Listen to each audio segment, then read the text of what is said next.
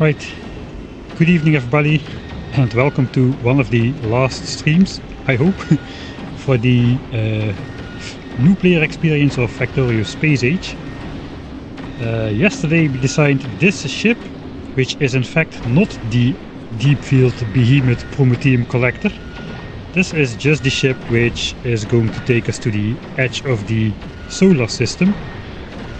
Originally I wanted to design the deep field collector in one go, so just skipping over the separate progression step of reaching the solar system. But then I decided against it because I had no idea what to expect, and I'm kinda glad I did, because I cannot simply use this ship to go there. There are some key mistakes. One of them being, it appears that at these asteroid densities which you are encountering now, explosive rockets are going to be the key, because they have area of effect attack, and the screen is just so dense with asteroids all the time that we will benefit probably from the explosive rockets. So that is something we could try.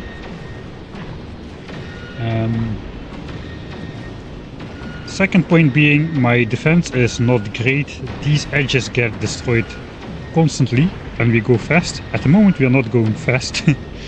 Let's switch on the HUD for a moment. You can see we're barely moving at all. The goal of the Prometheum collector is going to be barely moving at all. We're just slowly going to be drifting to space and grabbing all these juicy Prometheum chunks, the red ones, which are floating around. Those are going to be used for the last science pack. And the goal of the deep field Prometheum collector behemoth is going to be to collect up to 50,000 Prometheum asteroid chunks per trip by just slowly drifting in this area over here. Not too far beyond the solar system edge, but yeah, the further we go beyond, the more of these Prometheum asteroids will spawn, so the process will go faster, until my grabby arms just simply cannot keep up. So while I haven't actually reached the solar system edge yet in my actual playthrough, this is just editor mode where we designed the spaceship. Originally I was going to go back into the game, build this spaceship, go to the solar system edge, win, or at least reach the win condition, and then go again to design the end game ship. But if you really think about it, what is the point in actually just building the ship and winning the game? There is nothing you get for winning the game. You just win the game. I guess that could be the point in itself, but related to progress, there is nothing to do there. We did learn a couple of key concepts for a slow moving ship like this. It is very nice if the ship slants like this, because these asteroids, they move in. You can see them, they move in to the left and to the right quite a bit. So if you're going fast, the asteroids are just going to come from the front and disappear. But if you're going slow like this, these asteroids actually just come closer and closer and closer. So we need to keep sort of a minimum speed going. But it also helps a lot that my spaceship just is like an upside down cone, really. Because if this thing was over here in a straight line, let's take it down in a straight line, you can see it would get destroyed by these asteroids at the end of the ship. So one of the key features of the Prometheum asteroid collector is going to be having this shape. It's either having this shape or having to defend your ship all the way around, which I am not really planning to do.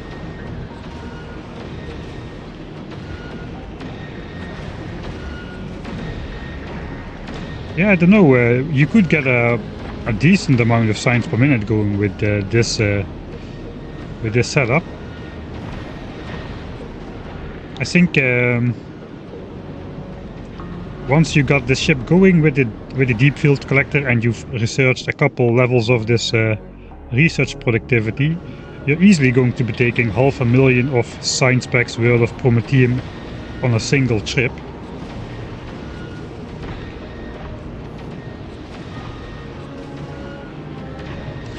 Odium's on a train. Right. Alright. So this is going to be another... we're going to basically design the end game ship over here. Using the things we've learned from this, we're going to use elements of this as a base for the design. But we cannot use everything. Like, I gotta get rid of this sorted asteroid grabbing. We just gotta grab all the asteroids and rely on asteroid reprocessing to make it into the types we need. That's going to be a key change. The most major change on the ship is going to be that fusion reactor is working just fine. I think we can just keep this design. Rocket turrets, we probably want to switch over to explosive rockets. And we are basically going to want to defend the entire front, like, equally, instead of having these things over here, because we don't quite have the coverage on the edge here. We do if we get good quality ones, but without the good quality, that is it is basically not enough. So that's basically where it's at. This thing is working just fine beyond the solar system edge, except this thing does not have the storage to put the Prometheum asteroids on board, since this ship was originally just intended to go to the edge of the solar system. It's a perfectly safe place to fly over here. Don't worry about it, I'm fine. It's cold in space, I need to warm up a bit. So yeah, the pump is now set to 15 kilometers a second, so we kind of oscillate around 20-ish a bit. Very efficient in terms of thruster fuel, but not so much because of speed. So yeah, the point is, we're going to build a spaceship like this, which can store the Prometheum on the quad belt weaving monstrosity we designed earlier. Don't ask, but it looks... I guess it's gone. Oh, my blueprints are not here. Okay, that's an issue.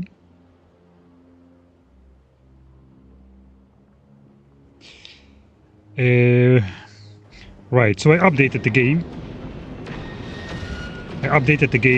And reinstalled it, and now the save files and everything are in the same folder as the Factorio 1.1 save files. Fortunately, both versions still work, but looks like stuff like my blueprint book has been moved.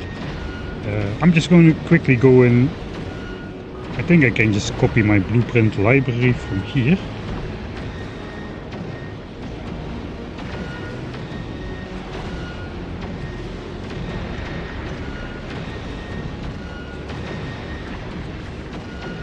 And then just overwrite, not overwrite, but I will back up my original blueprints.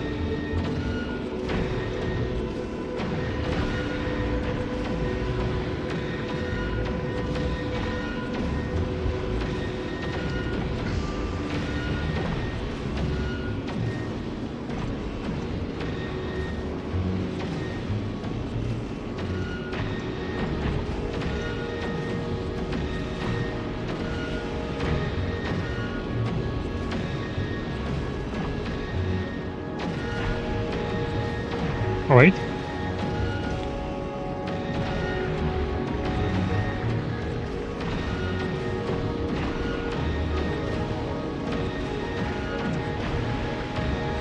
Have you thought about moving a bit forward the collectors and include a couple rail guns more in the front to get more firepower?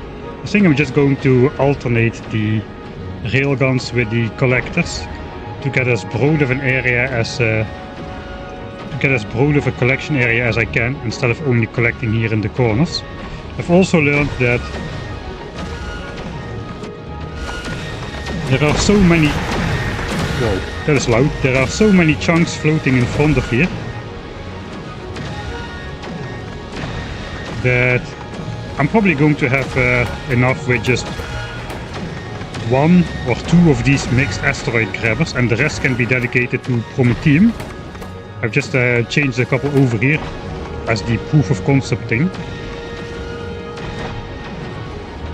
And I'm just gonna alternate probably railgun grabber, something like that, just to cover the front a bit. Alright, let me check. Okay, I think maybe I need to restart the game real quick.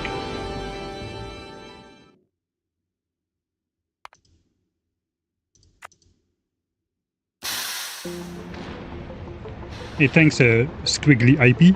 Squiggly IP. GP. Thanks for your Prime subscription. Alright, I'll quickly restart the game. Nice black screen.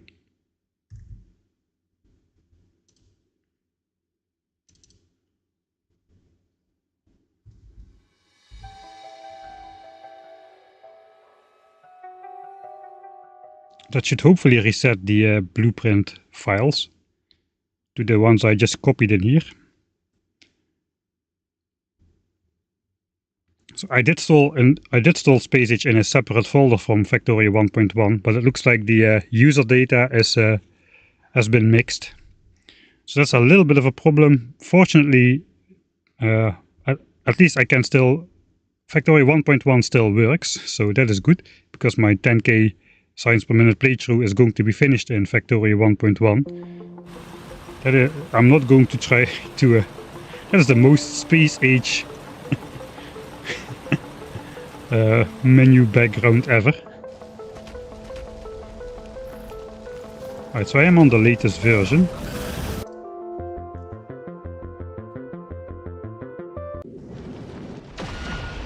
Yeah, okay, now I replaced my blueprint file, so now I got the blueprints that I need. Alright, then it's time to get started. Thanks, J-Cosmics.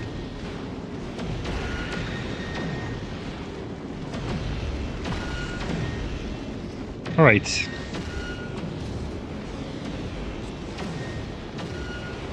So I guess we will just keep this guy moving. Let's actually check some production stats.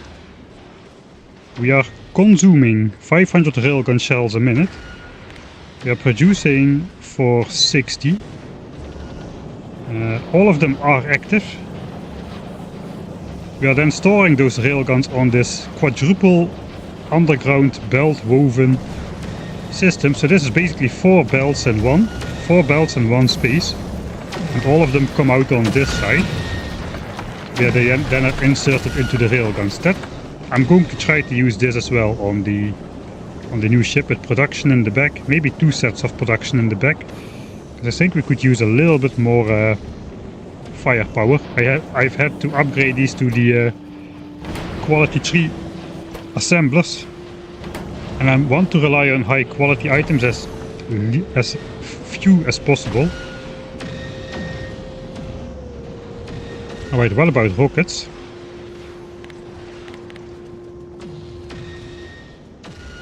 Okay, rocket production, if it goes, is at 77 a minute. We're consuming less rockets. I did change over the railguns to be able to target medium asteroids as well. So these are basically shooting almost constant now. They still prioritize the huge ones, but they also shoot medium ones. I did that because, as you can see, these things have area of effect attack. Basically everything in the beam just gets obliterated. So that's gonna save us a bunch of rockets. But it will cost us more railgun shells, so we gotta up the production of those. Alright. Looks like I don't really need the double tank anymore. I put a double tank on board last time because production was not constant and we were using more than we were producing. But if we're going to go at low speed and high efficiency, we are not going to be consuming nearly as much fuel. And these things, the ice is constantly backed up. The rest is getting thrown overboard on the sides here. So that's good enough. So we're going to just over the course of the game, we're going to keep this thing flying and just see how it does, how far it gets before it gets destroyed. But we are going to add a new one up here. What will we call it?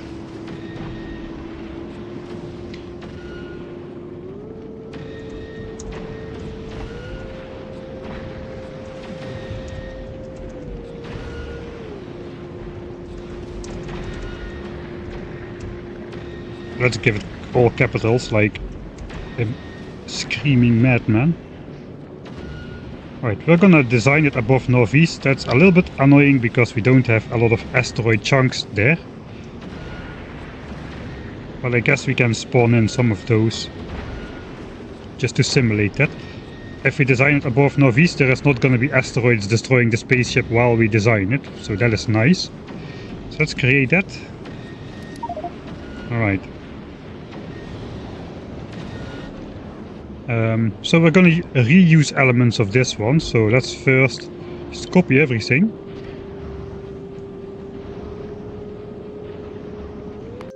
Okay, this one is on top. I'll just paste that guy on here. Alright, now we've got the spaceship over here. So power is a thing. But yeah. Whoa, new symbols. Whoa, those look not really nice, I must say. The old ones were a lot less hard and present on your screen. Alright, I know the shortcuts for these, so let's get rid of that. This we won't have to do nearly as much, so those don't need to be in there either. This I know. I guess these two can stay. Yeah, I guess we only need these two over here normally. Since we're doing spaceship design, Alt F and Alt E. No, I probably won't remember those. Let's keep those there. Alright. So now I want to basically empty this out without deleting my spaceship, but I cannot, because you cannot move this around if you copy paste. Because of this space platform hub. So what we gotta do is make a blueprint of this thing, delete the hub, create it, and now I can basically paste this over to the side somewhere. Like so. Uncharted area. Alright. Maybe I need to move around a bit to chart some more area.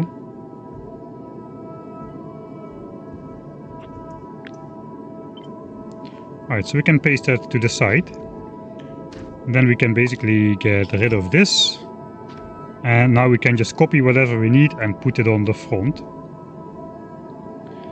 So I guess let's first of all start with the railguns again. Railguns gotta be at the front.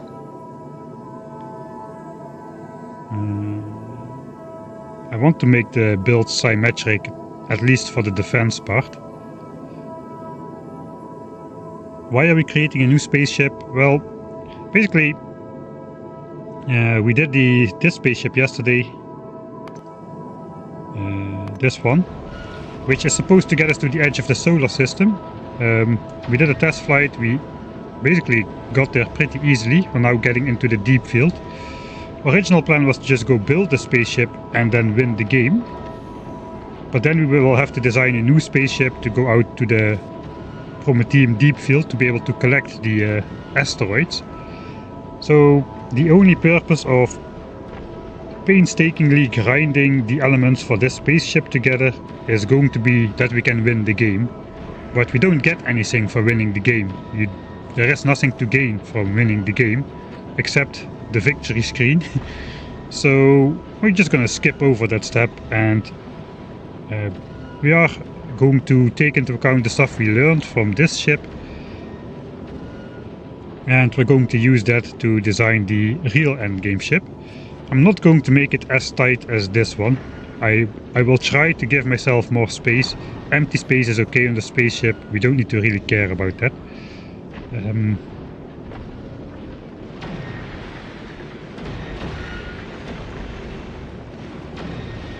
Yeah, some flaws include the we need to decentralize the railguns, decentralize the asteroid grabbers. We need to mix those in together.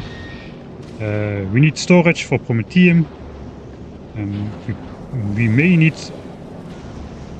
We're going to rely on asteroid reprocessing instead of dedicated grabbers. This crushing needs to move away from the front. That should be in the back somewhere, so we have more turrets on the front. So those are like key things that are going to change. Other elements are good though, like this stuff is excellent, copper is excellent, fuel production is good, this belt delivery system is awesome, the fusion reactor is perfect, the thruster setup is nice. So all of these elements will be reused. We won't be spending much time on that.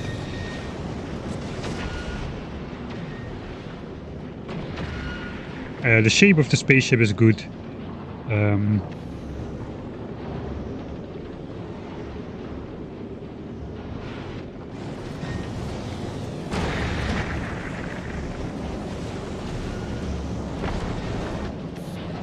I want to... One flaw in the system here is it's already not visible, but all these inserters grab from the near side of the belt. You can see the far side is backed up, the near side is empty. That means that these two assemblers only will start running once the entire near side of the belt is empty, instead of running all the time. So I'm gonna want to be drawing off both sides of this belt if I can. So that is gonna be a goal as well. So those are the key changes in the defensive and production aspects of the spaceship I want to make. So let's go back to the design thing, deep field. So the other thing we want to get on here is either this one. Let's paste it on this side.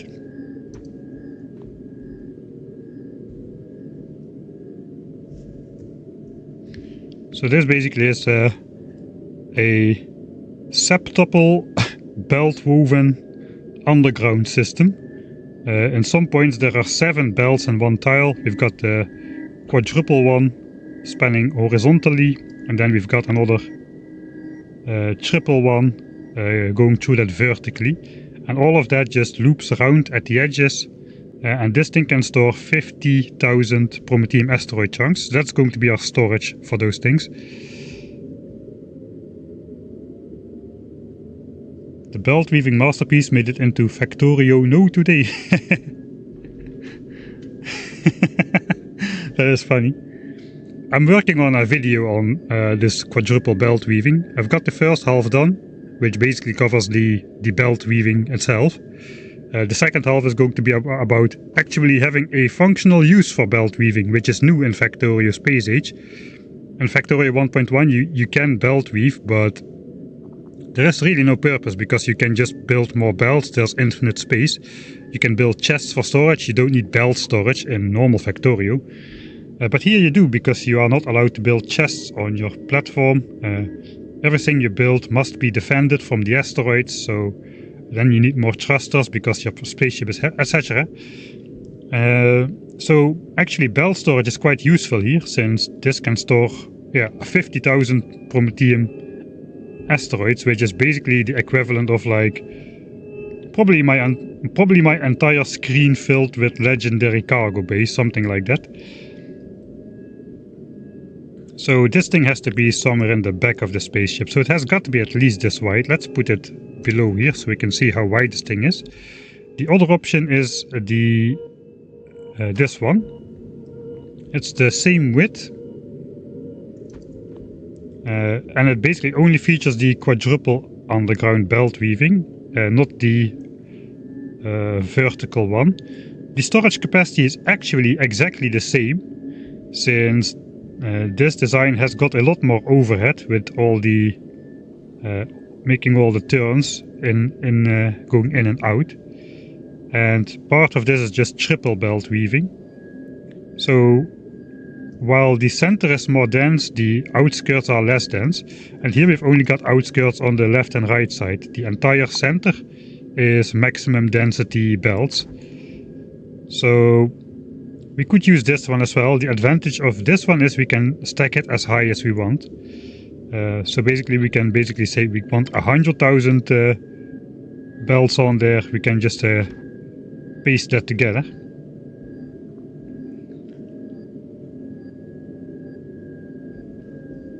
But yeah, let's start at the front end. I do want to keep space for the fusion reactor plant. So let's copy that at first. Alright, we'll delete everything that is not related to the fusion reactor. We can place a cargo bay here, but we do need the space to unbarrel the fluid we need for this thing. I guess for the design phase I can just use a infinity pipe.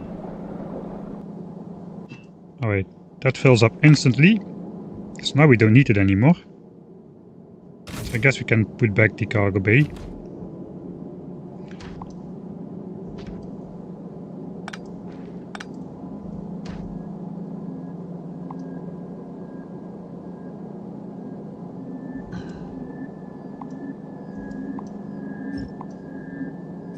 There was a lot of belt weaving going on my spaceship as well, as you may be able to tell.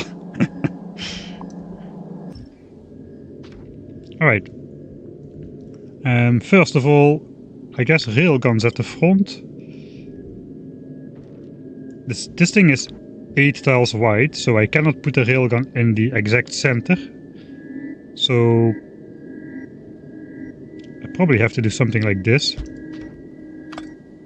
Keep it 1 tile apart here. The asteroid collectors will have to go in the front as well.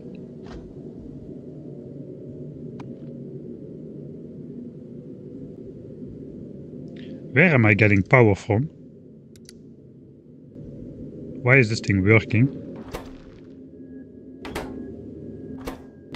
Maybe it just has a little bit of starter power, like a burner inserter or something. Let me input some fuel cells in the thing.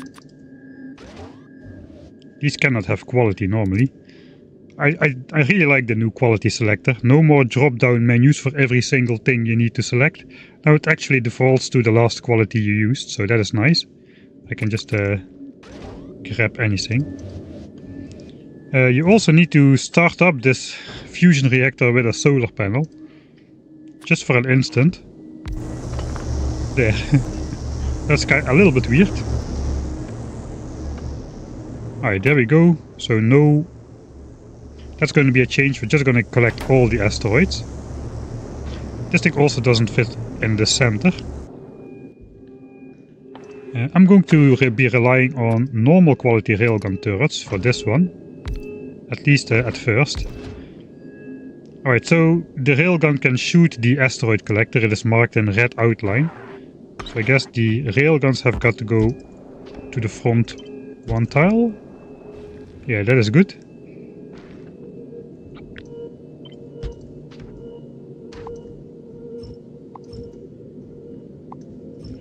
Alright, so then the plan is basically we are going to alternate these railguns with asteroid collectors.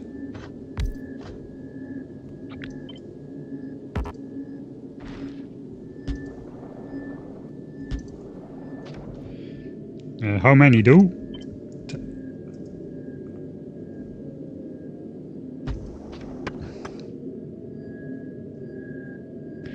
So I guess we want to keep the same shape, something like this, and we still gotta fit this monstrosity in the back. So I guess we're gonna go a lot wider. The wider we go, the more asteroids we can collect. 1, 2, 3, 4, 5, 6, 7, maybe 8. If you do 8 of these, that is nicely symmetric. And I think that gives us enough space to should give us enough space for the collection as well. So I hope we're going to be able to collect tons and tons of Prometheum asteroid chunks like so. Yes, this thing is going to be quite a bit bigger. I'm just going to give myself lots and lots of area to work with.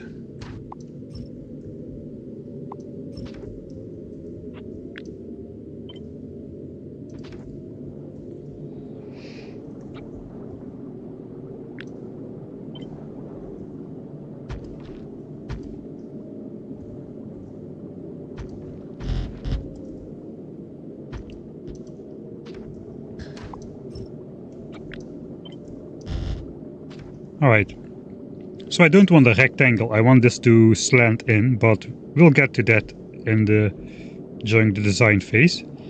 This does not look very symmetric. I think I've got too many on this one, but this is 9 turrets, alright.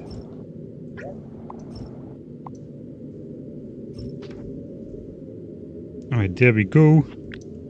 So if this thing is gonna be sitting at the back, maybe somewhere, maybe just, yeah, it should be actually below the cargo hub.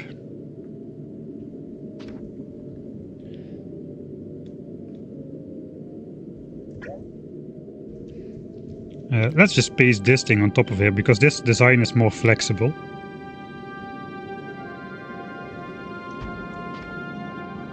Okay, there we got it. That's the entire thing.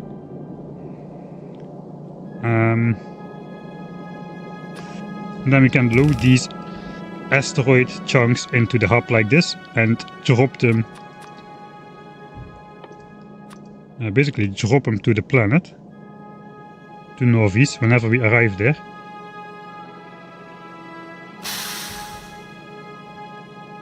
Hey, thanks Nuclear Liquidator. Thanks for gifting a subscription to somebody.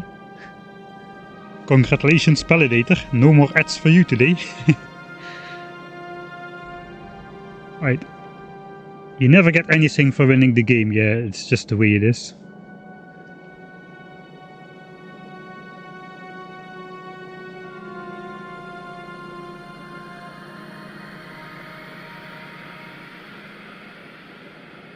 The Galaxy of Fame for winning the game is pretty big.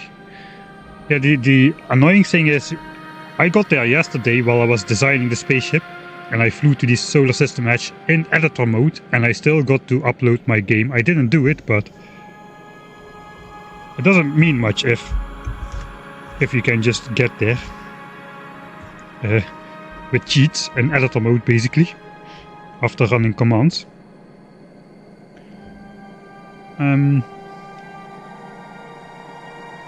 Alright, actually I need to not drop my Prometheum asteroid chunks to Norvis, it seems. Oh wait, this is important. We need to craft the Biterex, or we need to craft the science on the platform. Huh. Okay, then we need we want to keep these Prometheum asteroids on board then, instead of loading them into the hub. That is wrong.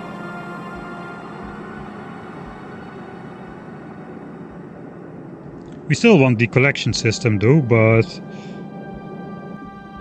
what we then want to do is we want to bring up the other elements required for Prometheum science to the spaceship once we're stationed above Norvis. So I guess we're going to be bringing quantum processors over and Biterex. We can launch 500 Biterex per launch and 200 quantum processors per launch.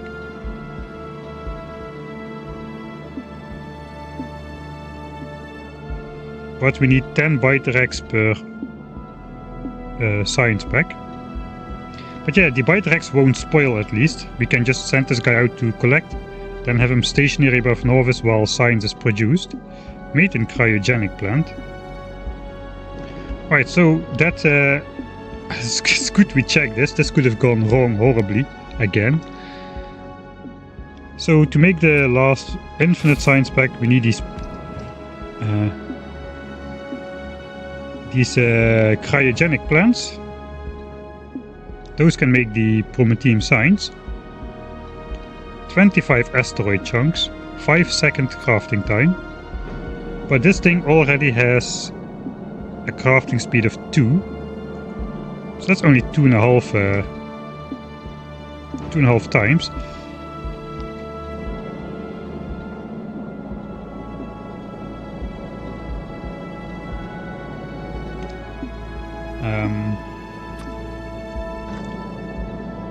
So we gotta look into that. Let's get an order of magnitude estimation at least for how many science packs we need. I'm gonna assume we're gonna have Mark III productivities.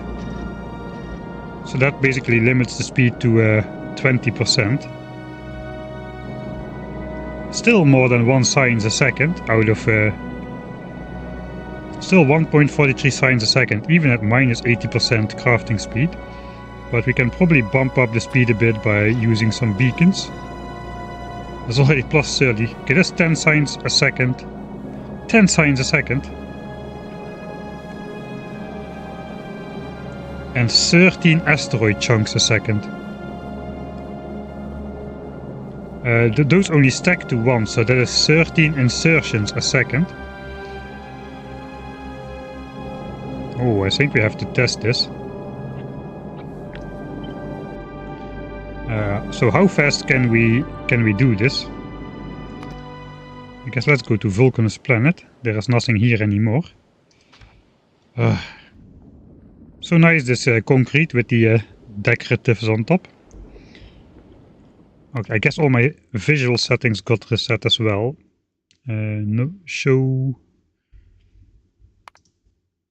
Okay, no decoratives for now and no space dust. Alright, clean concrete, as it should be.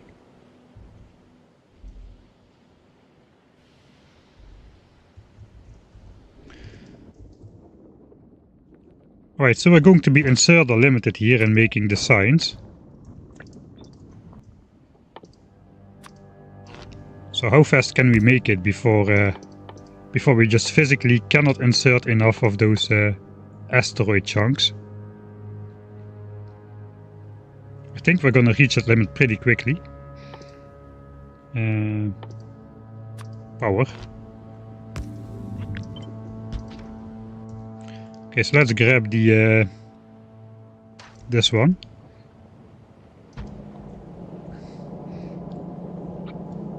So this just ended here because I was going to load it in the silo, but looks like we're going to just go like this.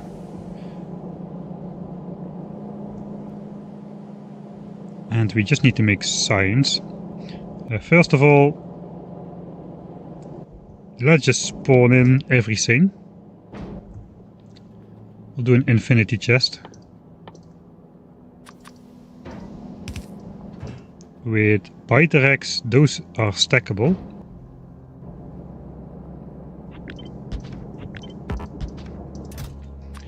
So Biterex, Biterex over here. Those spoil, so we gotta set it to spoiled first, because if these explode into biters, we're gonna have a problem. Okay, looks like the science packs don't have a freshness though, so that is good.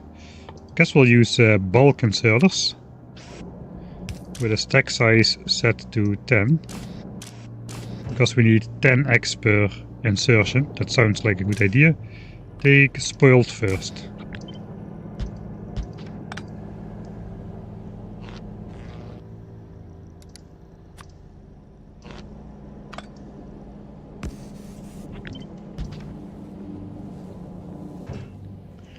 Alright, then we'll do the same for quantum processors.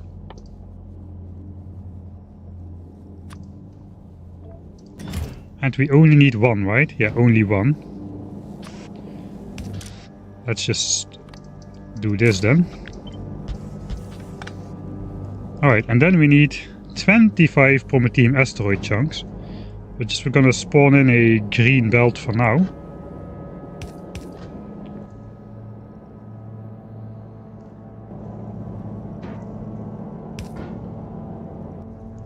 And we'll just use a loader to get those onto the belt. We're gonna have a full belt of stuff coming in.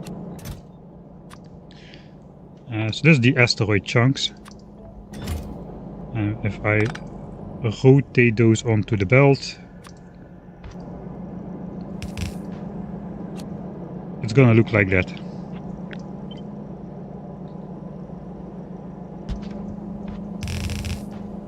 Okay, let's also just despawn them again. Ooh, that's fast. And so then the question is, how fast can we insert those things? Because even with the stack inserters, those don't stack. So the maximum hand size is 1, no matter which inserter we take. Even stack inserters are not stacking these things, I believe. Yeah, they just put single ones on the belt as well. So we may have a use for better quality inserters here.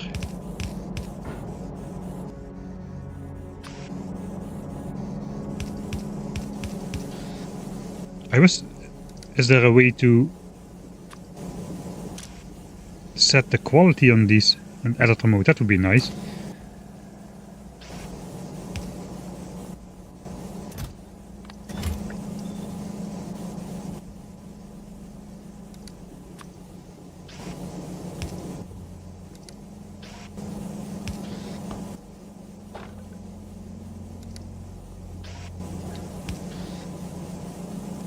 Alright, so this is the difference.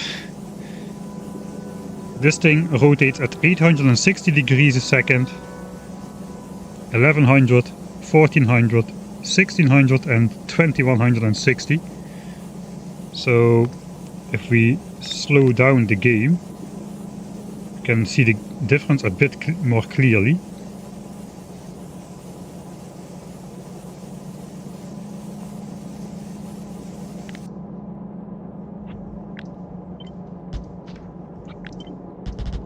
So let's do a test.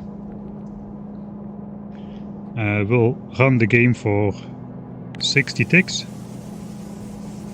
I got to set to not remove filters. Let's run the game for 5 seconds.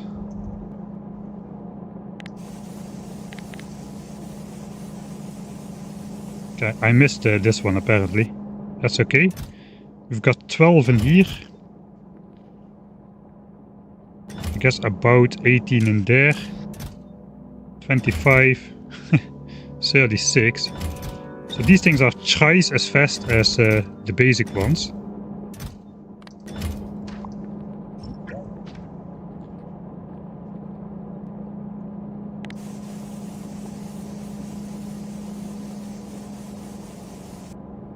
Okay, 12, 17, 21, 25, 37. That is in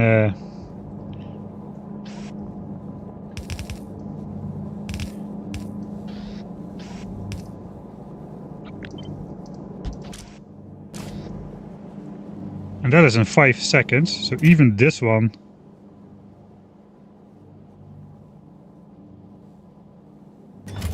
at, so let's say at 40, let's say 40. That is only 8 insertions per second, and we need 25. We need like 13 insertions a second to keep up. Let's see how fast this goes.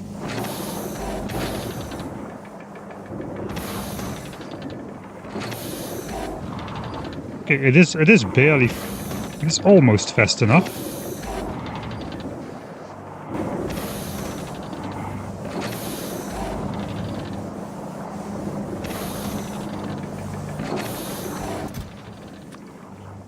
I guess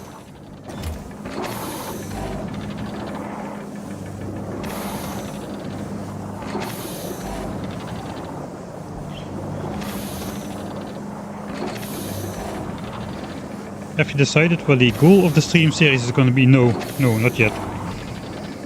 But starting somewhere in the next week, I will not have the ability to stream a lot or maybe at all for a little bit. For a week or two, or maybe 3. I'm not entirely sure yet. As usual, the future looks kind of vague. But this is enough, even with just one beacon.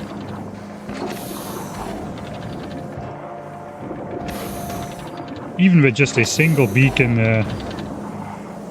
that is gonna be enough. So we can get some uncommon ones.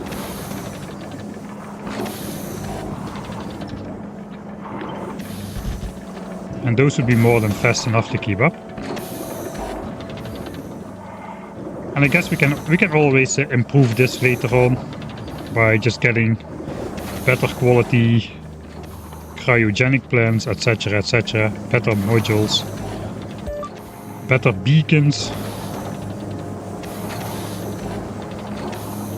So the balance here, it is a lot less easy to find, as you can basically speed this up. If this is a better beacon, it will work faster again. Okay, but now we are getting to the points where the inserters are resting between insertions, so that's good.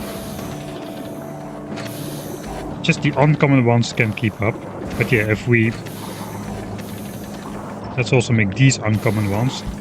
If we then upgrade the beacon, let's say we got a rare beacon. So now suddenly we won't be keeping up anymore.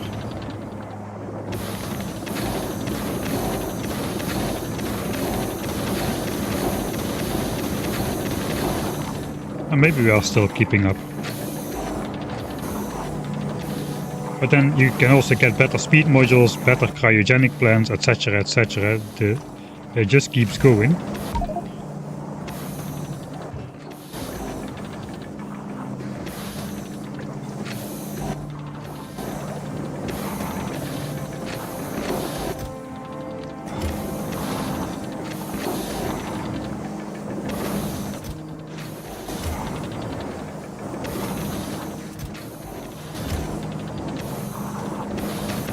So if these are better quality, we are nowhere near being fast enough with these. So then that means we need better quality inserters again, etc, etc. A lot better quality, it appears. Or we need to loop the belt around and insert from the top as well, I guess. But that will cost a lot more space. It's going to be harder to get that done, because we're going to be drawing off of this thing. Alright, but however we do it, it appears that 2 of these will be enough. So then we just basically have to put science production on the platform as well. Kinda have an idea for how to do it already. Alright, so I guess let's keep this going. We go back to the ship.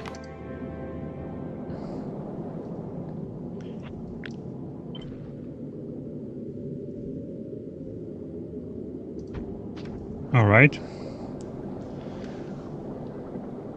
You need this on a kilo? No, this is for on the space platform.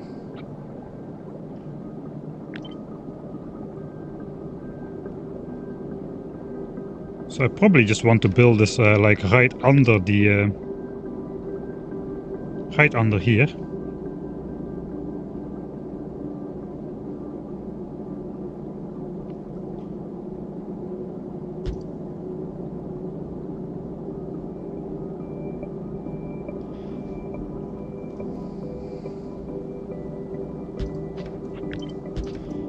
Okay, so how would this line up? The centerpiece of the belt thing is the blue thing.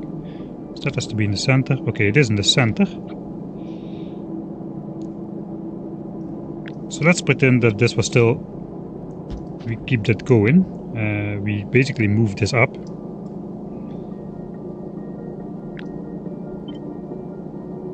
So we would be drawing off these colors of belts. That is bad. We need to draw off all color belts, or obviously if we don't draw off the blue belt doesn't get emptied. So ideally these would be in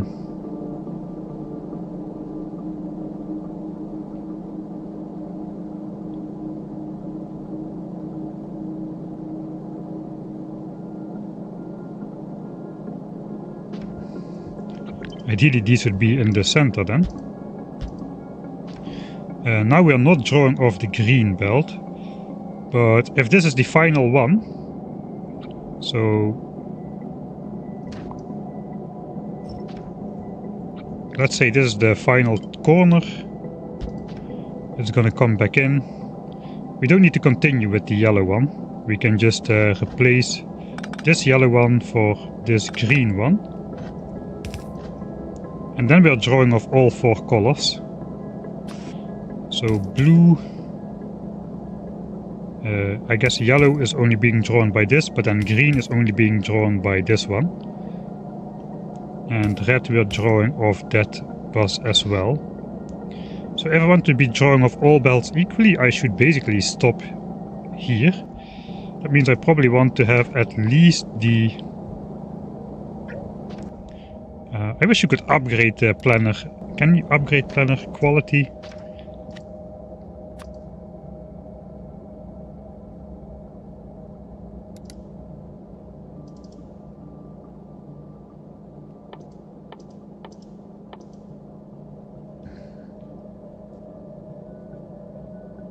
It doesn't appear so.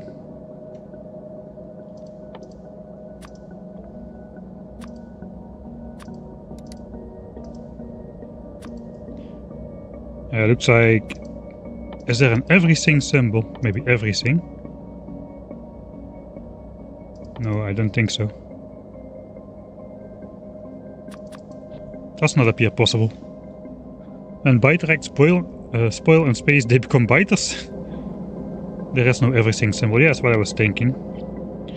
And so basically this has to be put on here like so. Just replace this one for green. This can go away. I guess we can just rotate this one. Just for the visuals, instead of having it just end. I guess having it just end is okay as well, but... yeah, if I rotate this one, the asteroids won't go past here.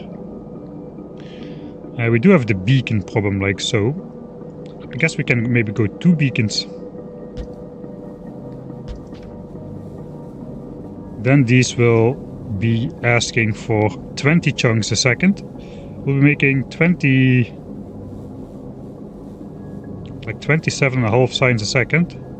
That's like 30... That's like 1500 signs per minute. But of course this is only going to be the production rate when we are stationary at Norvis. It's not going to be the production rate if we are going to be flying into the deep field. Then we are not going to be producing at all.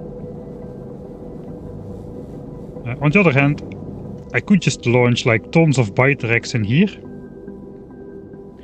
We can produce the science on the way out while we are collecting asteroids, and then just come back to Norvis for more bite racks. We just need to calculate how much bite racks we are going to be consuming out of this, so we don't bring more over than we can consume before they spoil. Then we don't need to hover above Norvis for the science production. That's a way to do it as well. Alright, let's see if I can do it with this many inserters. We'll actually copy this. We'll check this on Norvis as well. Vulcanus, because Norvis is kind of dead.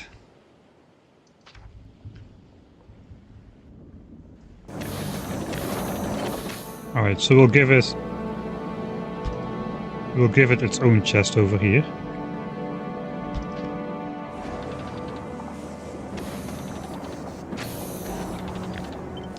Output needs to be somewhere. Power needs to be somewhere. And a recipe. And then these loaders. We'll just load it on all the bells like so. That is how it's going to be actually. That's how it's actually going to be going in space.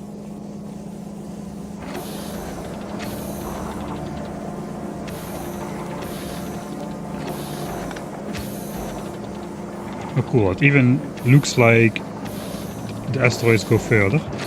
Okay, so now we're definitely not getting enough things over here.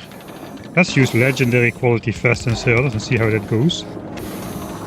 Okay, that is way faster than it needs to be. Of course, the faster this runs, the better. I guess we could do more beacons even if we really wanted to. I don't think I really want to though. There's already a ludicrous amount of signs.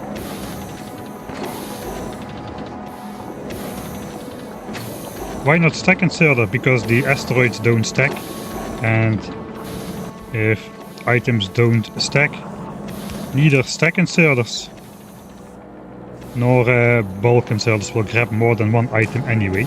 So these are basically just like expensive fast inserters at this point.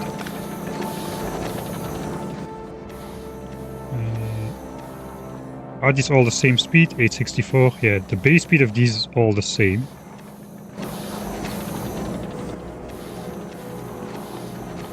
Alright, so it is possible to upgrade this to be fast enough.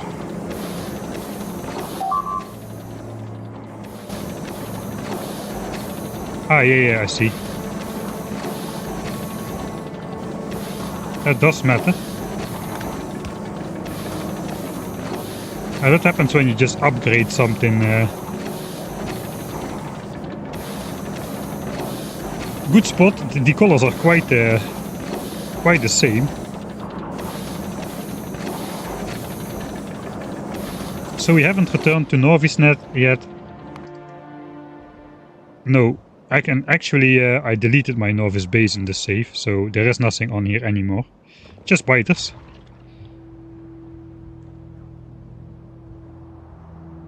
Maybe the spaceship is here somewhere still.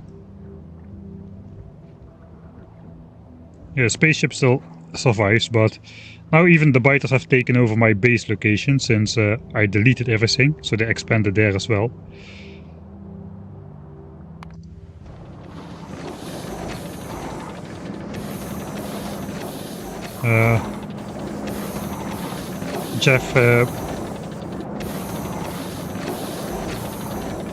Jeff saw this as well.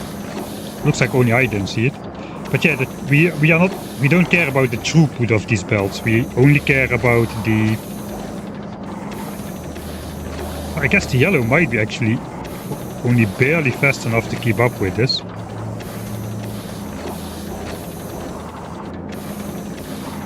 That's not true. We still have asteroids in the back here. So even legendary inserters cannot empty a yellow belt if they are forced to a stack size of 1. Alright, but this can be fast enough, so that's good to know. Okay, so let's go back to the spaceship once again. It is the top one. I need to remember it is the top one. So basically, if I guess that's the case here as well, then yeah, okay, that's here the case as well.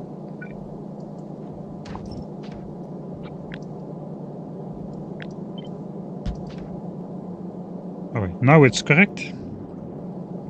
So we want these to be of as high quality as we can get. I'm just gonna make him legendary for now.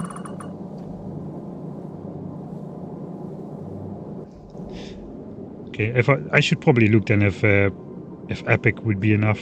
Man, this is such min-maxing.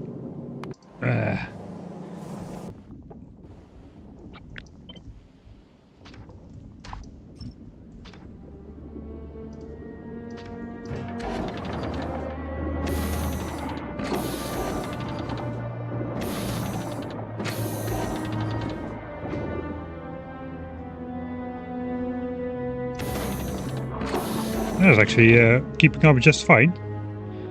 How about uncommon then?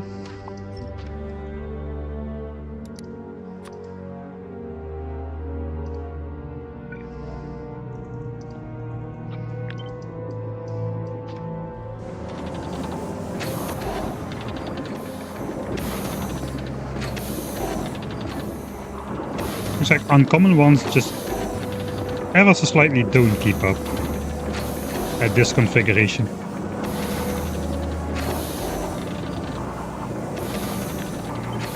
I guess I'll use the epic ones in space then, for the planning phase at least. Does not really matter, but that is sort of the minimum requirement at this design stage. So let's do that. Alright. So I want to do the science production directly against the hub, if I can. Beacons could be separated one further, they would still affect both machines.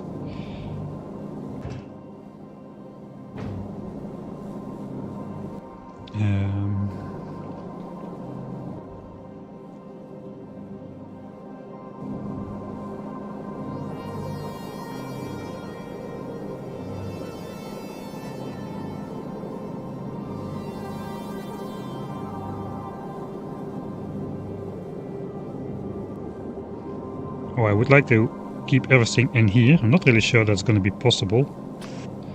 I guess if I just use belts, it would be.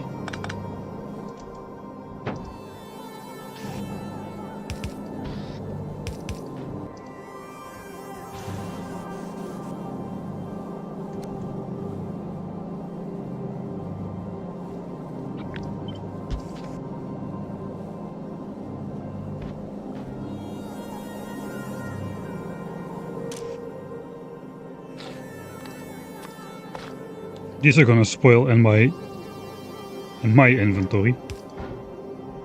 And I guess I'm going to get demolished in space if I do that.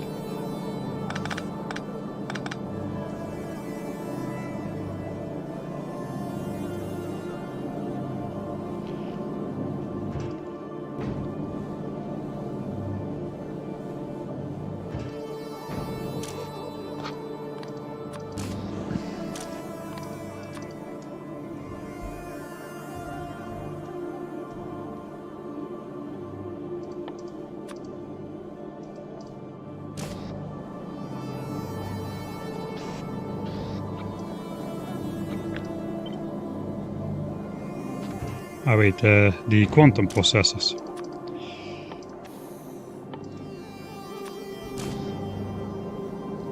I guess quantum processors can be slow, but still I need to transfer those in and out of there. But if I need to scoop those off a belt, we're again gonna have some trouble unless I use actual stack inserters. I guess we can stack insert a Byte-Rex, right?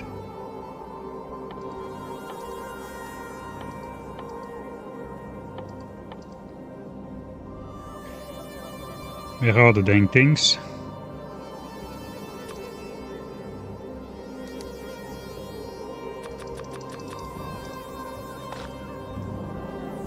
Yeah, looks like we can stack insert the Byte-Rex. Then we will have the throughput, because this is extremely fast. I guess quantum processors we don't need a lot of.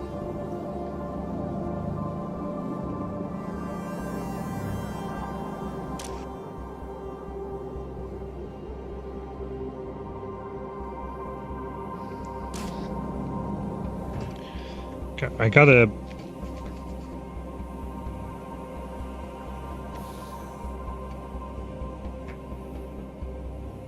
make sure the division is equal here. Or I just gotta make sure I have a little bit more quantum processors than I need. Then this will be fine as well.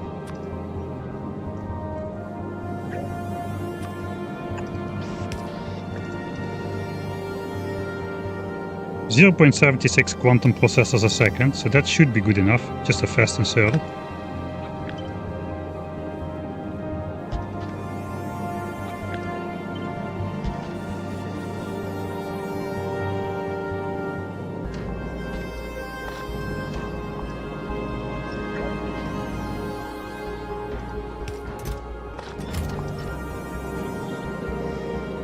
Okay, so that's science production. The science needs to go back in the silo here though, so that's a little bit annoying. And at a fast speed as well.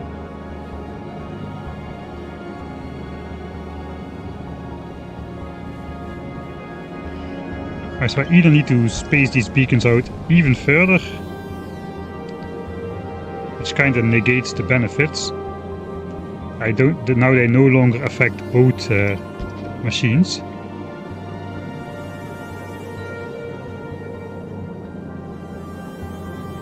Speed is actually not extremely different.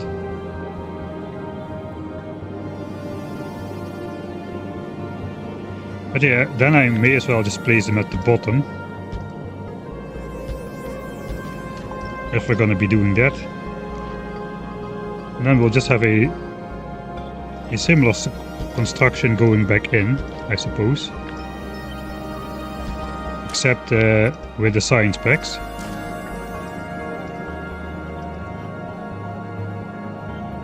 And rotate it.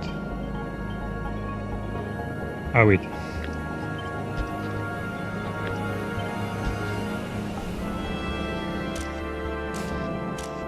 Right, so these grab 16 at a time, so I need to make sure I launch a multiple of 16, or some byte racks will be left over.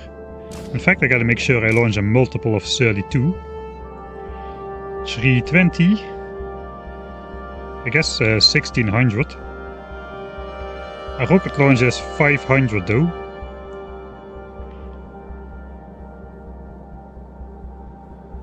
$32, 48.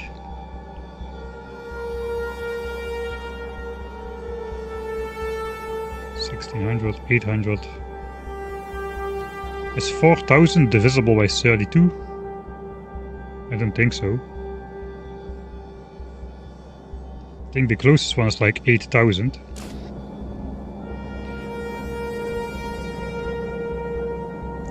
$4,000 divided by 32. Actually it is 125. I think that's the first one though, so 4,000 byte racks launched is the minimum. 4,000 divided by 32, and each of these inserters will grab 125 stacks of 16 over the course of production. All of them will get consumed, because if not all of them get consumed, let's say there's like 2 byte racks left in here, those will of course explode into biters. So for this weird site exemption, it appears to be important. If the beacons are to the side, we can direct insert, yeah. That is correct.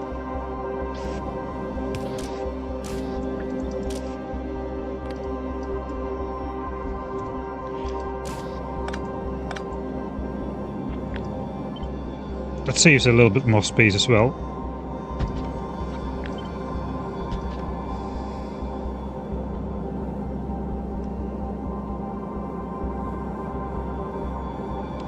Alright. If the beacons are to the side,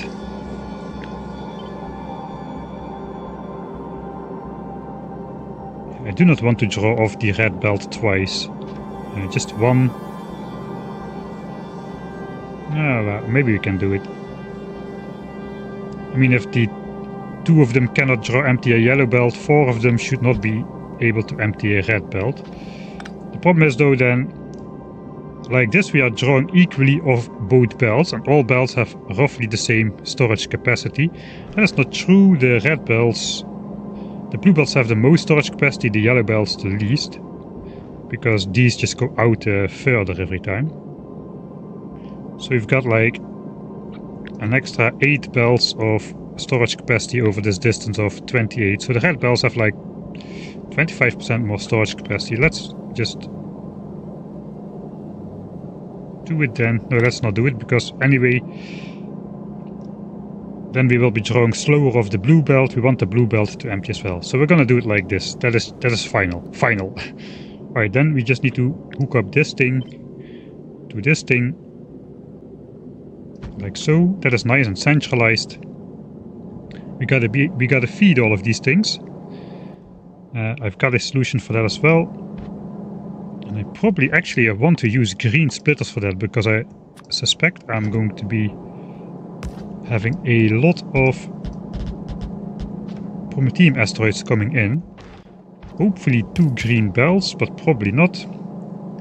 60 items, 45 and 15. So if you have all belts together, that is like 2.5 green belts in total. Of course, a green belt is 1 green belt. Blue with yellow together is another green belt, and then red is surplus. So I guess if we do this, another green one over here.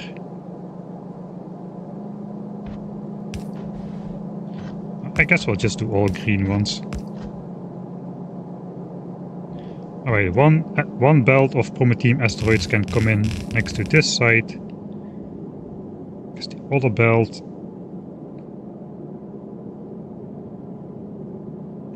If the other belt comes in here as well, that would be the easiest. But it's probably gonna come in from this side, I imagine.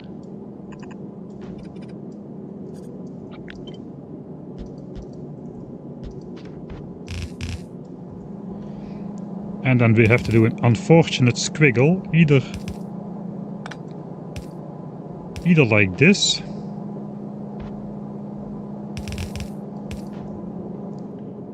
in which case we may as well just do this.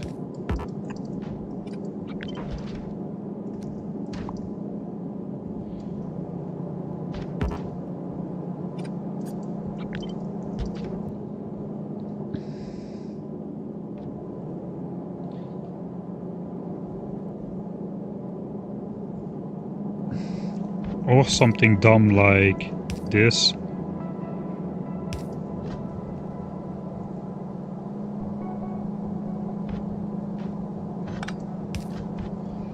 Maybe it's not that dumb, as it saves a space on the bottom, and we probably have some space to do some weird shenanigans in the back. So that could be done. We also could just deliver everything from up here instead. And it's not super central anymore, but I could move the entire thing then 1 tile to the right. And then we'd be drawing off of these belts instead, which is actually perfect.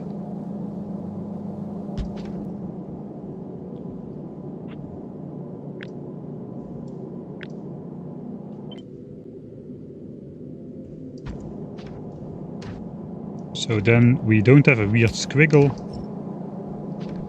We don't have this. We don't have this.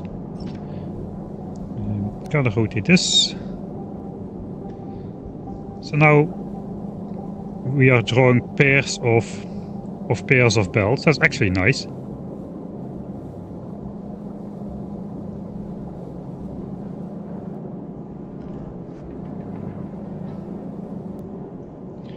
And since the red and the blue belts are the longest, we could even do stuff like this. So then we draw a little bit more of the red and blue belts. And those will empty out sooner. That could be an option. It doesn't really look nice though, so let's not do that for now.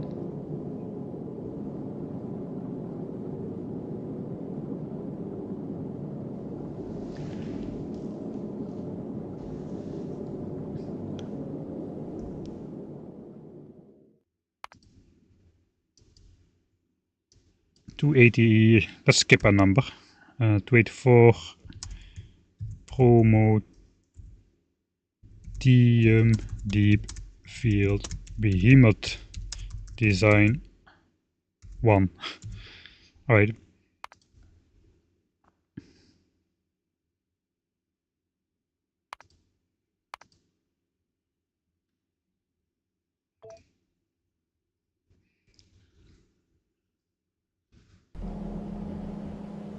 Alright, so I have a comparison. This was one of my original designs for storing railgun ammo with the quadruple belt weaving. This could stack up to 15,000 pieces of railgun ammo. That is a lot of ammo, and that is the same as this amount of cargo base in railgun ammo. If you have legendary cargo base like these, those have 2.5 times the storage capacity. It still outperforms the legendary cargo base by a factor of 1, 2, 3 and a little bit. So these belts store 3.5 times more shells than legendary cargo base can. And so the shells stack to 10. There's a stack size, but the Prometheum asteroids only stack to 1. That means we cannot stack those onto belts, so we lose a factor of 4 here. But the legendary cargo base, the storage, loses a factor of 10. So that means for storing the Prometheum asteroid chunks, instead of being like 3.5 times as effective, we can multiply that by 2.5. Approximately like 10 times as good as legendary cargo base. Every like let's copy one of all color. So this amount of belts connected to each other can store as much as 20 legendary cargo base approximately. I may be off by a couple ones, but that is about where we are at.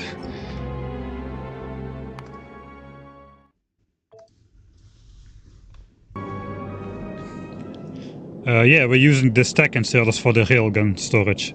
So the railgun storage is stacked on there, and just that 4 belt deep belt we even could store 15,000 railgun ammo stacked.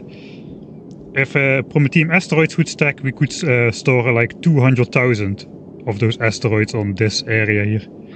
But they don't stack, so it's up approximately 50,000. We tested those 2 streams ago or so. Do you share the blueprint of the belt storage? Yeah, of course I can. It's not so difficult though. You can just make a screenshot right now. I mean, this is a really easy concept. I guess the vertical one is a bit more difficult, but this is very easy. Just start with the blue one in the middle, flank it by 2 yellow ones, and then the rest will be a logical progression how to do it. Just start with blue in the middle, put 2 yellow ones next to it, and the rest will be easy. I will share them, but I want them. I'll probably share them after I make the video, after I complete the video on the belt tapestry stuff, which I hope will be ready next Friday at the latest. I hope earlier than that. First, the Factorio supercut is going to be coming out. With a little bit of luck, maybe tomorrow even. I gotta make the thumbnail still though, so that's a bunch of work, which still needs to happen. Alright, so this is basically good, I would say. We do need to keep some space for cargo base as well. But I guess we could come around. It's unfortunate that this does not line up correctly. I guess on this side it does.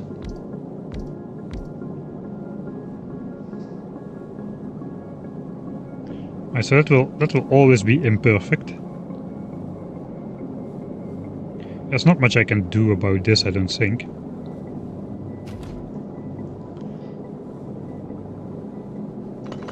But yeah, we could possibly just do the cargo base off to one side. Just to get some storage space in here for the bite racks and whatnot.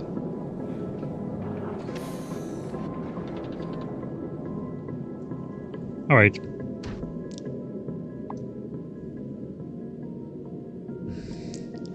I do like this design as well though, but I think I'm just going to keep the one I have now. This one is simpler because I just recombine all the belts here, and it just all comes out on a green belt. It does have a longer travel time due to all asteroids not only zigzagging around but also going up and down all the time. Yeah, we're just gonna keep the simple one, I guess. So that part is done. Part 1 done. I guess the railgun turrets are done as well.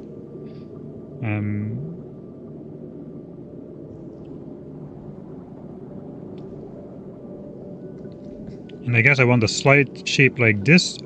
It appears to me that the width of the spaceship is fine like so. So I guess the next thing to put on the bottom is the thrusters perhaps. Let's try to align this as well.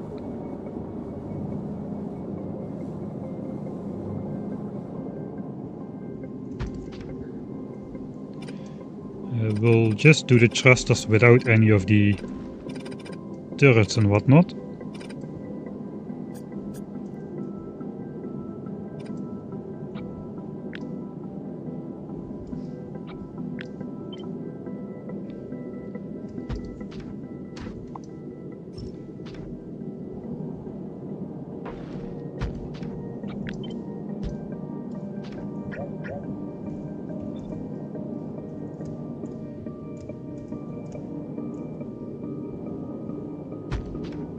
Alright.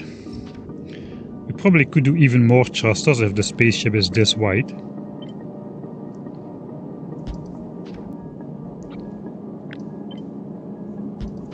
That's kind of nice. That actually aligns perfectly with the corners of the belt. That's kind of cool.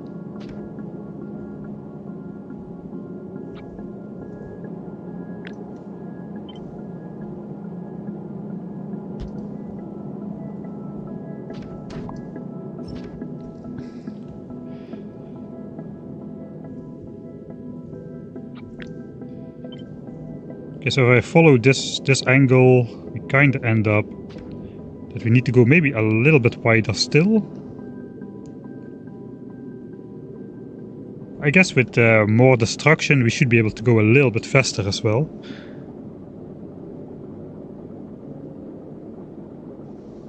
Yeah, it's a cool idea, but at the end of the day it has to sit above Norvis while processing the Prometheum. No and no.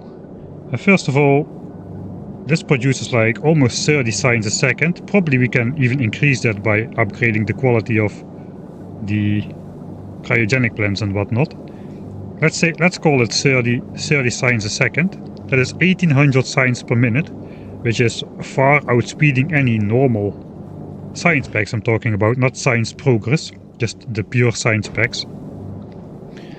So that is enough to basically burst produce, but we don't need to sit above Norvis to do the processing. We can just launch up 30 minutes of production worth of Byterex over here. How many would it be actually? But yeah, we can just launch up Byterex and quantum processors and then just take off again and fly out to the Prometheum fields again to fill up the belts again. And we can process the science on the way and just store it in here. On the next arrival we drop the science, get new Byterex and quantum processors and fly off again. So we can keep flying non-stop basically. I guess if you do the intended way where you take the Byterex to the asteroid fields, you also need to return to take up new Byterex. So in that regard it's the same. Here we just eliminate the Byterex spoiling problem from the equation, where you just need to really speed up to get to the big asteroid fields, and we can just take our leisurely time and still produce all the signs. Alright, so if this consumes like together 15 Byterex a second, let's call it, that's 900 Byterex a minute. 900 Byterex a minute. Let's do 20 minutes because those things spoil.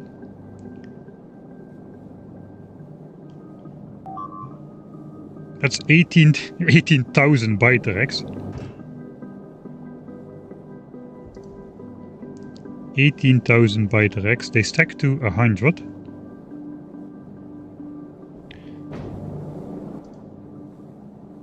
One thousand, 2, 3, 4, 5, 6, 7, 8, 9, 10, 11, 12, 13, 14, 15, 16, 17. So it's more than this inventory full, the part which is on the screen now of Byterex.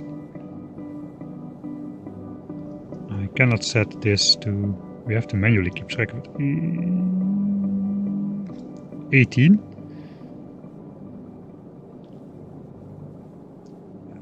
I guess we could do 20,000 Byterex and 2,000 quantum processors. Let's put it in the hub here. That seems the amount. That seems a good amount. I think we're gonna have more problems getting 20,000 byte on board. That is 40 rocket launches worth of byte. And then 2K quantum processors from Norvis. We're gonna send those to... I guess we could make a stop at a kilo just to pick up the quantum processors, really. No, we cannot, because... yeah, we can actually.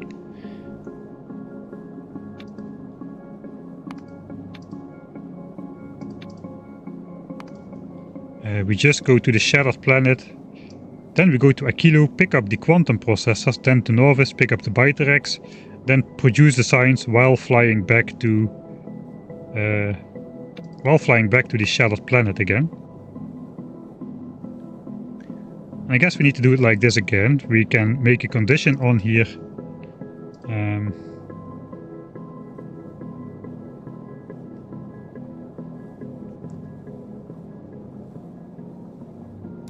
So basically that's going to be the cycle. So we want to leave Aquilo when we have 2000 quantum processors.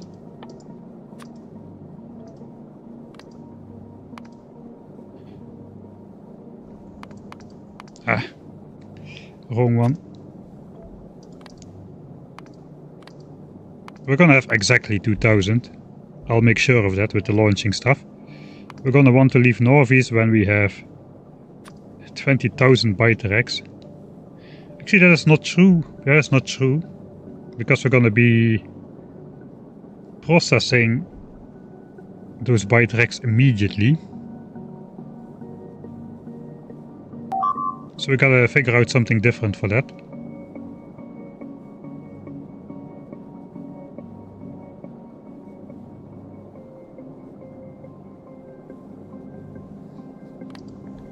I don't really know how to do that. I guess I should make a sort of a clock, not a clock, but something which counts items as they arrive once, and have that count up to 20k, and then just leave after that's gone. In practice, I'll probably just test out how long it takes to launch 20 rockets worth of byte. Or I could hook these up to just not start processing the science above Norvis. Is that possible?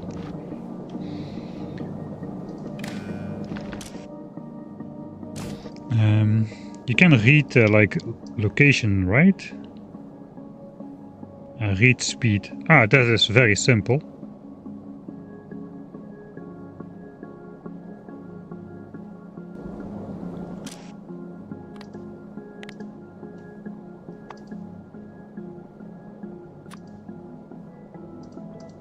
So these should be enabled only if V does not equal 0.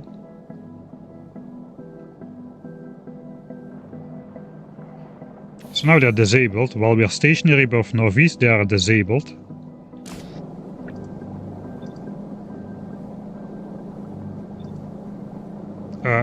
Dang it. Let's copy this. I guess we only need to do this for the byte. No, we also need to do that for the chips here.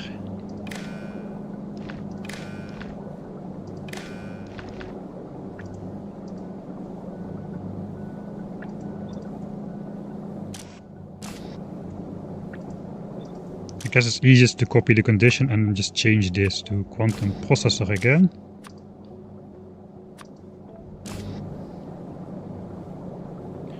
Alright, so if we are loading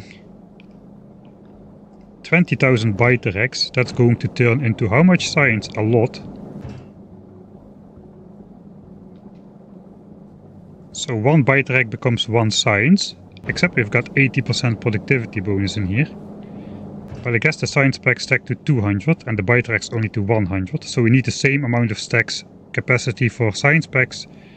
Then we do byte roughly. I guess if we get better quality modules, we're going to let's say we get legendary quality. I think we should get legendary quality productivity modules eventually.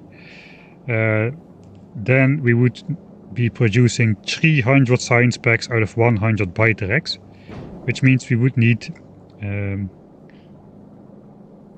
like 50% more storage capacity. So I guess this amount of cargo base still will do if we're not going to be doing anything else with this ship except science.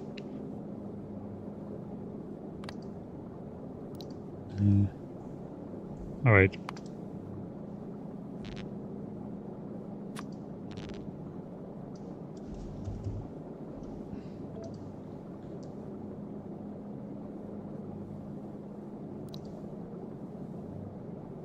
Alright. You can assign a certain logistics group apparently.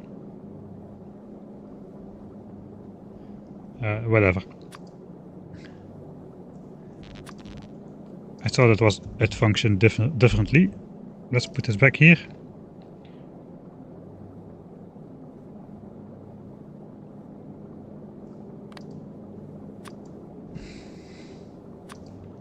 And I guess we'll request the science packs down to Novice manually, but let's just set it here to 0 for now. So that's basically what we want to do.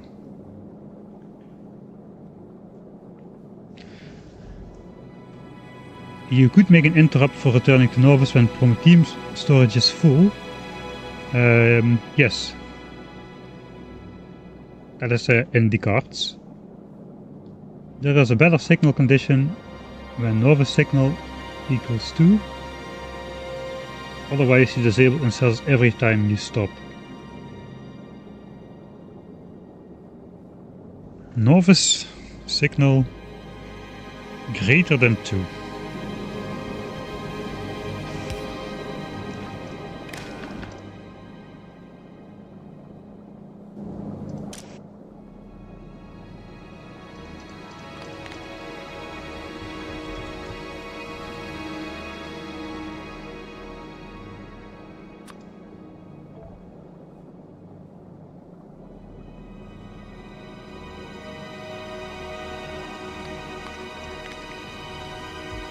How does this work though?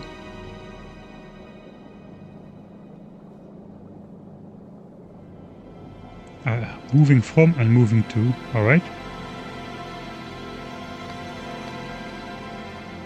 Okay, let's read this.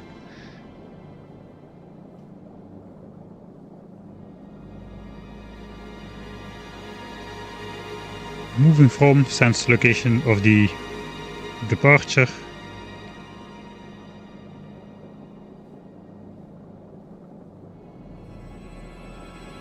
Okay, so these both just send the planet, I guess.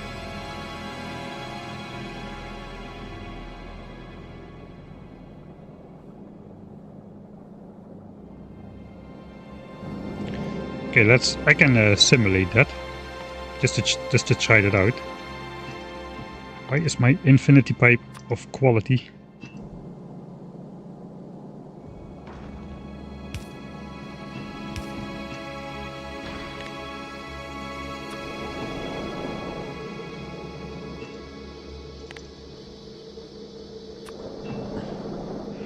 Alright.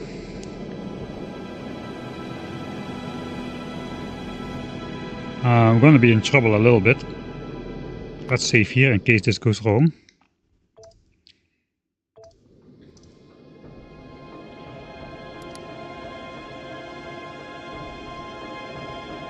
Okay, so now I'm moving to a kilo. Novice value is 1. And Gleba value is 2, alright. Now we go back to Novice. Novice value is 2 now, alright.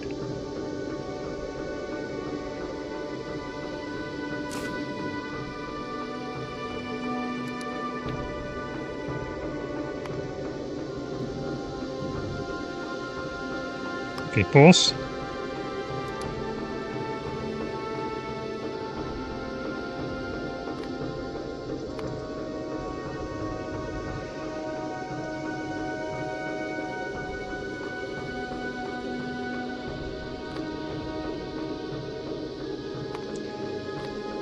Let's set this to equals because that's what we want. After novice, we go to the shadowed planet.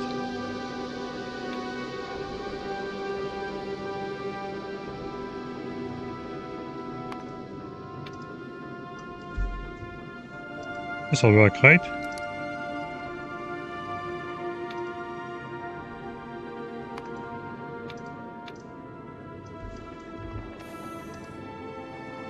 Okay, then it starts moving to the shadowed planet.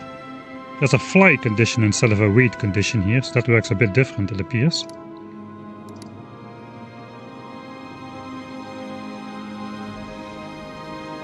At the place the signal equals 3.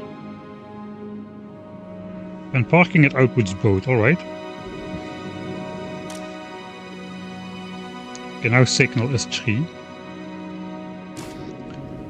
Okay, so then I want these to... Yeah, because the speed, we are stopped above northeast, but the speed is actually still slowly going down. Very slowly, we have a lot of inertia it seems. Okay, so this is not going to work indeed. The first rocket will already arrive and such. So indeed, that is a thanks, that's a great tip.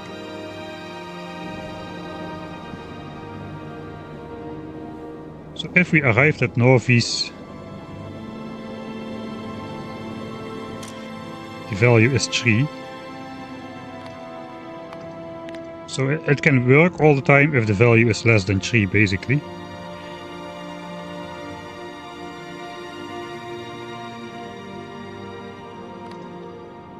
I guess if value is not 3. Will it not work for a single tick? I'm a little bit worried about that.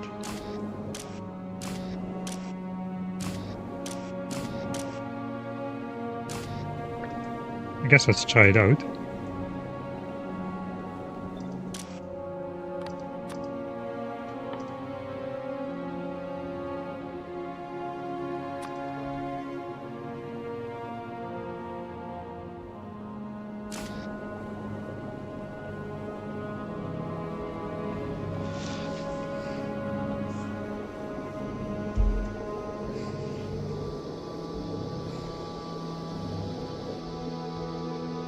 I guess we can go back to using simple bulk inserters actually.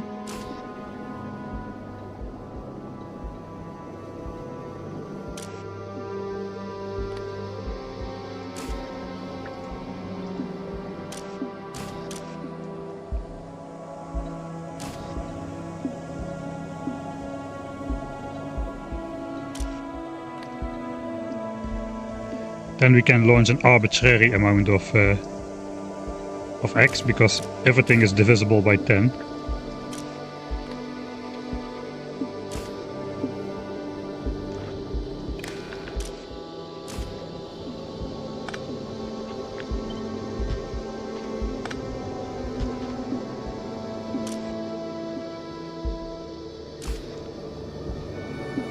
Alright, so now signal is 3.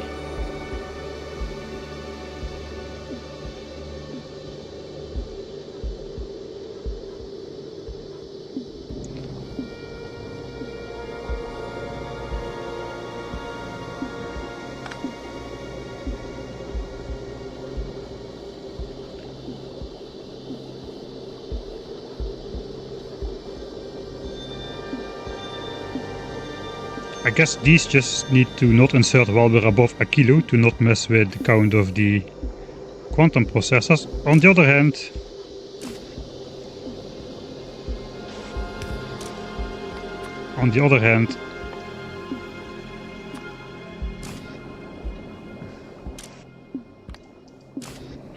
how many of those are actually being inserted? I don't think a lot. Okay. It inserts 2 of them. I guess that's going to be a reliable number. So we basically just change this to 1996. And that should do the job as well. And I don't need to hook up those inserters at all.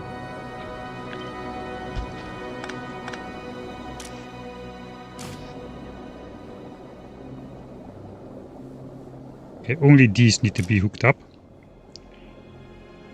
And yeah, basically once we arrive, even if it works for a single tick, which probably is not the case, but you never know, it doesn't matter, because after we arrive on Norvis, the first rocket needs to arrive before we have any biter eggs. So that is going to be good. Also, funnily enough,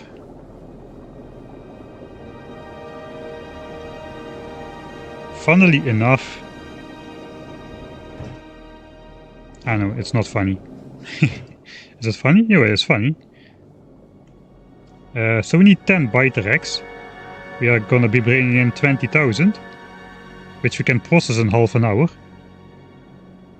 And the amount of Prometheum asteroid chunks we can store on this belt is greater than 50,000. Just a little bit, but a little bit greater than 50,000. Which means we'll be consuming this entire belt storage of asteroid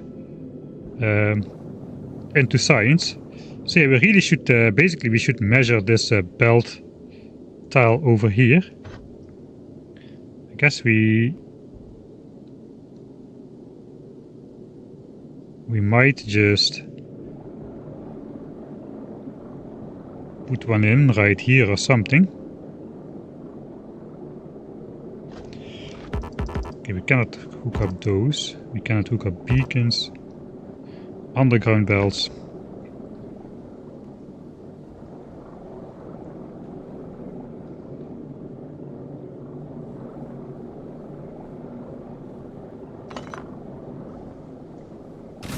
This actually works.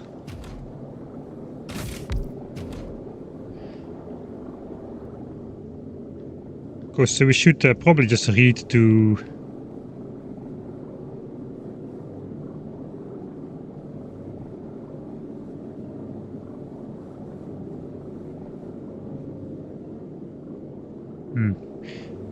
depart from the asteroids fields once we have 50,000 asteroids or more on the belts. A little bit dangerous, because what I really want to do is I want to depart from the asteroid fields if half of my ammo is gone.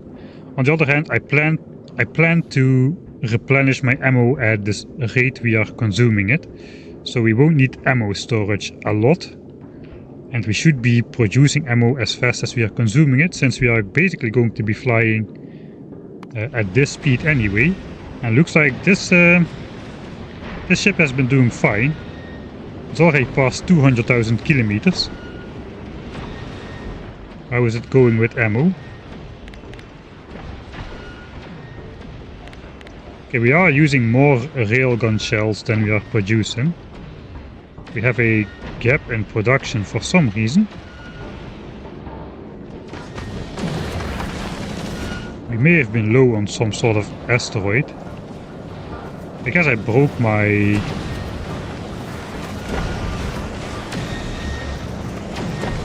That doesn't really matter, yes.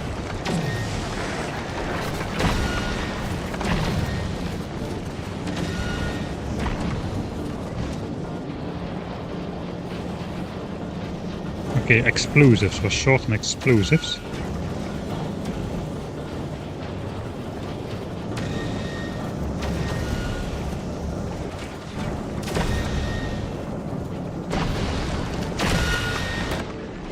Alright.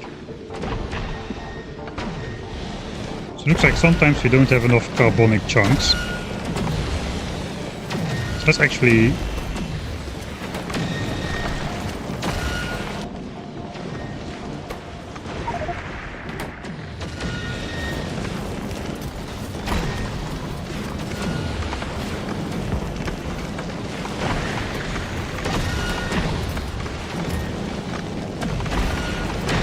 reinstate this one. Okay, here we're getting carbonic chunks again. It looks like we don't reliably have enough carbonic chunks with just one of those. With this guy, that should help again a bit.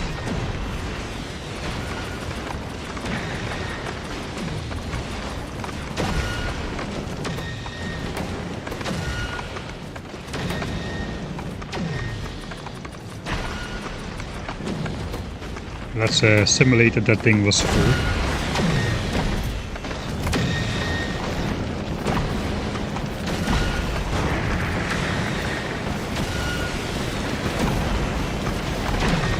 Okay, let's go to the right location.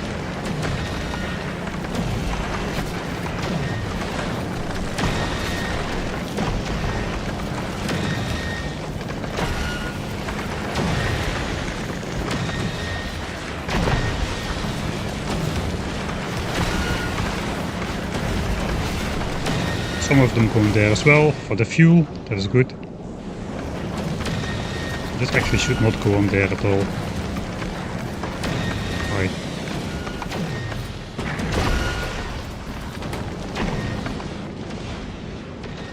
So far so good.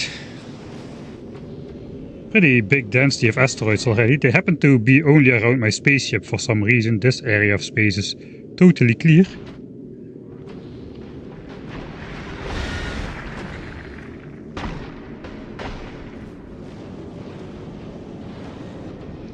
Alright, so yeah, at the slow speeds we're going, we don't have any problem with defending ourselves really. And we'll just be grabbing all of these Prometheum chunks flying around and putting them on the storage belt. That is the idea. So yeah, we're just gonna fly at like a minimum speed, just until we have these things. But I wanted to turn around when I was running low on ammo. I wonder if I can make a condition to set the schedule so that okay, if I have interrupt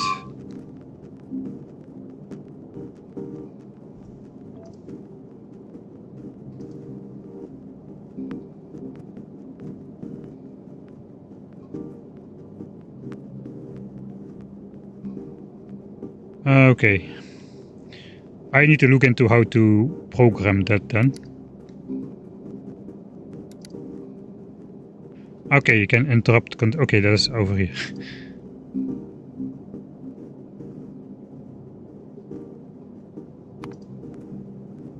Okay, so I can basically say if my rockets are running low,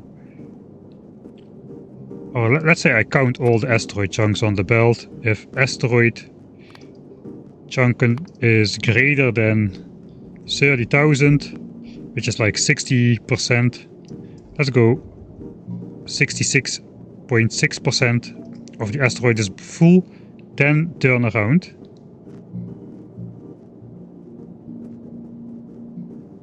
Target Norvis.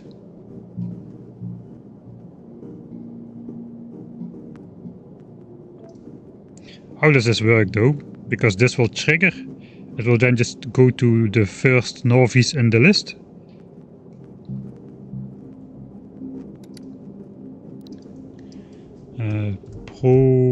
Prometheum belt 66% full.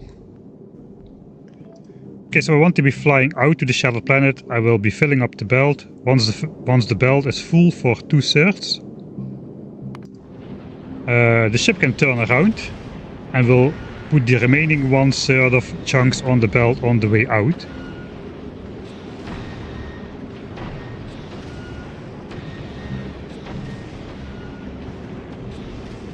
I think that is not a bad idea, because we have to fly these 200,000 kilometers back to the solar system edge, and then we have to fly back to Aquilo, and then we have to fly back to Norvis. So, but for the first 200,000 kilometers, if we were to turn around now, we would still be shooting these asteroids for quite a while. I guess yeah, there's nothing I can do if we run out of ammo. For some reason we run out of ammo. I just need to make sure I grab enough asteroids. That's why we need to rely on asteroid reprocessing. Then we can basically turn all of these asteroids into other asteroids and we won't be in trouble. These things can grab a lot of asteroids per second as well, I have the idea. Alright.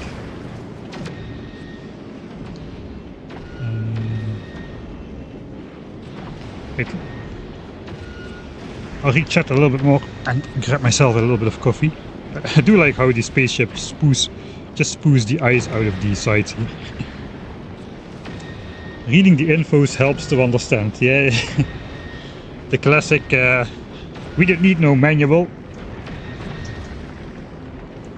Oh dang it, 1 sec. That didn't go as planned.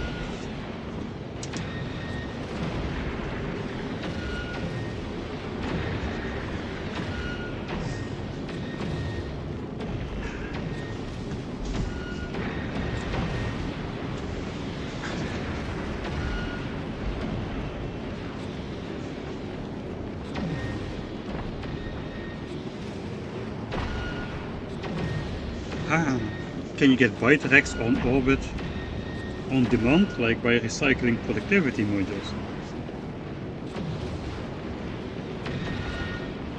That is not such a bad idea. It's pretty expensive, but I will test it out in a minute.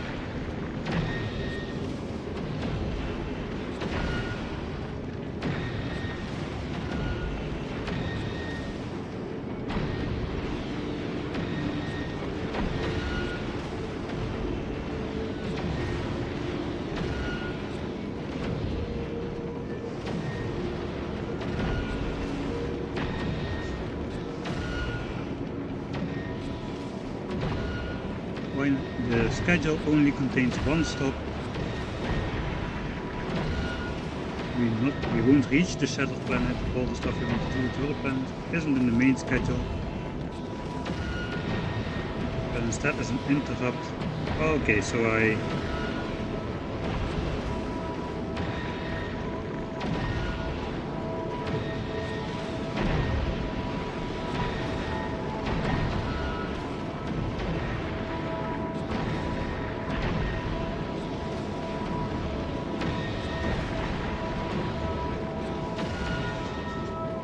wrong way on the ground and just placed. Okay. What the heck has happened with conveyors? Quadruple belt weaving.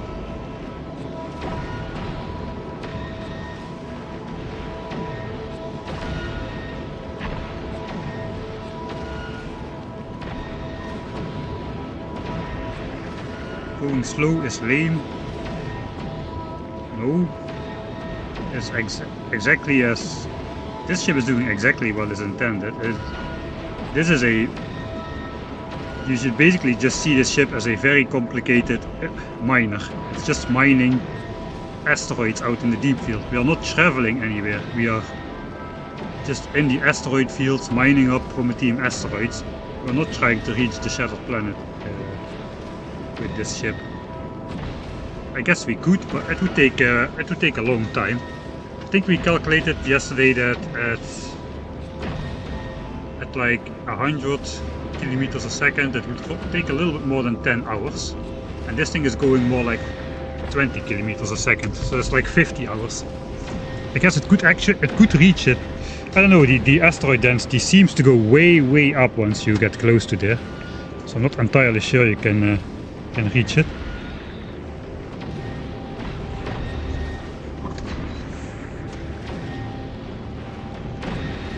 Why is the railgun damage when railguns one-shot everything? They do not one-shot the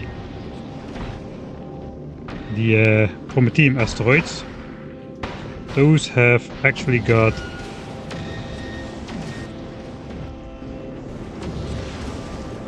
hello.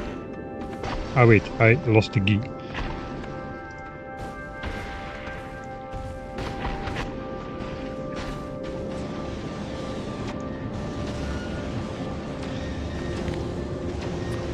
Those have 10,000 hit points.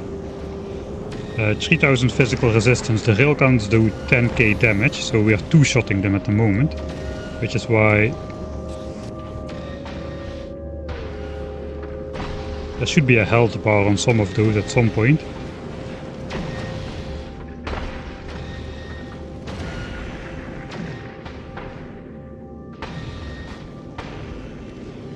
Okay, this one is going to come into range now. Okay, there we go. So there's a health bar on this guy now. 6300 hit points have been deleted. Alright, so I assume the first damage upgrade gets you there. It was like 4... Wait, no. Wait. Is that enough? I don't think that's enough. 40% is a lot of damage upgrade though. Let's see. So we get to 4... It's not going to be enough. It's exactly not going to be enough. We get to 14,000 damage with 3,000 physical resistance. We're going to be doing 11,000 damage. But then the asteroid negates 10% of that, which means it negates 1100 damage. So we're going to do 9,900 damage to a 10,000 health asteroid after one level of damage upgrade. That is frustratingly. Then just give me like 25% and another 25% on the second level or something like that. Don't tease me with your 40% almost insta killing upgrade and then still not be able to do it. So it looks like we need 41% damage upgrade or something in that order of magnitude to... Okay, we're gonna need 2 levels. We're just gonna need 2 levels of damage. It's cheap. It's like 1000 signs per level. I guess the next level is gonna be 2000. So 3000 Gleben science packs and metal. Who cares? Nobody cares. Cheap. Yeah. Alright. So yeah, then this won't happen anymore.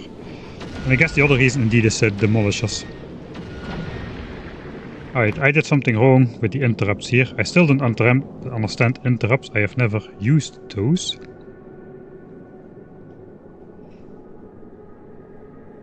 So can I just make a...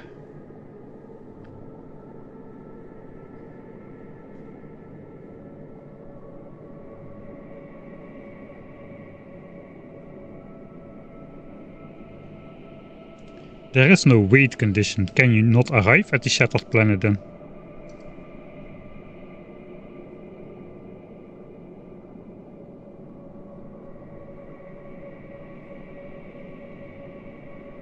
It has been reached legit. Yeah, I think it's not so... not out of the question difficult. Just make your whole schedule in the interrupt.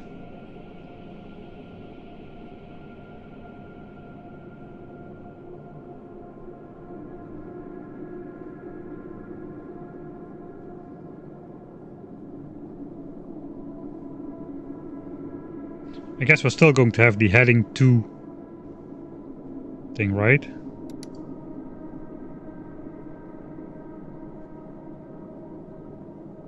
Alright, let's try this. So, Prometheum belt. Can we... Okay, we can reorder those as well. Okay, we're situated at Norvis. So, we want to head out to the shattered planet.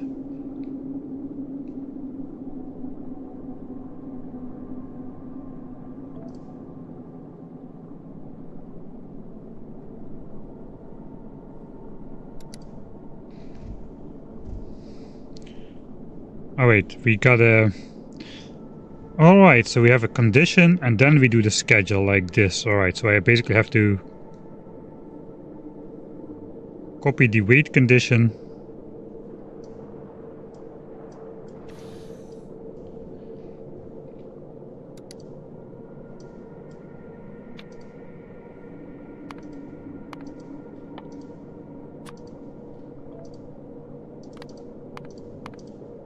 Byte equals 20k.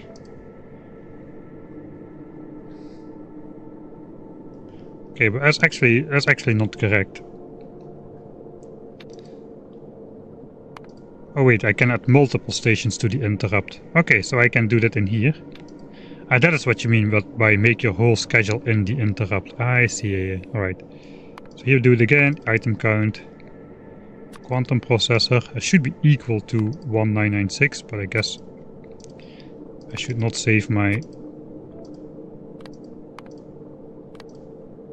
I should not trust my methods.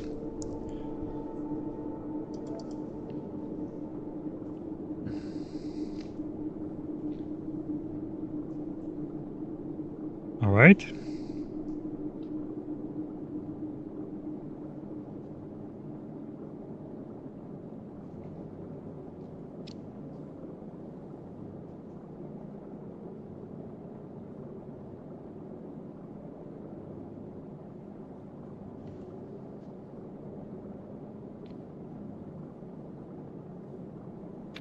Alright, and then we just send it out again to the shattered planet.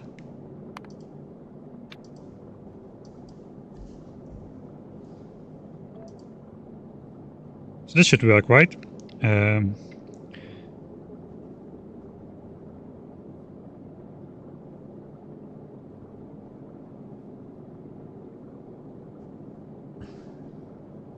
But how do I get it started?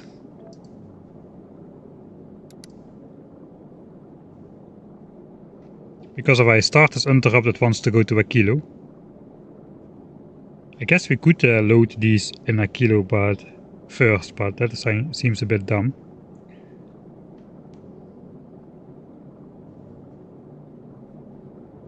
So at the time the interrupt should trigger, we are at the shattered planet already. The shattered planet should not be in the interrupt, alright.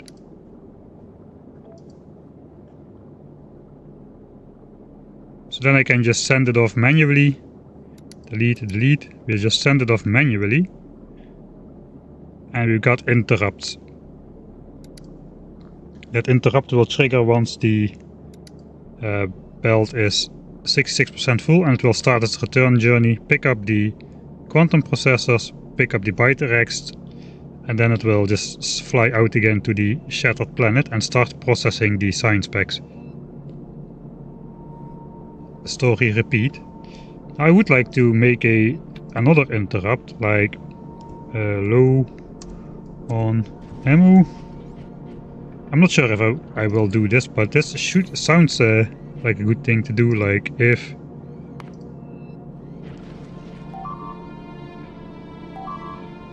Okay, something's going wrong. Hey.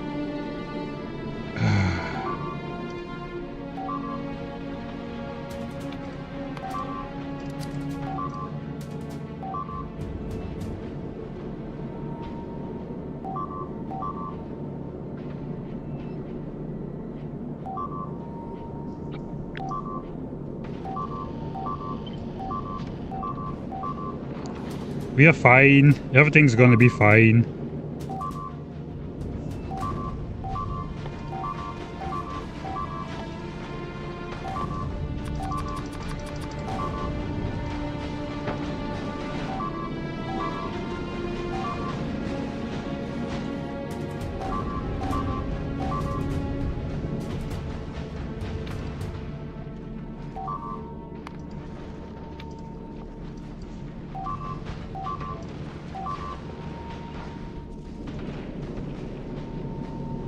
Okay, we're at Novice.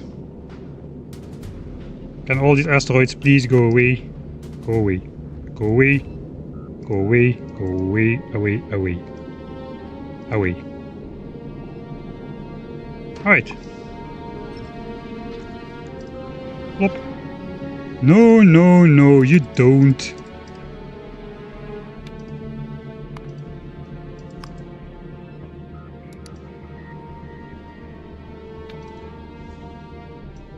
Schedules are also saved in copy pastes, alright. We're at Novice. Pause.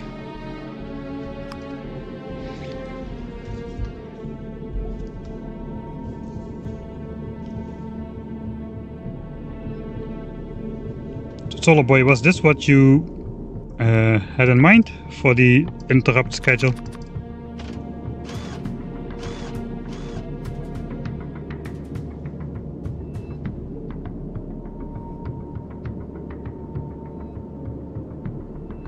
Time passed does not necessarily bite you in the bum, I don't think.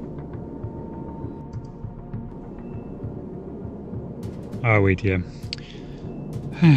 So now we don't have power. This thing is...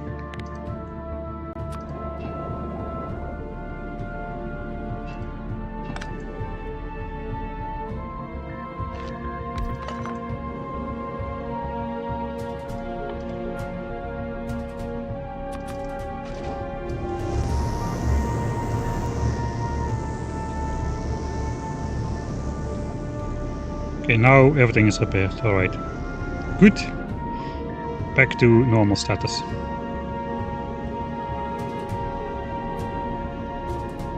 Yes, pretty much. Alright. We'll see if we do the low on ammo interrupt, but I think we can probably rely on... we're going to be making as much ammo as we need, and we're just going to fly as slow as we need to be able to destroy everything.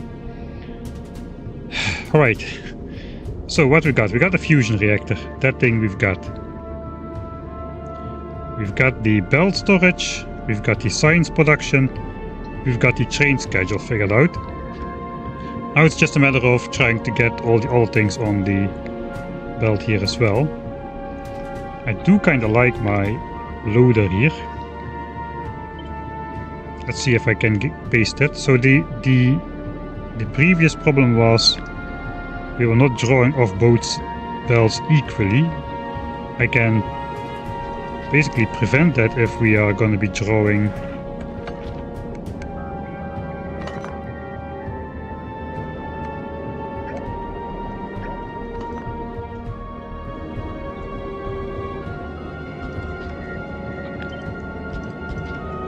the don't draw off both belt equally problem if I do this. Because these will draw off the right side of the belt, these will draw off the left side of the belt preferred. So it means the entire production chain will be working. I do want to change the end of this loading though, because I want to read the belts, and you cannot read underground belts. There is no space to put not underground belts here.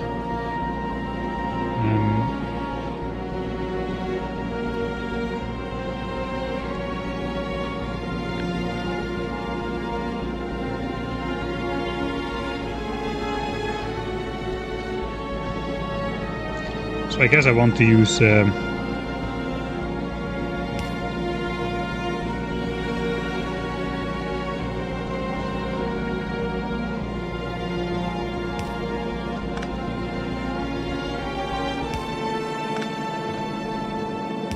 that's max distance.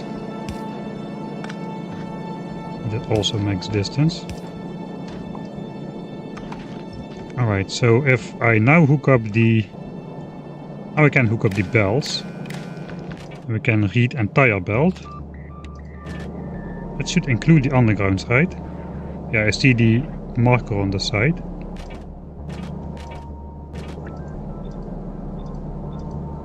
Alright. So now that should give me a total count of stuff on the belt. Okay, so I drop like 4 asteroids on there.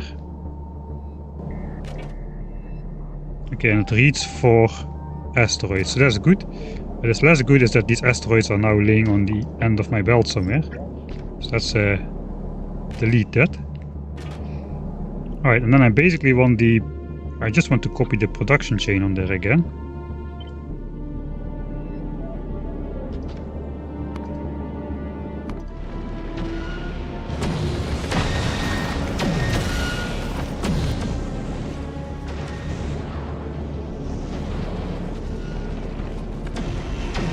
Alright, I'm running out of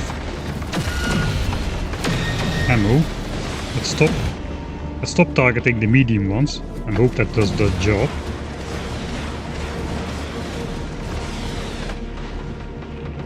If not, we may be in trouble with this thing.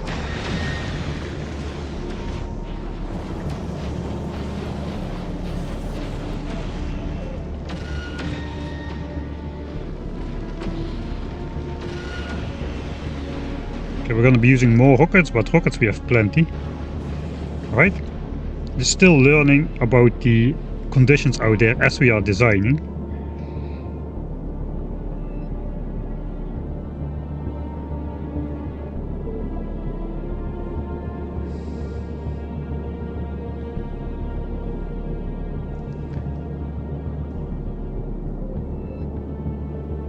Add a condition to not let it fly.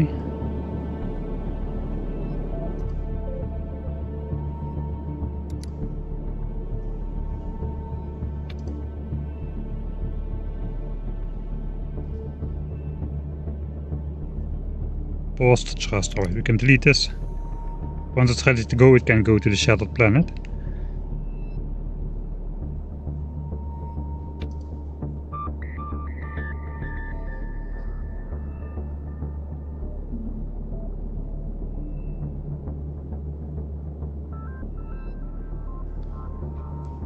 I guess this is fine. I don't know what you mean with this. Hey, hello, Matcha.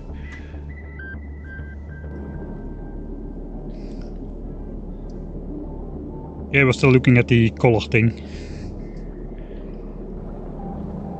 Alright, this means I can actually put more of these to fill these belts, I suppose.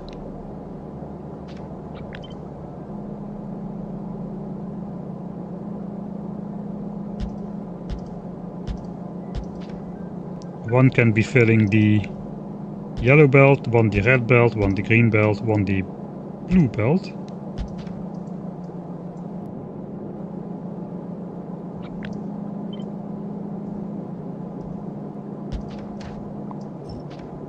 So that also doubles the production. That might be very welcome.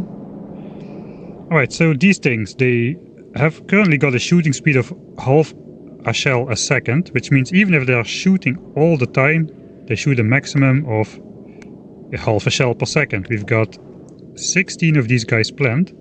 That means 8 shells a second.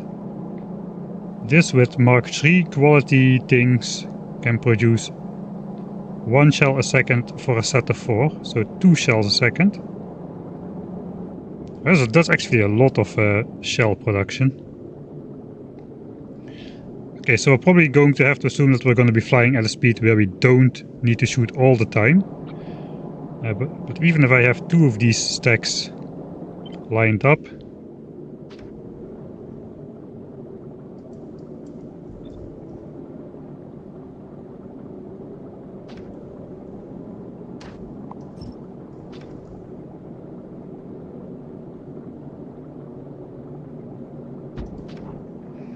even if I have 2 of those stacks lined up, that is going to be a little bit dangerous.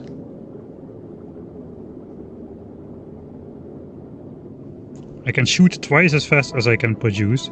I guess that's why I'm reading the belts.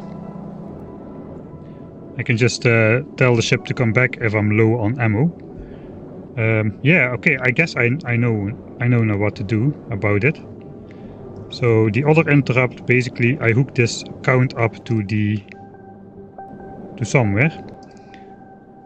And we add another interrupt low on ammo.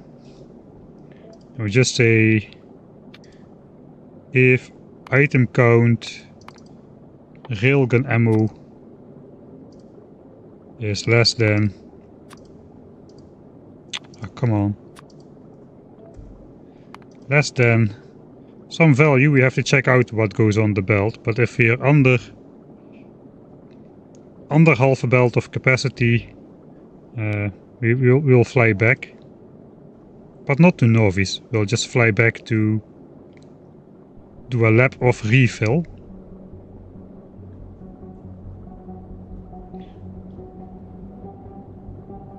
We need to allow that interrupt to interrupt other interrupts, I guess.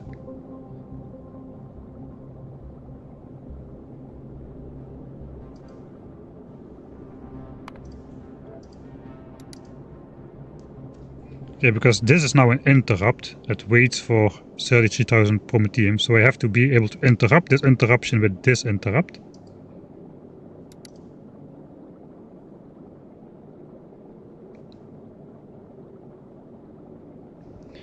Okay, so this interrupt should allow interrupting other interrupts, right?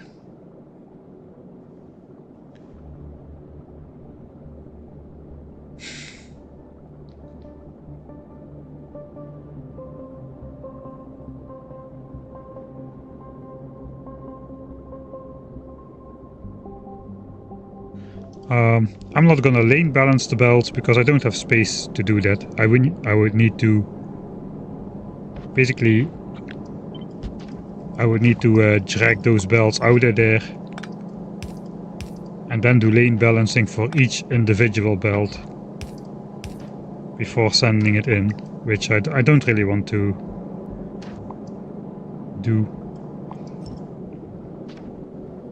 I think the draw is going to be fairly balanced, not totally balanced, but at least as soon as we are shooting on both sides, both of these, all of these will be in production all the time, basically.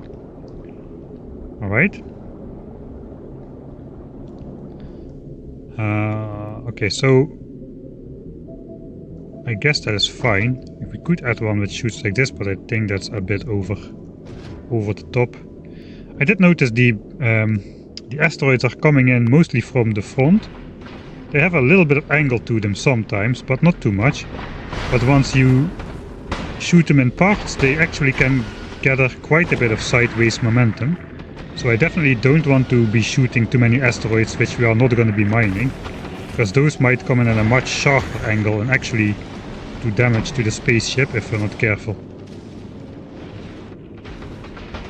Man, there's a lot of asteroids here. How far are we on the trip? Okay, that's noticeable progress actually. Okay, we're still in the area where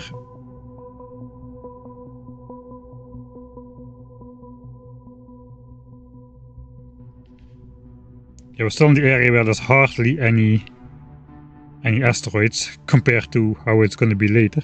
Looks like between 800k and 1.6 million is going to go up sharply, and then it goes up less sharp.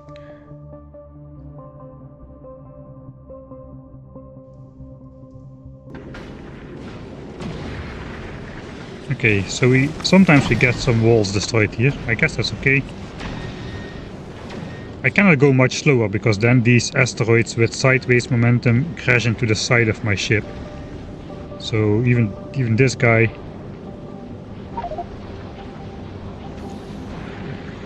would probably destroy some things if we were gonna go much slower than this. Some of these can come in quite slanted.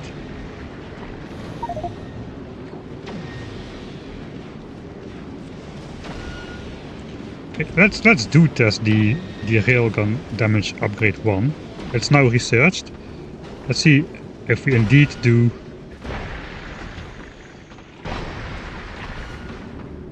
It has 10,000 health.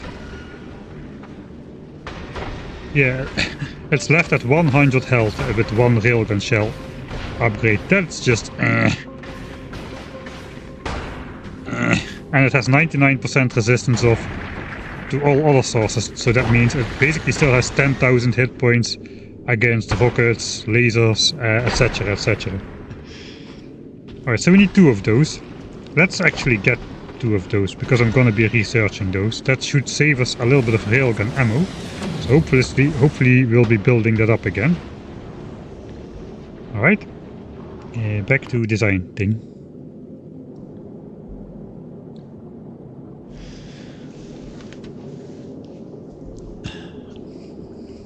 So yeah, I don't need to allow interruptions, but I'm doing this right?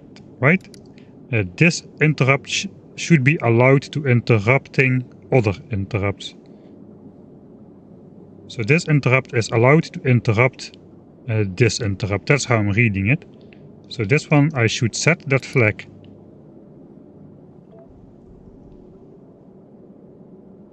And this one I should not set that flag, because then it will interrupt this again if we happen to be on bigger ammo. So low on ammo.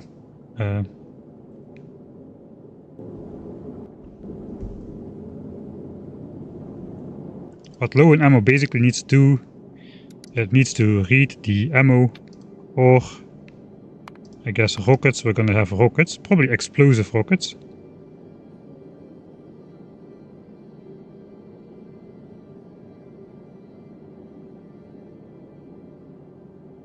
I'm not completely decided yet about explosive rockets actually.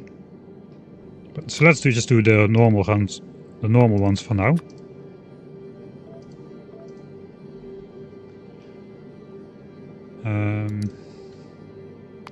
If that is under some value, I don't know. Kind of depends on how many we're going to be using. We'll read that data of the test ship, which is now flying out there. So either these are true, then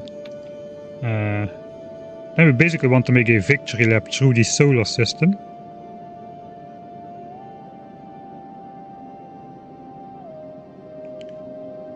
To restock on ammo.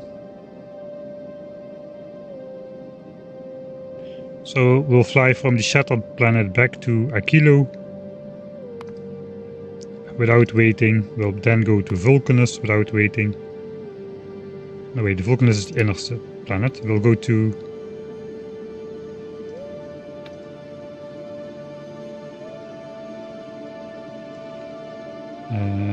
I guess Gleba.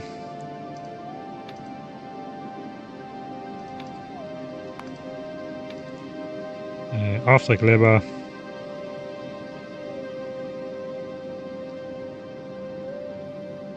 Gleba is connected to Vulcanus.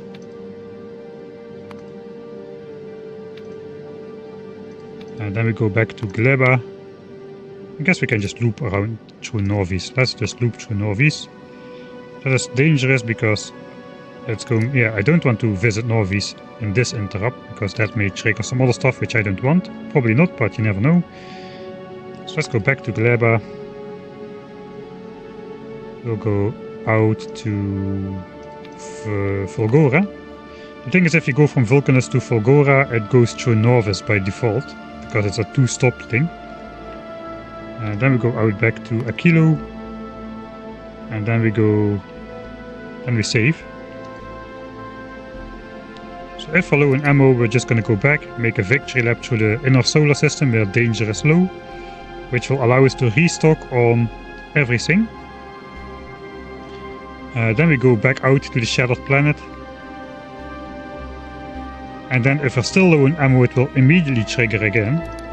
And we'll make another victory lap. I think that is how it will work, right? Yeah, just mix, J-Cosmix, exactly.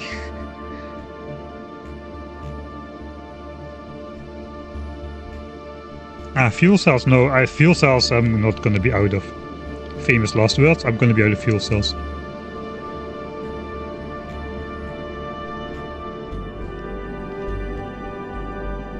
Running away is a key strategy in life.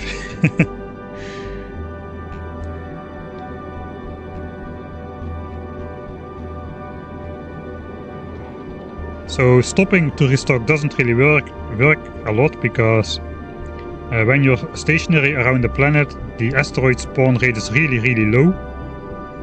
So I would rather just fly through the inner solar system at low speed and just shoot medium asteroids, mine those resources. This entire ship is going to be a miner. It's not going to be... So previously I thought wrong about spaceships. My other spaceships are all focused around defense. Not about resource acquisition, about defense, about survival, surviving the flight. Now we're going in with a different focus. The entire spaceship is basically going to be a miner. And we just have to mine resources. That is what this thing should do. It is focused on mining resources, not on survival. Survival is going to be a given. Famous last words. Survival is going to be a given. And this thing is just a big miner, and we just have to make sure the miner can keep mining. That is now the goal. Alright.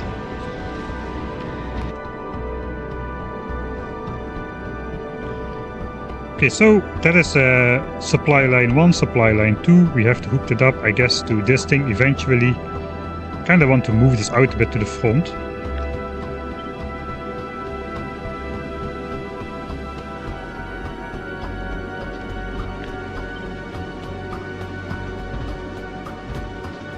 Not this much, but you know, just for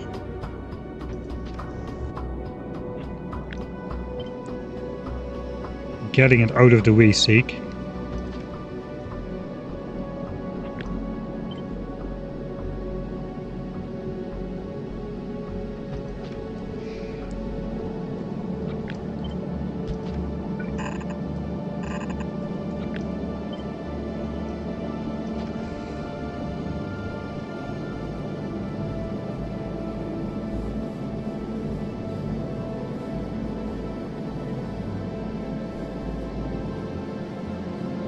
The difference between a deadly space rock and a useful space rock is the amount of gun you brought along.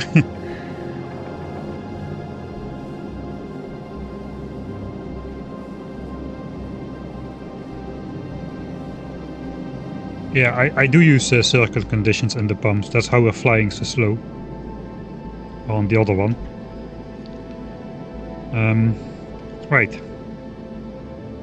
Let's design the rest of the front lines. We do need rocket turrets to blow up the big ones and the medium ones.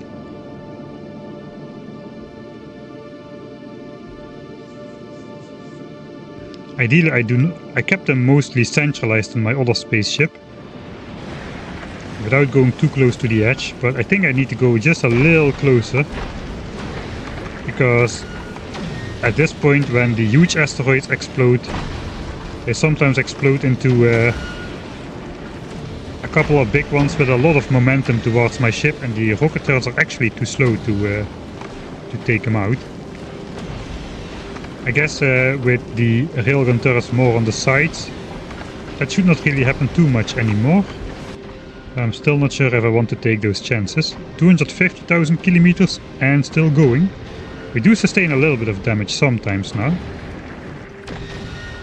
We've lost like 12 walls in the process now. No asteroid collectors have been lost yet. But yeah, we can always go slower. We can always go slower. We can just set it to like 10. And we would be going even slower. We also would be acquiring less resources though, so I guess let's just let it go.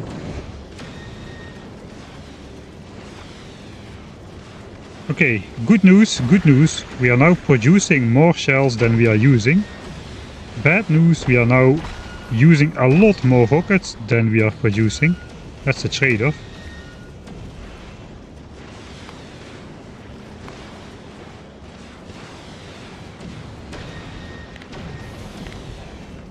So we were using a lot less rockets before. Now we switch the railguns off the medium asteroids.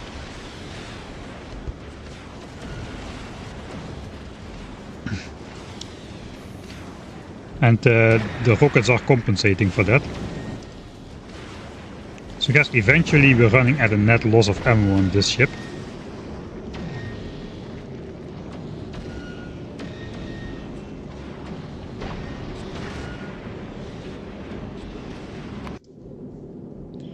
But yeah, in the other ship we are really not producing a lot of railguns, only 4 assemblers for like 6 railguns I think. Now we have 4 times the production with slightly over 2 times the railguns, I suppose. And by slightly I mean 2.66. Right. I think the rocket turrets situated as close behind these is a good idea. We just gotta make sure to belt out asteroids. We're gonna need laser turrets in the front as well. Let's copy some laser turrets, like this guy. The laser turrets just target the small ones. Okay, so this is done. We basically want to use big ones of these to bring over railgun shells. And we're gonna label all the inserters again. Maybe not these ones.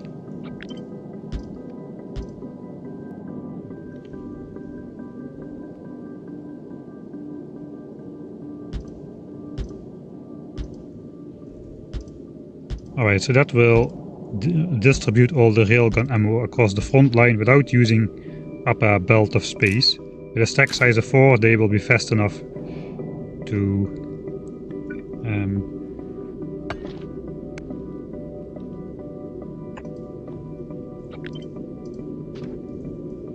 They will be fast enough to transfer the ammo. Another asteroid collector would fit like so. I think that's all the asteroid collection we're gonna do. Probably should be more than enough. So I do want like mixed asteroid collection, but I do not want my Prometheum asteroids to get mixed. I think I should still keep that separation. It appears that we can get enough production.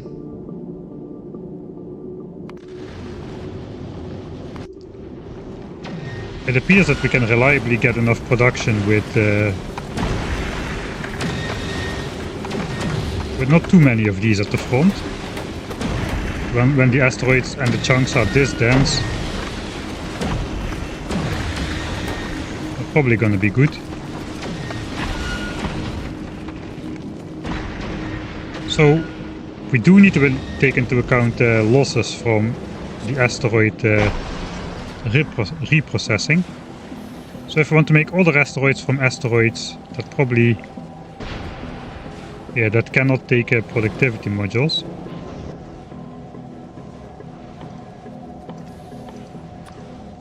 Let's put that back.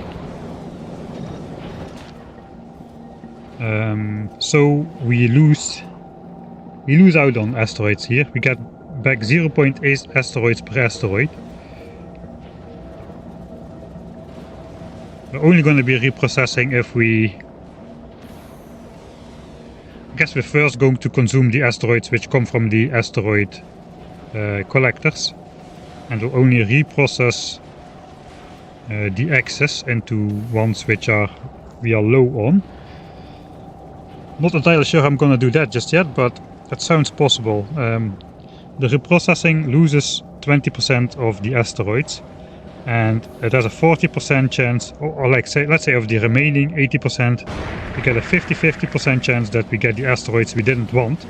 So we need to do it again, which loses another 0.8% asteroids. So I guess of all the net loss and reprocessing is something like, you lose like 1/3 of the asteroids in the process. Something like that, probably. I'm not gonna fully calculate that out, but that is something to keep into account a little bit at least. Okay. So we need to take out the asteroids. First of all, I think we're going to have enough production on board for all the things we need to make. Probably with just a handful of these. So most of these can be collecting Prometheum asteroids, I guess. It's a dangerous assumption, I suppose, but we need to assume something.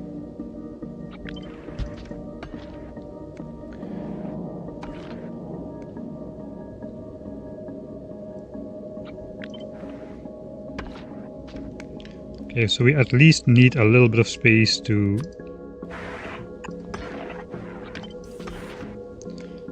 output asteroids onto some sort of belt. I guess it can be an underground, which can go very, very far out. Why am I not placing these?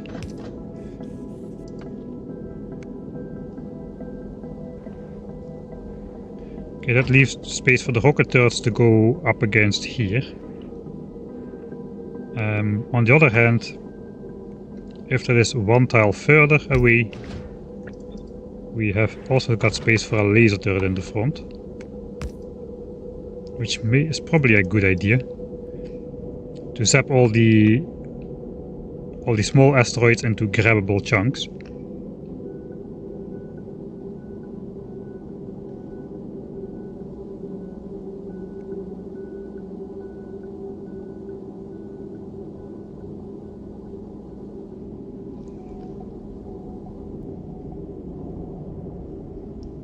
Alright, this is the center line. Let me just do this so I know that this is the center line here.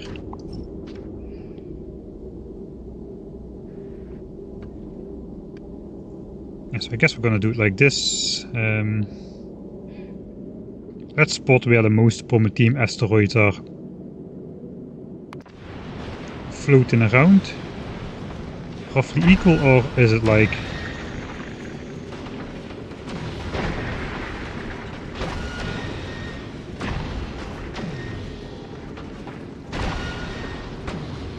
I suppose it's roughly equal.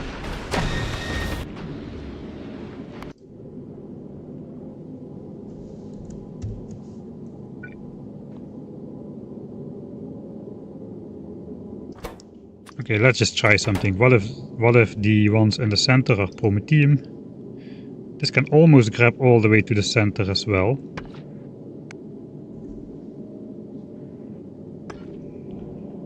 And then we just skip one. Skip one more. Skip one more. These can all be Prometheum. Okay, then we have got one over here.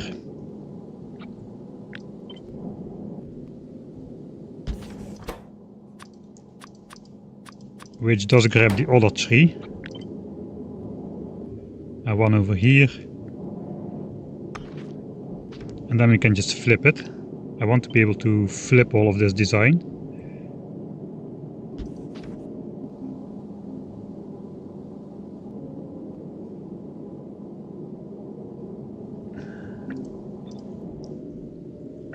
Probably I want to do this then. The other way around. So this can grab more stuff to reprocess on the ship, just in case we are low on stuff.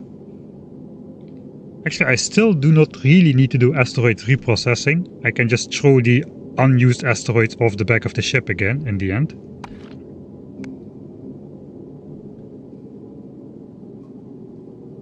Okay, so this is a nice configuration to grab as many of the Prometheum chunks as we possibly can. That's what we're out for, so I guess that makes sense.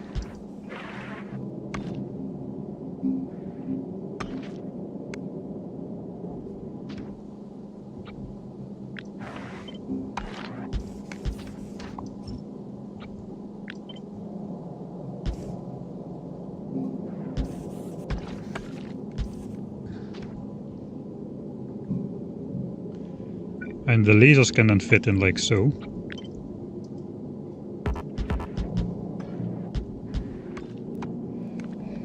I guess here we can manually do some lasering later as well.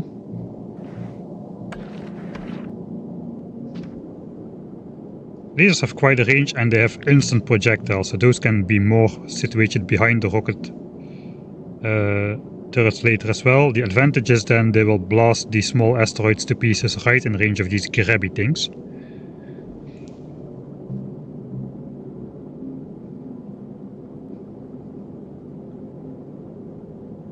Can anyone confirm while I said about schedules, can they actually interrupt while in flight? I just tested this with trains and there it didn't work. Okay.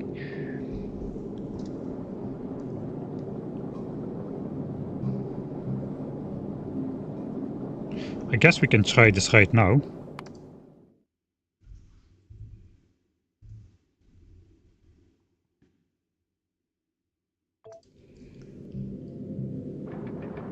Alright. So this should trigger immediately, right? And the interrupt says go to Aquilo. That is what the interrupt says. Go to Aquilo.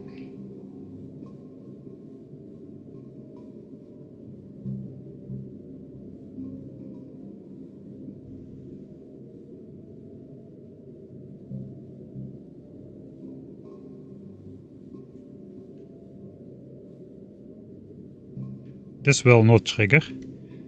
So let's say if I have a normal schedule, I will go to, let's say, go to Vulcanus.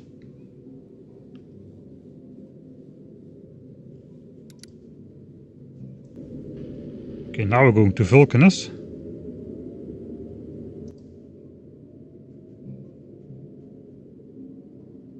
Interrupt is not triggering.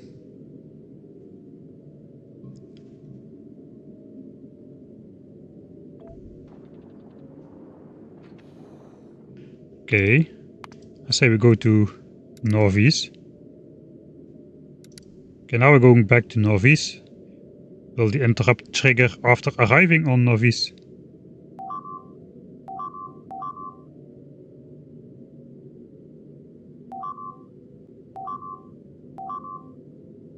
Alright. Yeah, so the interrupt does not trigger mid-flight.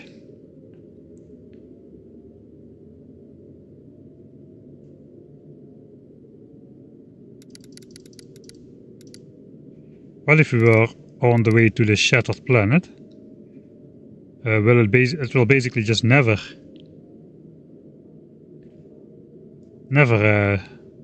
interrupt that then, because we won't be arriving.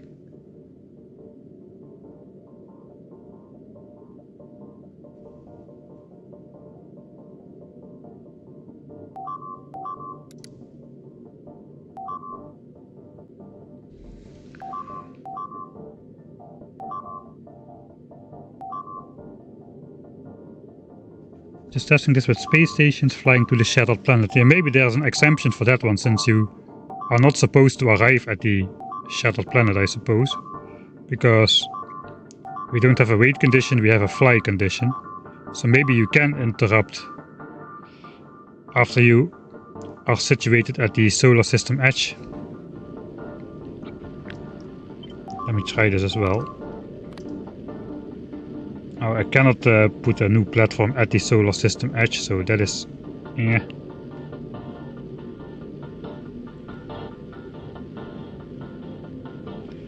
Guess I could copy the schedule and add it to this one.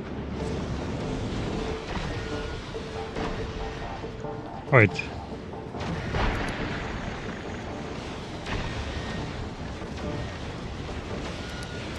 Okay, it does seem to interrupt the shattered planet schedule.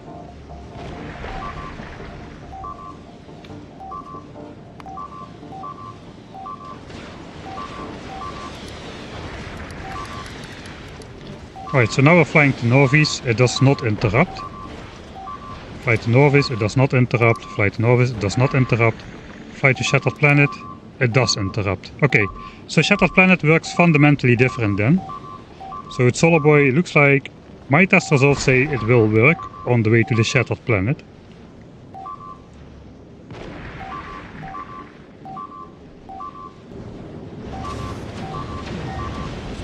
This the other thing is just getting shredded to pieces. That's okay. We saved.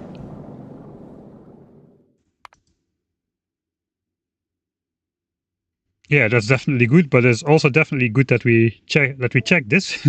That is kind of important that that works. Okay, so we're good.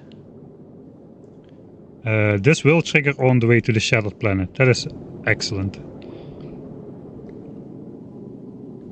Right, so we got some laser turrets at the front. We've got some asteroid at the front.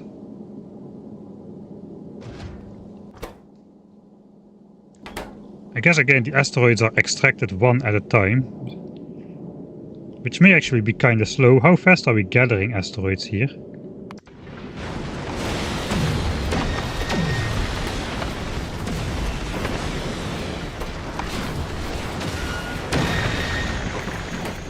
I should at least give myself a legendary armor here in editor mode. And I at least have some inventory, right? Oh.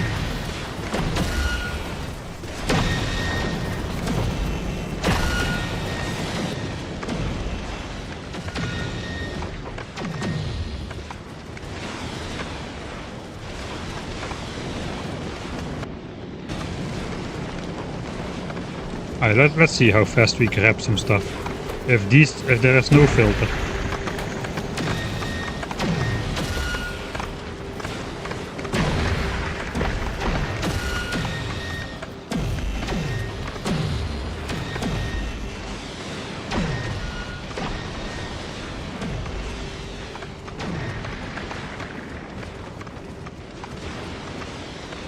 I guess it has some competition now, but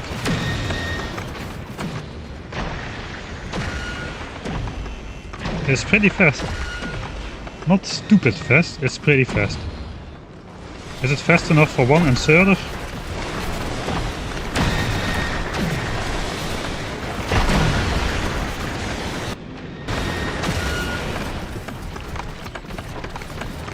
Why is my inventory so small in editor mode?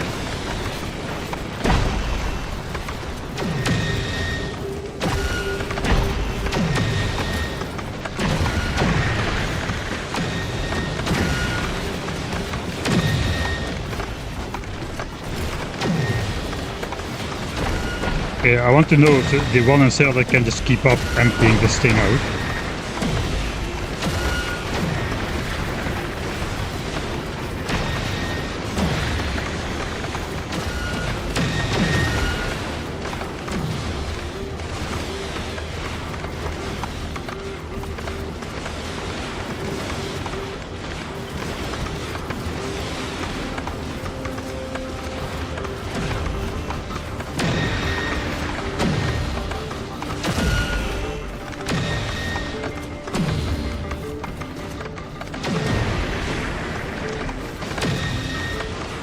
Yeah, I will be making quality inserters. I just want to get a feel of the amount of asteroids which we are going to be picking up with this system. It looks like I can just get away with one of better quality instead of using two. But one of normal quality is definitely not enough.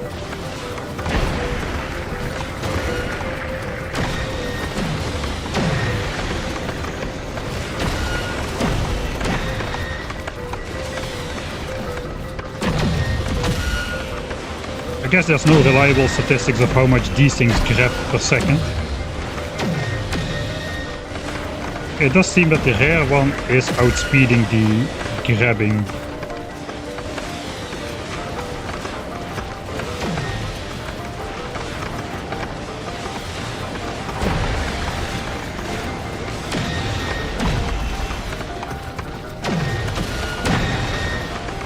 Barely.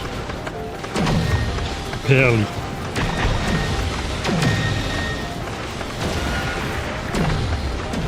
All right.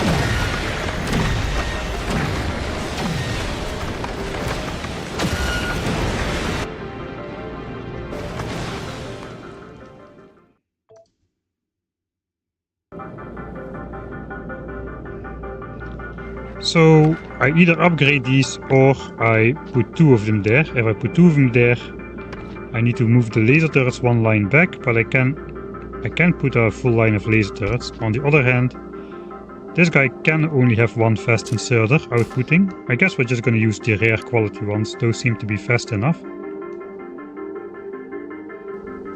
This one is going to grab maybe even more stuff because it's situated on the corner.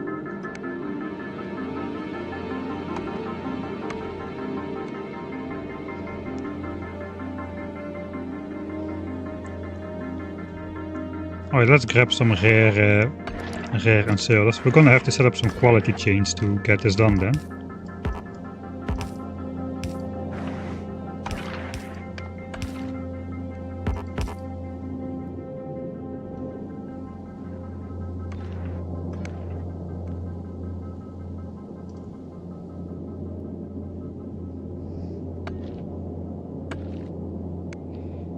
Alright, as I said, the goal is to make this rotation or like flippable on this axis.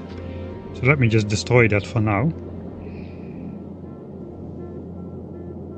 Bulk inserters don't work with asteroids because asteroids stack to only one. So that means stack inserters and bulk inserters also only just grab one. The hand size is just one no matter what the stack size is. Alright.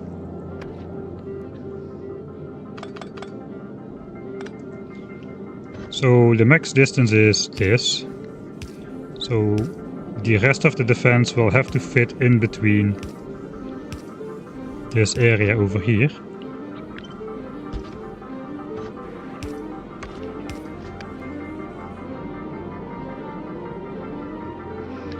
So let's try to put the rocket turrets against the front line now. Gonna keep that simple.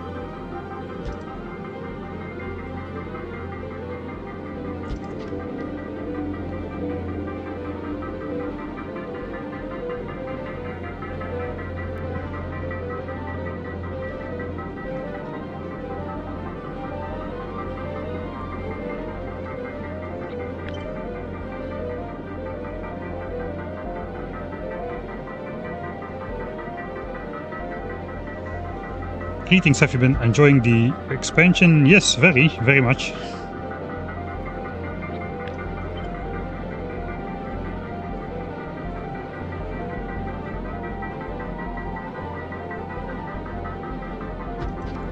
Okay, I guess we'll go scenically.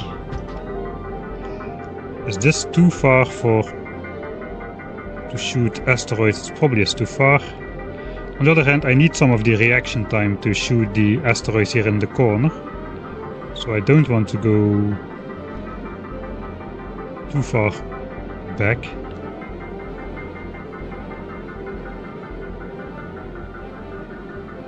Just now realized I can have the belt of the rocket belt can be in the front here.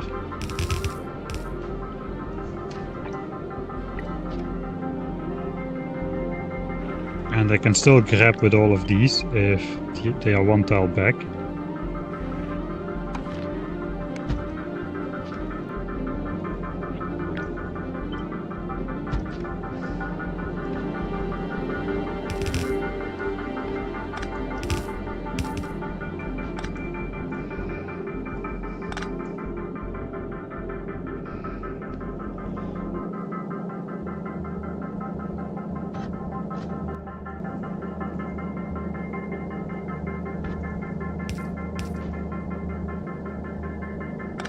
Oh, I can actually, that is nice.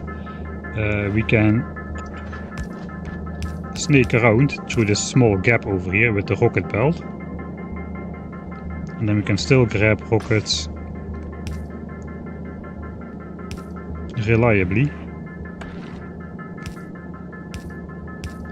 I guess every inserter can be at max distance, so let's do that. Here it can not. So here every inserter is going to be. So why not though? Okay, I would have to mirror this.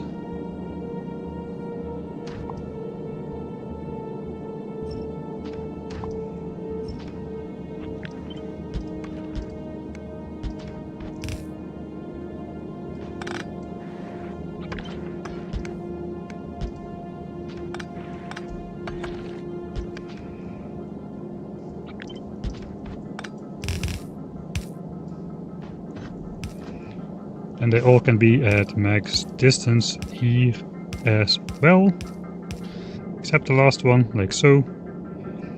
And rocket belt sorted as well. That's nice, the two ammo belts can come up next to each other. Then we just need to sort out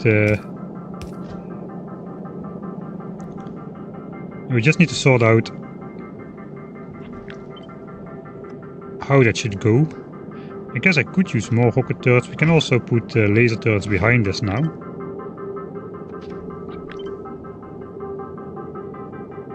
Or laser turrets in between with more rocket turrets on the second layer.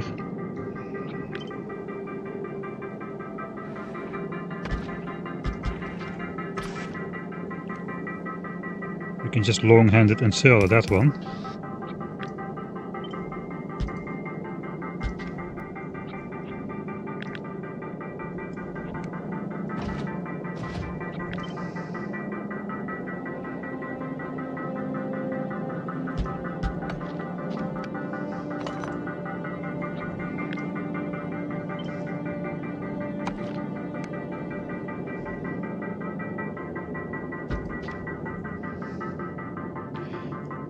Okay, that could nicely round off the defense here.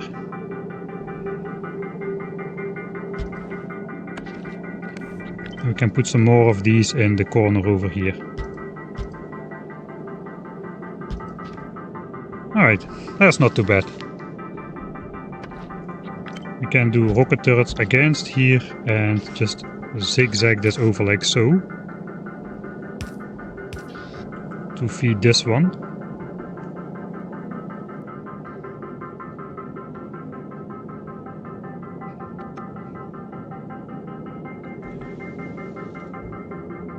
Man, that is loud. Yeah, zooming in is really loud compared to the sound scales a little bit too much with the zoom level. For my feeling. guess it's even possible to put more turrets between these outputs. I'm not really sure if I want to though, we'll see. I guess at some point we should start the processing. So I guess we'll set that up and then I just cut all of this and put it as far down as possible to make it compact again.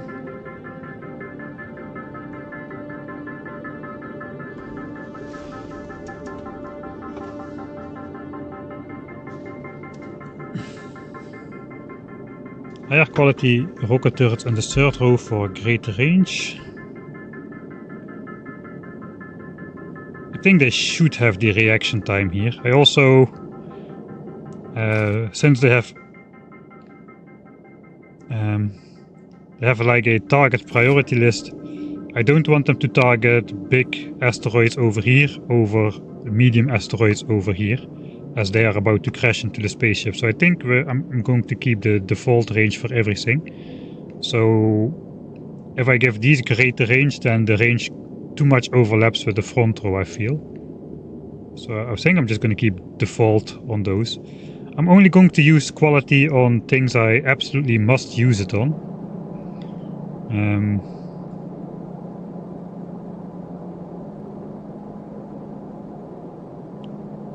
I guess I could decouple this production from being directly next to these belts. It is kind of nice though that it's directly next to these belts.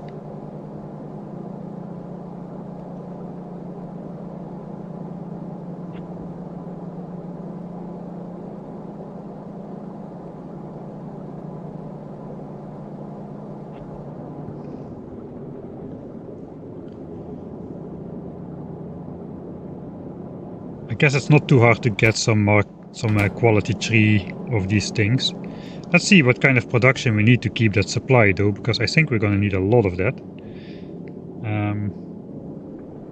Yeah, so asteroids are coming out everywhere. Oh, there's going to be a whole new kind of head breaker.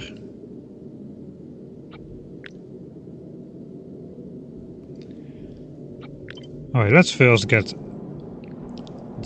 We'll paste everything we need in and see if it's doable.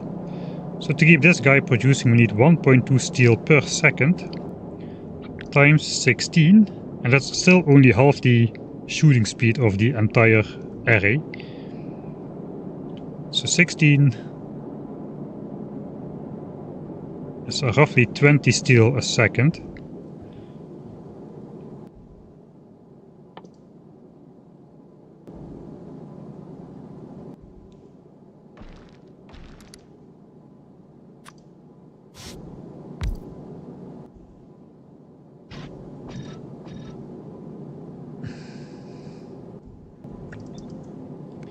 This makes 9 steel a second, a quality 3 foundry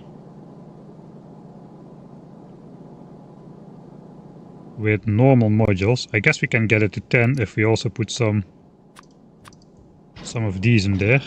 Yeah, now it's 10.7.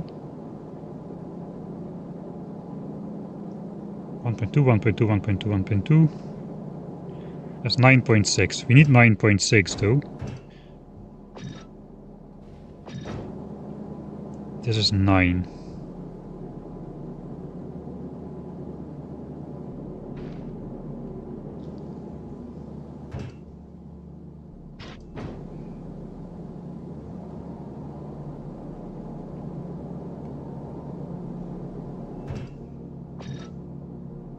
$9.45, 9.9. Okay, that's slight over capacity, but that is for all the things combined. Am I just going to build 2 copies of the same factory on both sides? That is maybe the easiest way to do it instead of trying to bridge things left and right over there. We should have enough space to do that. So let's not produce everything in one then. 1.2, this is 4.8, 9.6. Okay, so this is only for this side, the steel thing.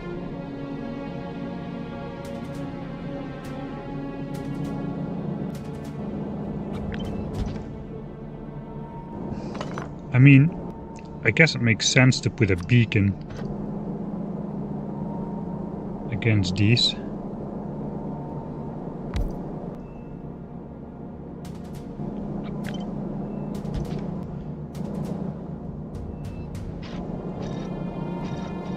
That really bumps it up.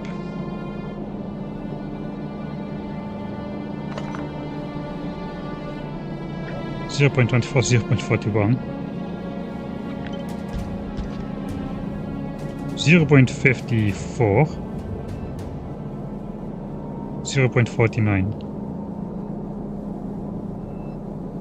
2468. Right, if we have this speed, this is a bit questionable, but if we get this speed, we can feed everything live. That needs like 10 steel per second per side though. So that's 2 of these.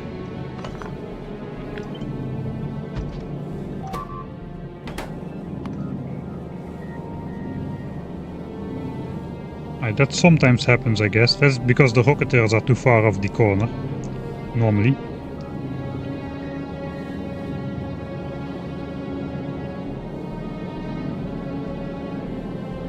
Yeah, the modules in a beacon have a larger effect per module than modules in an assembler now. At least if you put only one beacon next to it. I guess 4 beacons is exactly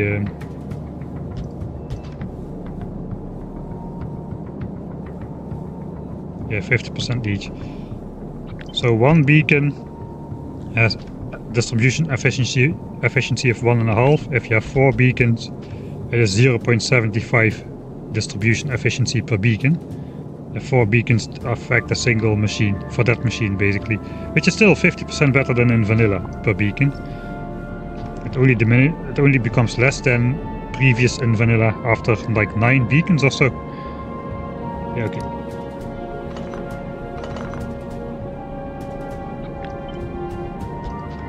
Let's pretend we'll do this. But yeah, no, that doesn't make sense, because if we do this, we don't need to store ammo at all, because then we have just live production of ammo. Okay, let's, as a brain exercise, just do it, and then we'll see if we'll actually do it. I do want to keep my cool quad belt on here, so I'm not gonna do it. Let's not do it. We can almost keep up. Let's say we'll almost keep up. So now we need 8, 16, 16.64.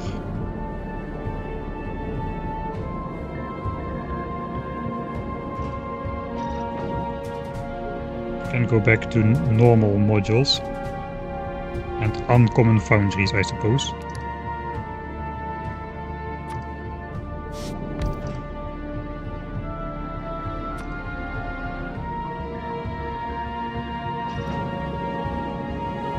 Still 12.6. Okay, how much did the normal foundry do?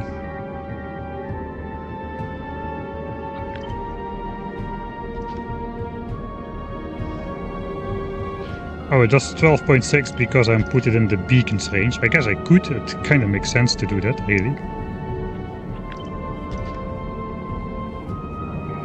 9.76. That is almost exactly what I need out of that.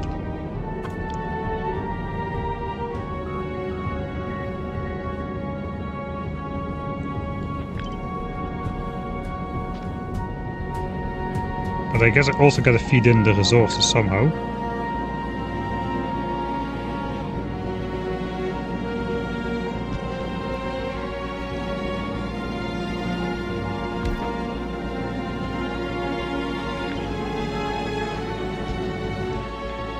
This should then make the iron.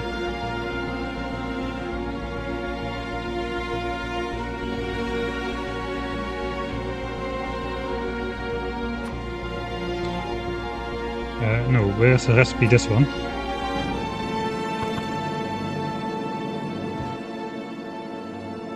consume iron ore and make it into molten iron. We can actually this time fill that in in one of those things. So that's basically an iron chest on the platform, an illegal iron chest. We also need some regular iron for the rockets, but in a way lesser degree, so that can be outside of the beacon range. Alright, so this thing eats up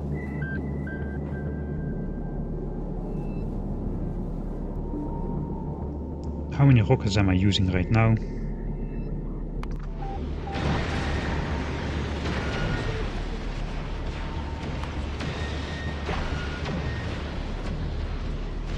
$150 rockets a minute.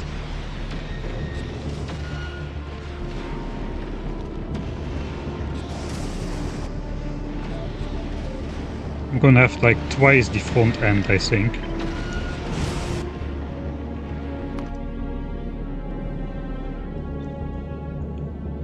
Okay, so a spaceship is not quite gonna be twice as wide, but let's say 300 rockets a minute is a safe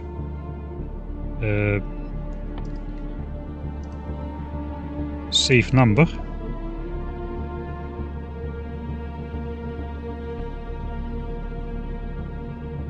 It's made into an assembler.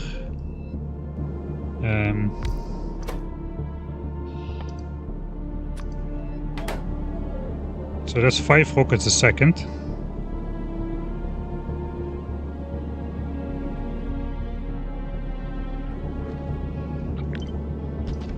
We're going to be using some beacons around the place here, as I feel.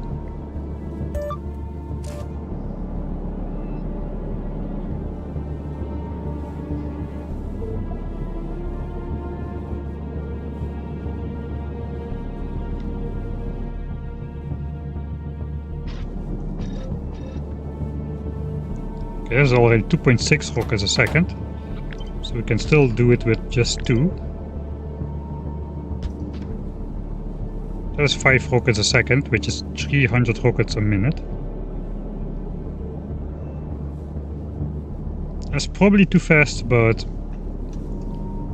I mean, we have more rocket shooting capacity, so I'm not sure how many rockets we're going to be using in this configuration. It might be more, so let's not limit ourselves.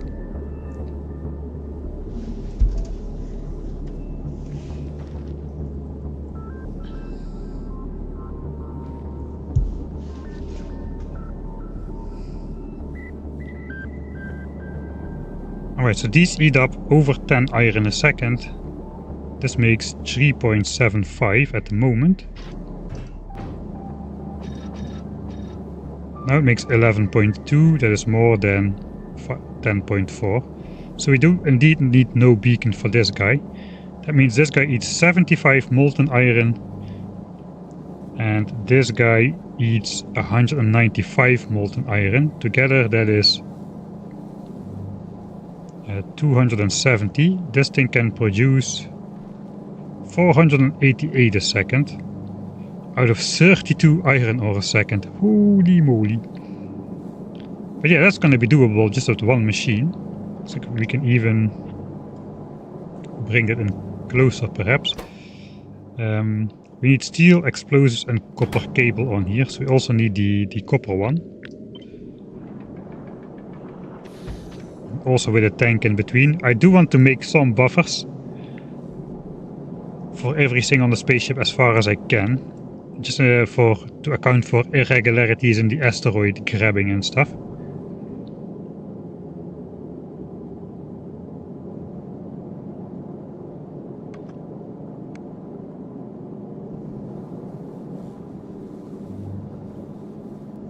Alright.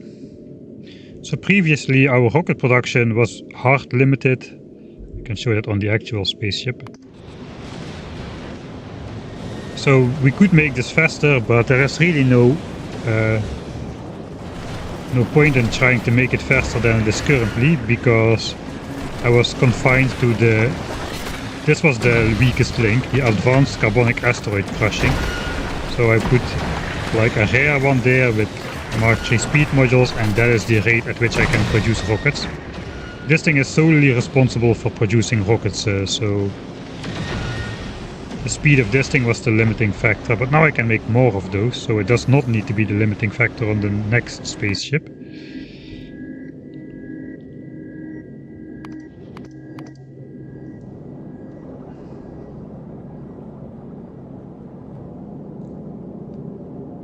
As long as I get the carbonic asteroids, which I should be getting just from the mix and plenty supply.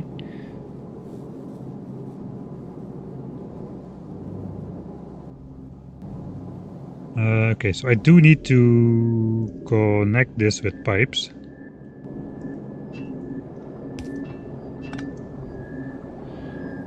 This one, like so.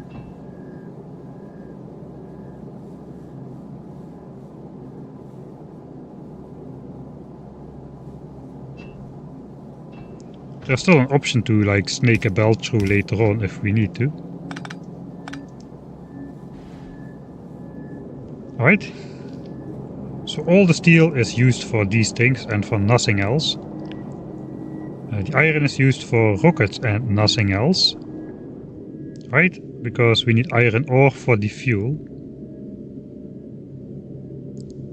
Don't think I'm using iron for anything else here. So that's good, that is clear what we need to do then.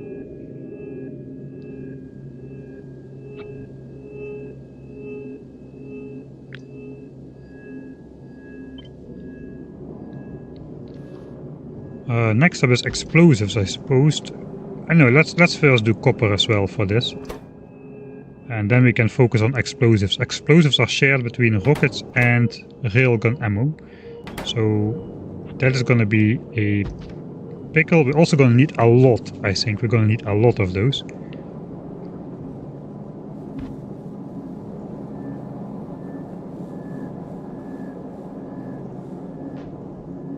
Yeah, not sure what is going to come in where.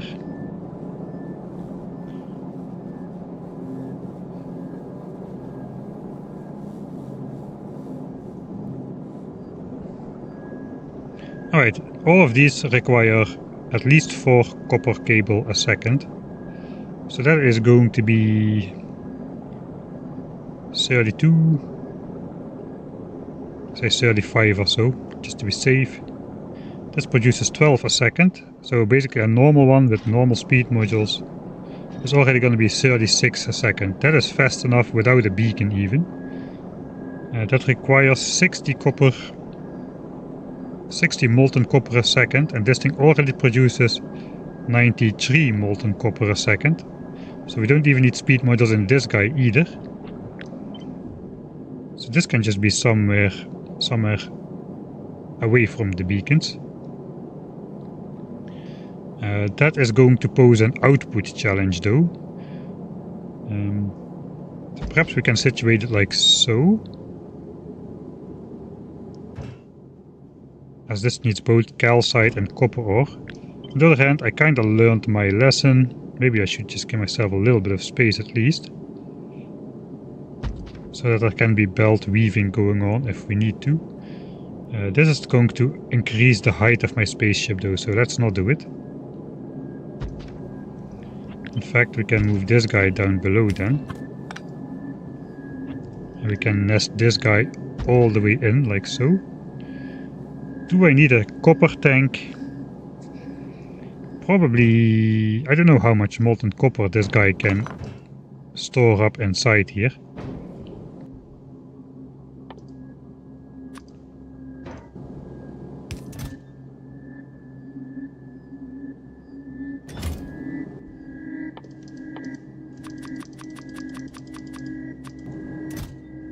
Why do I use an infinity chest and then manually craft items to go inside?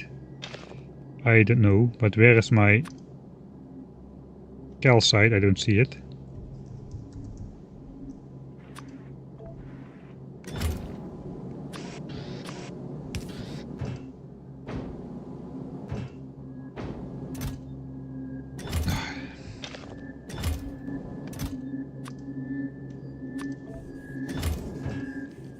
Okay, so that should do the trick. I guess we need to use a better inserter.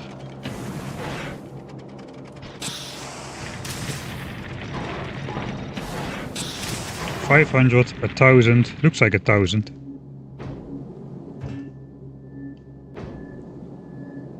A 1000 molten copper. So what if this thing is situated against this? This only takes 25 molten copper. So that's only 1000 buffer. 1000 molten copper is actually equal to 200 recipes, a 600 copper cable. 20 seconds of production. I think I do want a tank in there. We just store it on the outside. That looks not nice. Alright. So I think that is going to be how that is. We need a bigger power plant for this. 400 megawatts won't cut it if you beacon up the foundries. Okay, we'll see.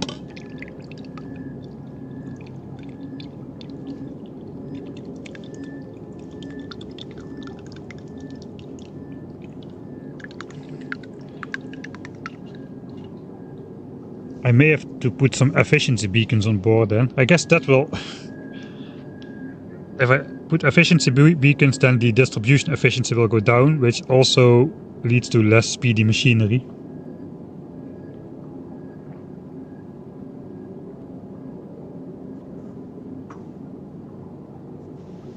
Technically it's more productive to make copper in a foundry, copper wire and EMP. Too many extra steps though. I don't care, we're gonna have more resources flowing in than we need, so I don't really care about the efficiency at which it is converted.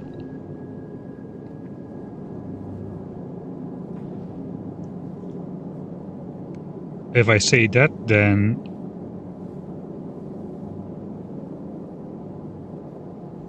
oh wait, that doesn't need any modules.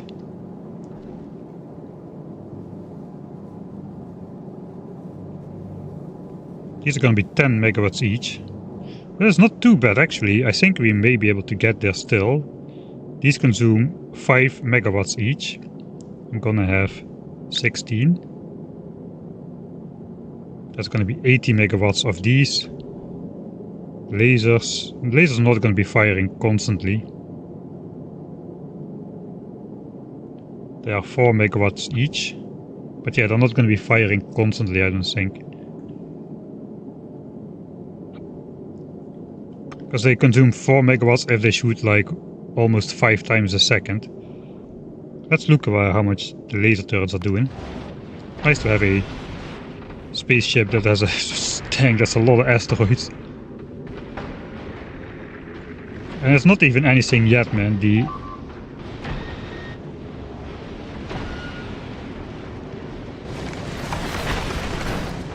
Those planets are supposed to have even more. Or if you get much further out. After 400,000 kilometers it starts to go up sharply, the amount of asteroids. We are not even at... We're just like near minimum density still, believe it or not, holy moly. Right, the goal was to see how much the laser turrets are consuming. And the railguns as well. I have 6 railguns, that should be 30 megawatt.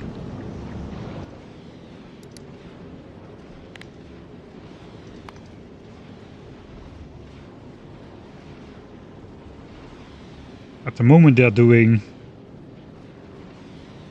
a third of that. How about the laser turrets?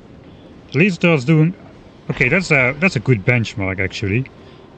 So the laser turrets are doing about the same as the railgun turrets. And since the only small asteroids targeted by the laser turrets come from the things that the railgun turrets and the rockets shoot down, we can basically say the laser turrets will consume as much power as the railguns on our ship. I think that's a fairly safe way to go about it.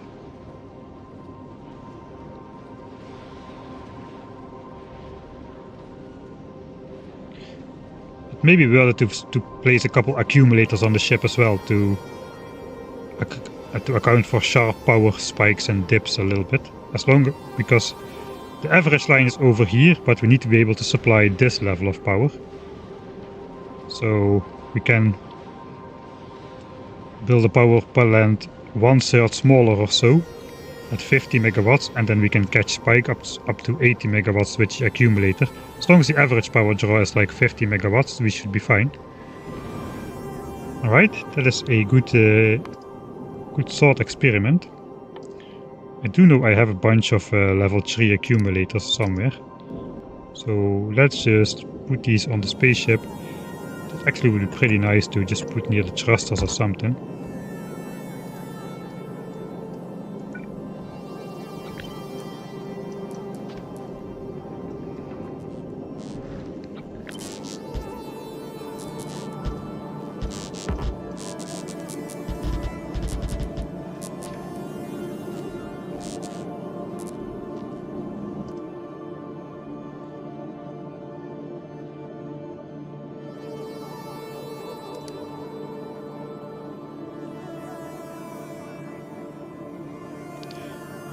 These can give like half a megawatt of production each.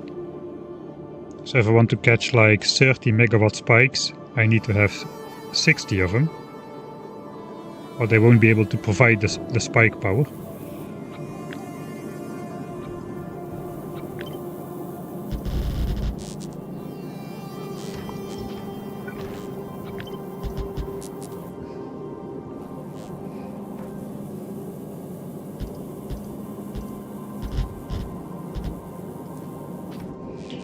So that may be something which is going to happen in the back.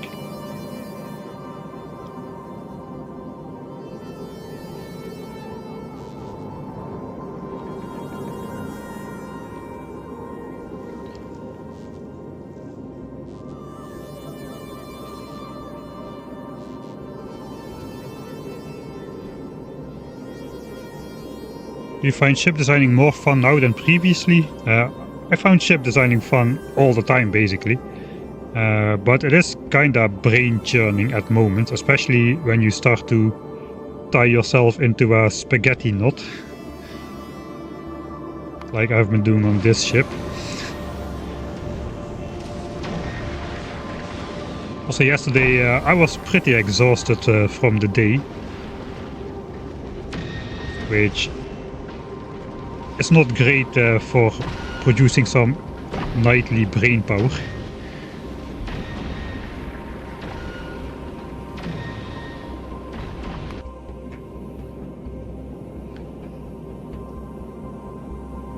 Right, I think the defense, the frontal defense here is finished. So let's copy this over to the other side. Symmetric designs for the win.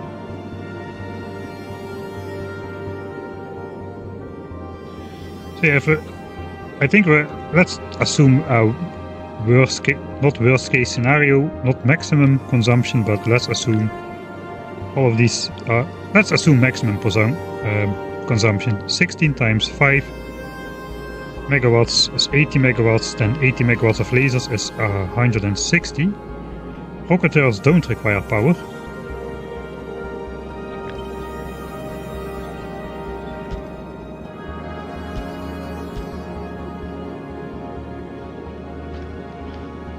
Rocket turrets don't require power, so we're at 160 megawatts. That means we got 240 megawatts left for the base. That means we have 120 megawatts per site. 10, 20, 35. Ooh, let's go up quite quickly.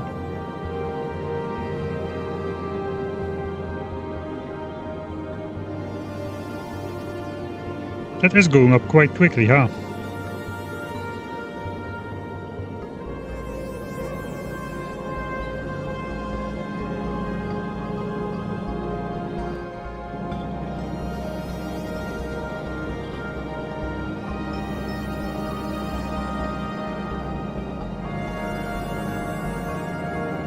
Alright, so we are better off grinding for better machinery than we are for better modules, I suppose.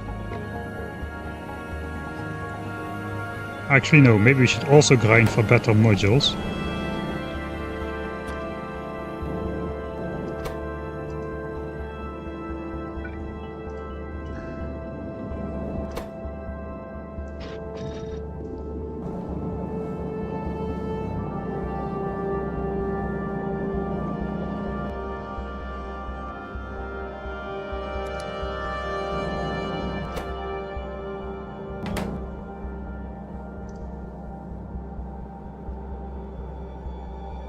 Man, the efficiency modules may finally see some use.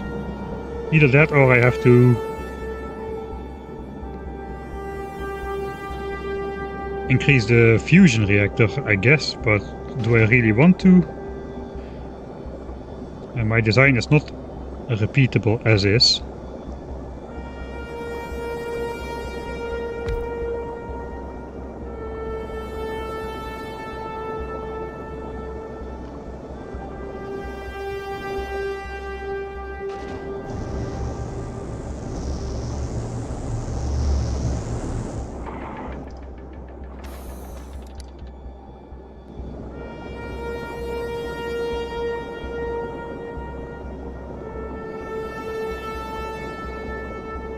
That will bump it up to 700 megawatts, I suppose, if we get the necessary these things on board as well. We do have to get a little bit creative, but I guess we can fit them around here in sort of a pattern like so to the missing ones. I guess it's technically more effective to put them in a triangle, but triangles are not symmetric, or I have to rotate the whole thing. And they all have the enable bonus. But yeah, that is basically it. What's the difference? I guess 900 against 700 megawatts. If you are going to be using 600 megawatts, you don't need 900 megawatts. 700 is going to be fine.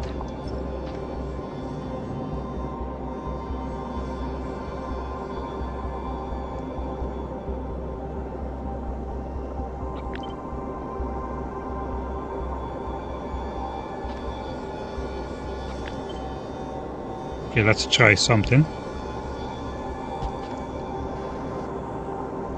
1, 2, 3, 4, 5. Okay, that already does it.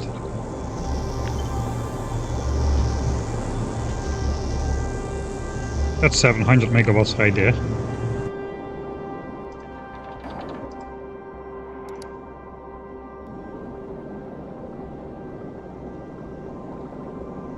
I do need more.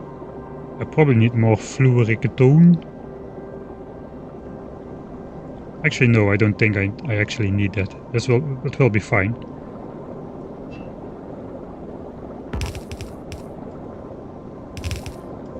The only annoying part is then this pipe needs to connect here as well somehow. Which looks a little bit less nice, but it is possible. So yeah, I think we will keep this. We will keep this level of power usage. We won't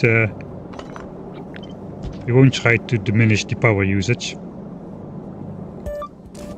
I guess better quality beacons are going to be even more powerful.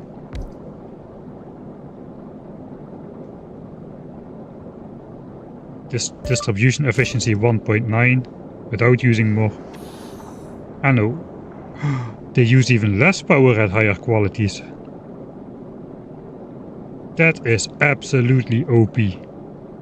Higher distribution efficiency and lower energy usage of themselves.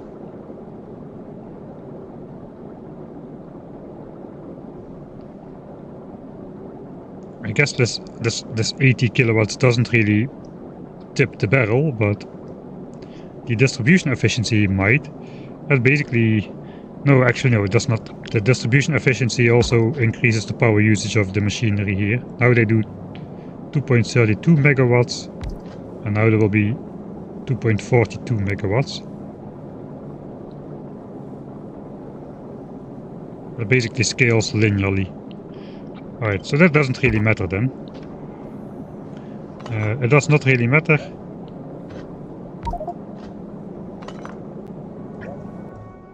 inventory full again somehow.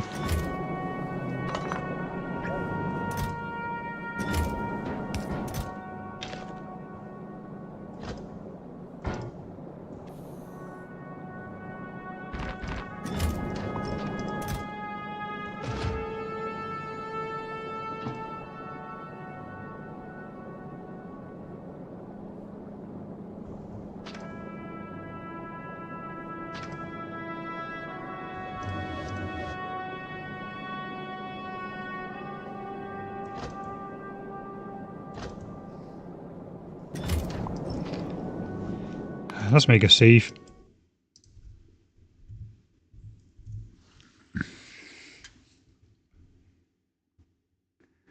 Yeah, the problem is, so normally there is no disadvantage of putting a beacon with efficiency modules nearby. But look at this, now the crafting speed is 10.42. But if you put a beacon nearby with efficiency modules, the crafting speed goes down to 9.12. That is not because of the efficiency modules, but that's because the diminishing beacons mechanism, which makes each next beacon basically reduces the power of all beacons. So now these speed modules don't work as good as they did before. And then we have to account for that by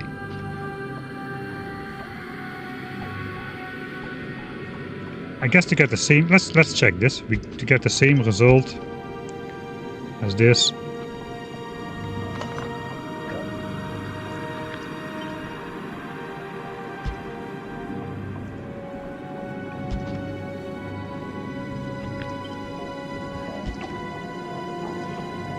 Alright, so now the crafting speed is the same, 10.42, because 4 beacons work at half the efficiency of a single beacon.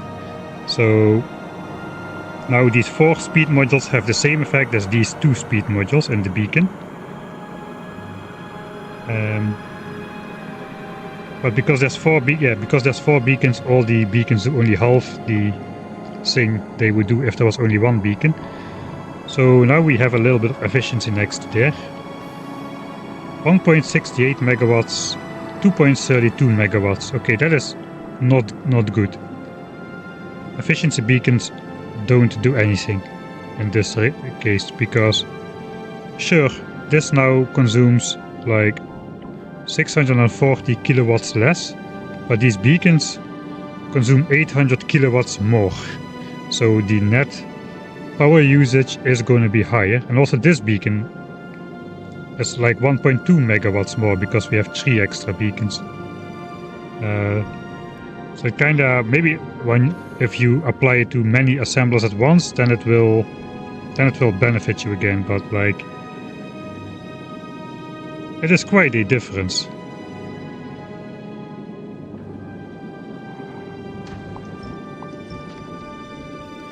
So there are some situations where that still could diminish power usage by if you have a lot of assemblers affected by all beacons, but you will need a lot more beacons to affect all assemblers at the rate you want to. So yeah, looks like efficiency beacons off the menu for now. We could add efficiency beacons perhaps along assemblers which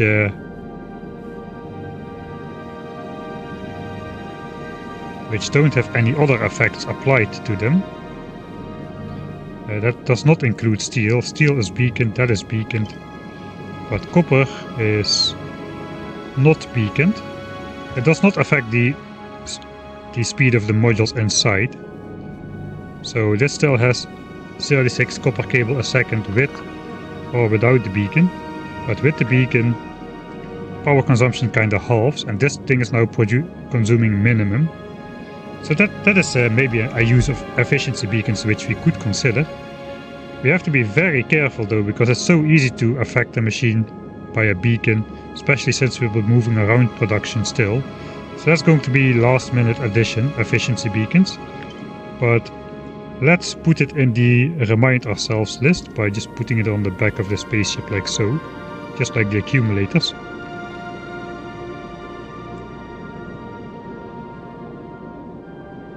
Did you drink today? No, just coffee.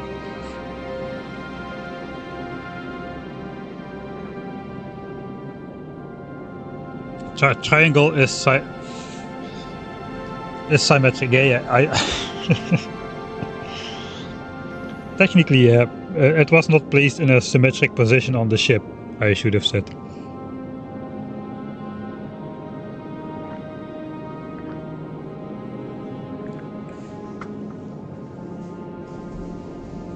Time for a tangent with new reactor design. No, I'm trying to keep myself from that.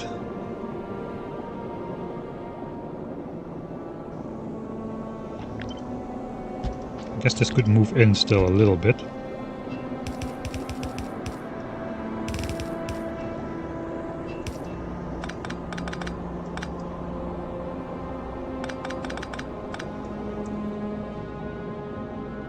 Okay, it's still pretty compact though with the third one. We're probably gonna be needing that, to be honest, so let's just keep that on there for now. Okay, the position of this is fixed, the position of this is fixed relative to the front of the ship. I guess this is kind of fixed now around this beacon as well, or we need to put a beacon to it separately. We do need the beaconed rockets as well.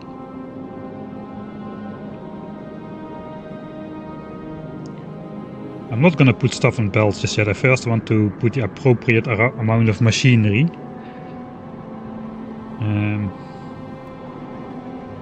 So 5 rockets a second. We did the iron.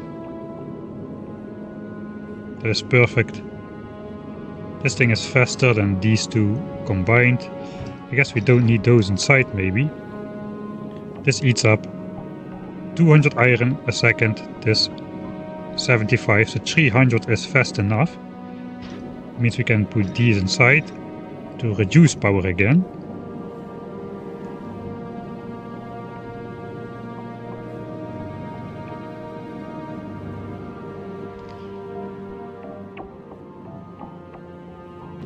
I guess this could be just depowered as well. It's with simple Mark II efficiencies. If we put them in the middle, it will look nicer.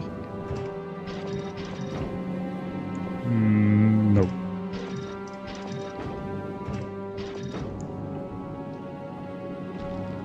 So if an unbeaconed machine gets put to minimum energy consumption with minus 40% or minus 80% energy consumption, which is 2 of these modules. So we could do that as well.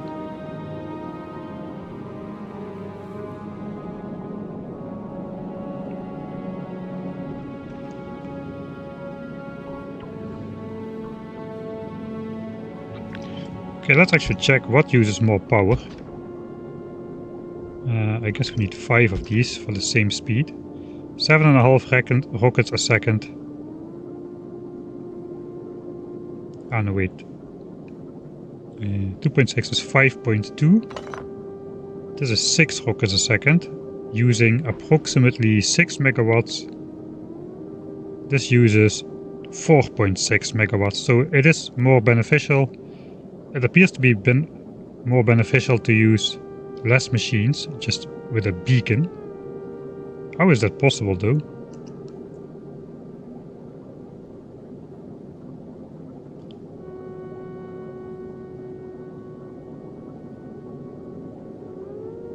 This is 6 rockets a second.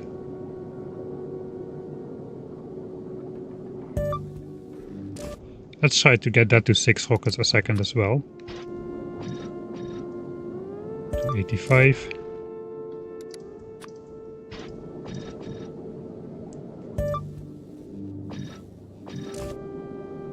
Okay, that's as close to 6 rockets a second as we're gonna get. Oh yeah, I guess the better quality modules is the kicker here.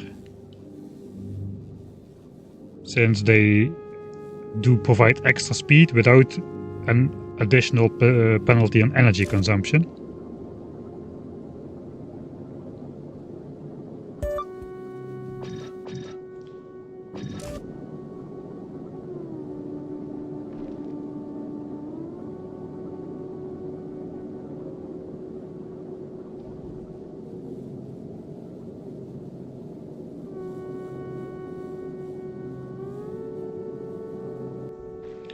Did I have better speed modules in here already? Ah, yeah, I did. Okay, so that is the difference. Better speed modules. So we can reduce power usage by using better speed modules to achieve the same speed at less power cost. That is basically something we could do.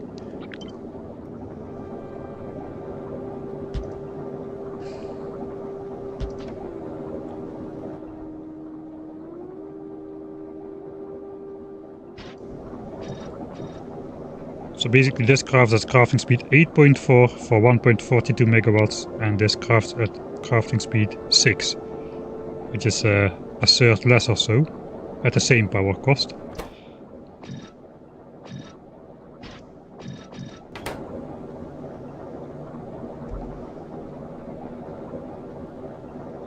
And now this is still faster, so quality modules are actually pretty good.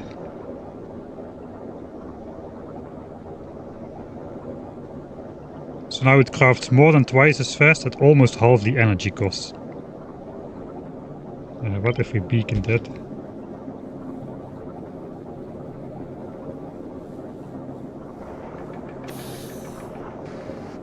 If we beacon it, the difference becomes smaller. Okay, let's try to not get too distracted here. Basically, what we can assume then, better quality modules is better. The power usage of these machines also does not go up with better quality. So I guess we're gonna be making some quality loops then before the end of the playthrough.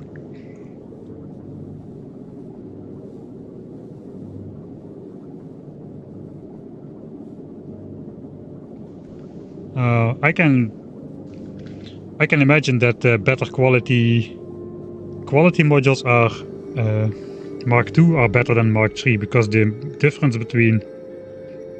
base difference between Mark II and Mark III is just like a quarter.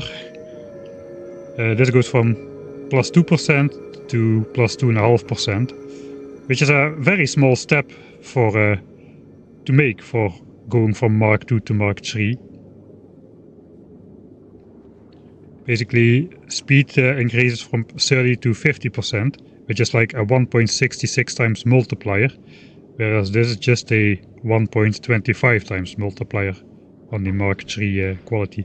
Productivity has something like the same. Efficiency also sucks, by the way. From minus 40 to minus 50, that is hardly worth the cost.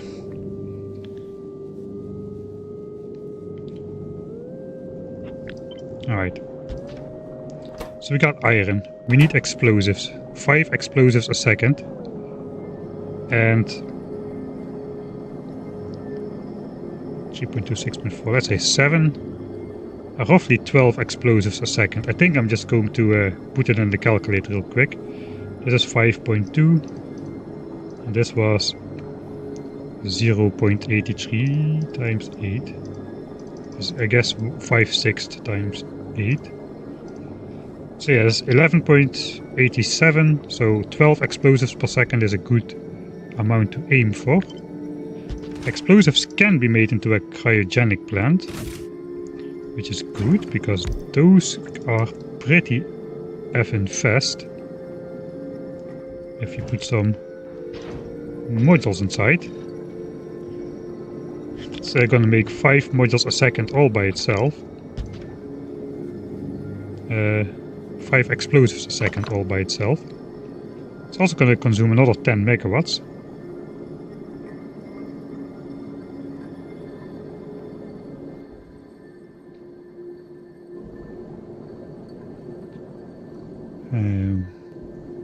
Can we get there with a single cryogenic plant? That would be awesome. Let's get a rare one. That has a 60% crafting speed increase. Okay, then we're going to get to 8 explosives. But better modules, 10 explosives. A single beacon with better modules. Yeah, we're there. That is 14 explosives a second, which is way more than we need. We want to be a little bit faster than what we need in case we have a hiatus in the asteroid supply, so that is decent.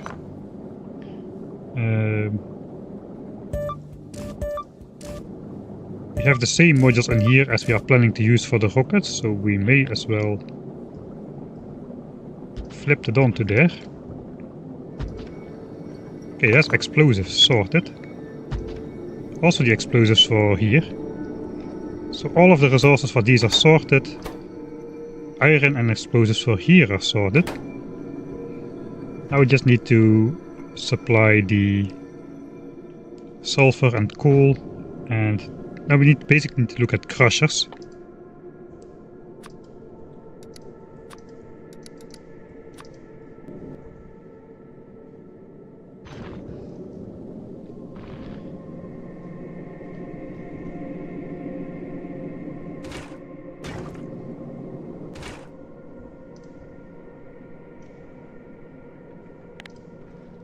Okay, coal synthesis does need to be done in a chemical plant.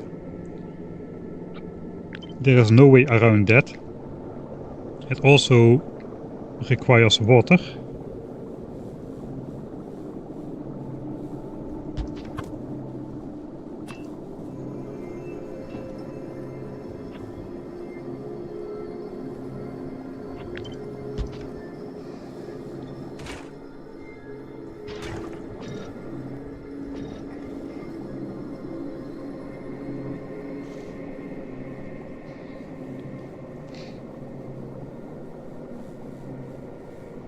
This requires a lot of coal. 6.72 coal a second. This makes 2.6.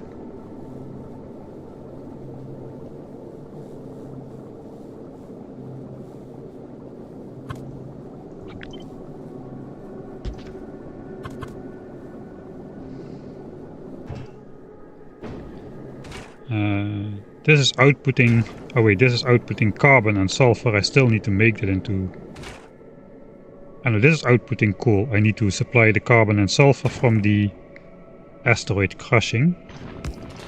Advanced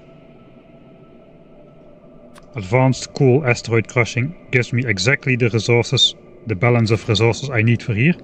So I do not want to use productivity in that, then I can make a nice and compact chain. But yeah, this thing is now not beaconed. Now it is. Outputting coal, outputting coal.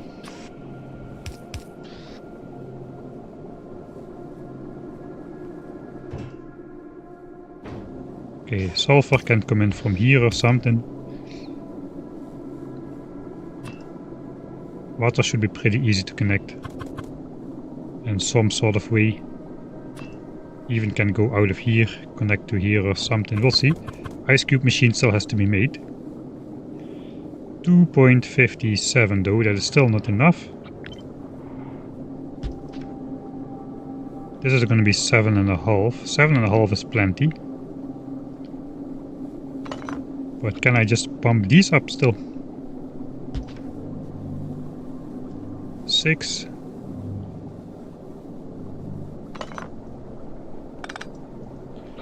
Guess we do have space for one more. Not all of them need to be beaconed. So this is like 5 and a little bit. 6.5 and a little bit. We need 6.7. I guess I'm happy with that. It's not exactly enough, but good enough, I suppose.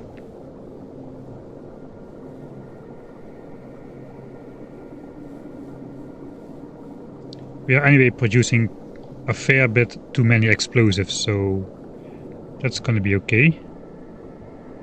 Alright. Then it makes sense to do this.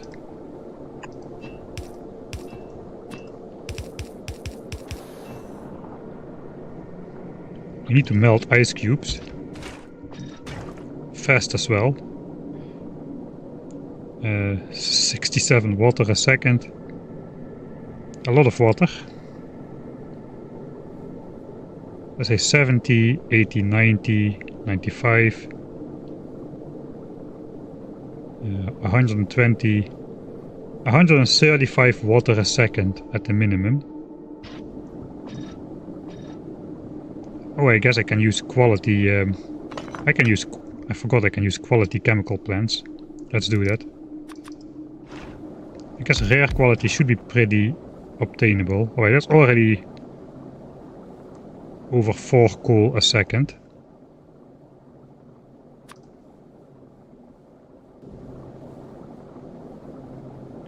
That's way more coal a second than we need.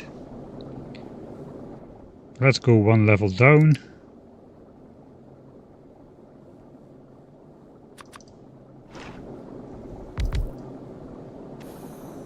That's basically perfect. 3.35, 6.7. So including rounding errors, that may be exactly okay. Okay, now we need 67 water a second. And another 67 water a second.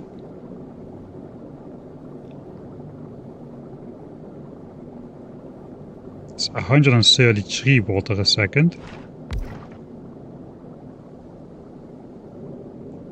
Basically 2 ice cube melters.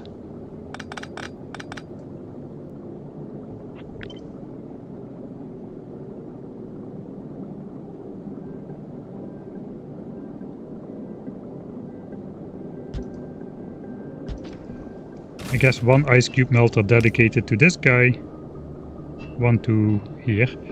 I did learn I probably want to make water tanks everywhere I use water though.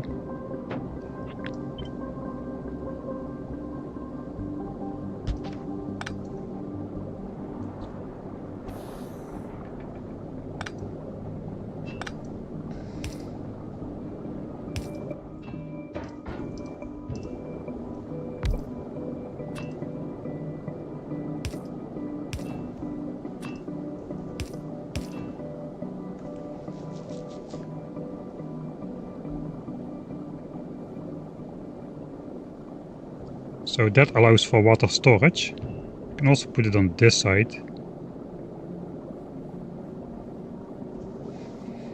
It kind of depends. Okay, so this makes explosives. It makes explosives for both this and for this.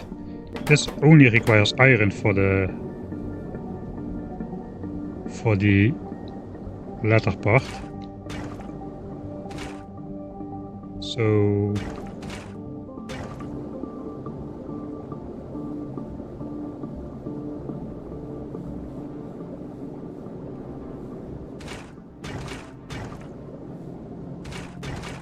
we do need to feed in the sulfur and carbon, so that's the asteroid crushing part. Where's my crusher? Crushing hopes and dreams since 2015.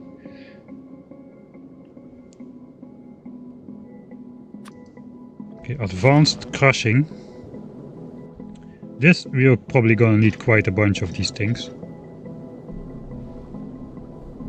So we are requiring, yeah, we are requiring 33 and a third carbon every second.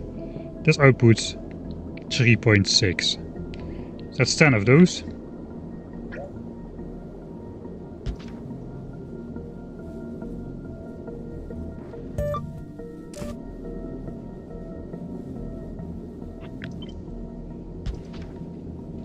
These are pretty compact though.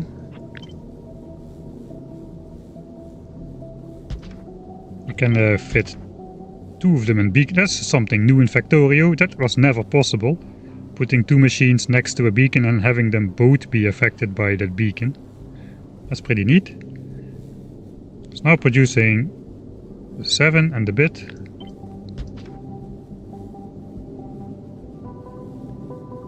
It's 14, 28.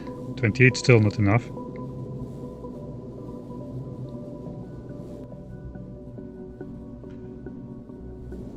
This is a nice setup though.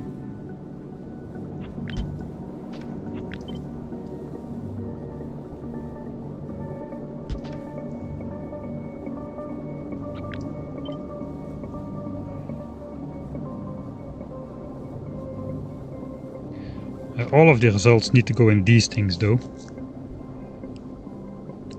Except a little bit of sulfur.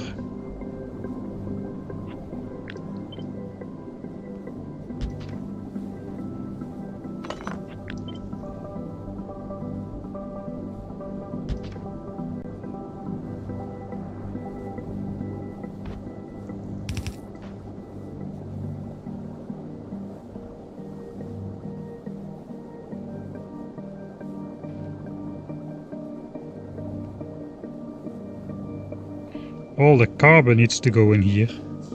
It's a red belt of carbon, man. That's a lot of carbon.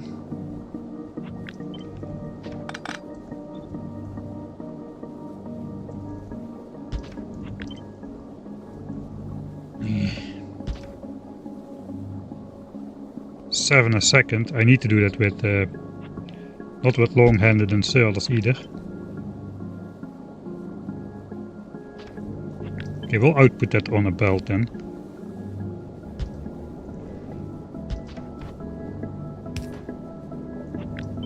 So this could be carbon, all affected by the beacon. It's not enough yet, so I guess we'll upgrade the speed modules in these and hope that it will work. 7.7.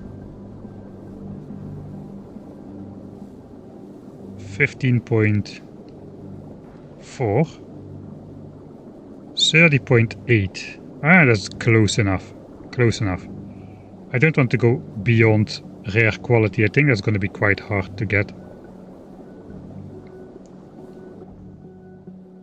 Okay, I'm saying it's a red belt of throughput, but it's not if we use stack inserters. Literal stack inserters, which just put stacks of carbon on the belt. Then it's just barely like half a yellow belt of throughput. That needs to go into these two.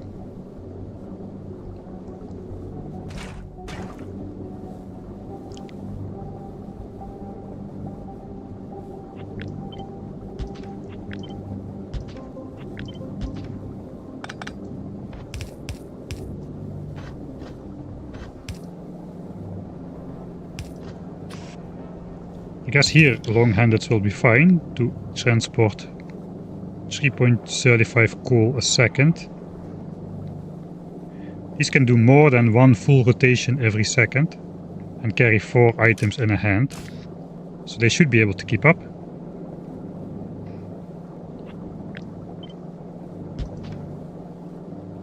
And I guess here any inserter will do. No, actually, we need to insert 16 things at a time. So I guess we'll also use the stack inserter here to grab stacks of stacks of the belt. And I can insert like 16 at a time. That will work. Then the sulfur. Sulfur needs to be input there as well. This is at maximum distance, so I cannot really output that in a better way. Maybe we can move this back again. A sulfur belt could be here. It produces 3 sulfur a second. Same story basically. We should be able to output sulfur on the belt with the red inserters. I guess it would benefit us if the belt was faster. Then it takes less time.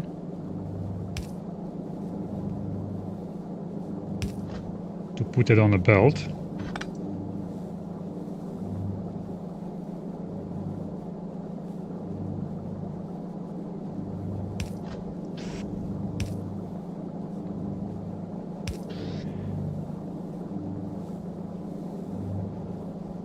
Ideally 2 of these guys would be outputting on there.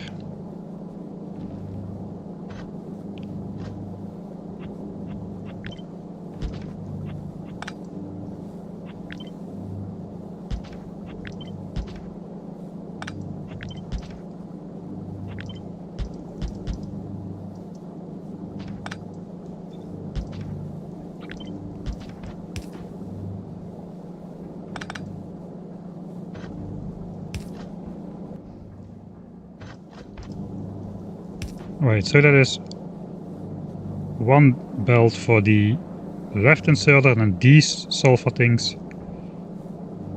Ah, no, wait, I'm doing it wrong. It was okay like it was. One sulfur goes in here, one sulfur goes in here, two of the sulfur goes in there. That is how it needs to be. Okay, let's move it back to how it was then. Because that was kind of neat.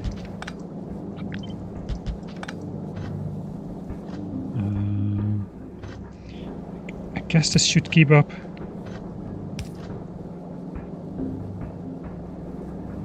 Yeah, that will keep up. Alright. So that is one. We can then just belt weave the other one through that.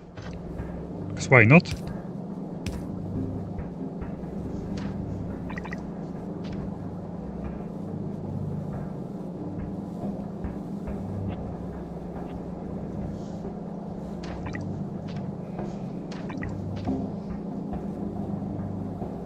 Okay, we'll do this instead. This needs to be here. Oh, and these two need to feed sulfur to this guy. Guess these can still be here.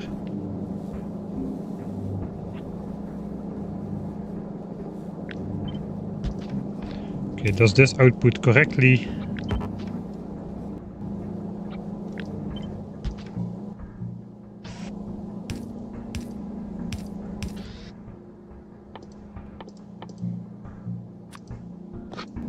Ah, quality carbon.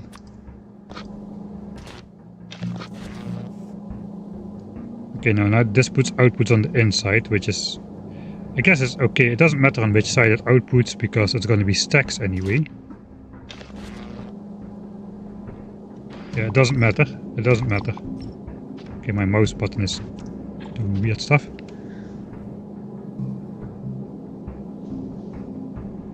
What about central ice melting? I don't think I'm gonna do it. I'm just gonna...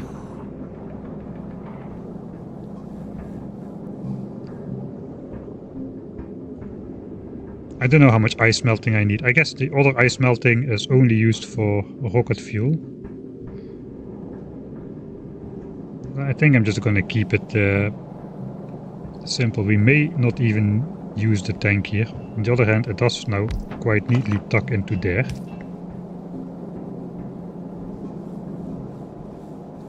Almost like space exploration, designing builds around a single beacon instead of surrounding your beacons with builds.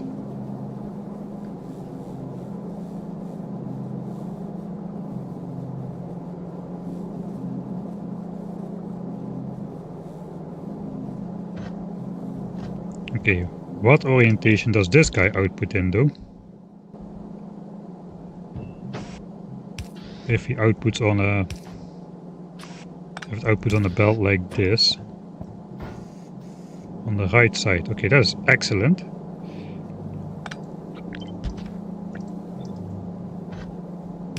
More spaghetti coming up. And then we can actually... it doesn't matter which color undergrounds we use. As long as this thing is fast enough. We can make these cheaper.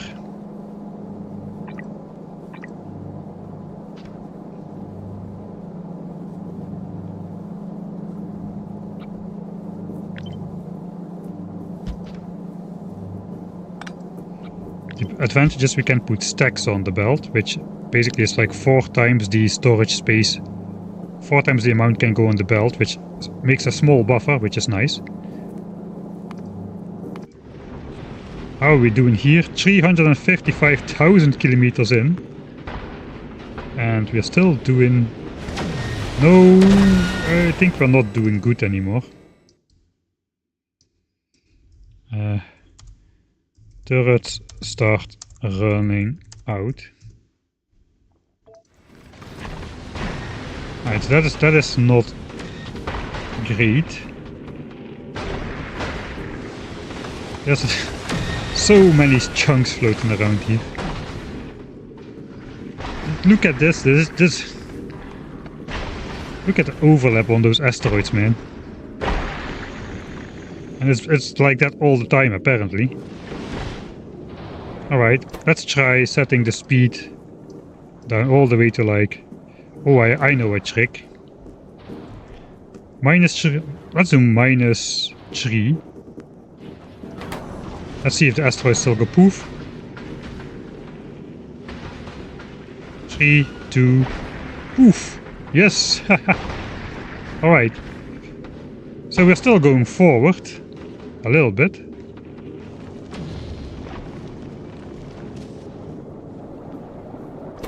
I think it already happened when we went less than 3 kilometers a second.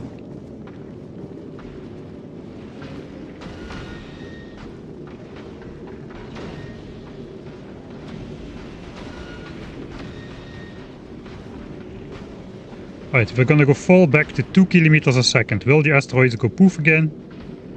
Poof. Yeah, alright.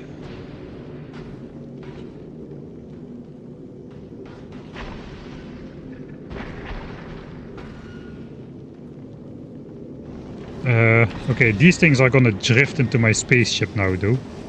That is definitely on the... maybe it will just pass by, but... The slower we go, the steeper angle these asteroids, which have sideways progression, are gonna be coming in here. It looks like if we go slower than a certain speed, though, not many of those asteroids are spawning.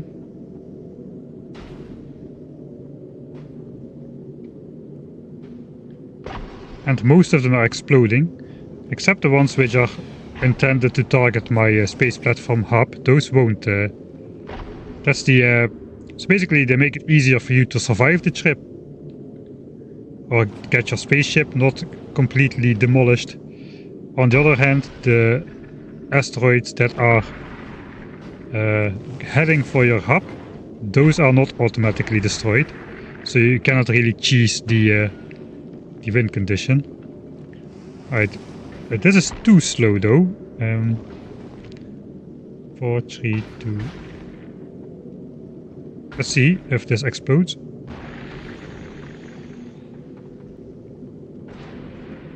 Okay, it doesn't exactly work like I just explained, apparently, because this thing is not exploding. I just want to see the exact speed at which they explode if I can.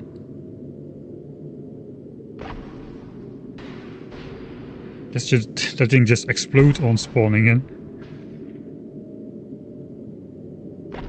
Maybe just the Prometheum asteroids are exploding. So you cannot harvest those when you are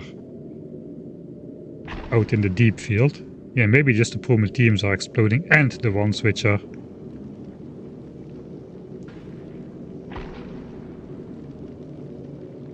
Okay, maybe the ones heading for the hub is just my misunderstanding. Okay, that thing is gonna demolish me.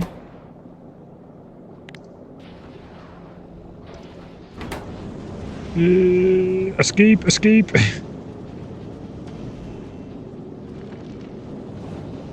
Okay, we escaped it. Now we go down in speed again. Let's set it to 8 or something. Hopefully that will give me the possibility to replenish my my losses a bit if I go a little bit slower. Yeah, this is immediately crazy again.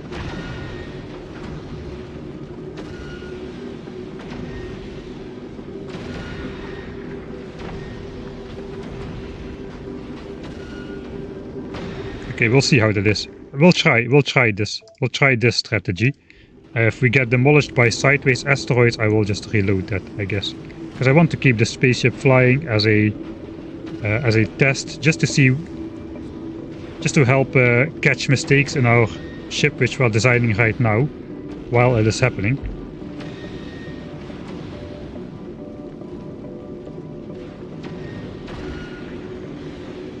Why is it slow? Because this is a mining ship. It is not going anywhere. It is just existing in the asteroid field.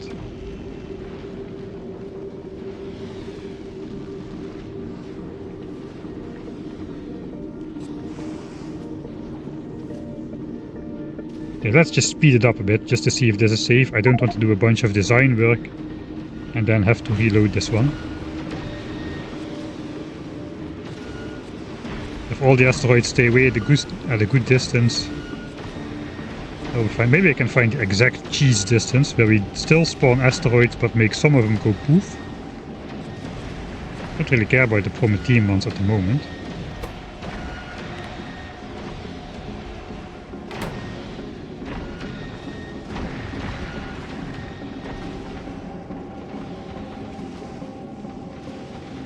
Ah, right, the minimum speed exists to outrun these sideways asteroids. I forgot now. That's very sideways at such a low speed.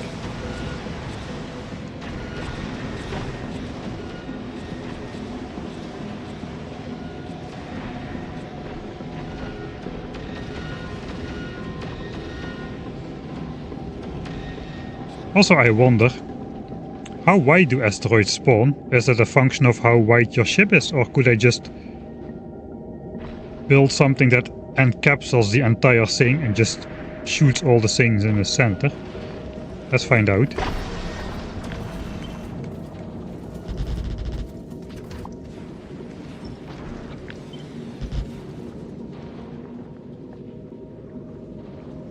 Can't really find out at the moment because asteroids are everywhere.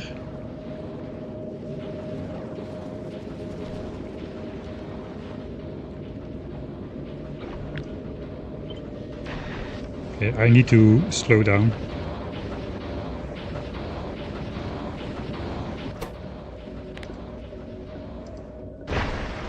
Alright. And then I can basically extend this. Here's now my spaceship. Let's see what happens to the asteroids when we start to fly again.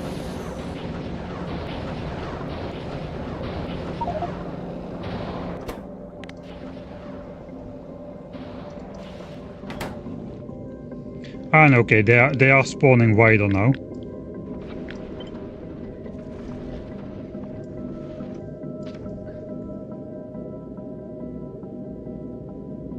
Okay, so they are spawning as wide as the spaceship is. We cannot cheese that by just encapsulating the spawns. Poof! Okay, they immediately despawn though upon...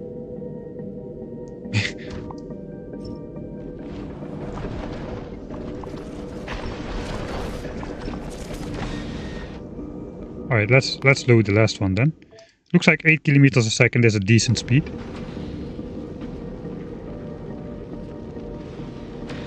Railgun speed is capped at quite low research. I've heard that is a bug.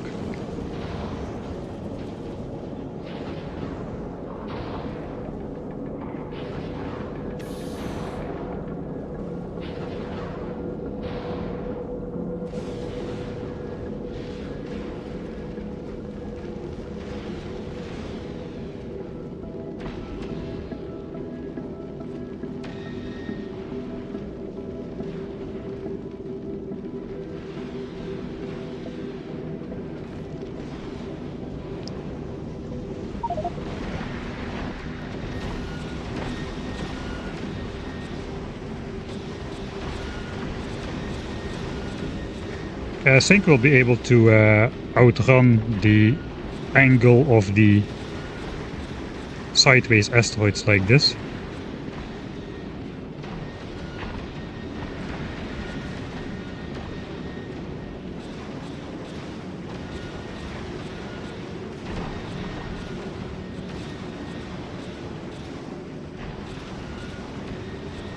Alright, I'm gonna assume that we do. Alright, let's continue design.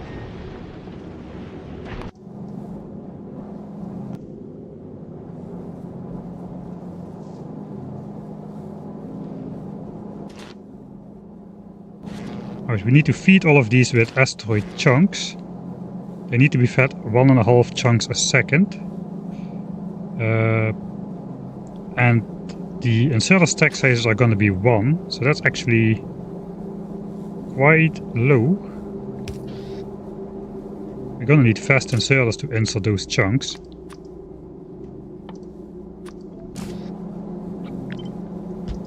Perhaps it can come in like so. And we need to output, we're outputting this, we need to output the sulfur, ideally in stacks. Okay, I kind of messed it up now. Or have I? We can output that. This can still move a bit.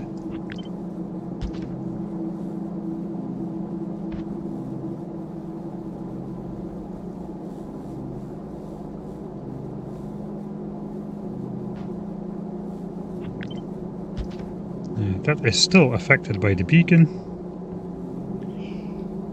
Will it help me though?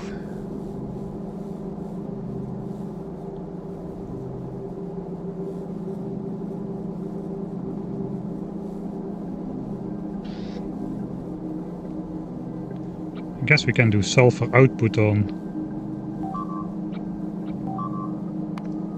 Looks like no, we are not fast enough to cut off all the sideways ones. It is replaceable in editor mode though.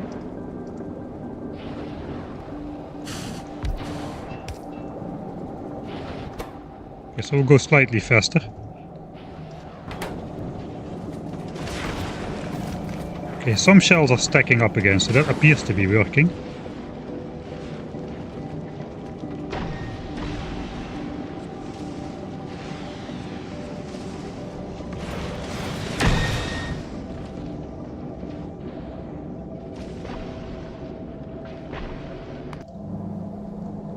We can output the sulfur in the same way over here.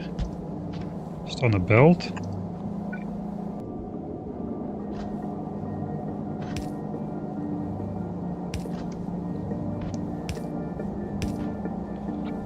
Join it with sulfur over here. And that sulfur can be input over here.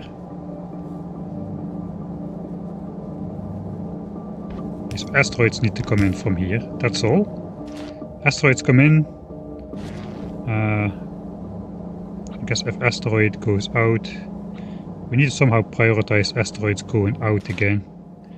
I hate the asteroid byproducts, man. That's fairly annoying.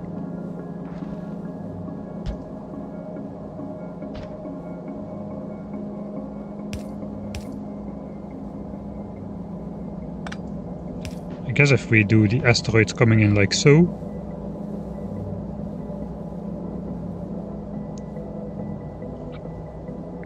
Okay, which ones do these guys prefer to grab?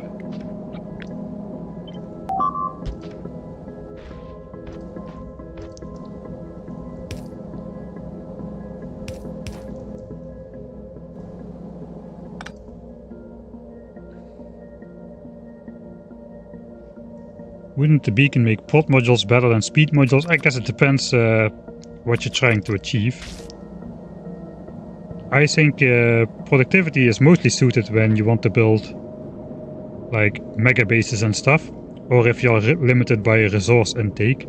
I don't think we're going to be limited by a resource intake given the truly obscene amount of asteroids that are spawning here in the deep fields. I think we're going to have plenty of asteroids coming in. So I don't need productivity to make the most out of the limited asteroids I have, since this is just gonna back up if I slow things down. Yeah, that's gonna miss me, alright.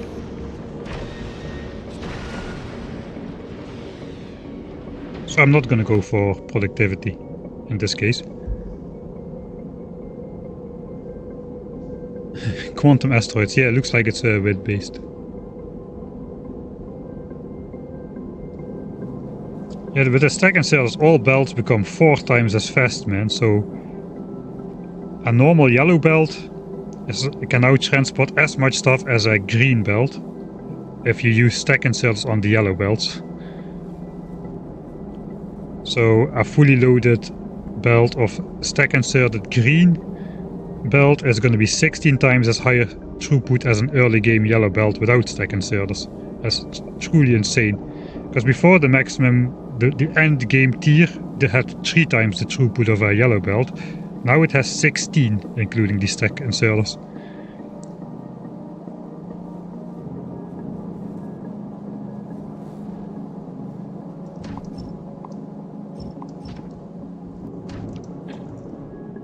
Alright, I want to know which asteroid this guy prefers.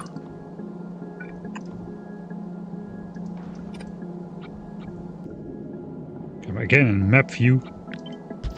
Okay, it likes to take the bottom one first, and this guy, that guy took the top one first. Does it take the top one first though, if the belt is oriented like this? This is important because of the byproduct this can deadlock. Let's take away that guy. This guy can grab one. It missed it. Okay, it missed it because we are stuck with a byproduct. Perhaps.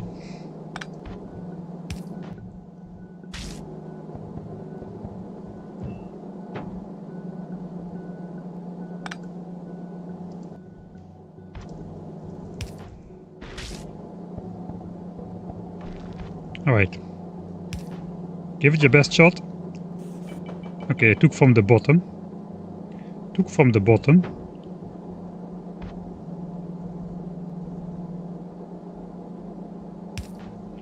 I forgot which side this guy took from.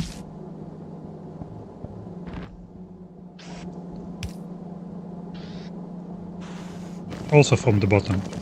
Okay, if it's taking from the bottom, that is good, because then naturally the bottom side is going to be prioritized.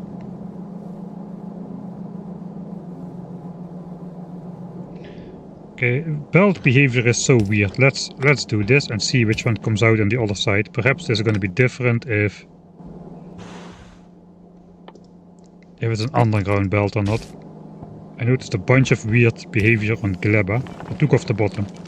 Okay, bottom. I took off the bottom.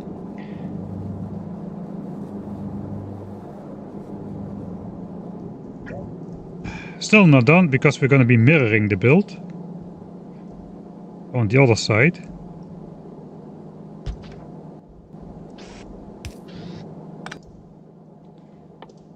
If this takes off the bottom too, then we're good. If not, I cannot simply mirror the build, because the left side will deadlock.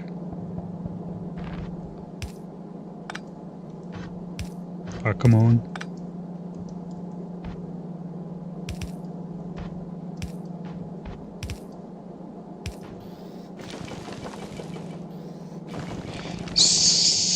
Bastards! Now they take off the top.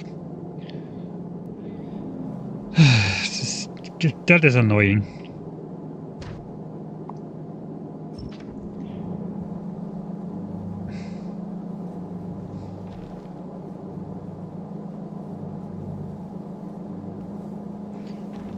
I also cannot read this belt because it's an underground belt. Okay, I can still do it. I just need to. Then we need to just wire it up.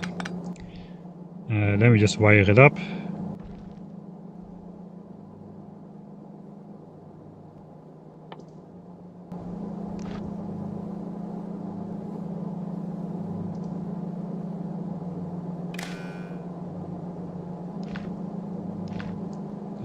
Not that one. That one. So we basically only enable this belt. We read this belt, halt. We only want this belt to move if this belt is empty. So we'll just again do the everything equals 0.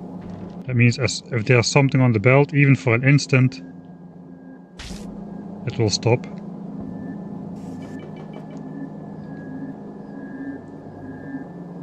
So that should also make sure that we never deadlock here, because if this just backs up, this belt will stop and then we'll consume these. Alright, that is how it's going to be.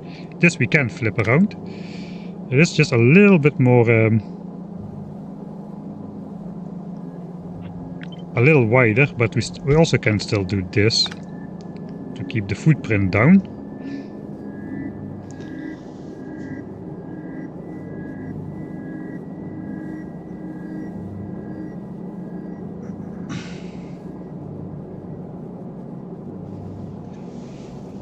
Asteroid prio is a big headache, since railguns have a chance to be distracted by top prio for a sufficient time. Yes, I have a cascading order for that. The basically huge ones. They help out with the big ones, but they mainly shoot the huge ones. and in their free time they shoot big ones, so the rockets have to shoot less big ones. The rocketeurs are set to prioritize medium ones, so at least some of them are. I think I should not set all of them to prioritize medium ones, but yeah, basically a mix. So some asteroids always have priority to be shot once they enter the field of view. Guess maybe we could do it right now.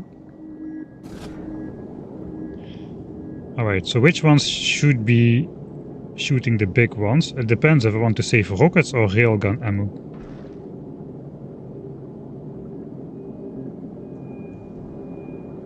So that is an experimental thing. For now, let's say the front ones should prioritize mediums.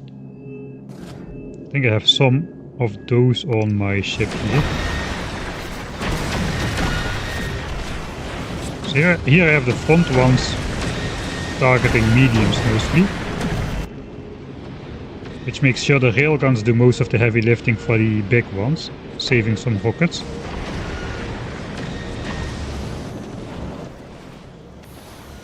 Yeah, rocket consumption here is pretty high. I'm just gonna copy that. We can balance ammo consumption a bit with this method, changing those around. But if the front ones target the medium ones first and these target the big ones first, I think yeah, let's try that.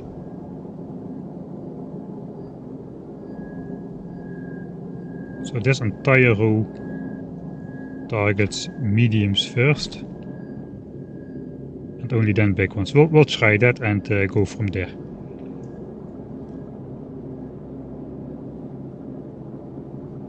Can't you dynamically adjust that reading ammo belt levels? I guess theoretically you could.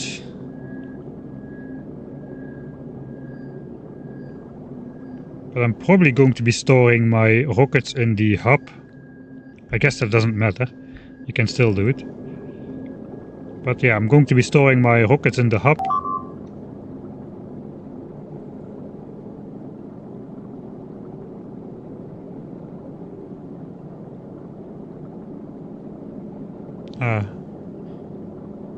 Railguns could be busy shooting huge Prometheum asteroids and let the others slip through. Ah, right, like so. Oh, we getting into trouble.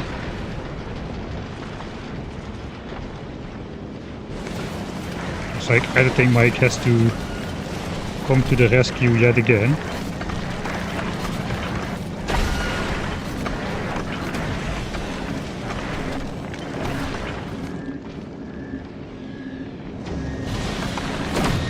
How is production now? We're only using slightly less railgun ammo than we are producing still.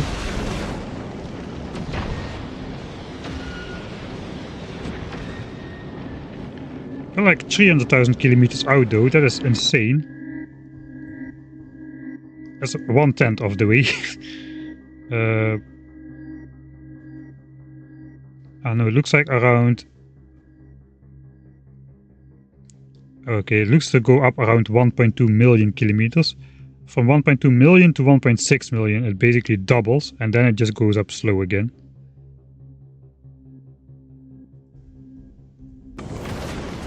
I guess that is true, they could be locked up shooting a certain type. So perhaps I have to prioritize the... I don't know, maybe I have to mix up priorities in the railguns as well. So not just keep... I just read this as huge asteroid first, then big one. I never thought about they could get stuck in just shooting the huge ones and let the other ones slip through for a long time. Especially with these becoming so ever-present, that could be an issue. So maybe I have to mix that up in the railguns as well. Oh, speed up, speed up!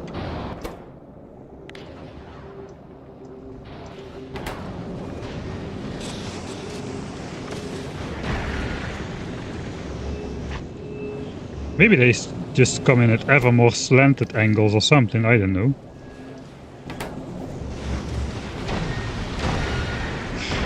At least we'll have some good fireworks for a little bit. I think this ship is basically dead. I have to micromanage it too much. We're going to be running out of ammo anytime now.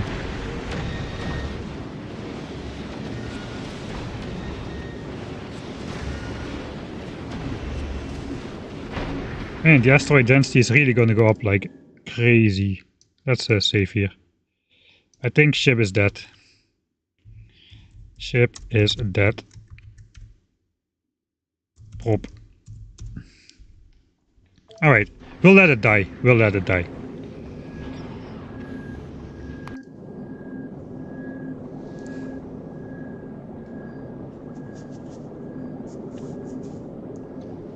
Cycle priority constantly. Yeah, that's actually a thing as well. Plop, plop, plop, plop, plop, plop, plop, plop, plop, plop, plop.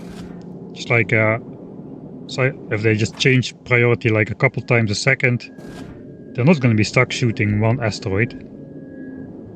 I guess we should set the clock to not in something that doesn't divide into the 2-second shooting time. For instance, 0.3 second recipe change. And even if it's shooting every 2 seconds and we use 0.3 seconds, it will be a different recipe every time the 2-second timer is up. Alright.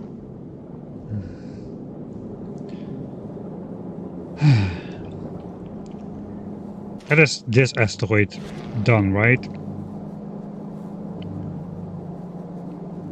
Yeah, that's the entire chain done. Just need to output the explosives. And put the rockets on a belt. If this is like the orientation, I want the ship to slant inwards like this a bit. So that is not too bad. We can probably try to plop that behind here.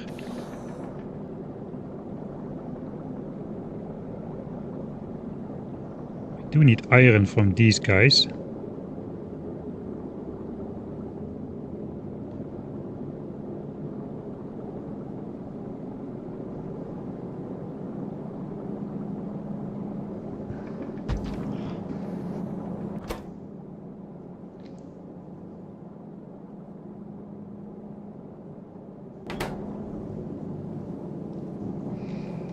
Probably should first figure out the crusher requirements for these as well.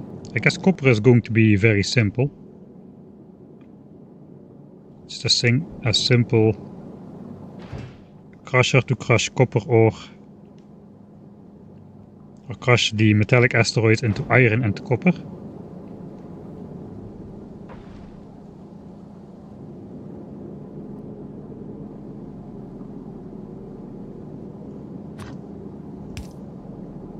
Ooh, a nice use of these super long undergrounds. Can span exactly 2 foundries. Alright, let's see the copper crushing thing.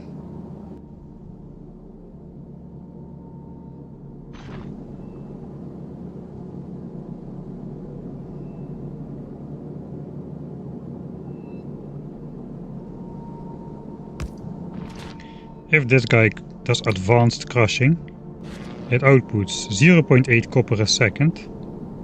We're gonna need a little bit more than that. A lot more than that actually. Alright, so how much does this actually need? This needs 20 iron a second.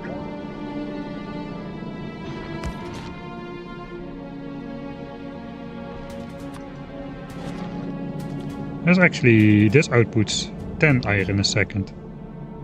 So the whole 20 iron a second could be fulfilled by just this one. This is a 2-second recipe. The simple crushing is a 2-second recipe, whereas the advanced crushing is a 5-second recipe with less yield of the main one. So that is a pretty big difference.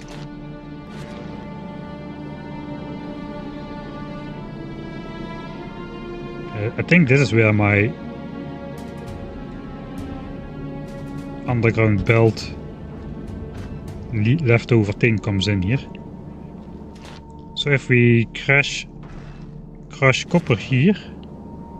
We need so much copper.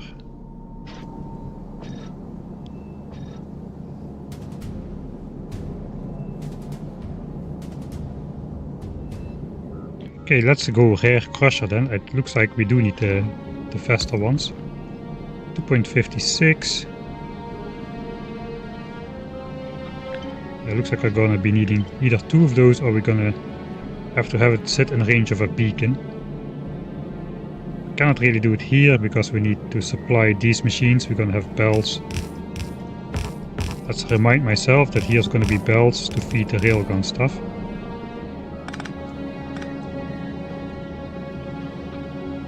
So I want the copper to go in here. Copper ore. We also need to not forget that we do need Prometheum. Or calcite, I mean.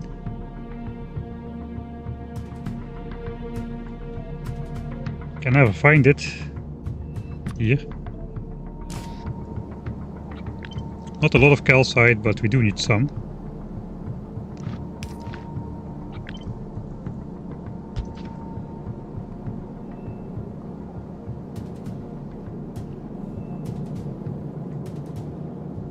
It looks like we're gonna have a belt past here anyway.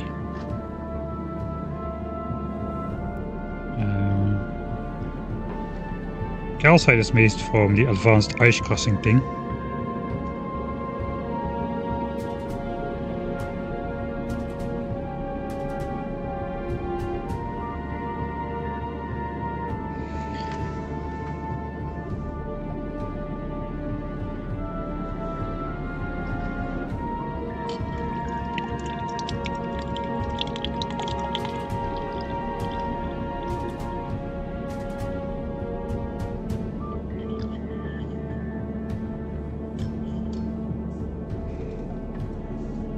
Gun turrets for medium and small. It sounds pretty hard to make the required ammo for the gun turrets.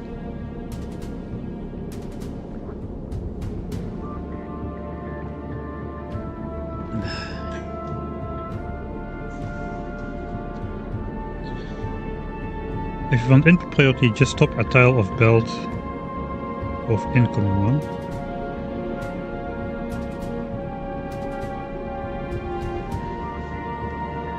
Yeah, that's what we're doing, I think. This is going to be the incoming asteroid belt, so we stop the tile here if anything is on the belt. Just watch this belt closely for 1 second. It stopped there. Yeah, I'm not sure if you meant that. Probably not, because you're asking the question. But yeah, let me know if I miss obvious things all the time, so nothing new there.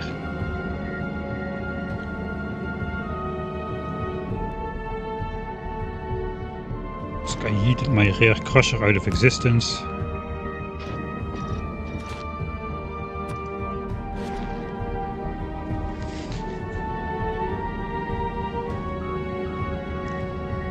$6.25 copper. Wait, we need less. We need only 60 molten copper a second from this guy, which is 2/3 of this. So with 4 we should be good.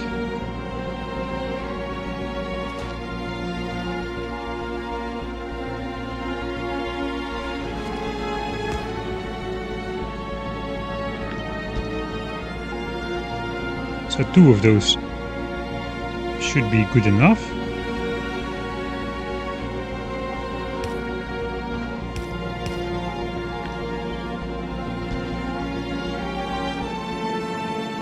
And then all the iron ore needs to go through to the bottom. Can I do that?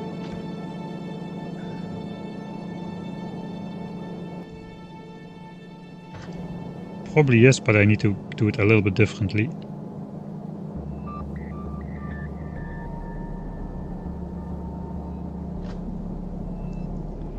Okay, we do have space, so I don't really need to sweat this too much.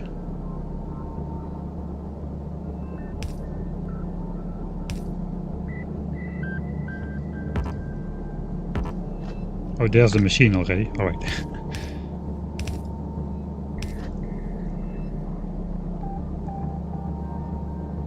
So we need to output copper, output copper.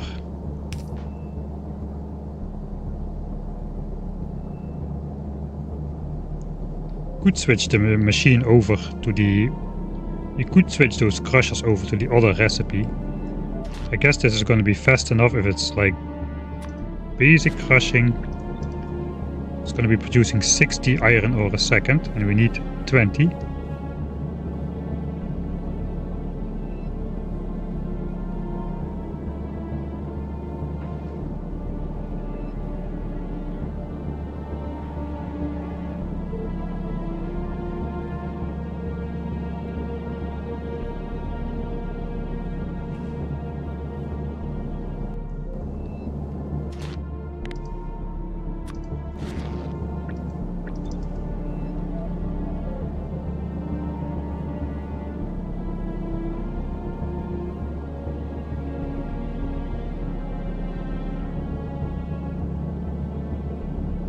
This thing is just going to be too fast in the beginning.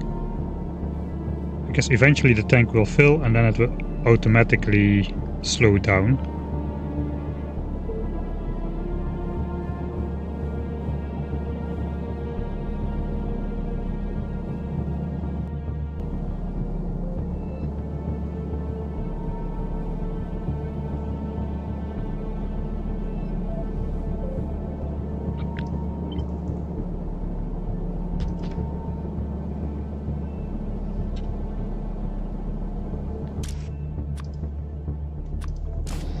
Oh, I forgot about the byproduct.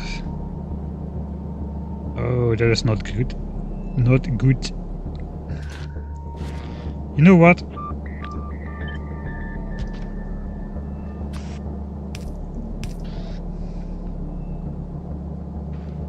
Does this work?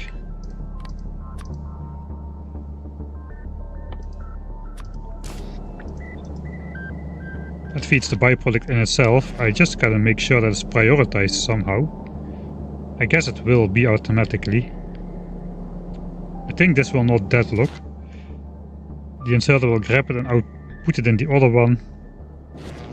It could deadlock, couldn't it?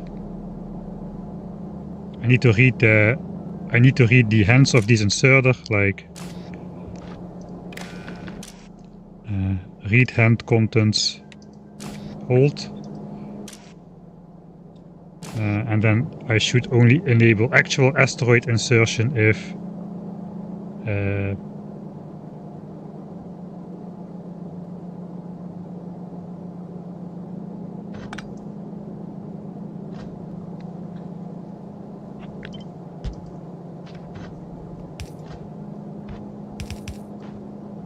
should only enable actual asteroid insertion when these hands are not holding anything.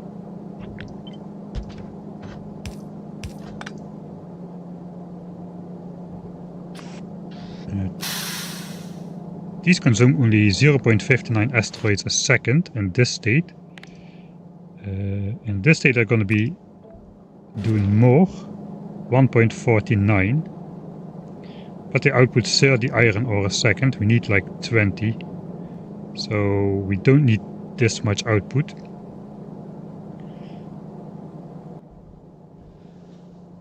Thanks Kuhani for the 3rd month subscription. Thanks for all the streams. Yeah, you're welcome.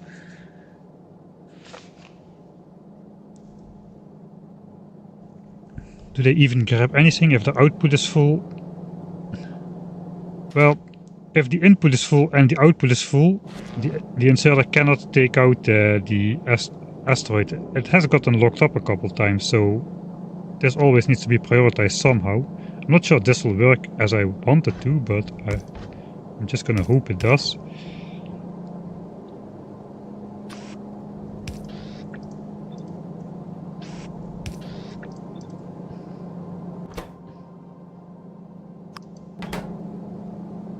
I'm just gonna make sure this guy has all the asteroids it needs somehow. And this one will hook that up to these. And we'll just enable these if basically everything equals 0. Basically, if these have an asteroid in hand,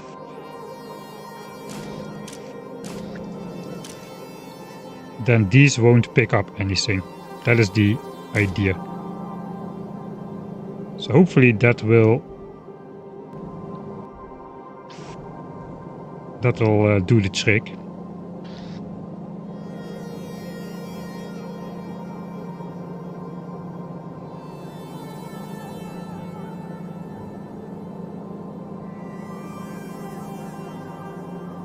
Alright, so this needs, the advanced recipe needs 0.6 a second. It does output iron. Where does this get output yet again? I don't know.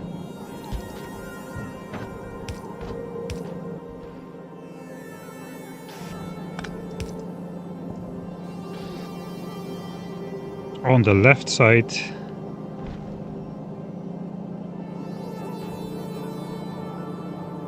That means this guy gets priority. I guess I have to switch both recipes over based on a reader, but we're gonna set that up. I have something similar on board this spaceship, which surprisingly is not gotten any more destroyed yet. Holy, this is insane!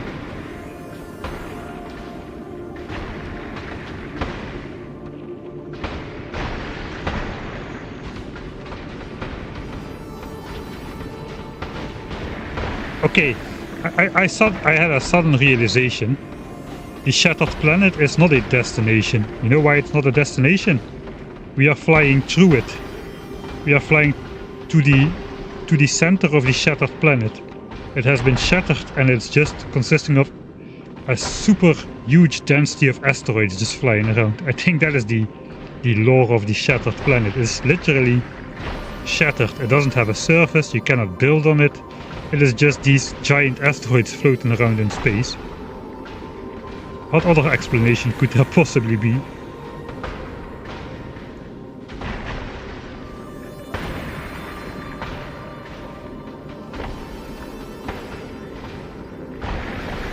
Yeah, I think good quality railguns are indeed going to be super important because they take out multiple asteroids a shot.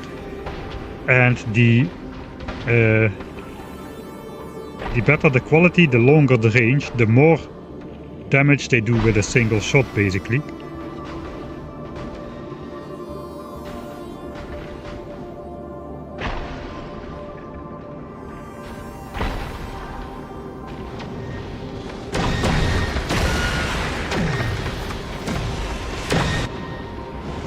Okay. I always switch off the gi and then I wonder why I cannot see the gi.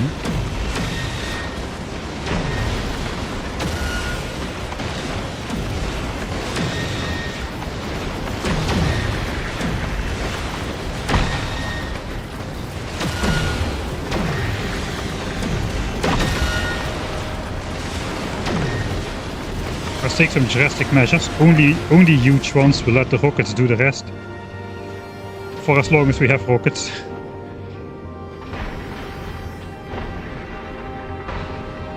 And we'll just hope to get some collateral damage in on the big ones.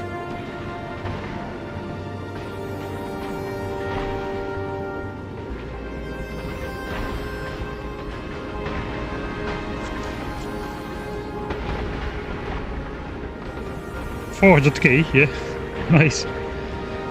Of course we're moving at like baby speed.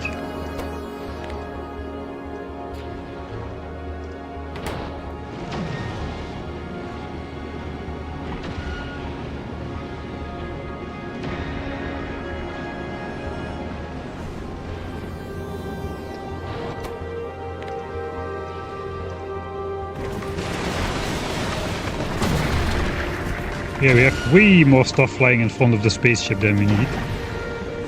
I guess our asteroid collector is not gonna go out much further than this, really, realistically speaking, before it will return to the base, since we're gonna go out at a slow speed as well. Can I see how much of those things we are crushing? I guess not really, because we're not grabbing all the time. Prometheum will be grabbing all the time.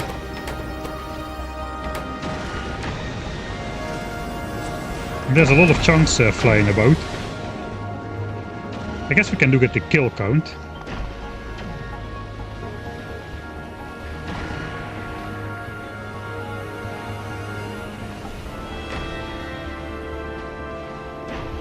Alright. So this is basically... I guess we cannot directly translate this to chunks. We get 2 chunks out of every asteroid, every small one. We won't be grabbing all of those, but let's assume we are. We are doing like about 10,000 asteroid chunks per hour. And it's going up the further we go out, I suppose.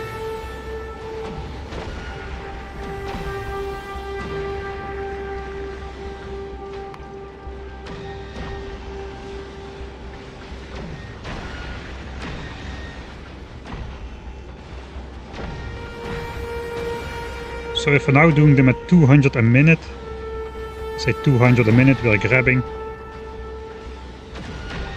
That's 5 minutes for 1000. 250 minutes, okay, that's a 4-hour trip to fill up our... A 4-hour trip to fill up our entire storage of 50,000 Prometheum chunks. If we're grabbing all of them.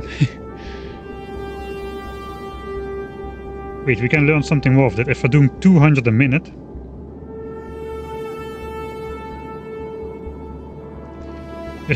if we're doing 200 a minute, I guess we don't need 2 green belts of input over here.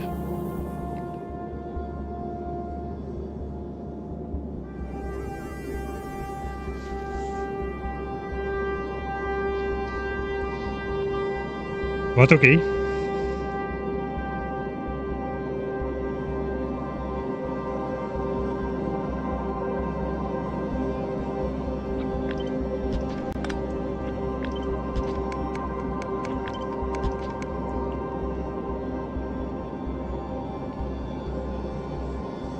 Right, nothing misaligned just yet. Right, this does not work because now this is connected. It should not be connected.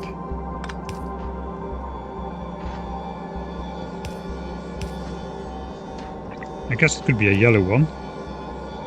Then it won't be connected.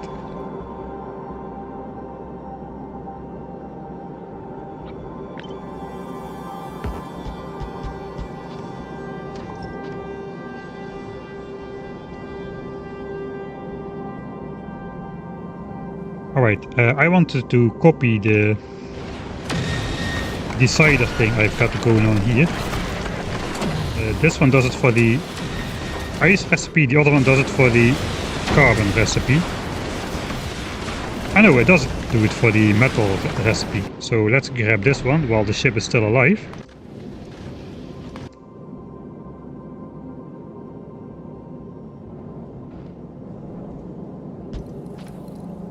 Okay, so we need to find where we have some space to put this. We can place it wherever, really.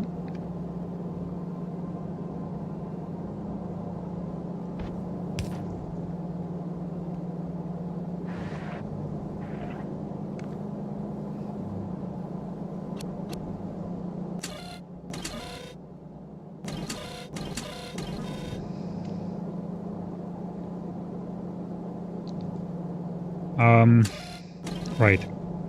I want to base it off of the molten copper in the tank this time. If we have like more than, let's say, 20k molten copper, then we switch to produce iron only. If we have less, we are producing both. Maybe I can do sort of a staggered formation where one of them switches earlier. And that probably requires another one of those. We do have like 2 tiles of space over here.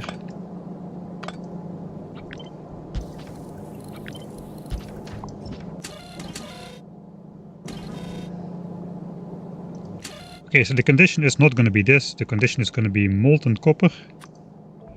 If we have more than 20,000 in the tank, then we just do metallic asteroid crossing. And if we have less than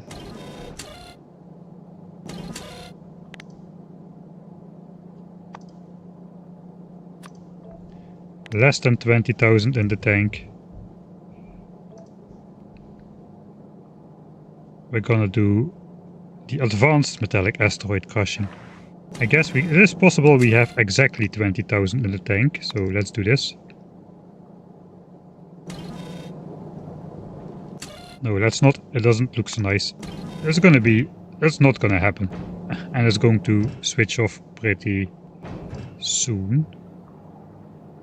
So it could happen.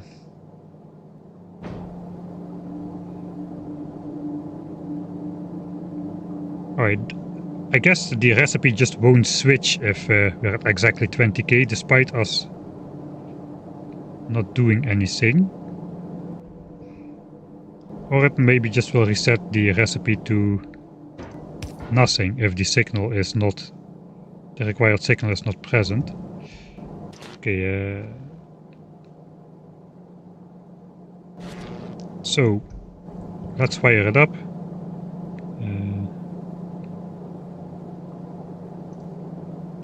These are both hooked up to the output, and these as well.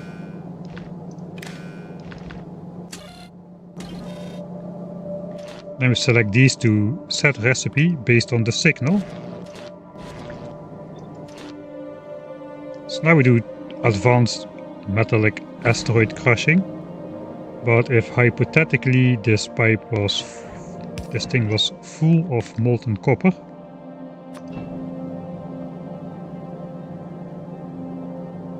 wait, yeah, obviously. Okay, so it looks like if they are not output, they are not receiving any. Okay, it's less than 20k. Obviously, we also have to hook this thing up to the tank.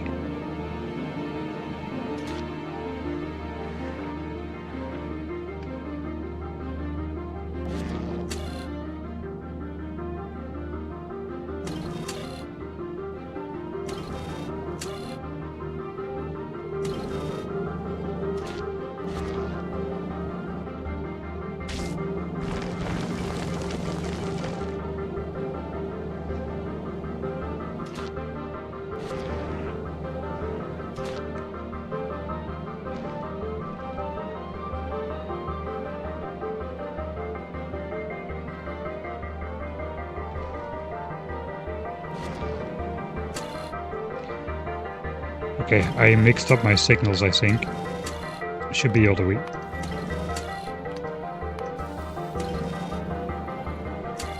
Alright, so if I have less than...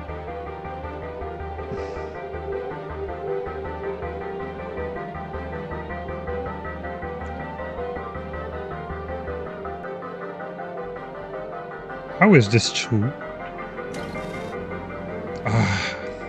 Yeah, okay, I connected. Okay, sorry chat, probably you already said it. I should connect it to the input. I guess let's do this. This looks a bit better. And this does not need to be connected. The signal was okay. Signal was okay. Okay. If molten copper larger than 20k, just do iron. If it's smaller, then just do the advanced one.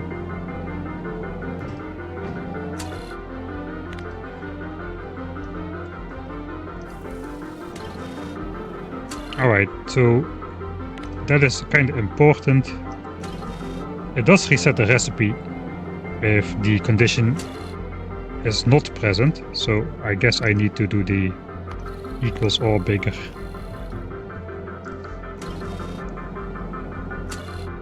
What if I do equals or smaller?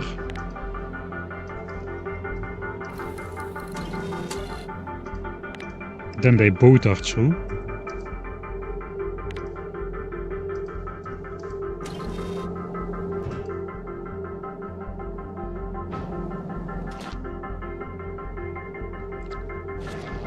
Okay, then it just does the first signal. Okay, that's good then. At least these look the same.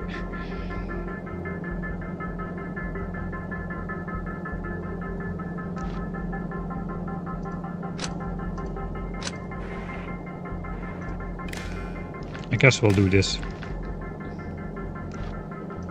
Just to avoid the wiring clutter on the screen a bit.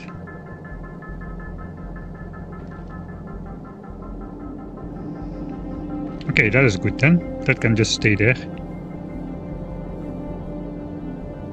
Okay, that is copper and iron taken care of, steel taken care of, explosives taken care of.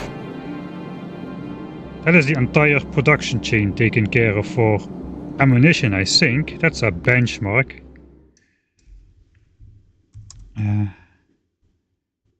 Ammo production setup. That was difficult, holy moly. Hook up the input, not the output. Mike Handy is again with his cursed undergrounds. If output is full, they don't grab anything. That is something I know.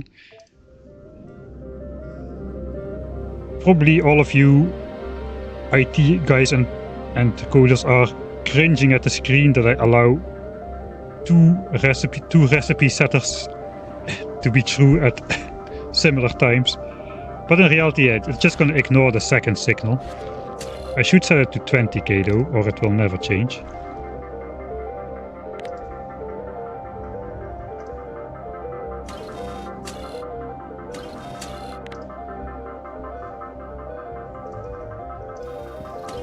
Alright.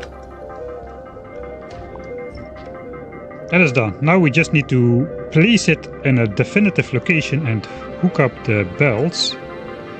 That is not true. Not everything is done yet. Ice crushing is not yet done. We're gonna need a similar system for that. We're going to want to crush basic ice when we can, and we want to crush calcite along with ice if we need it. This can go away. Let's take another look at the fuel processing requirements as well.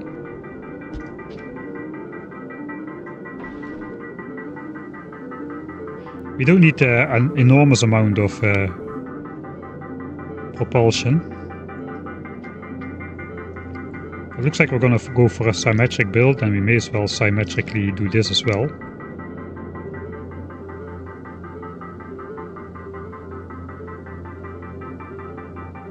So we need some more carbon out of here and some more calcite. Right, let's check out the calcite crushing recipe, because maybe that's perfectly balanced as well.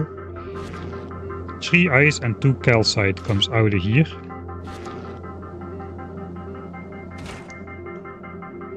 This requires 1 calcite and 100 water. So 200 water for 2 calcite.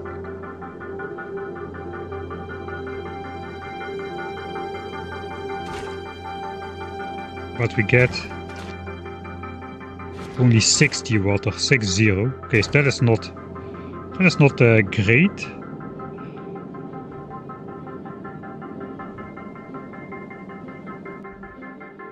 Okay, I do want to upgrade these into some like uncommons as well. 600 fuel a second.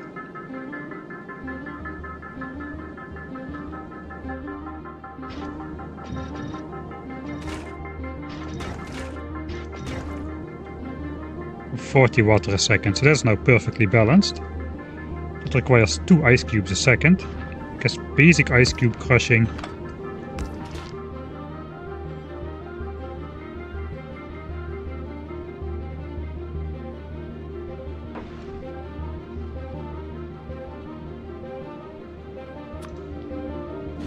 gives us 4 ice cubes a second.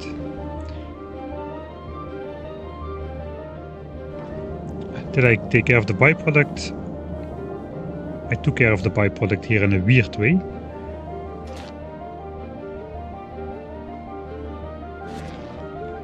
Okay, what if the crusher was not so good? That gives us 2.5 ice a second. That is still plenty of ice a second. I did learn by this time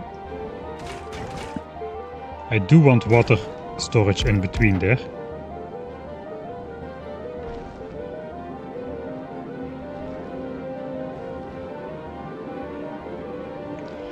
So I guess I want these to be faster. Just a little bit. Then I can fill up these water tanks.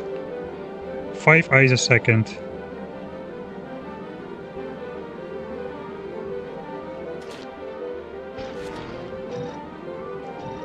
That is basically 5 ice a second.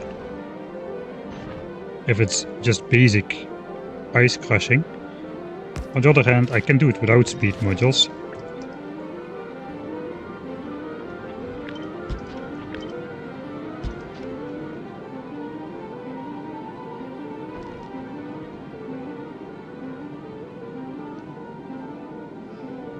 One of these produces enough calcite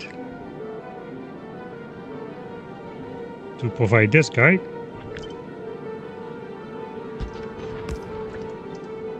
Mm, 0.4 calcite. This eats up 0.4 calcite.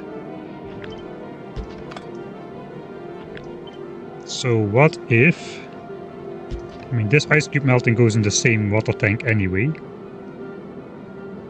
600 fuel a second is gonna be plenty.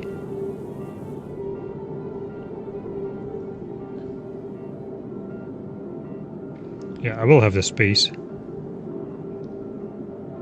I will have the space.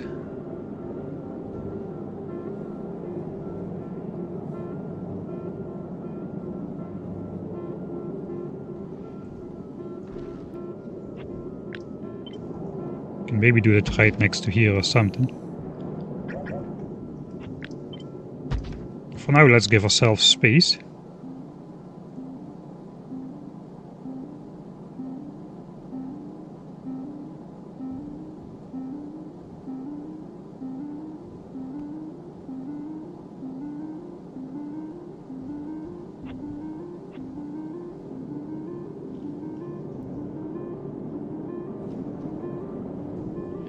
I think I want to keep the asteroids on the belts as long as possible, because that will make a nice buffer of asteroids.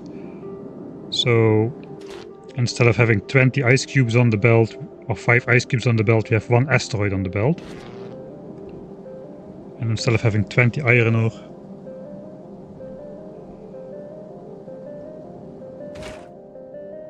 so we do need carbon over here as well.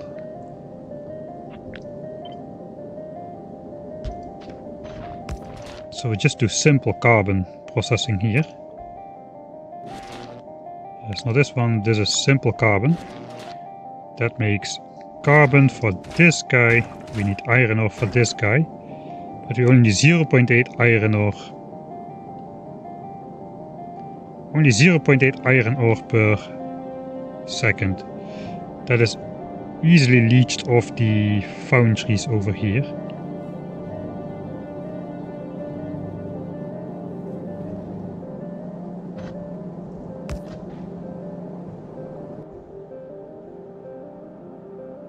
If we output in stacks, I think this guy is just going to be fast enough to feed 20 ore a second in all by itself.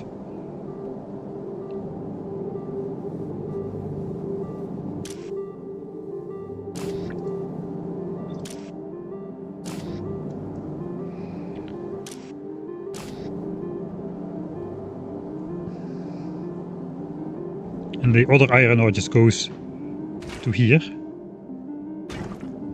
Carbon we can crush here because we don't have any excess carbon.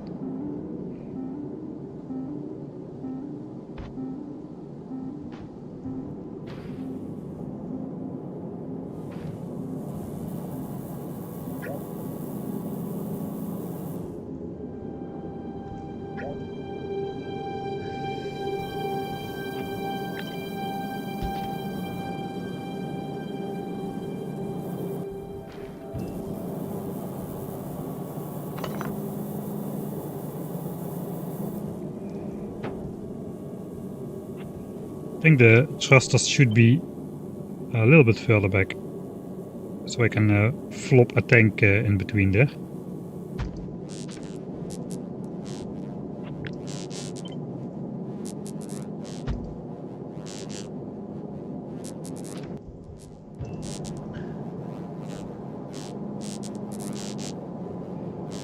Kind of depends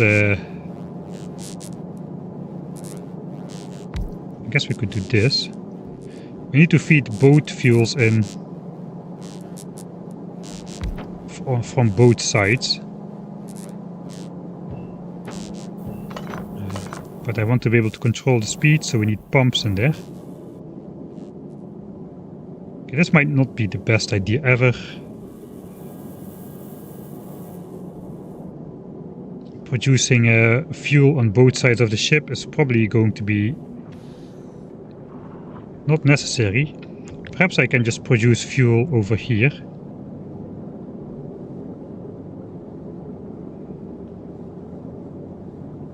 I can figure that over here. Here we have the cargo base. And here we're gonna have fuel production. All fuel goes in here.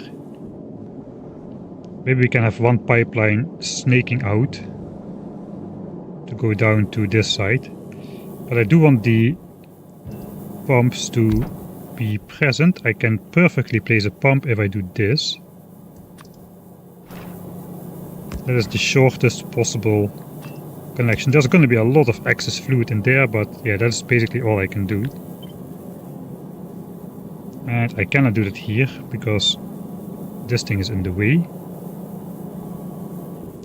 So I guess we go down yet another space.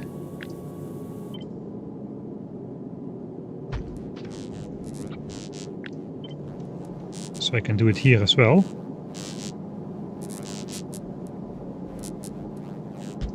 That actually allows me to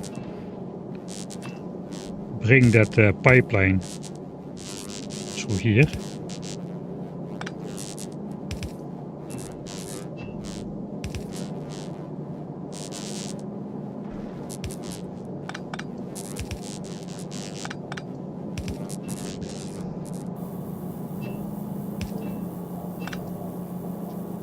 The other one can come down here and here. So both lines can go past here.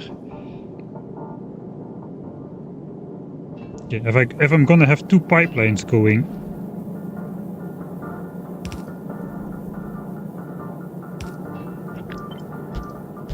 down on this side and two belts on this side, I probably want to move the entire thing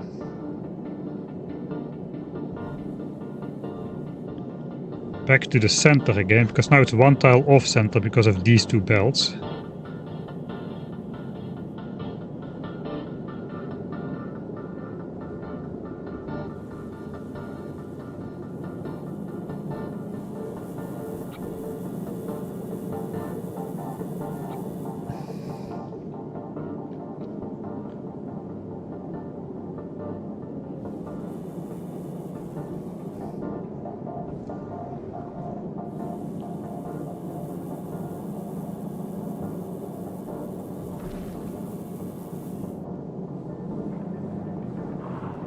The entire ship is off center because of that.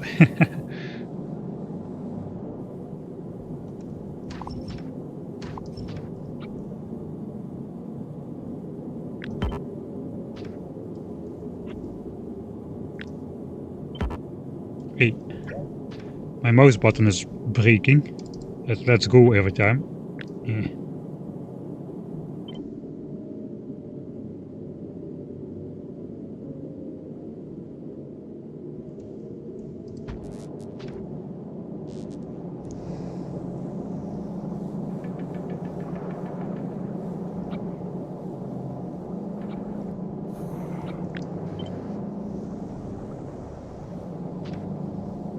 Okay, that is correct now.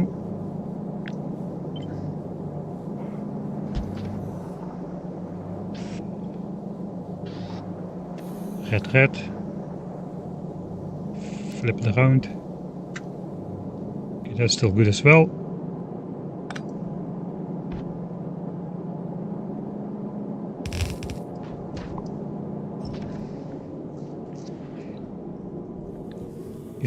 Now it's symmetric again.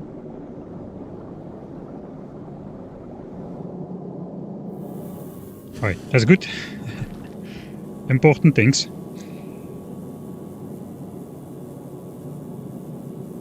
Has anyone compared the density of the linear the linear belt weaving approach, the one where you also do undergrounds? Yes, I have actually. And the result is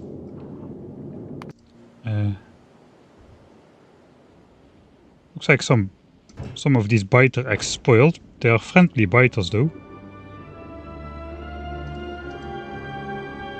Wait. Distractions in my distractions. So here we got the other one, which does the double one. We have quadruple belt weaving like this, triple belt weaving vertical. This thing has a larger overhead though, to it being it needs to make turns on all 4 sides, whereas this one needs to make turns on all on only 2 sides. So while this does have a higher density of storage in the center, this one has less losses on the edges. And in the end it turns out that both of these store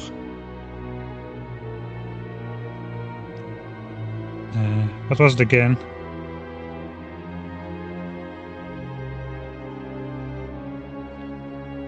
Yeah, both of these store 27 items per tile, so that's like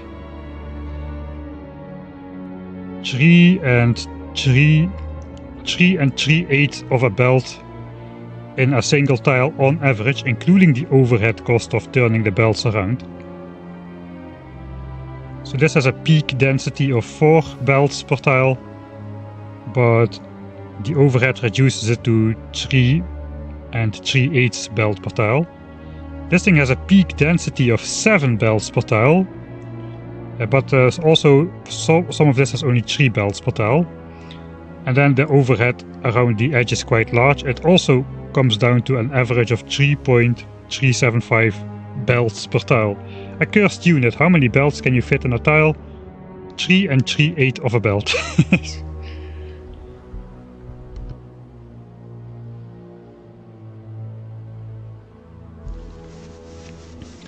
Yeah, I guess the cross will be... so both of them are not... This one is tileable vertically very easily.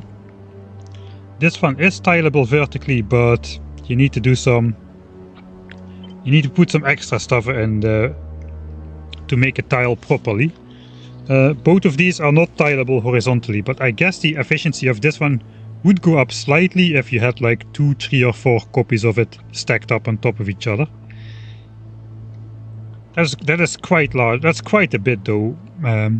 Yeah, but I'll go over this in more detail in the eventual video, which is gonna come out after it's finished. Alright.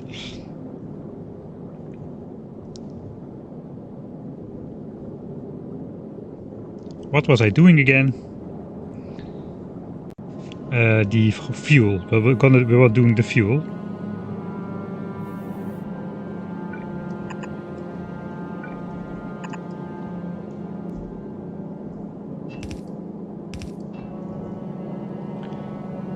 I guess that's actually fairly decently located, like so.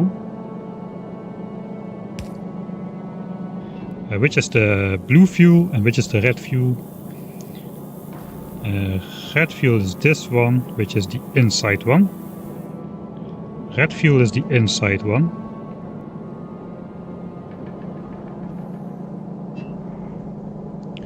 I guess it would be slightly better if... it doesn't really matter which one is the inside one.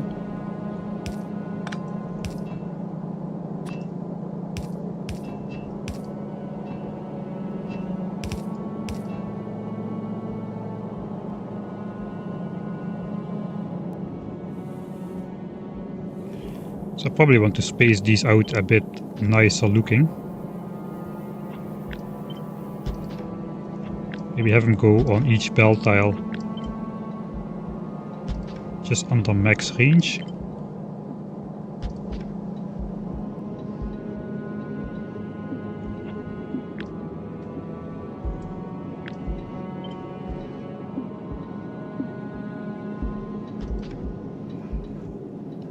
Okay, something like that.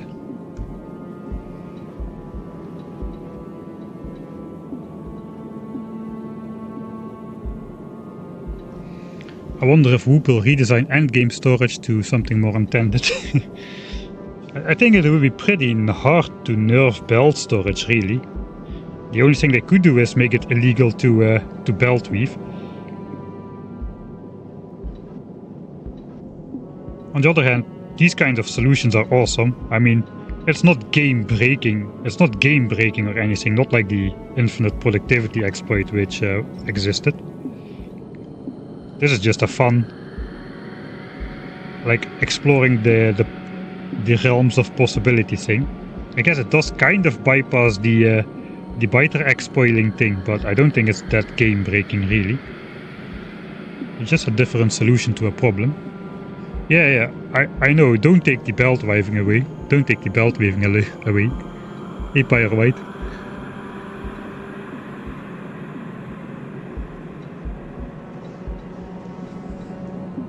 I especially remember your name in the whenever I do the list because of the single lowercase I at the end.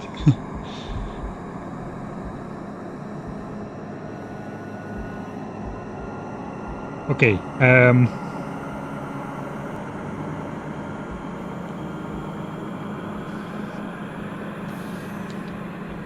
Then it might be beneficial to do this instead. Are we gonna get the beacon involved then? Does it matter if we get the beacon involved? Not really. Might actually be beneficial. We can get away with one ice cube melter.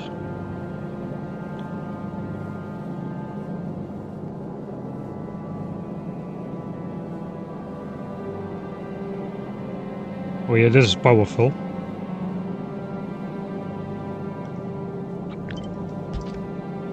$50 water a second. Okay, something went wrong. I had 2 of 50 water a second. I need 80 water a second. This one makes 90 water a second. Okay, so that is excellent. Guess we'll just move that entire thing against the beacon then. And this is not affected by the beacon, and I don't want this to be affected by the beacon.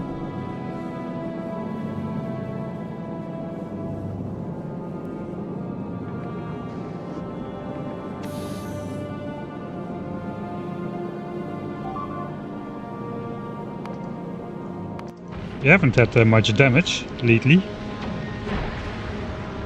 And the wall pieces are actually doing a good job of protecting these things most of the time. I didn't think that would be the case. Oh yeah, that was a close call. Yeah, rocketeurs are too far from the edge, so that's a mistake that has been fixed as well now.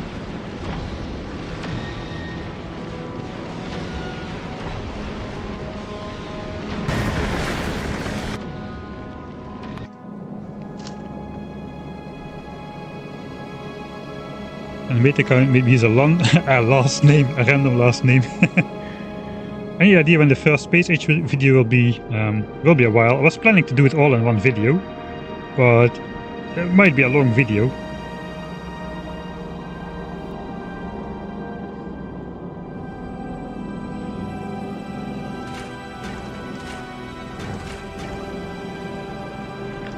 I can still technically do this, so it would still work.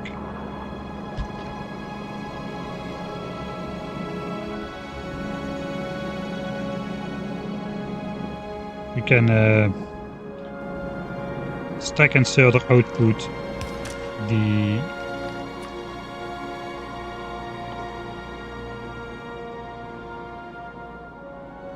calcite on the belt over here.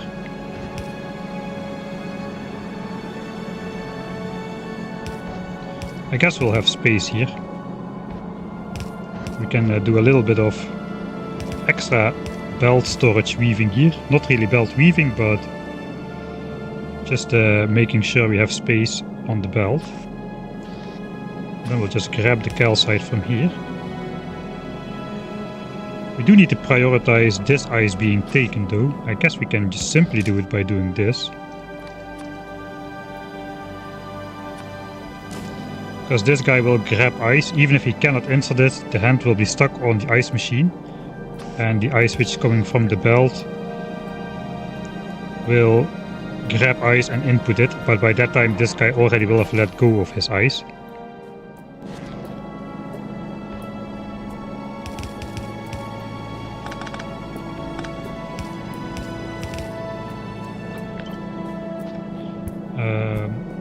Also stack and sell the ice here.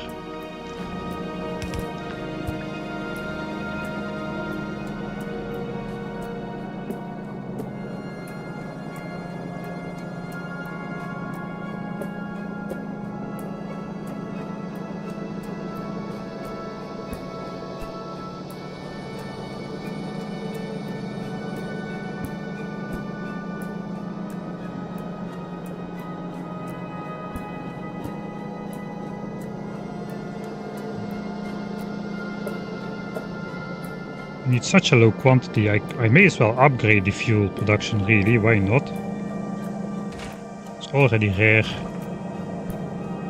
What if there was one beacon affecting these guys? 960.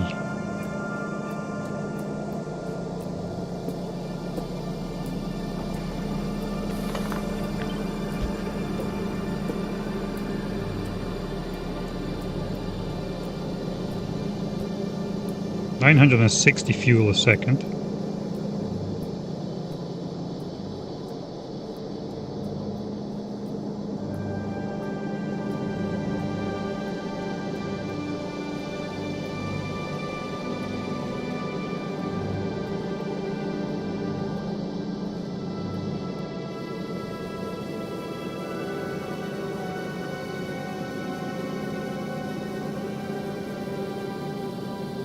That's almost enough to power these engines like indefinitely.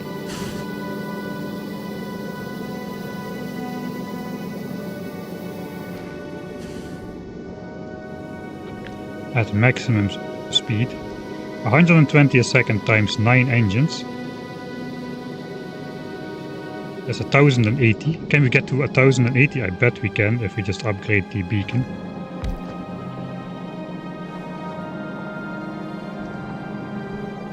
$1K a second. Okay, we need to do manual mathematics.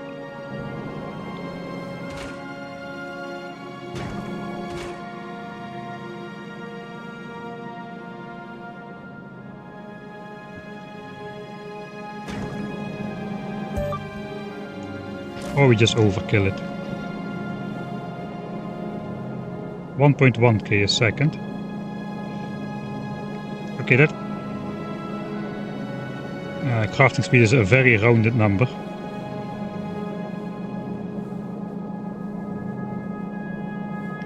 Okay, I'll do the mathematics. 1500 thruster fuel in 10 seconds. And you want 1080 a second. So what crafting speed do we need to have? We divide 1500 by 1080. No, we divide 1080 by 1500.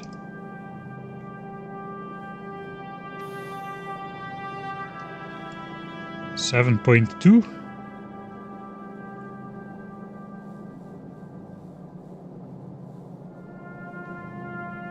Yeah, 7.2. Because 10-second recipe. Okay, we're over crafting speed 7.2. So that is good. And we require 150 water a second.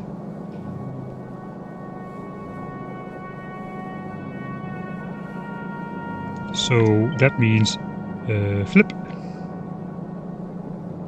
Wait, that doesn't work. I cannot output water in a beacon. Flip.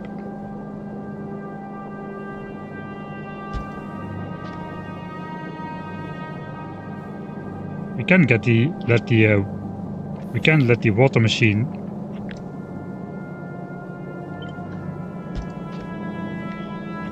be affected by 2 beacons though. Oh wait, this doesn't work either because water needs to go in this guy as well. Kinda missed that.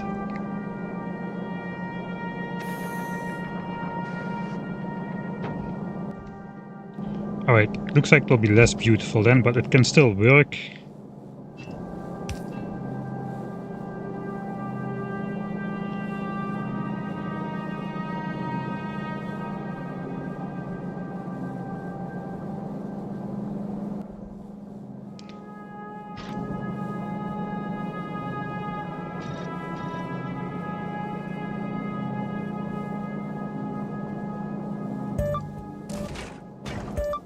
Ah, it was a Mark II beacon before.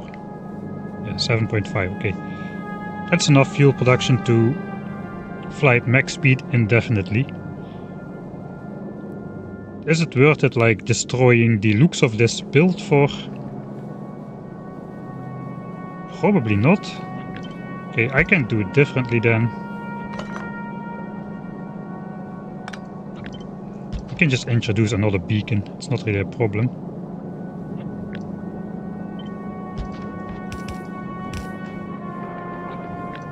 Basically move this entire thing up one tile.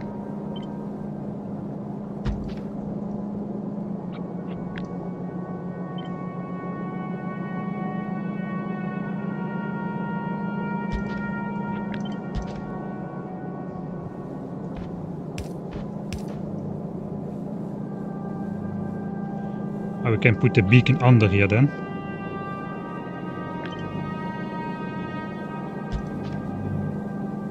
And this should be the Mark II beacon with the Mark II speed modules. The Mark II, Mark III speed modules. Can you still follow?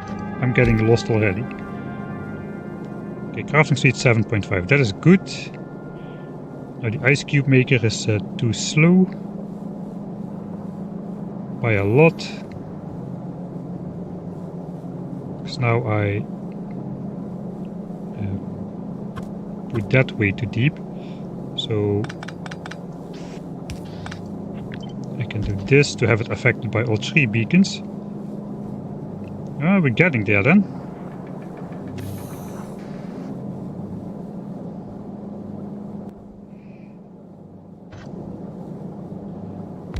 Guess we may as well do faster Prometheum, faster science production with our faster inserters and faster speed modules. 21 science a second, so we need 30 asteroids though. It's okay, as long as we get the productivity bonus we're good. 126 water a second.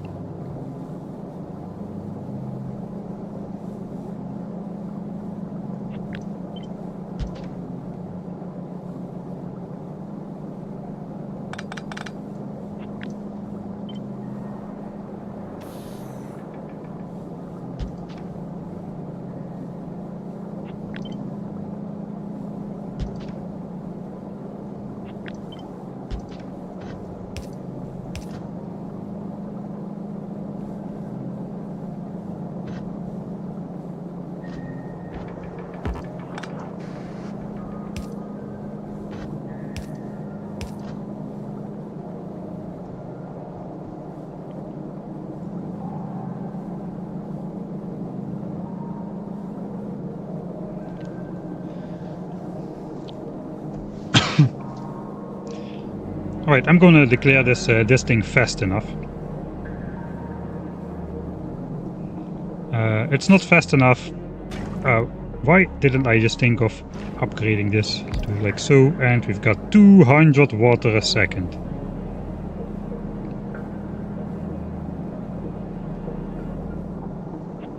Okay, so let's make it look nice again. Okay, then we... Let's downgrade the beacons again.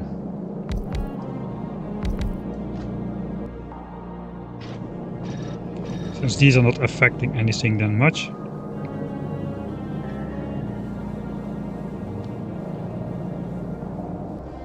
Or do they? 142 water a second. Okay, we'll upgrade these as well then.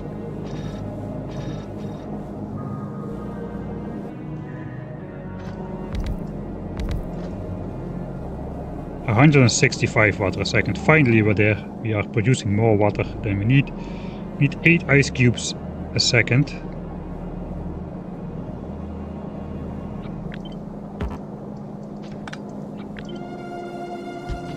So that will use a... Actually no, a normal inserter will be fine. Because it grabs stacks of 4 anyway.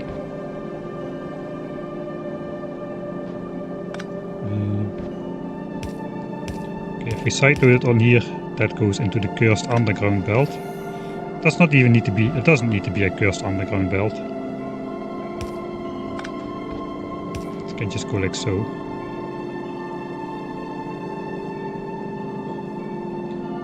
.25 cubes a second.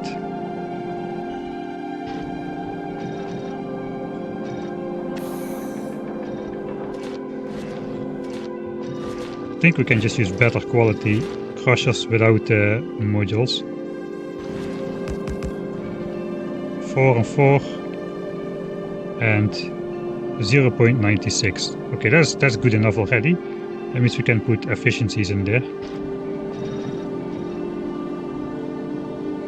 And this carbon thing, it barely needs anything.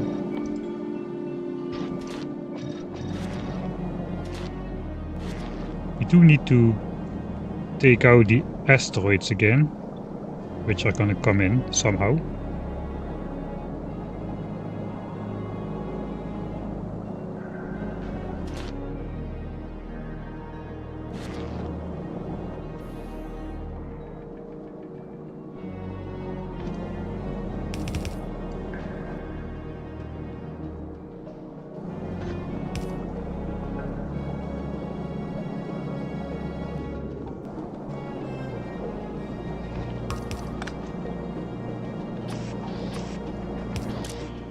Take out the extra ice asteroids and put it back in.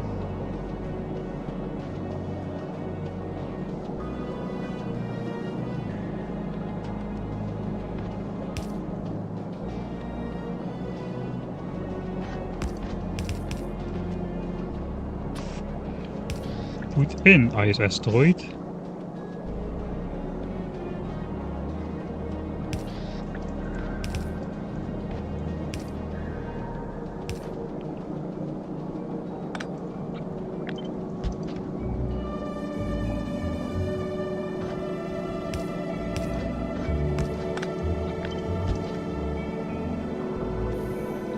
Alright.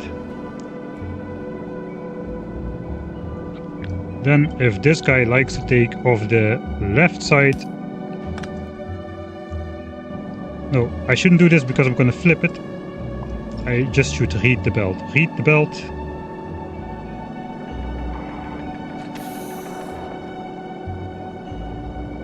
If this belt has some stuff,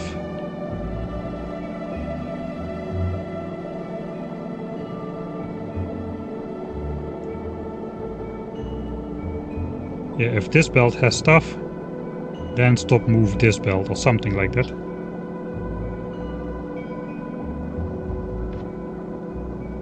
Or I guess then stop move this belt. Alright, here we go again. Here we just read the belt.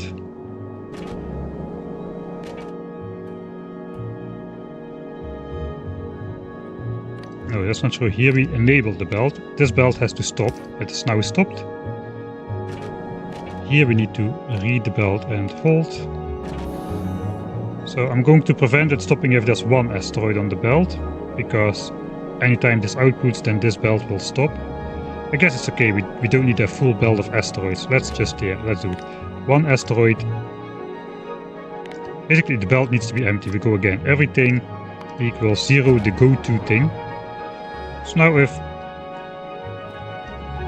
this thing drops an ice asteroid on the belt, let's grab one. This will stop for a second. Okay, it does stop, alright. So if this backs up, we get no new intake. This thing has 5 ice cubes in hand, alright. That's good. So this won't deadlock ever. I guess also carbon asteroids need to come in.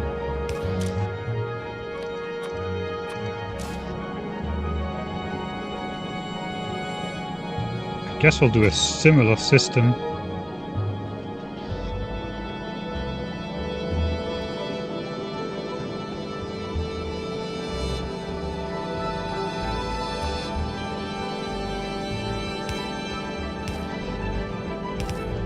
Basically outputting it here, taking it again with this guy.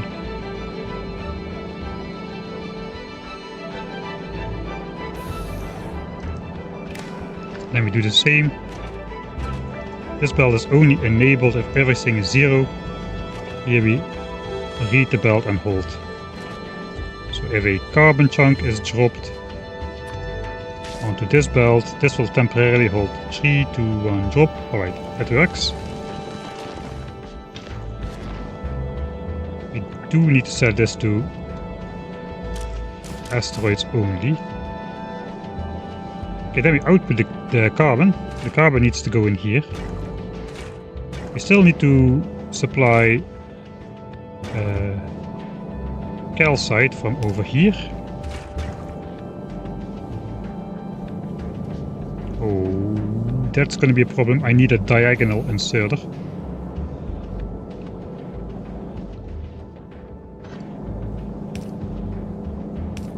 I guess we'll go around the outside. Just tuned in. What is Mike building? We're building the Prometheum collecting spaceship, which features the quad belt weaving setup we designed earlier. Can you even weave more belts than this?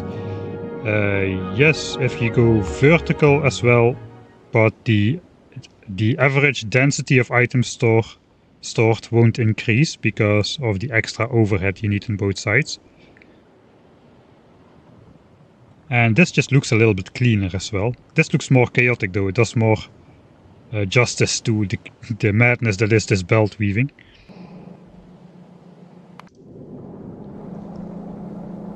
Alright, so we got a blue belt coming out here with the calcite. It's just blue so that we can span this area over here. Again in map view.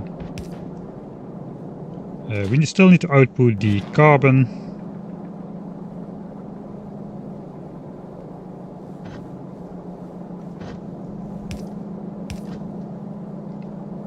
I guess that can be done like so.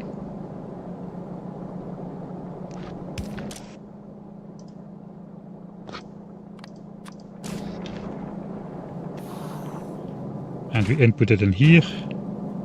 A calcite, I guess we'll do the same, some sort of a same thing.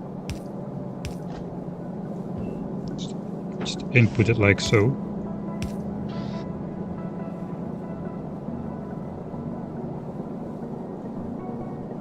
This thing should get automatic priority-ish because of the ice cubes over here.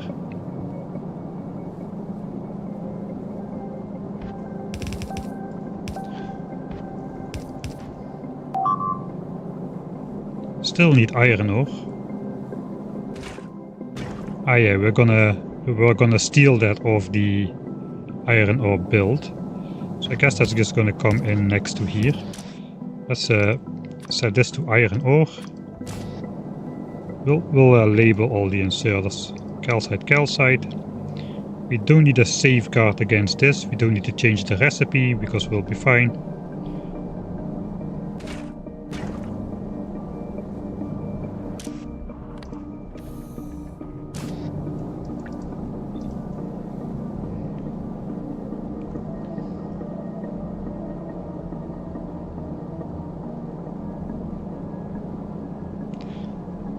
Okay, so maybe we should output the carbon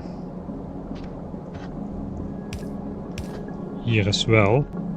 We can do some more cursed belt weaving. We'll upgrade this to a full blue belt since it is almost entirely blue anyway. And then we can diminish the carbon to a red belt. We can put the inserter here so it looks more symmetric. And we'll just do this. Oh wait, this needs to just go back.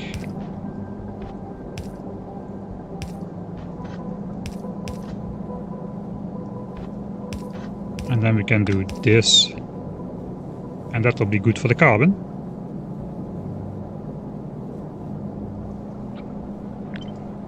It also would help if the carbon output inserter was on the carbon crusher, not on the ice crusher.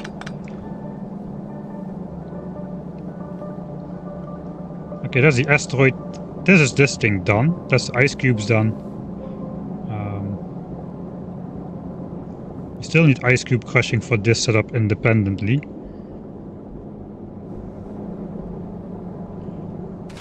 This does not need any calcite though, so that's just going to be very simple.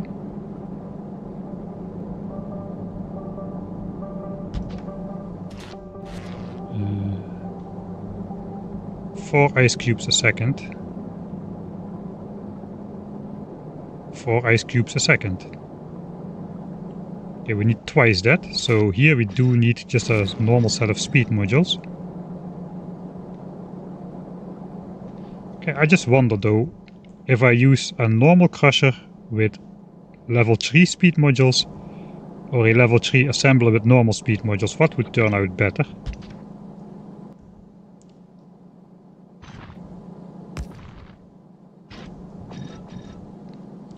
Alright, so the level 3 crafter has a crafting speed of 3.2, energy consumption of 1.3 megawatts. Okay, this drops from 3.2 to 2.6. But the energy consumption stays the same. So it looks like better machinery is better than better speed modules. It appears. For this level. I don't know if that's true for all levels, I kinda assume so.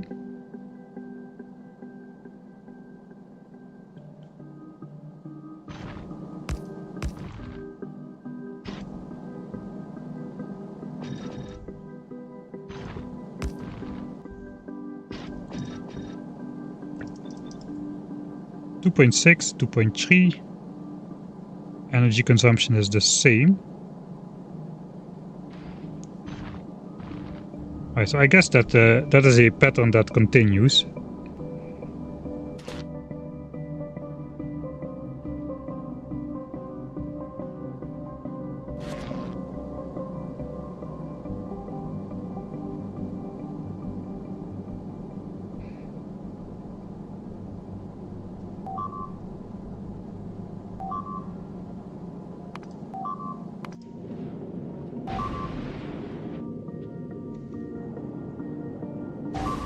Okay, something went horribly wrong.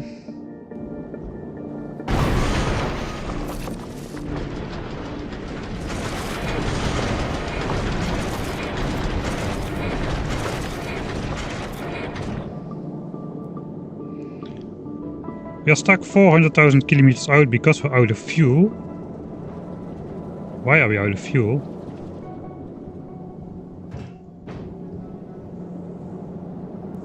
Oh, I broke... must have broken something.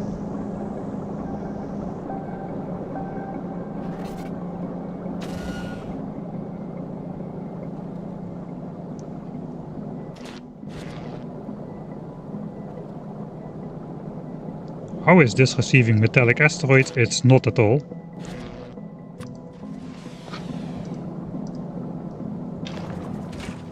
Okay, there we go. We should resume our journey shortly.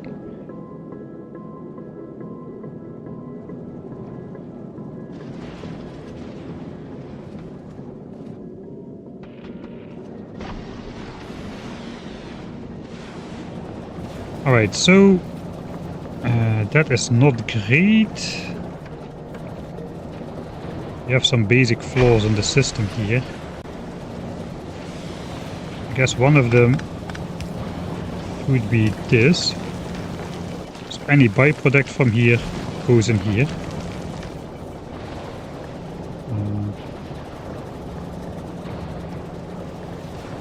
What else can I do?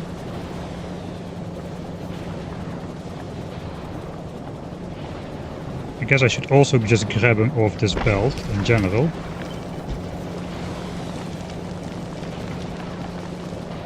So anytime we get a byproduct of metal asteroid chunk, we should be good. I also maybe should keep this process going by letting it output the coal back on the belt, so that can be re-crushed again.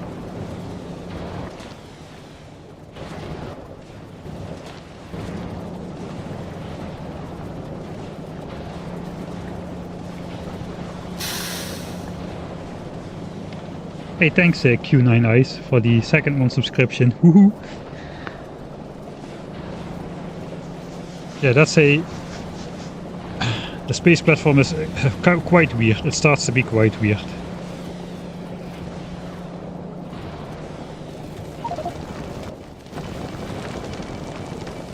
Alright, this seems to kind of work.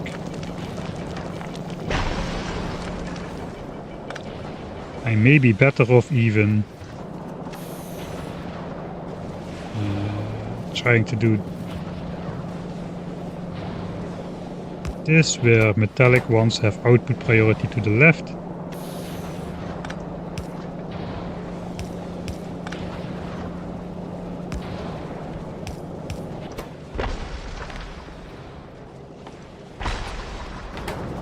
So there will always be a couple which can be fed in here. So then the byproduct goes on the belt and goes here anyway, so I don't need that other inserter anymore. Just this one.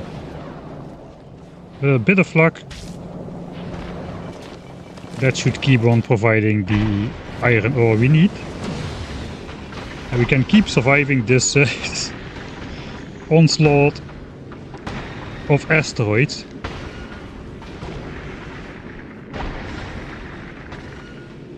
I can't even see the individual asteroids anymore.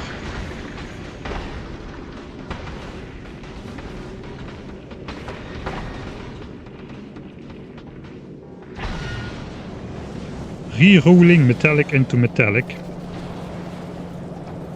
That is a fair point. I can also just grab metallics off of here if they come in. They won't come in though, because this is set to yeah, this one was doing it, but I changed this one to be Prometheum. This was a random garbage collector, so I may have messed myself up a little bit over there. Anyway,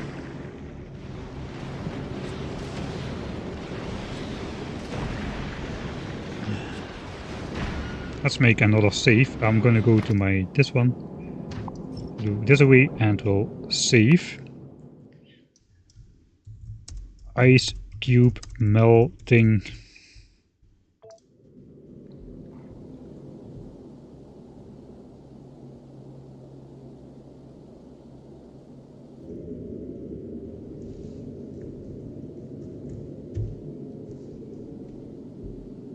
Alright, so 8 ice cubes a second. This is 8 ice cubes a second. Already got the belt incoming over here with the asteroids.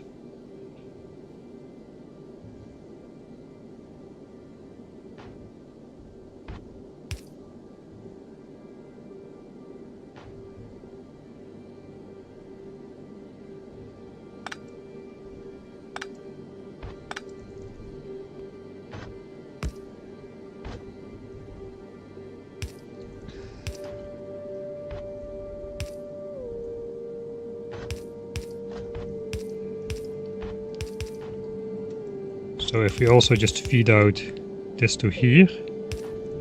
Okay, this is not in its final position yet, so wait a second. I think we're ready to move stuff in it to its final position then. We still need to do this stuff with the ice. So I guess we're just going to be direct inserting that. We have the water storage as the buffer in this system.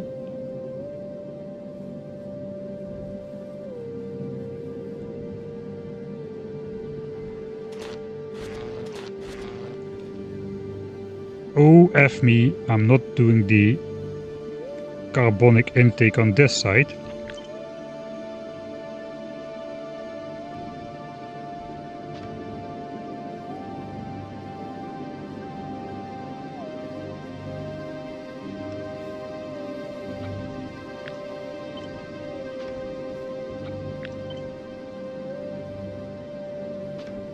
Ooh. Oh, that's a little bit of an issue.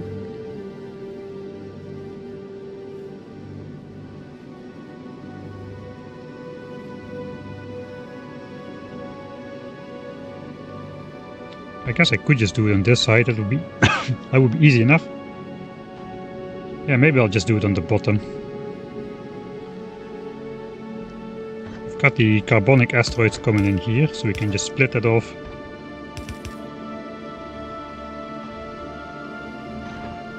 That is at maximum range from the beacon already.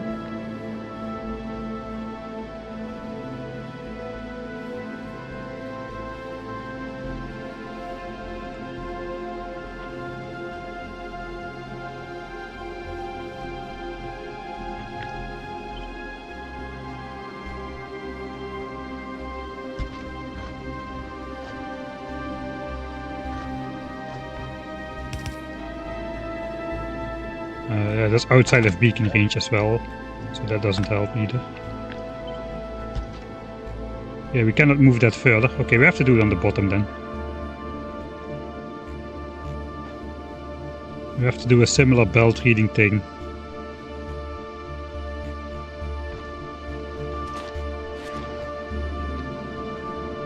Or we do the same as we did at the ice cubes. Yeah, let's do that for a change. Can I? I think I can.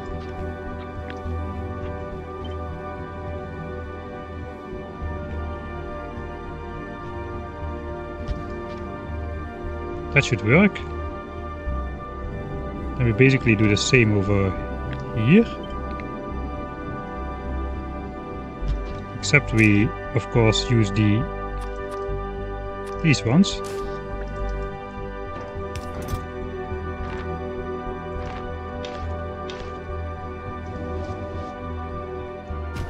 Let me get rid of a couple things again. Turrets. I'll copy paste those up. We don't need thrusters. We're done with thrusters. Oh, we should have. Let's keep that. There's always function stuff, handy stuff.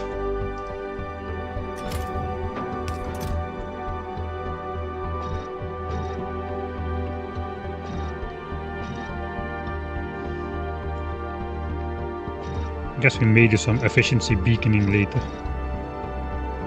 I'm not going to be grinding 4 Mark III modules.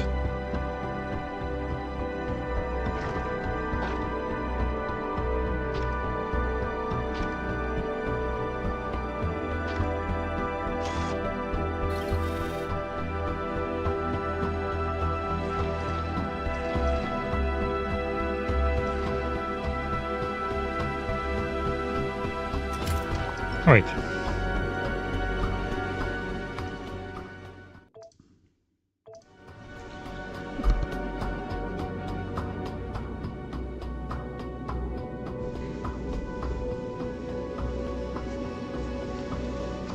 People think Gleba as hard has not begun to try and crack upscaling science production on Fulgora yet. Gleba's child's play in comparison.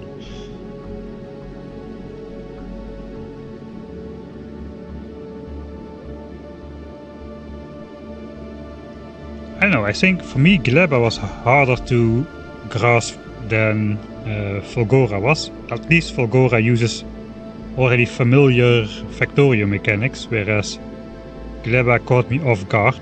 It's probably a function of my playing style mostly though, because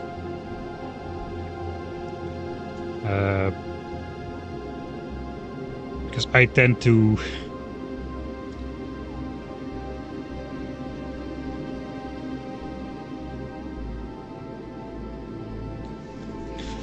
tend to hand feed a lot, as you may know. I just realized this is gonna break once we flip it around to the other side, because it's gonna be output on the right side of the belt. If we flip it around, it's still gonna be output on the right side of the belt and it will get blocked. Life. It sucks. We kinda need fast outsertion as well. I guess normal bulk inserters will do the job too.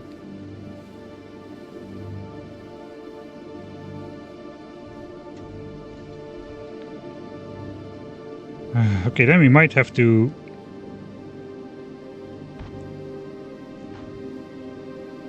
do the outputting of sulfur on this side as well. Yeah, that is kinda hard though. Actually no, it's not, because the asteroid insertion is gonna be easy.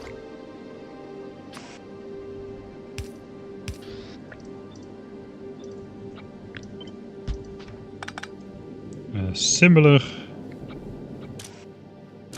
to this.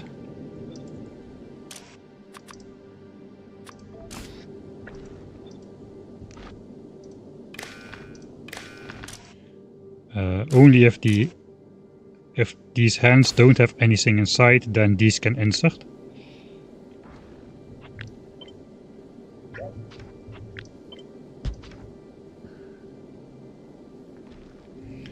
Alright, so if I want this to be flippable,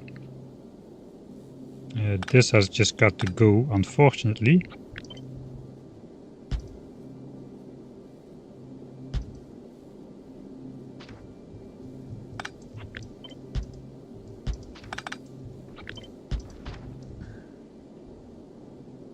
I basically have to side load it onto the correct side of the belt.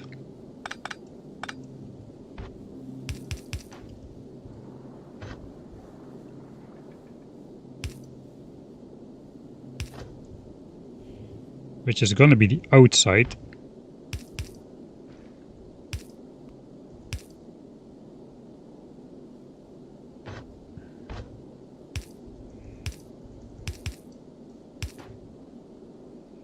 That is the inside.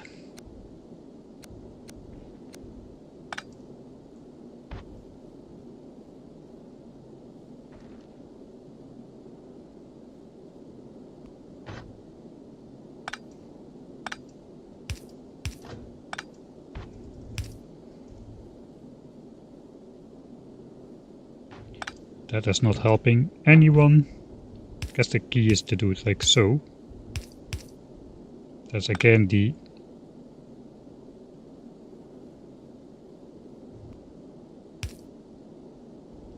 wrong side.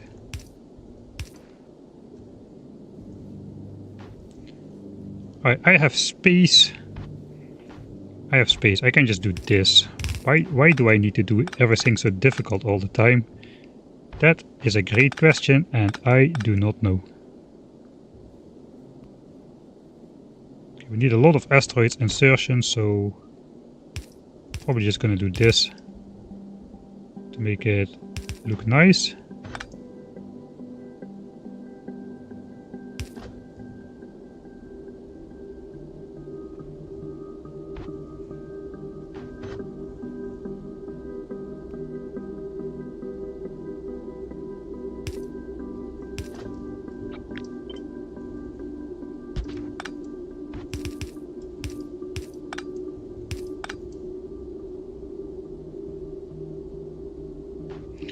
Does not work.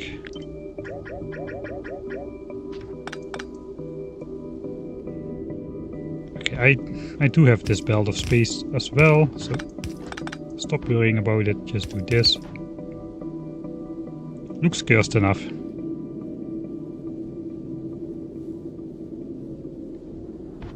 And the asteroids can come in closer then to save some space, and it's the same footprint. Have you tried spamming enter when your character is entering a space platform? I recommend it. Right, no I haven't. I don't want to lose focus yet again and go try it out right now, though it is very tempting.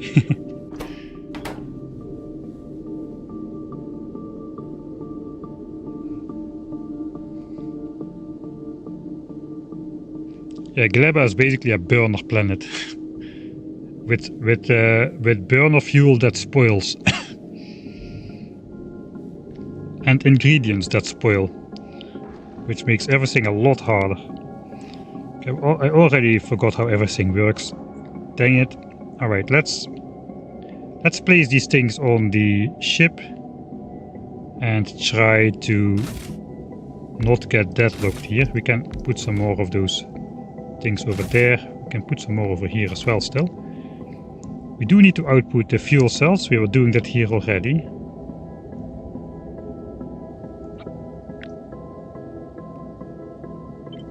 Not sure if this fits.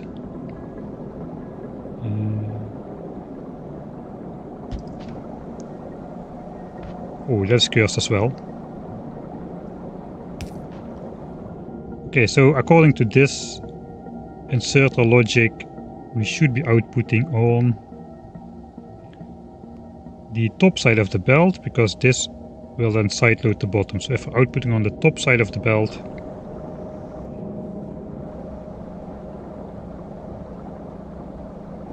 we can do one of those on this side.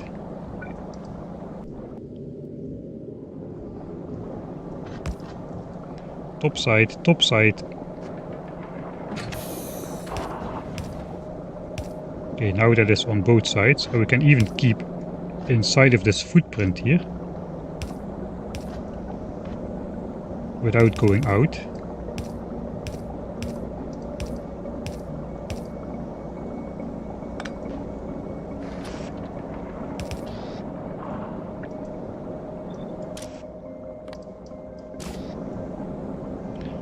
This has to be a stack inserter as well. Just put stacks on the belt whenever we can.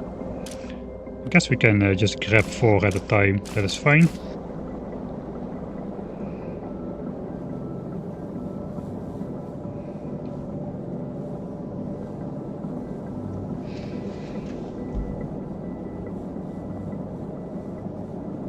Should I keep fluids separate?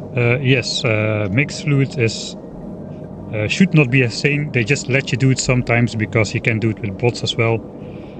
But it is not a good thing. Keep your fluids separate.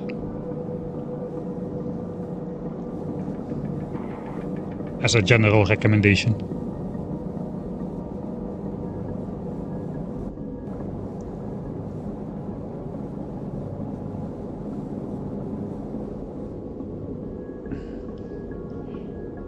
Okay, so let's try to fit this all in.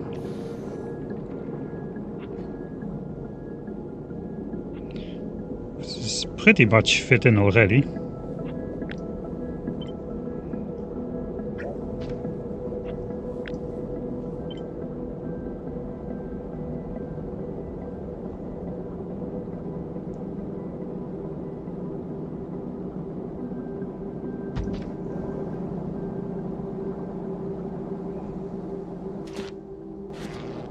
We do need to add ice crushing safety to this guy still, but in general it is not so bad.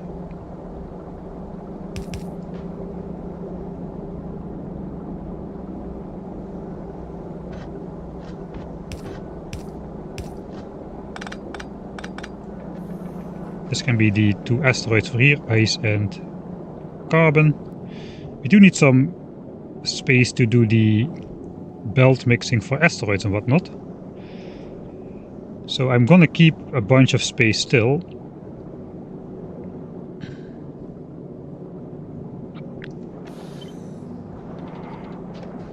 This is in a fixed location, this is in a fixed location. I'm pretty sure I'm gonna need more than 400 megawatts now, so we'll keep the 700.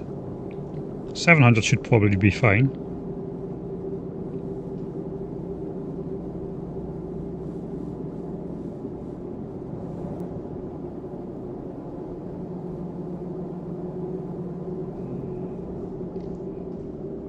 I do think this is in the right location as well. We can just keep it around this beacon then. Explosives need to go here and here.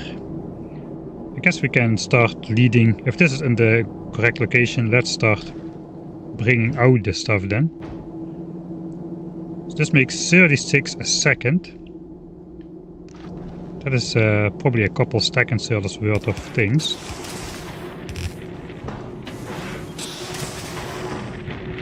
I think those stack inserters can keep up like this.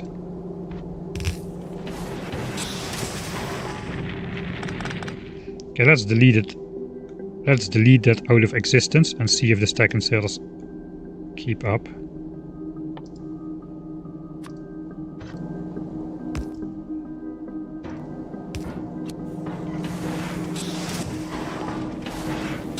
Oh yeah, they draw empty that machine quite fast. Alright, that's good.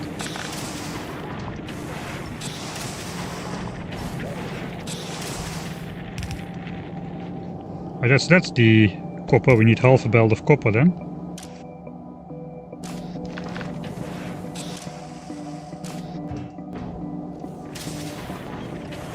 Alright. Steel. All steel goes here. I guess we can effectively output steel over here. What is the most used ingredient? Copper cable.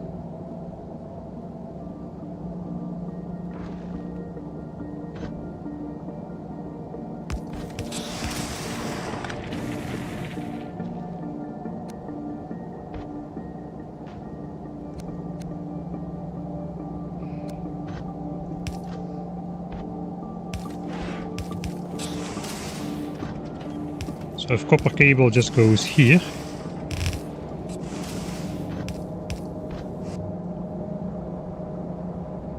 and around, I guess this can be space efficient if we do this,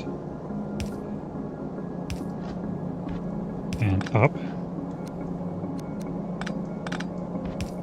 and the other belt can just go around like so.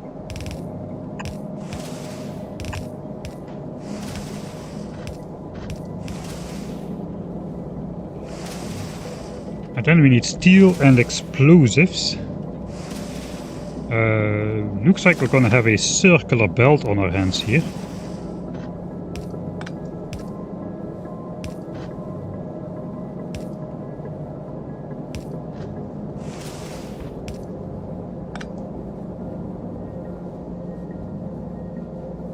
Wait, there's my output space for steel.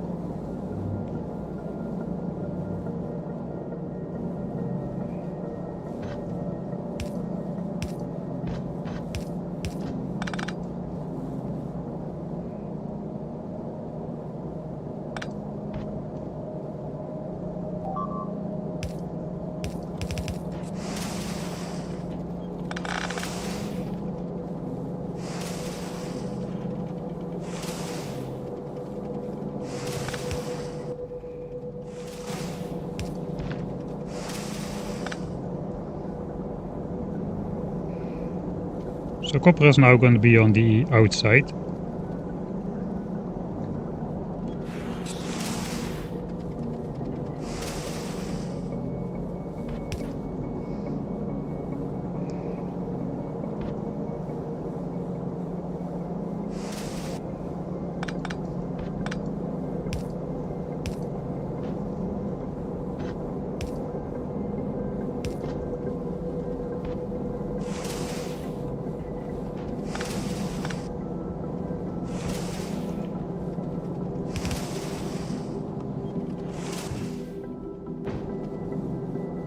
Okay, we're in trouble.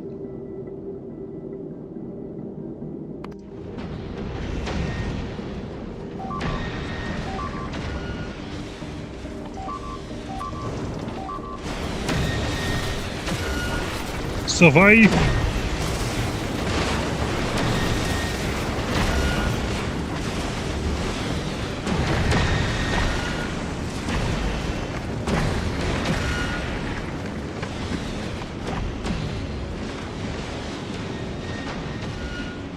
Alright, that's basically it. We're no longer surviving. We already have...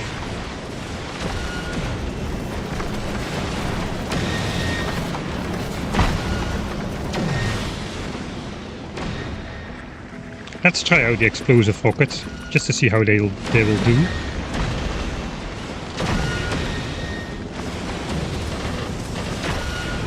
Alright.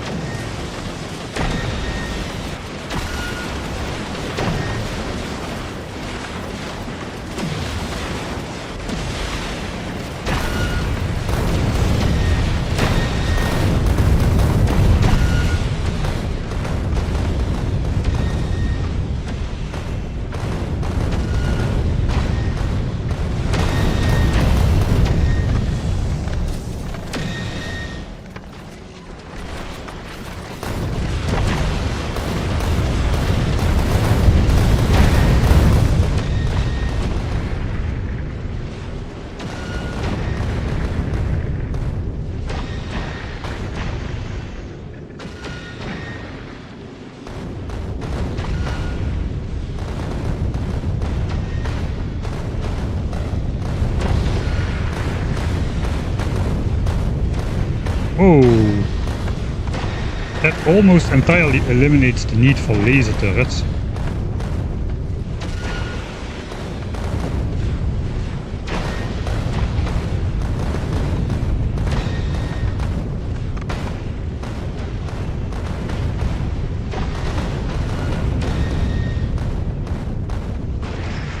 Dang. I didn't think the effect would be this big, man. Holy moly.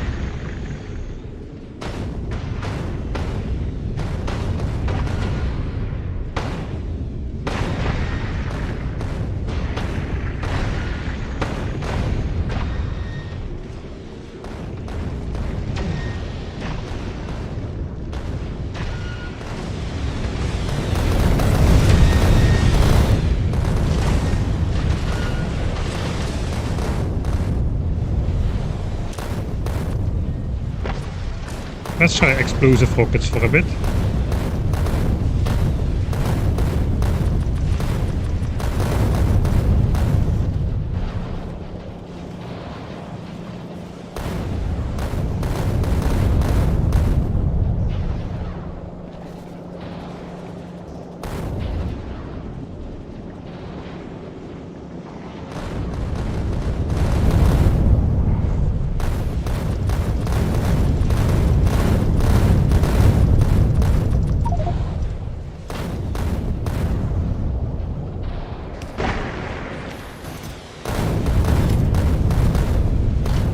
That seems like a bug. Whenever I try to take stuff and it doesn't fit in inventory, it just spills the rest on the floor.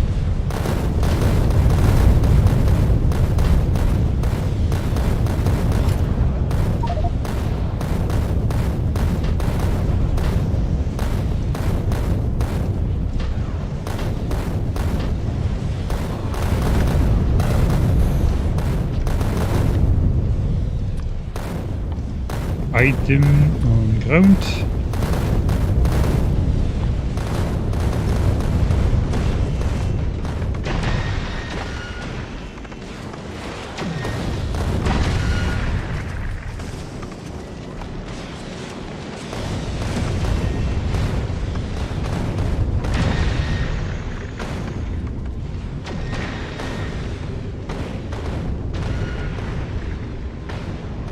Let's check the laser power. I bet that went down like a madman.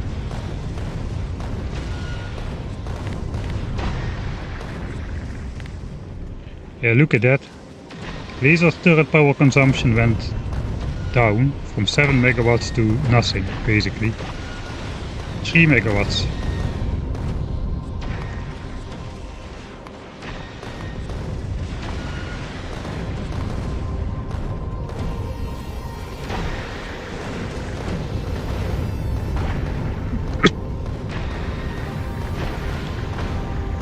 Belt rocket to turret still disconnected.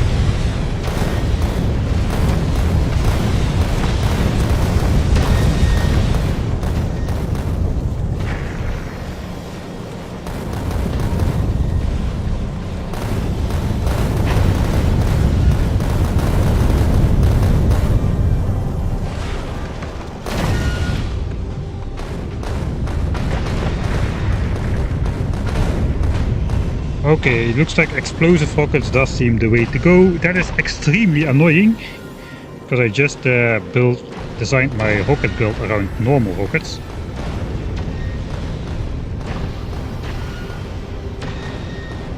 I think I'm even using less rockets than I was before.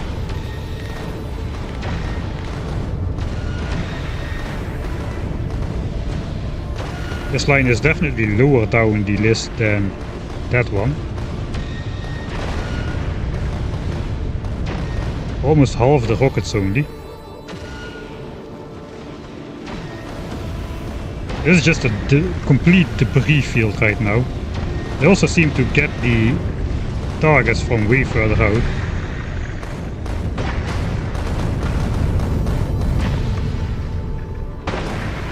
That is astonishing.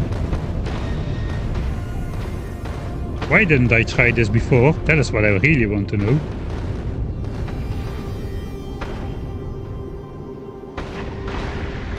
really want to launch yourself towards a space platform while spamming enter. I guess I really want to do that.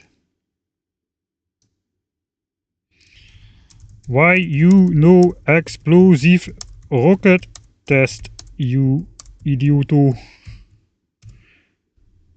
Idioto cannot be part of file name. Okay, that's very nice.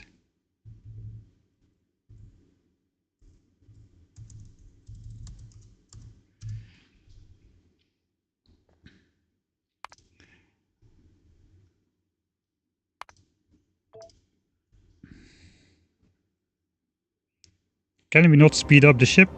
Yes, but we don't want to die. Right. Achievements were reset when I upgraded the game version. I really want to launch myself to a space platform while spamming enter. Okay, I just got out of the rocket again. Was that the trick? Or I should do it... I guess I can get out then. Looks like you can change your mind. You can press enter to exit the rocket still, when you're a novice.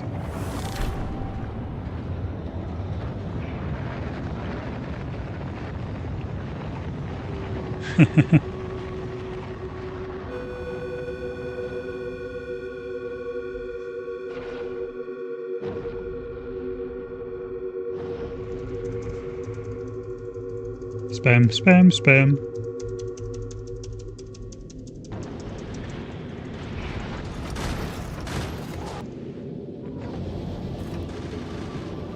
Alright, you gotta catch the moment, but it looks like you can exactly barely get out.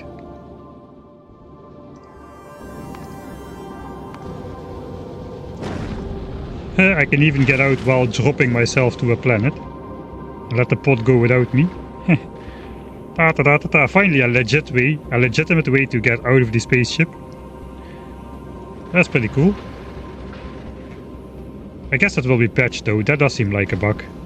I can get back in, but I cannot get back out. But yeah, you can drop yourself down to a planet. Press enter once. You need to be a little bit faster. Okay, press enter once almost immediately and you will be... you are going to be legitimately out of the capsule. Alright. We are not doomed though, we are not doomed. It is pretty easy to make explosive rockets out of normal rockets. We can basically use the setup we have already. We don't need to delete that, we don't need to redesign that. All that we need to do is make an extra step basically. We need to make more explosives to make explosive rockets. We basically just need to match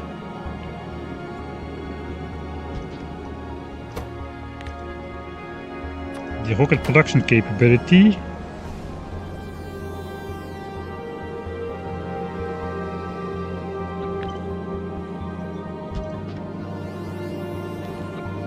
We do need twice as many of these, because these craft in 8 seconds, whereas these craft in 4 seconds. And we need more explosives.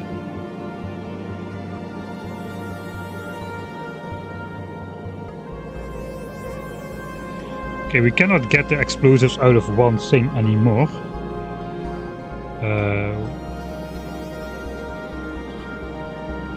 2.6. So that's another 10.4. So I guess we'll just copy the exact same setup.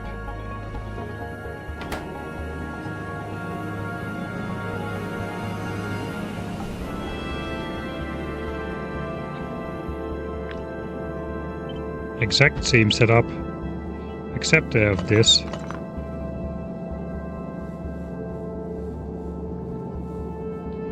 Okay, that was a lot easier than I expected it to be. It's a bit overkill in terms of explosives, but it's not a bad thing.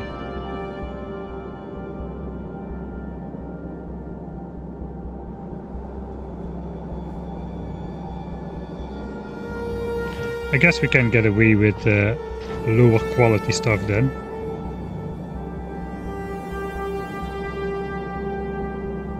It's like 8.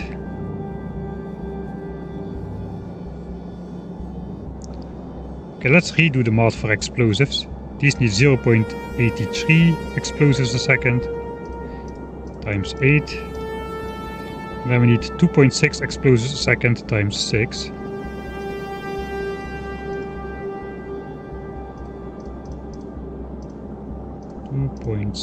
Times 6, total 22.24. So this at 11.5 is perfect. Right.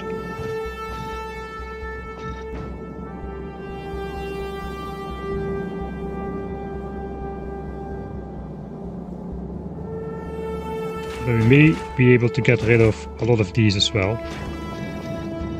6 explosives, yeah, that's more than enough. Now we need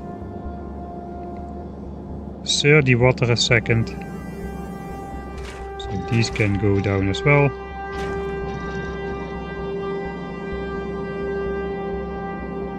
Now we need 6.25 or 6.5 ice.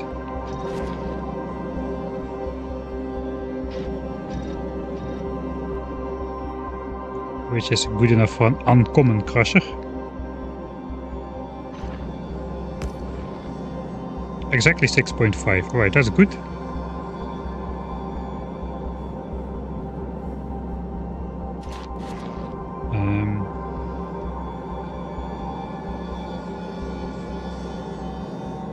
We need 6. Let's see, we need how much? 6 coal a second. Yeah. We need 30 carbon a second. So these are still good. These were a little bit too slow previously, but now they're up to speed. Alright.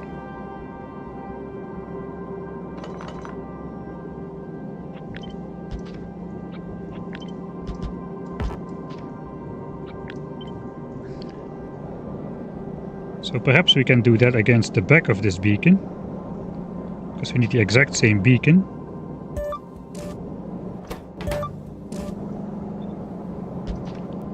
For explosive rocket production. And we can even grab the explosives off of this belt, because explosives are going to be on there. And we just gotta feed in the rockets. That may mean we will try to do the rockets up here.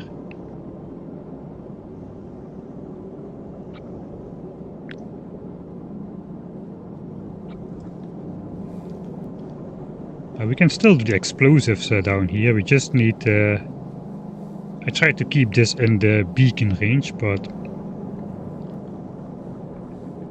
you know, it's not absolutely required to use the same beacon. These explosive setups are kinda sizey though. It's a little bit sizey.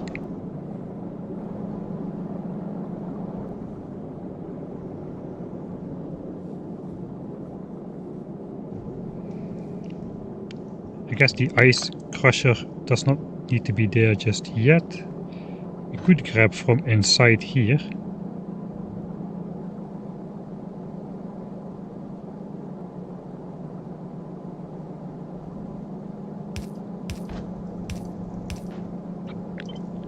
Something like so.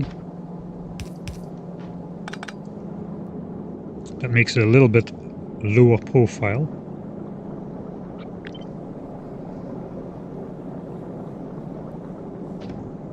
Now let's see if we can fit this guy up here somewhere. Yes, but no, not really.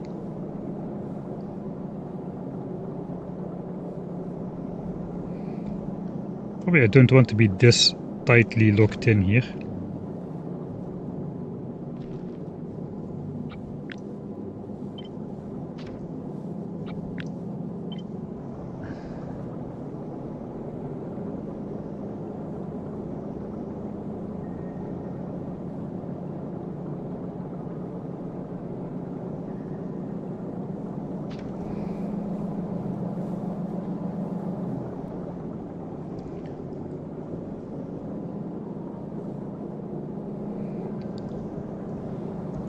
Oei, oei. This actually fits. This actually fits.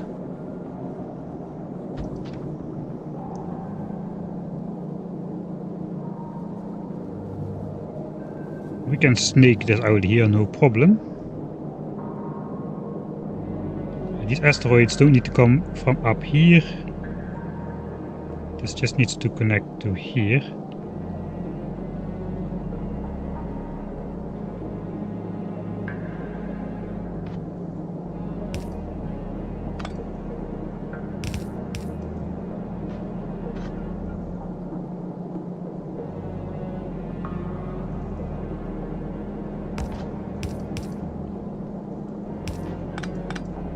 This is perfectly fine as well. Okay, yeah, we can definitely get this done then.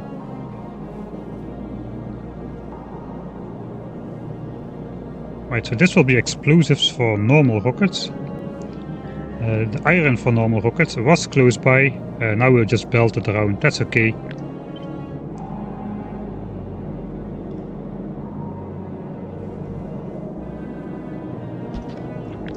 Guess we can do this.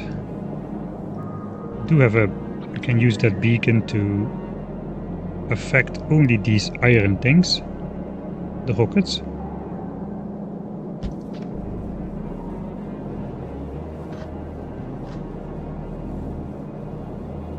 Oh, it will produce 2.6 rockets a second. That is a lot.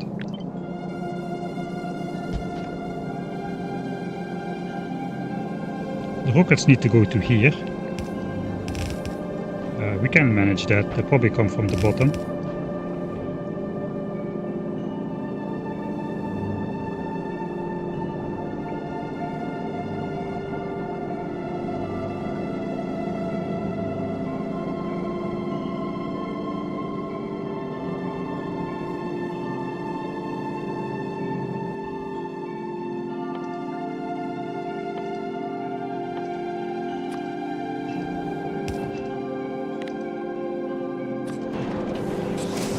Let's get some of this on the belt as well.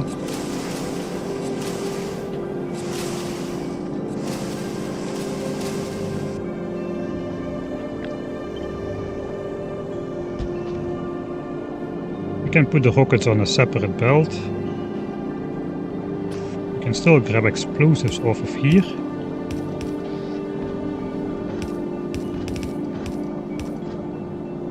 And then just grab rockets off of here.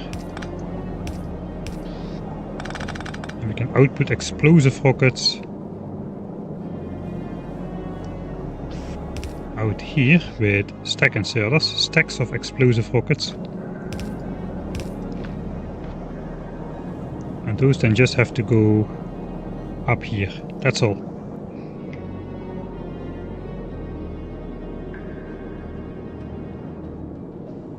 Yeah, I want to bring them out over there.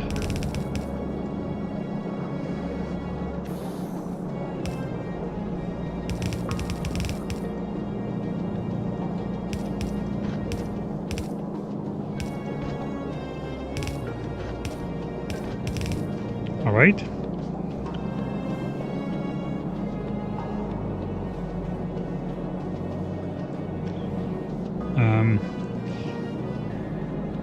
So these explosives need to meet up with these explosives still as well. We do need the ice asteroid crushing still, which likely can fit in next to here still.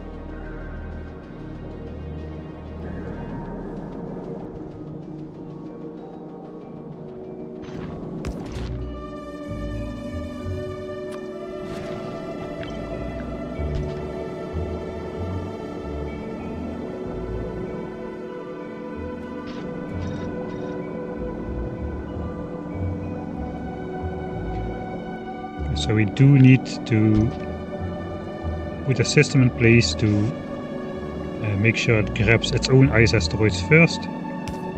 We can do that again with something like this. Hook that up.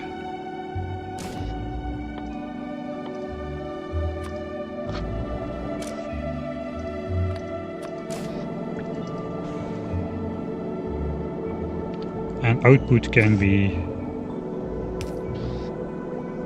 here.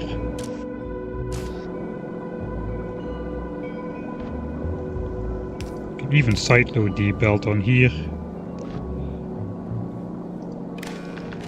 This belt will disable if we read anything on that belt, which we read here. So this belt will not put anything on here if anything is on this belt, so that cannot deadlock anymore. Then we need to output the ice cubes with stack inserters. Cubes and cubes of ice. Maybe we should help defend the ship manually then. Yeah, I guess that's possible, but probably not really plausible.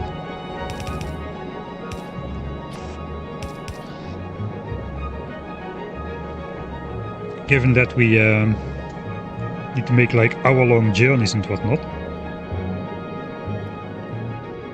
How is it going now? We haven't heard a single thing yet anymore after we upgrade to explosive rockets. Those things are insane.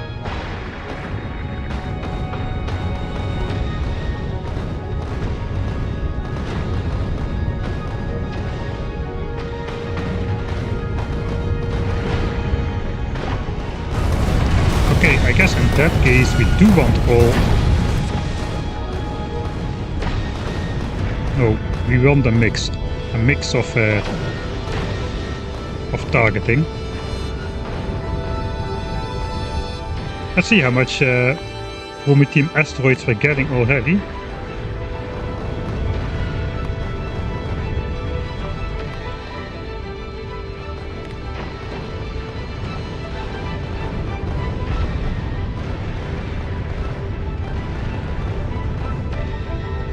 $120 a minute or 2 per second. That means 4 chunks a second, 240 chunks a minute. It's going up still. Yeah, looks like we had a small hiatus when we dropped the ball. That's using up a lot of explosive rockets though, but not as much as yellow ones. It is definitely visible. This was the curve of yellow rockets. This is the curve of explosive rockets. That's like half, man. Okay, that is awesome.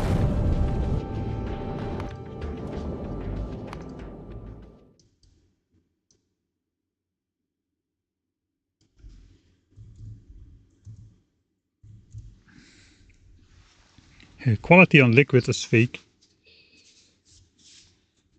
Do you toss used nuclear cells into the vacuum?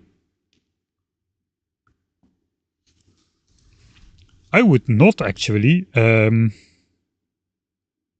is pretty difficult to transport uranium up into space. Anything uranium related is really expensive, as I understand it.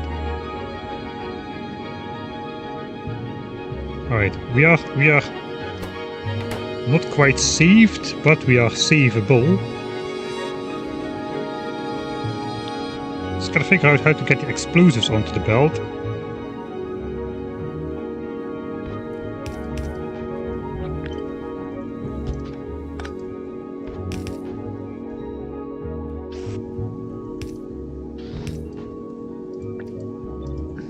I guess that's clear, but this can just snake out like so.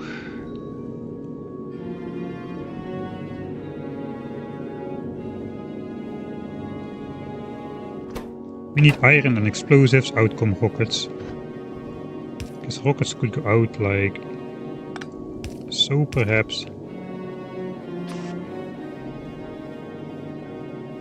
In stacks. And in comes other stuff on a different colored belt. I guess we'll move out to the side.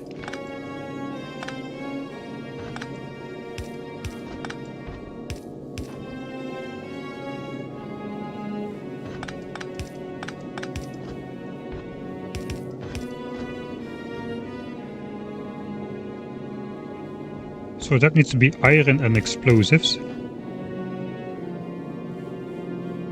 This is just 2.6 explosives a second, so we can use this one to bring those. Space is getting a little bit tight.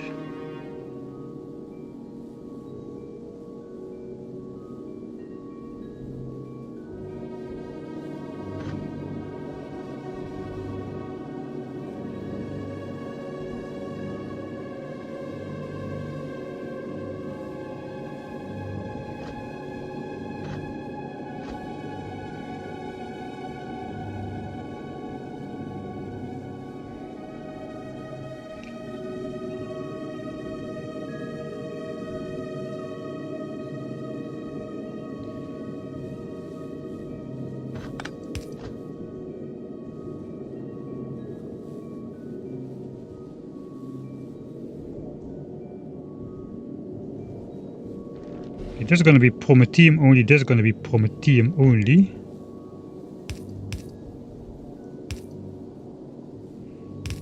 So we can just go out here. Let's try to use this one.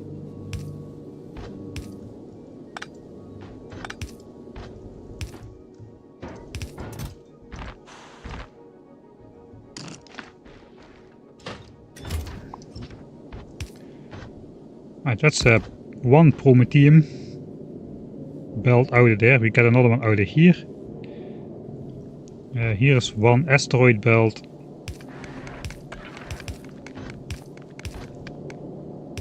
Which we take out here. We want to mix it up with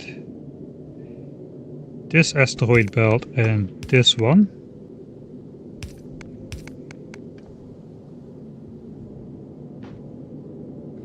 We're grabbing a lot of asteroids, so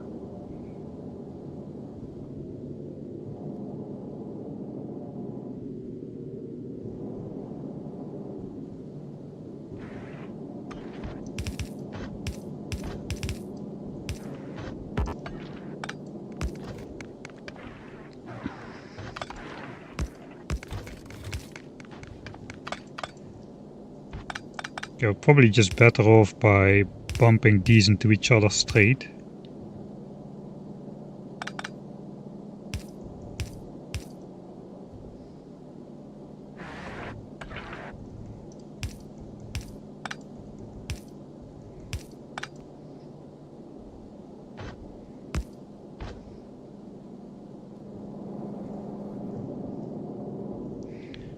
Yeah, we cannot output more than a half belt anyway, because the inserter only outputs on one side.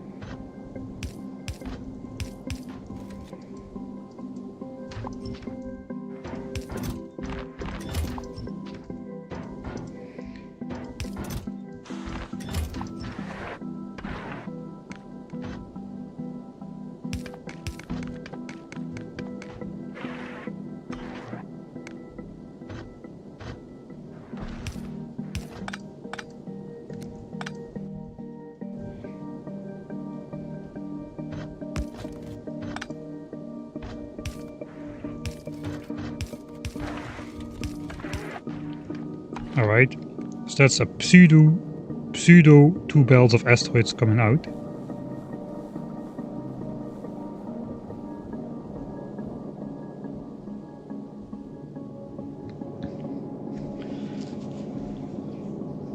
Okay, and then we just need to bring over the asteroids we need to the location we need to. I still don't think we need to do asteroid reprocessing really. I think we're gonna have enough asteroids coming in that we can just chuck the rest overboard. And I know just a place to do that. We can just go down with bells over here and just chuck them over the spaceship at the end here. I think that's gonna look nice.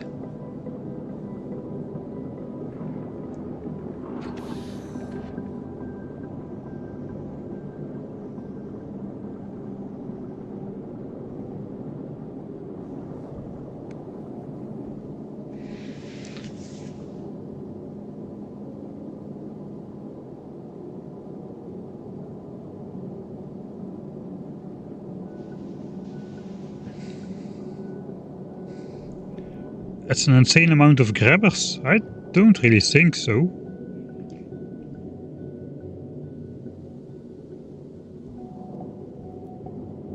We'll see. We need to be grabbing a lot of Prometheum asteroids. As many as possible. I'm kind of hoping we can get more than 2 per second. I thought it would be a lot more than 2 per second.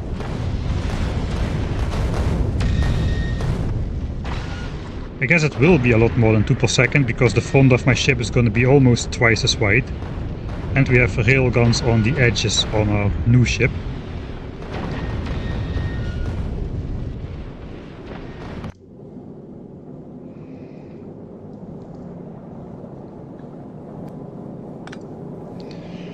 Okay. So I had to do this because I need to not softlock myself with the explosives.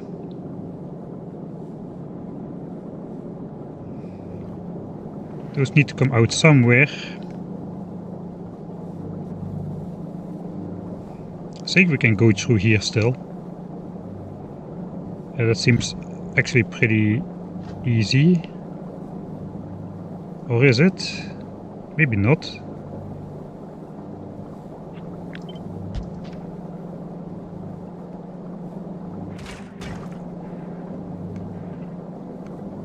No, it is not.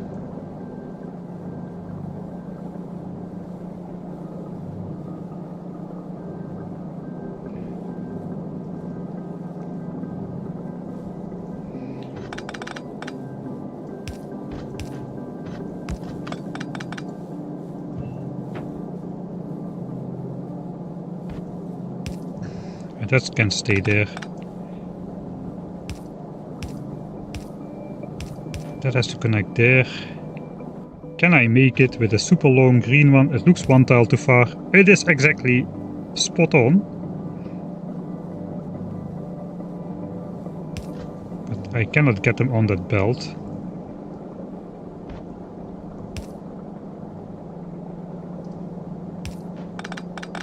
Or can I? Yeah, I guess I can.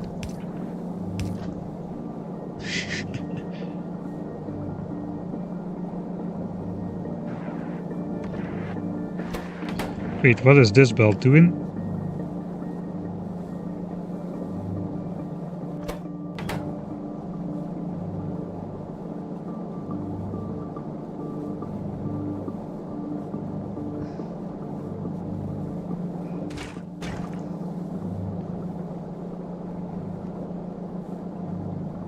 Sulfur goes in here. This belt is not doing anything. This outputs carbon, coal into there. Sulfur goes into here. This sulfur goes into here. I think this should be like so.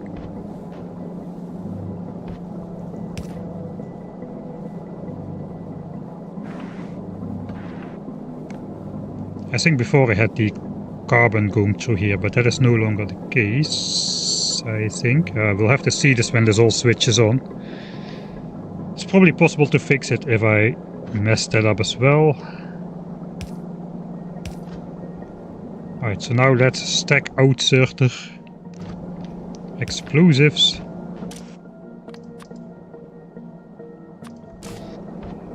Onto here. That goes in here, goes in here. That needs to go to rockets together with the iron, so we'll just continue. Some asteroids are supposed to come in here. We'll just continue into this one. So we want to meet up with iron over here. Iron can come through here still. Iron is being made into here. Stack outsert iron.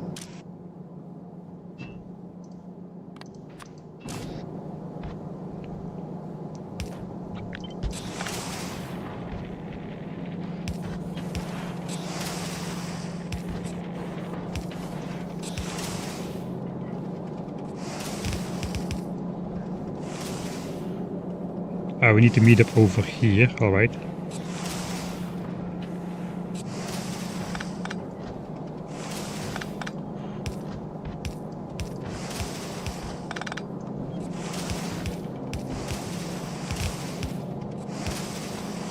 Okay, iron goes there.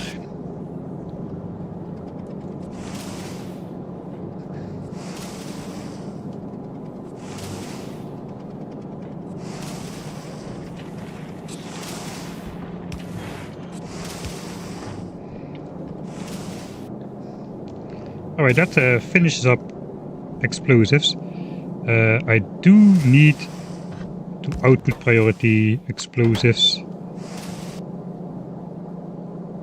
2.6 is 10, that's 5.2. Okay, I produce more than half of that, okay, I don't need to do that, but I do need to split these off, because we also need to sideload this on the outside of a belt, so not like this.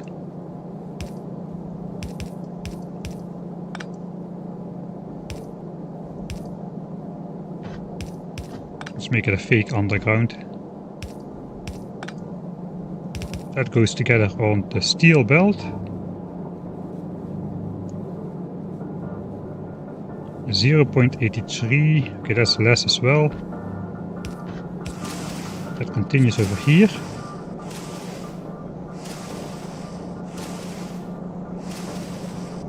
Alright, then the rest of the explosives we just need to mix in with that belt over there.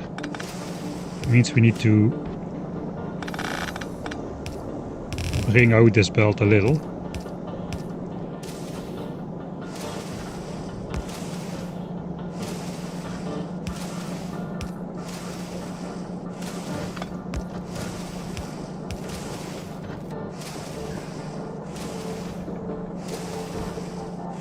And then just bring the explosives from this plant in here.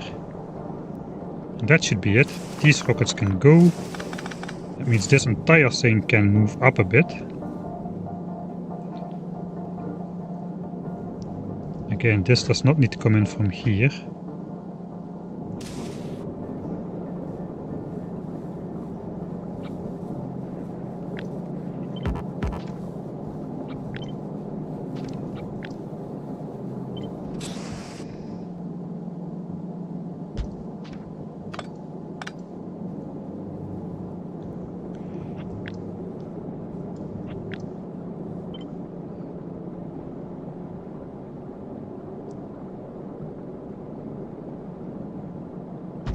Okay, that can basically fit against there, that is nice.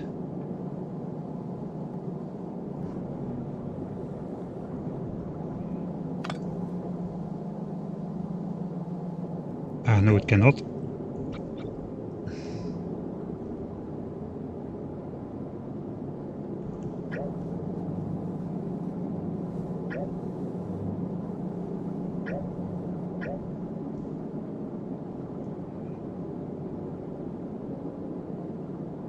But it can go like so.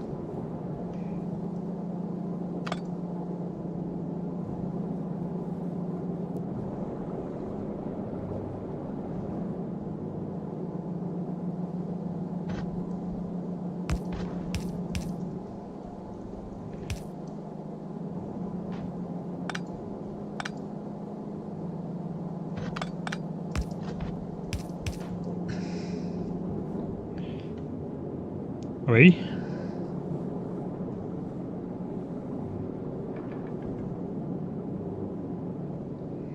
So that kind of follows the shape of the ship I want to make, like the soft outside slant.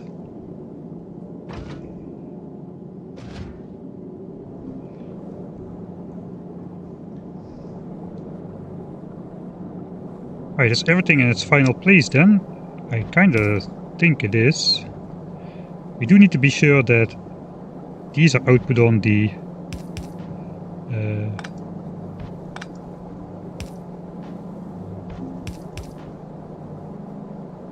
bottom of the belt, which is not like this. So I guess we'll simply sideload this belt.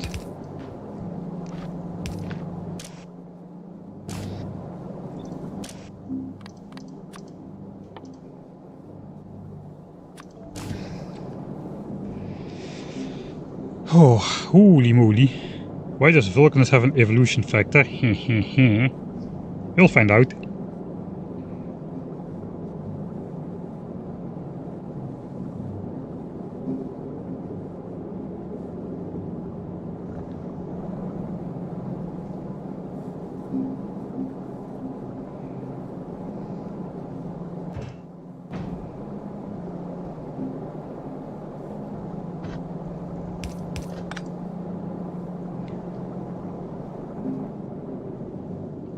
Okay, I think that is everything in its final location.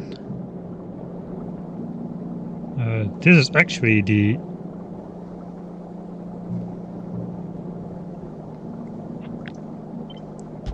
center tile, so I cannot really use that one.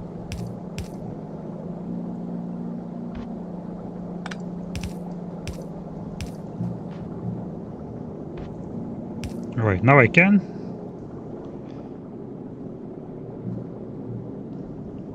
Okay, let's try this out. I'm gonna save. Let's see if I can still flip this blueprint over. The big flip. The true ending of the universe. The big, not the big rip. The big flip.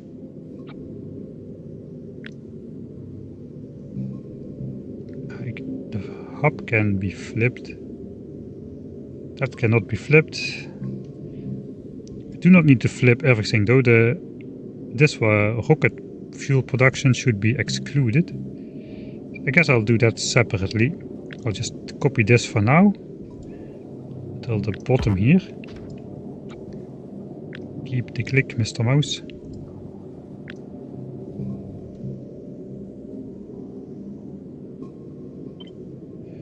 The big flip. Let's hope it fits.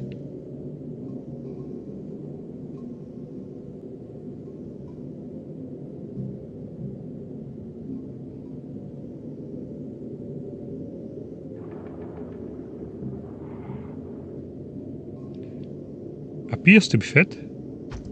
Oh yes, I just clicked it into place without an issue. Okay, that's good. Let's try the bottom part as well. I guess the bottom part should work. There's nothing there.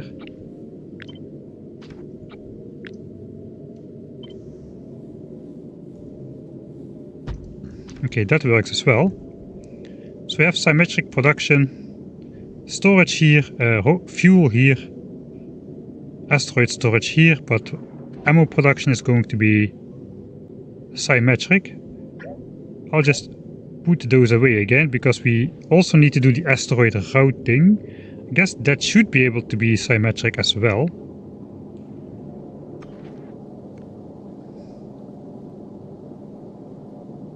Okay, so do I want to just split this into three kinds immediately here?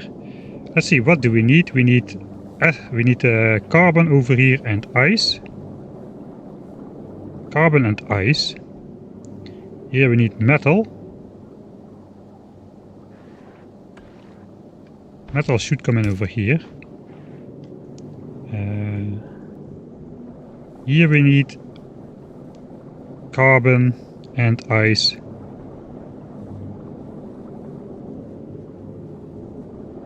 Oh, that's actually quite simple. I thought it would be a lot harder. There's only one place for metal.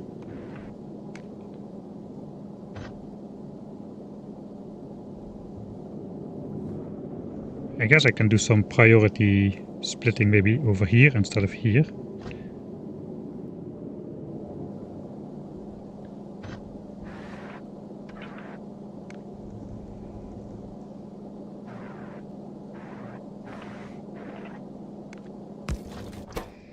Alright, let's try something. We'll output priority metal to the right.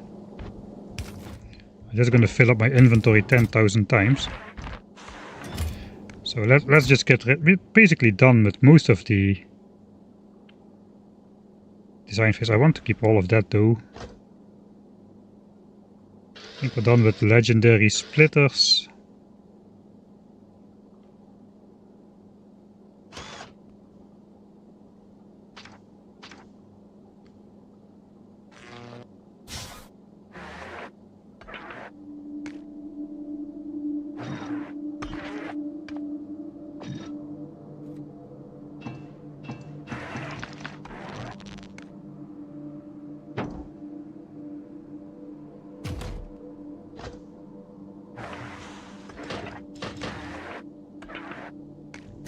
Alright.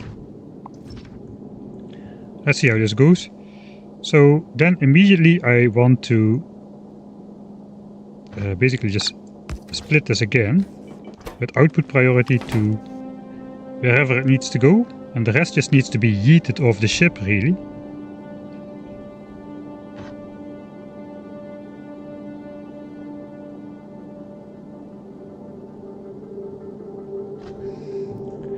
Will I be grabbing more asteroids than a red belt? If I do, I can just upgrade to a blue belt. So technically I can just upgrade these to like a green splitter and it should be able to merge that onto one.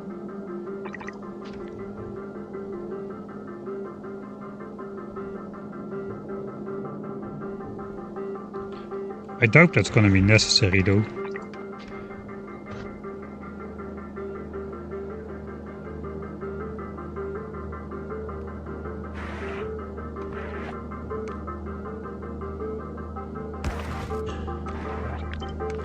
Just in case.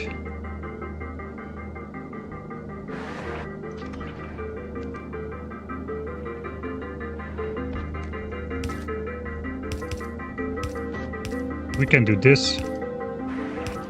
Put it in there. Okay, so out here should only be coming now ice and carbon. This needs to be yeeted off the ship eventually.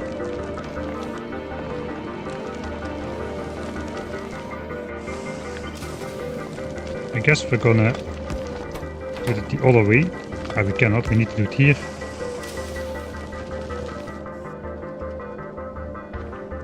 There's a little bit of a tight spot to do this in.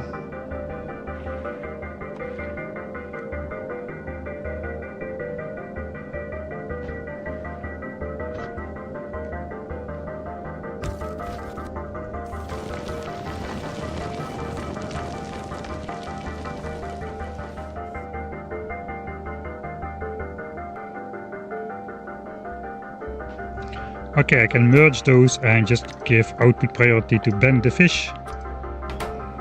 On the side I don't want anything to output.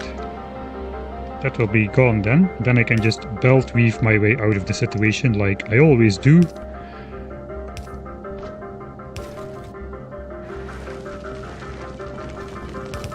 Okay, now we can basically output priority carbon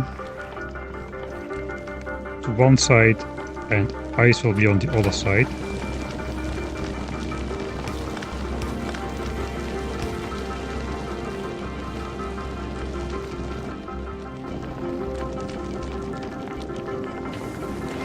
I still forgot to do the... dang it. That is kind of bad. I forgot to give this the calcite, which is done by advanced ice crushing. Can I just use rocket fuel for that? Maybe I can. How much do I need? Probably not much. 0.4 a second.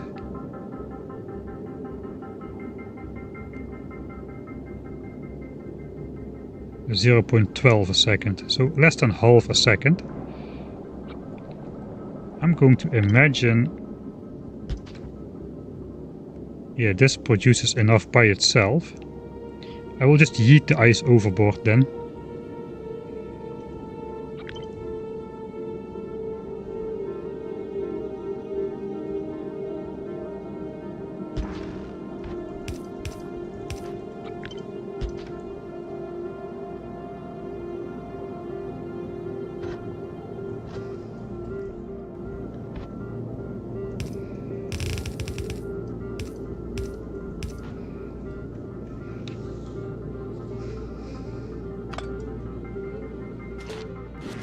And ice can go F off somewhere in the distance.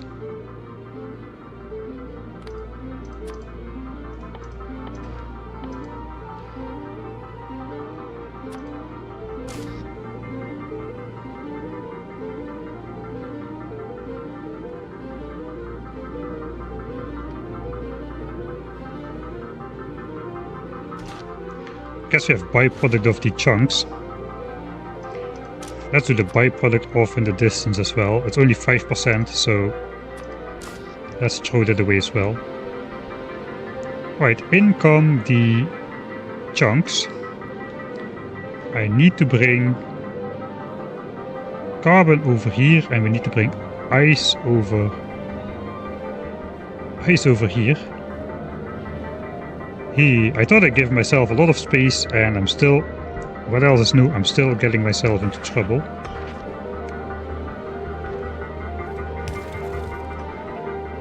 How much ice do I need? 1.6 chunk a second.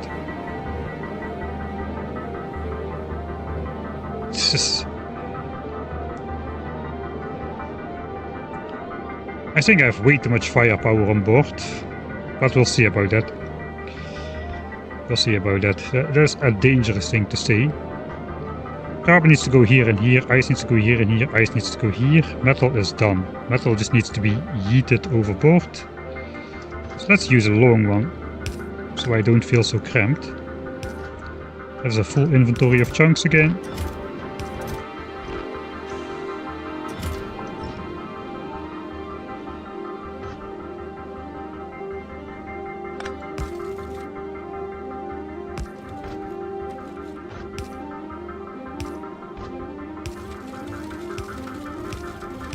Okay, with a bit of luck I can just do this. Wait, there's already a red bell there. So how do I get ice to that side then? Through here. Supposedly.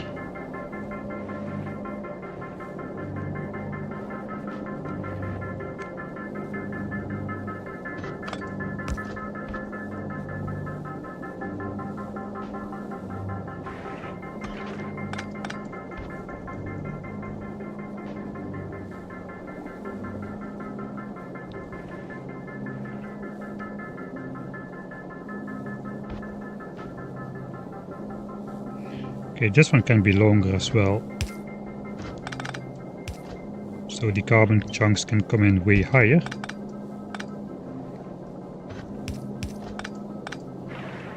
It should give me some options.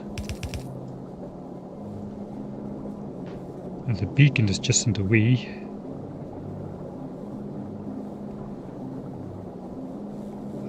I can side load the ice and then make sure it goes on the correct side.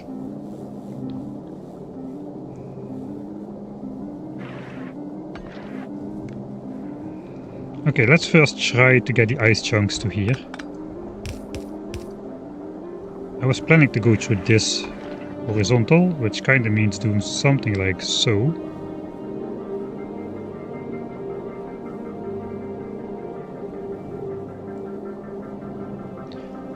This is also still available.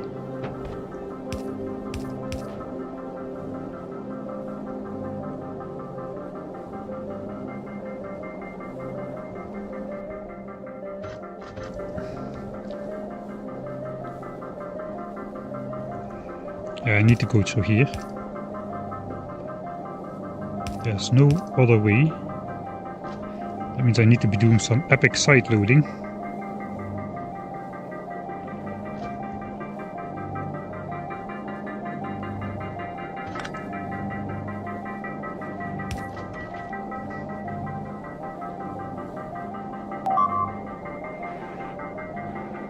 Metal asteroid splitter is missing prio output.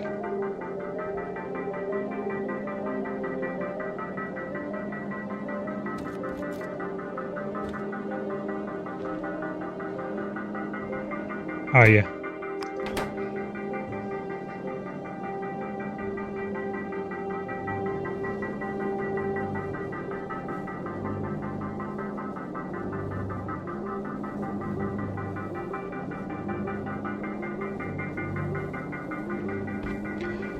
Okay, that could go in there, but if this is on the inside of the belt,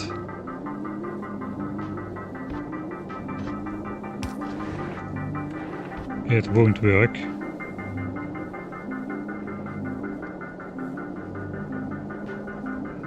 That's a no-go.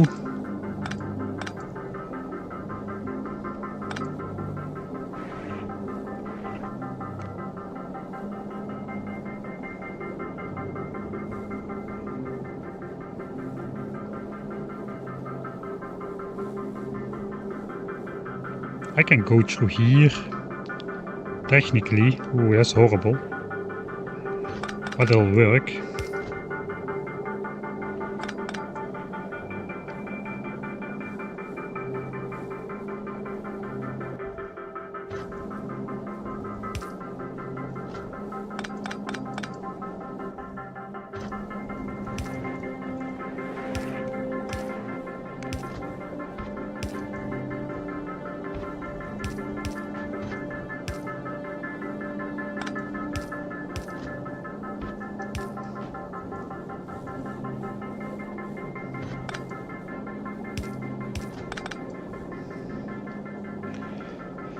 Alright. So here output priority right for ice.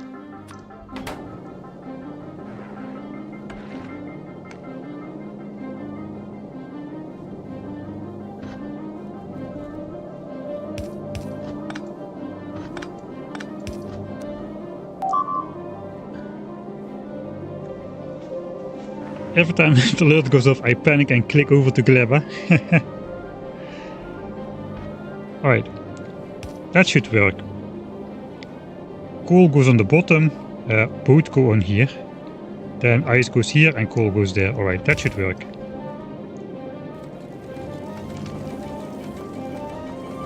Alright. Coal can just go straight on here without any issue. And ice goes out here. We already go red underground, we go green underground, but we didn't go blue underground yet. And it's exactly one tile short. Alright, that's annoying. Maybe more than annoying.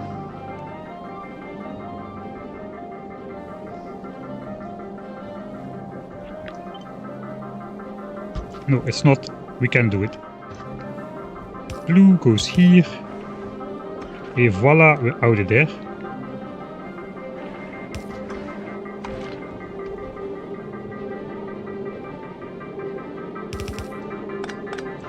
Oh, I think we did it. We just have a small problem for the Prometheum asteroid output here, I think.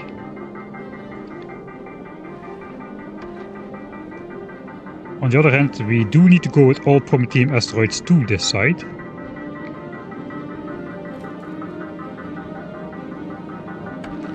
I've only connected these yet though, so these still all need to be connected somehow.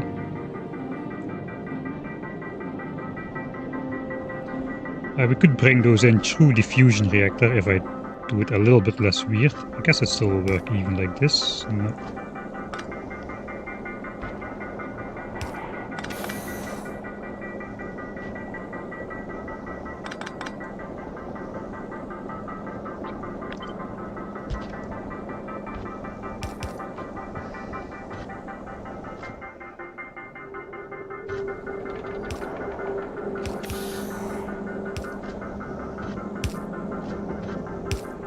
That could be the other Prometheum asteroid belt. Let's mark it with green.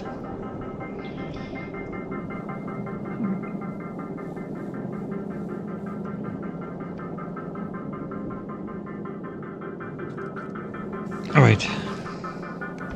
Connect the ice.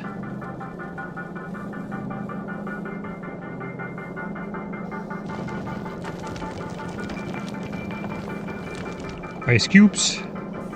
Ice cubes get melted into water. Water goes in here. Carbonic ones.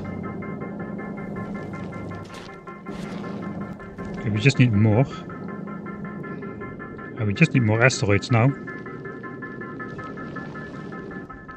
Okay, we just need more asteroids now. So we're gonna make a journey.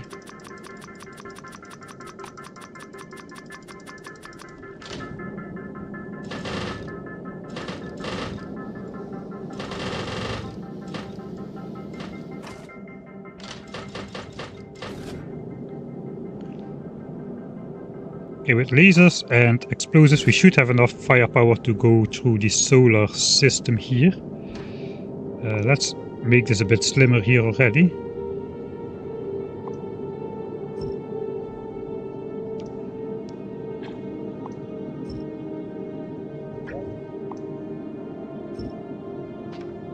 Okay, looks like that will eventually go.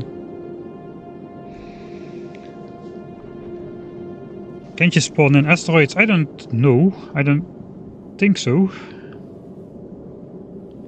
But I'm not entirely sure.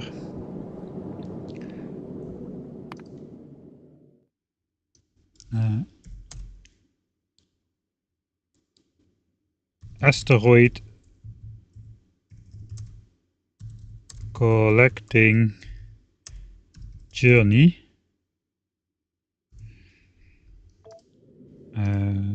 Right, we did set the stations already.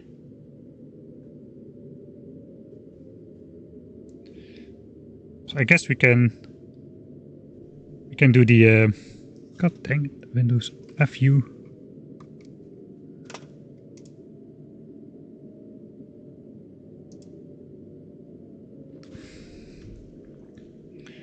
So we could do the low on ammo interrupt, which is designed to let us fly through the solar system. Yeah, let's give it a try. See if one side of the ship works. I won't have railgun ammo, but I will be shooting the rockets with my... To Aquilo we should only meet the big ones, not the other ones.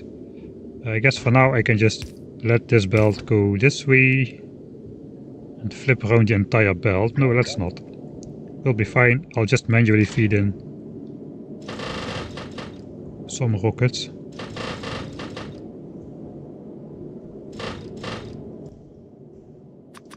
To get started.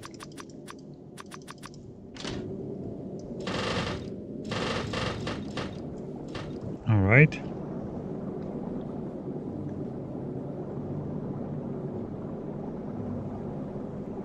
The question is, do I want to do explosive rocket storage in the hub? I could lead a belt in and out still, so that is still an option. I probably want to do that.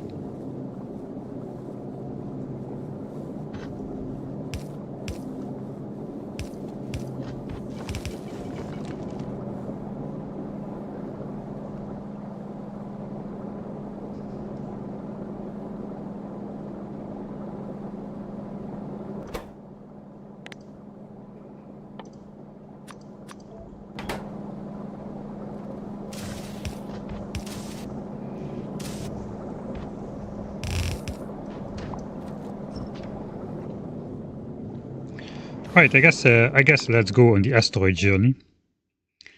So theoretically I should be able to just go on the low on ammo trip, and we're going to go to Aquilo. I do not have fuel yet, obviously. I think I did not connect this part of the trip yet, so I'll just grab some.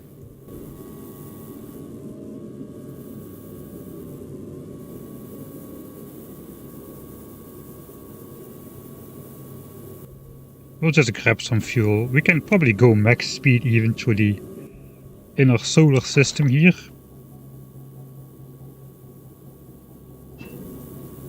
So let's fill up the system with the red rocket fuel. Let's fill up the system with the blue rocket fuel.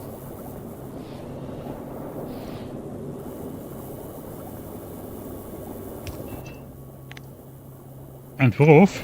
There we go. We can figure out the top speed now. So we're going to be going at maximum speed.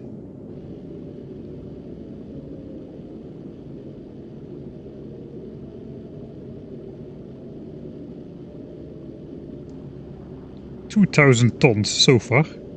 I guess we have a lot of stuff here. I can probably bump the maximum speed a bit if I just delete some more chunks. I guess that's good though. Let's have a look at the front. First journey.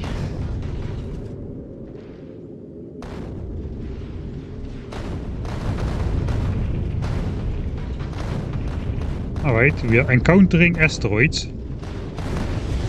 Let's see how it's going. So I guess for now we'll just yeet the excess metal ones over the ship. Because those seem to be the most common. Still accelerating. Ah, we passed the halfway point. Okay, that's why we're accelerating.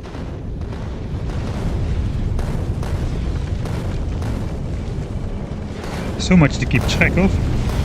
Let's look at the explosives. Okay, we are making explosives.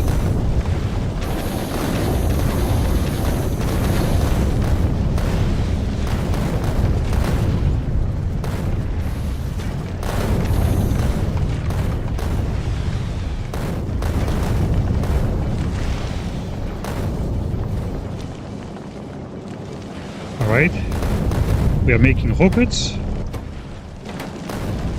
We never connected the output rockets to go to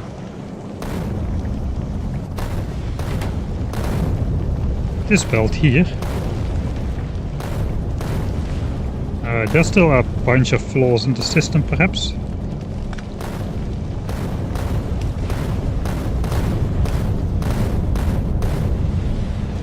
Those need to flow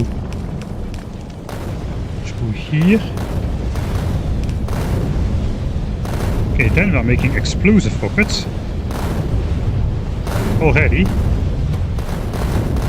and fast as well. And we're putting them in neat stacks on the belt.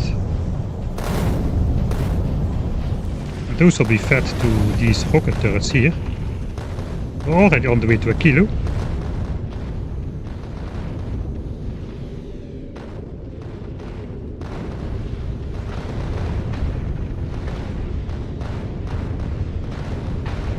Ah, 6.7 hours is not too bad. But yeah, again, the function of this ship is not to get to the shattered planet, though I will try to do that. I will try. How is it going with the other one? Yeah, since the explosive rockets upgrade, not an issue at all. 500,000 kilometers at crawling speeds, literally.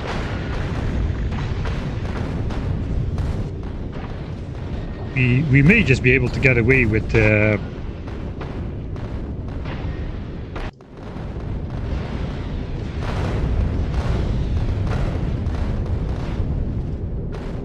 400 megawatts on this reactor instead of the 700 we have now.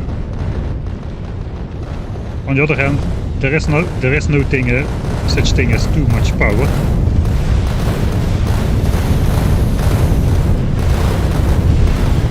We also need to yeet the other accesses off of board.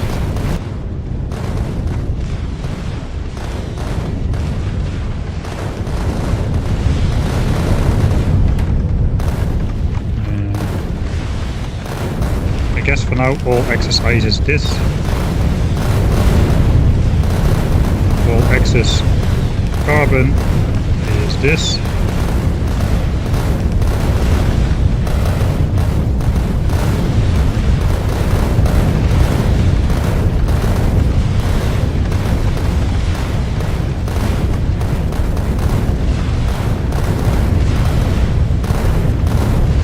I won't set output priority because I should not.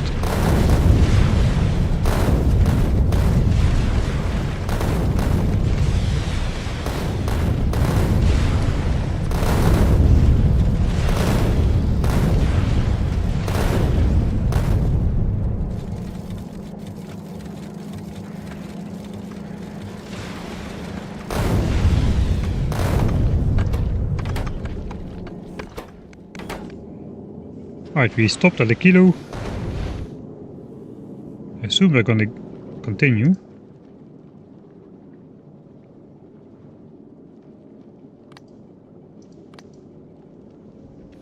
Oh, I need to add weight conditions for it to go further. Why is that? If you don't put a weight condition normally, it just continues.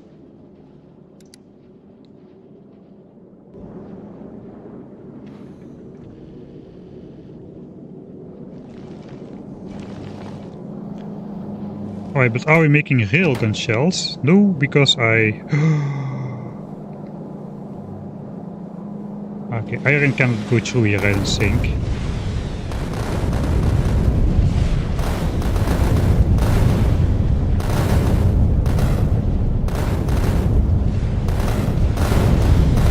I can bring iron through here still.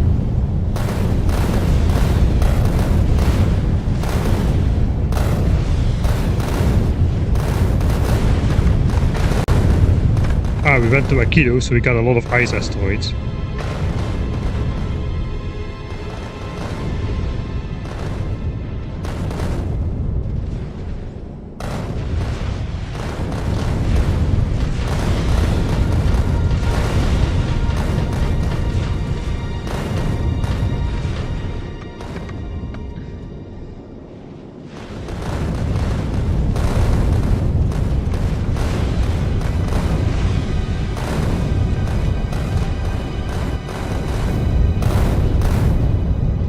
Alright, the rocket stuff is working though. We need to... Oh, this cannot be as well. I made some mistakes here and there.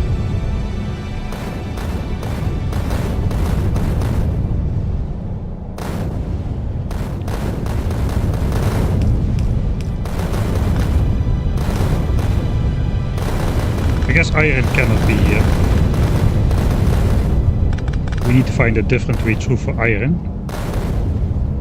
And I can get away with it. We can do this.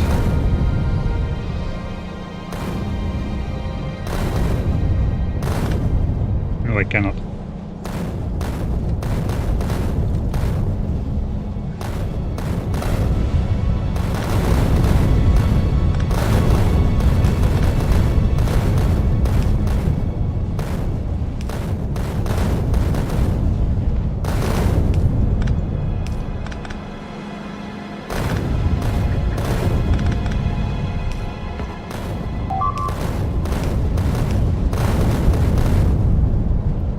You could move the rightmost beacon right one tile. The problem is I need to put all the inserters here for grabbing the stuff off the belt. So the beacon here is... Oh god, the beacon here is not going to work in general. Oh. That is... dumb. That's just dumb. Who designed this?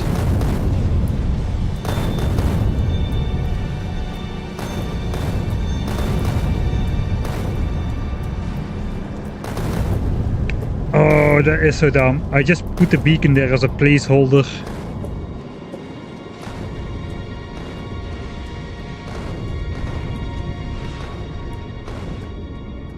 I guess we should be okay. Pulling this out somewhat. I mean, it's a separate build. This beacon just needs to affect this.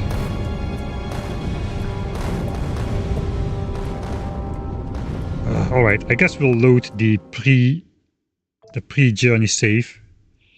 Oh, that is so dumb. Dumb. First of all, let's disconnect iron.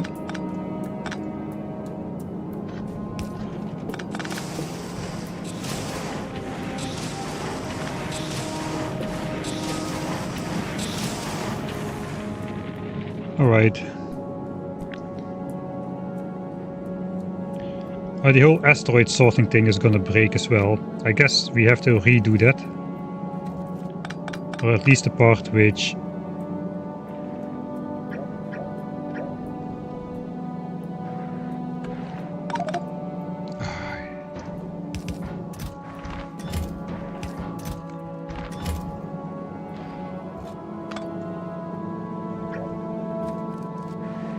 Okay.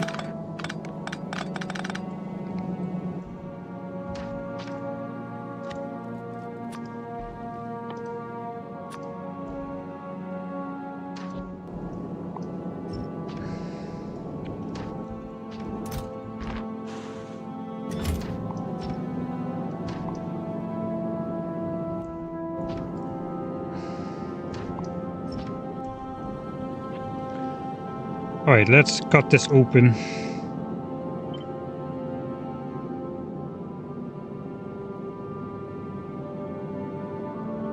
Take the beacon 2 tiles off of that thing as it should have been from the start.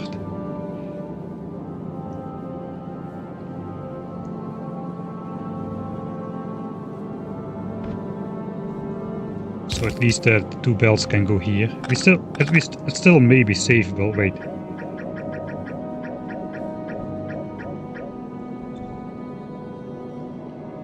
I can probably just pull it off 1 tile and put the beacon here. We're gonna need to do something similar here though. Oh, that is gonna be a painful thing to do. Ooh. Really?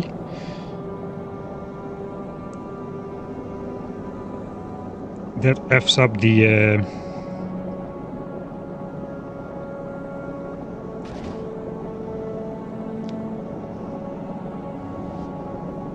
rocket production and the coolant pipes. Gonna have to do some more belt weaving on the output belt then.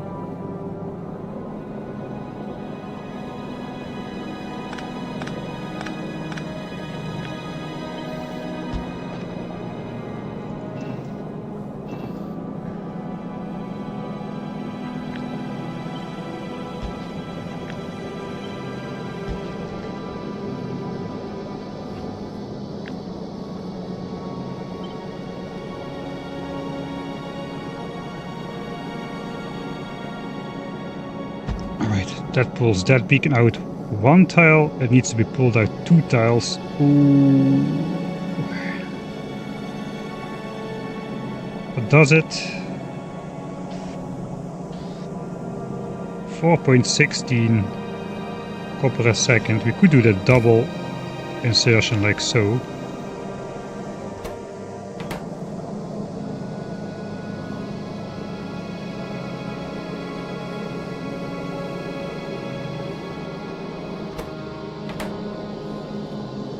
Would work for steel and explosives.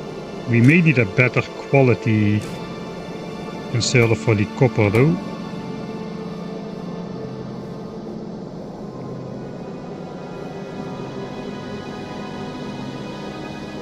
That's okay, we can make better qualities of these.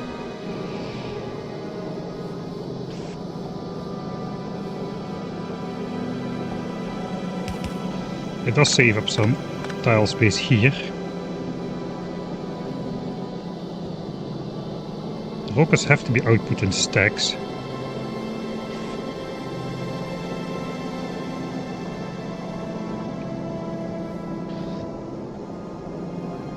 Alright, so I need to match the iron with the rockets.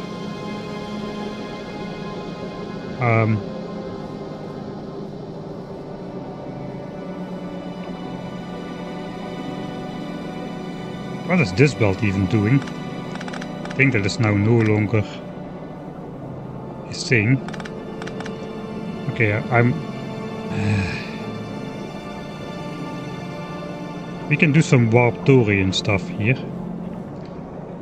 Can we? The ice collector is here. That cannot move, that cannot move.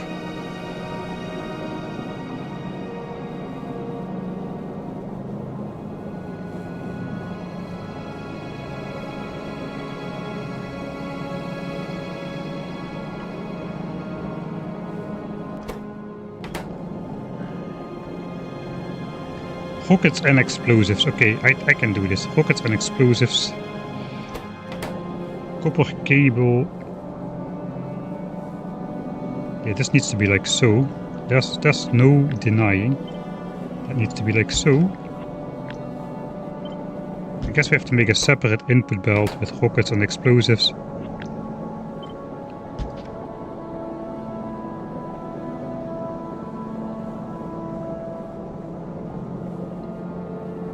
While secretly taking some explosives off of here. That we can do.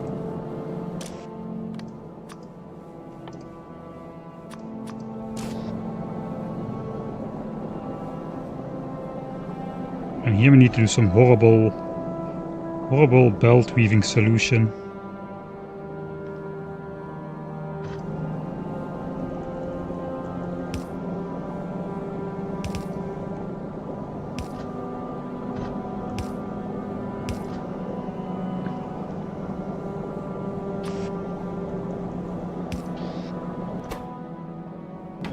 I guess it can still go in here.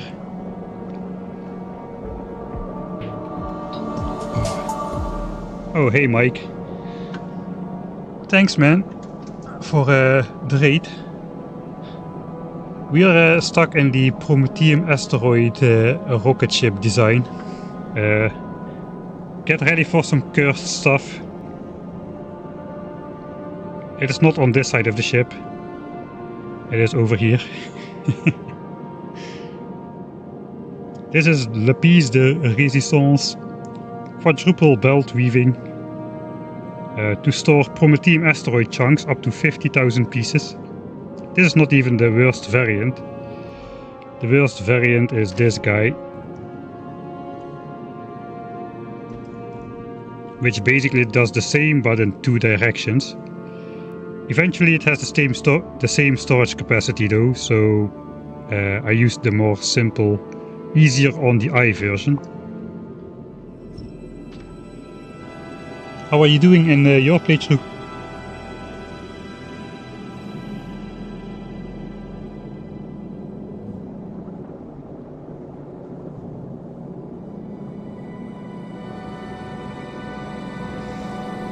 I just made a critical mistake. I put the placeholder beacons against the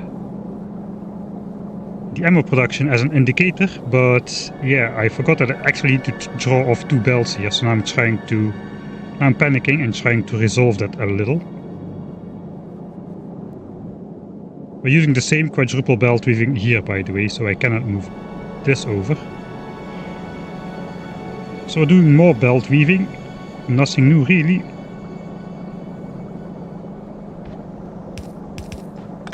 Guess we could make this a bit shorter line. The ice is only on that side, but if it's flipped, it's going to be on the other side, so I still have to do this. Explosives and rockets go in, explosives and rockets go in.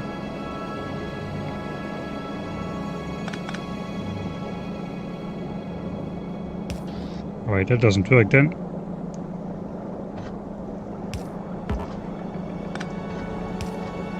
That doesn't work either. Okay, I do have space to go around here now.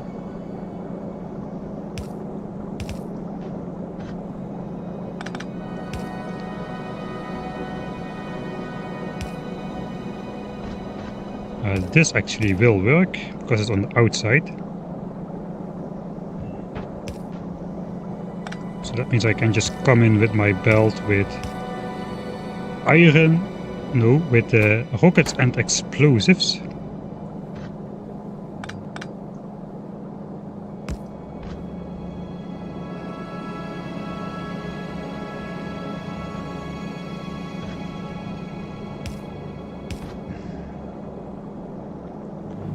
Okay, so I can snake down the rocket belt still, like so. This looks like I can. That can meet up with explosives, which are side-loaded on the bottom of the belt, like so. Somehow it is still working out.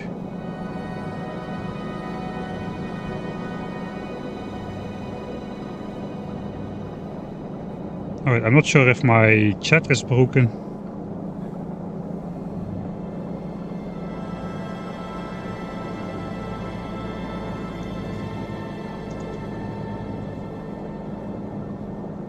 Oh, still working. Okay, this is good.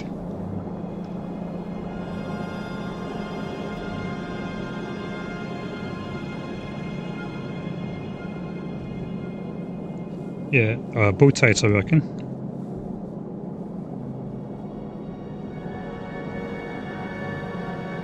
Alright, so let's see if we can bring this back in. So now rockets and explosives are coming to explosive rockets.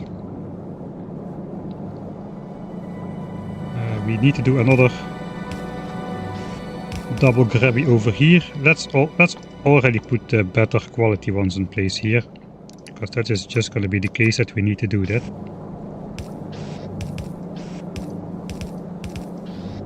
So much for the nice symmetric looking stuff. I guess we can still do it.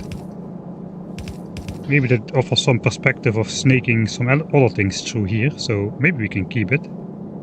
Maybe it's not all bad, maybe it's just mostly bad.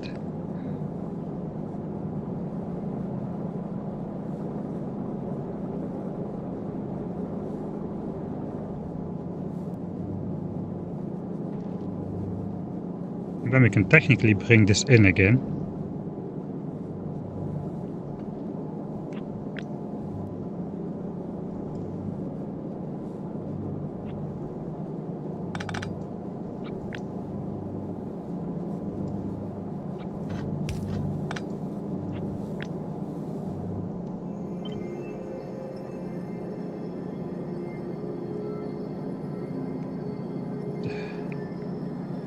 No, we can't.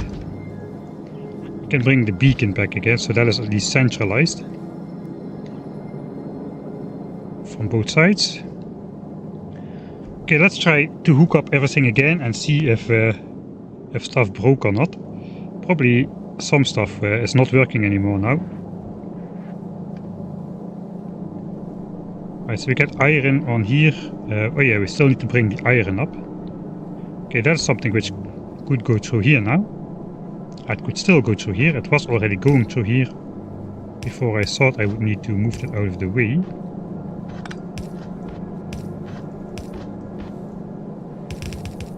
Okay, so that is the same. Explosive still should be coming from here, nothing changed there. And we still should bring explosives down here to go onto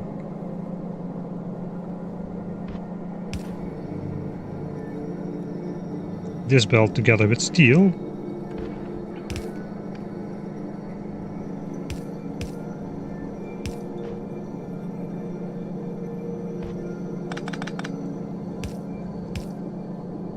Actually no, we still need to still.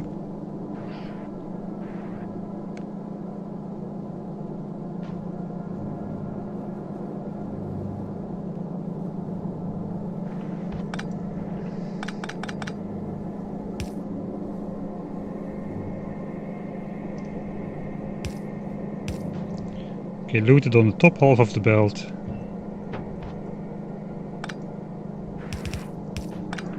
And then it goes here. Steel goes on the far side of the belt. That's steel and explosives, steel and explosives. Explosives join, that is okay. Explosives go further. Explosives on this belt. Explosives are now also loaded on this belt. So we need to meet up iron on this belt. No, we need to meet up the rockets on this belt. We already are meeting up the rockets on this belt. I'm just going nuts. We just need to fly through the solar system and get some stuff on the belts. It's getting very hard to keep track of what is what.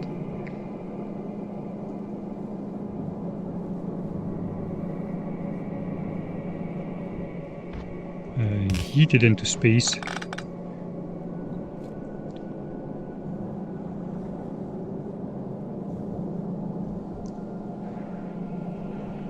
I cannot imagine I reconnected everything.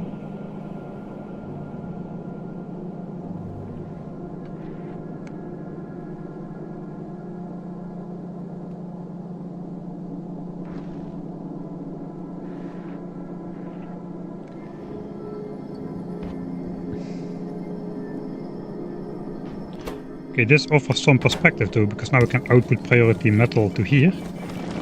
That should work with the metal.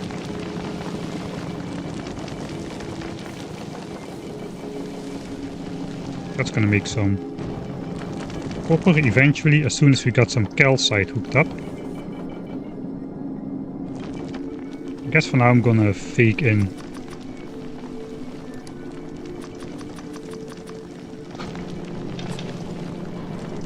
at least some calcite so stuff starts working.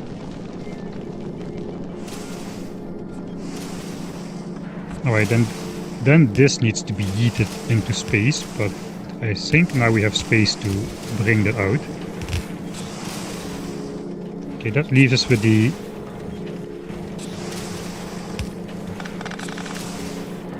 That leaves us again with the coal and ice chunks.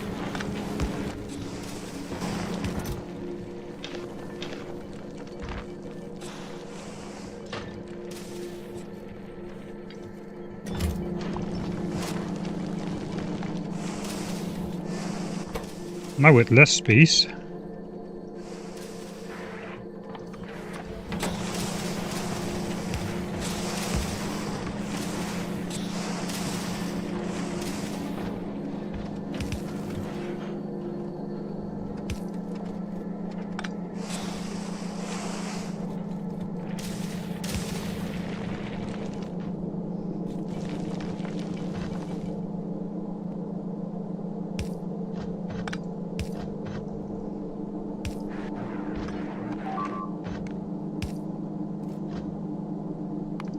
Okay, we're again flying too slow. We're again flying too slow because again I'm out of thruster fuel. Okay, why are we out of thruster fuel though? I gotta get moving.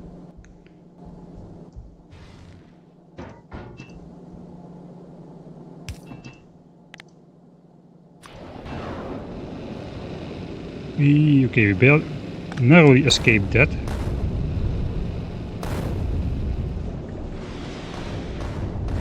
Why though?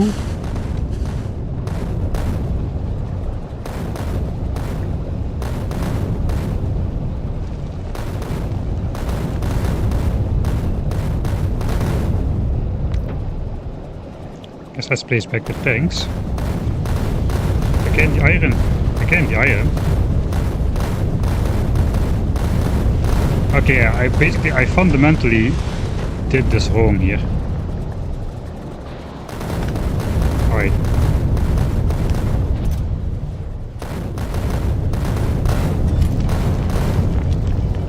So we're gonna cheat it in on the test flight. It's good that it just happens at the back though. That asteroid could be slowly moving through my entire ship if it spawns in. Unfortunate.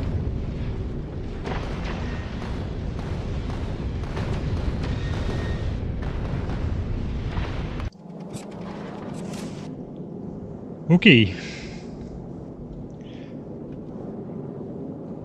I guess we send this out on a test flight again. We still need to reconnect the coal and ice to this belt.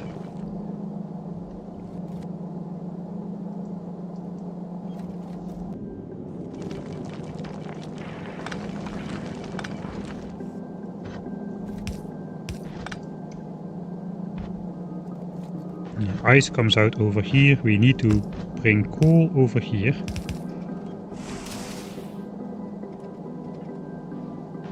Ice goes out. Metal goes out.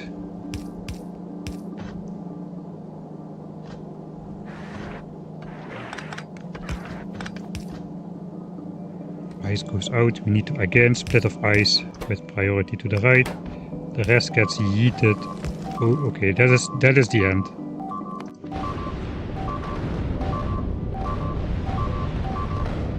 Alright. Say goodbye.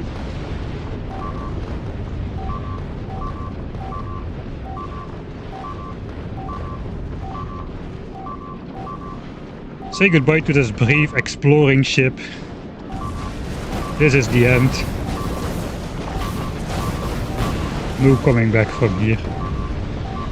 The hub is going to be destroyed as well. But we learned a lot from this journey, which has taken us 500,000 kilometers on the way to the shattered planet. But yeah, that is going to be it for this guy. RIP, rest in pieces. It took a while, but it was inevitable. It looks like all the Prometheum asteroids explode once you reach like negative speed.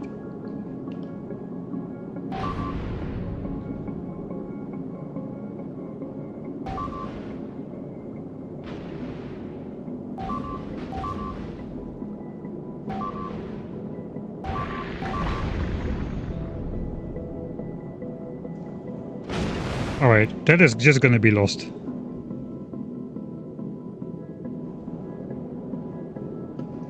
Let's ignore the alarm sounds. Some people who are playing Factorio with the stream in the background are going to be having a field day, but oh well.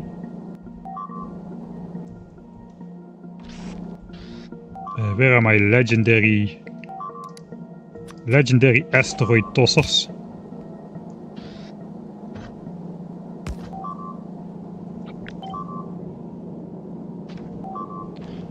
This has to get a different design still, but okay, coal goes here, that joins up with ice, that should start up explosive production again.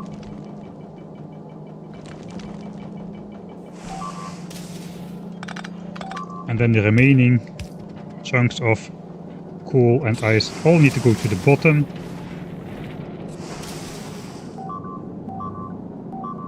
Over to here and to here.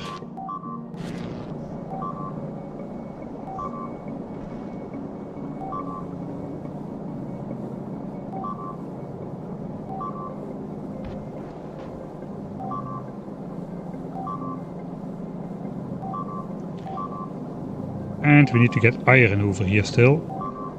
I guess I kinda... that was supposed to come from here.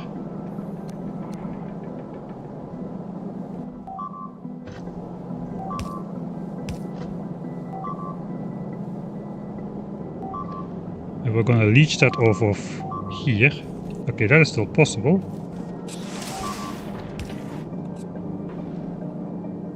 Okay, that needs to connect to there. Man, all these puzzles. Puzzles. Still not gone. The hub is not yet destroyed.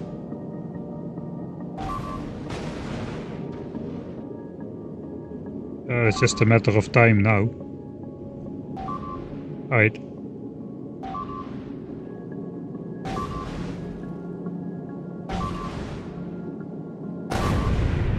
The fusion reactor doesn't explode into a giant ball of fire. Alright, it's gonna take a while still before these reach the center. Let's give it the death kick ourselves. Let's look on the space map how far we've gotten. This is how far we've gotten on the way to the shattered planet with that first ship over there. 500,000 kilometers, but still not very far. Alright, ship, you had a good one, but it's time for you to go. Hey, this is new, a confirmation to delete your platform.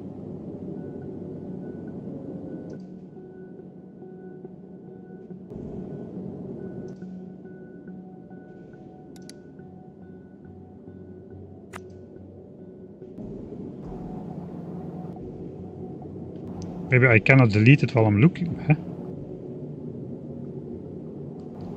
Alright, I guess it will get destroyed then automatically in due time. Let's not accidentally destroy this field.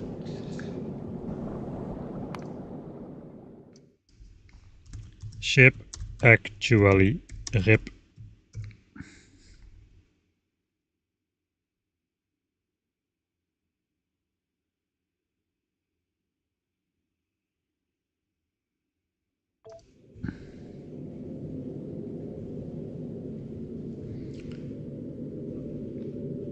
I think we no longer need our original ship here. We've copied all the elements we need.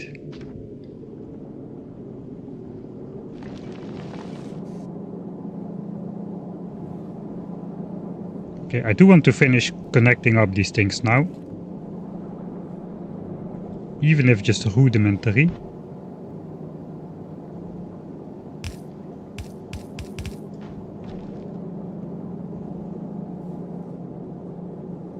Okay, that should work. We just will bring this down now. Where's the metal chunks going? The metal chunks are going over here. Why is there ice on the belt? That is metal. Ice should be coming. I know, metal goes over here. Alright.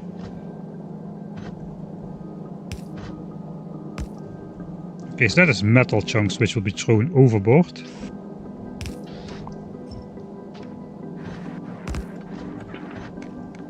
We can do the same for the other ones then. Output priority to the right. Chop the rest overboard.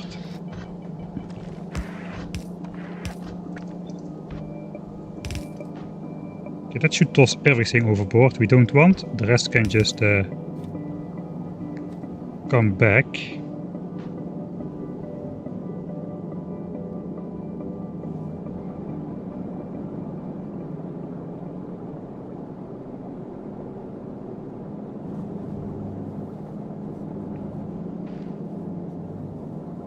That's like 6 chunks a second, man. That's a lot of chunks. I think we can still combine this on one belt, which was what I was thinking about. And we can belt weave through this over here, so that this scenically throws everything in space as well.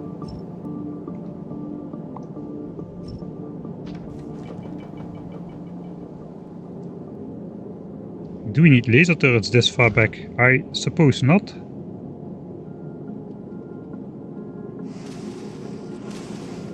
Yeah, I suppose everything that should have been targeted will have been targeted at this point. We're never going to be stationary with this ship at all. That's the intention.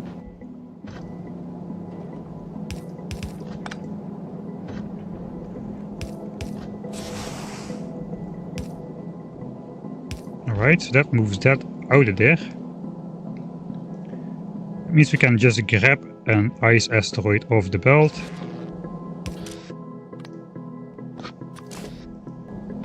And that should be good for this thing. That you will just make the calcite and the ice and toss any remainders overboard, including the ice. There it goes already. It will take a little bit of time.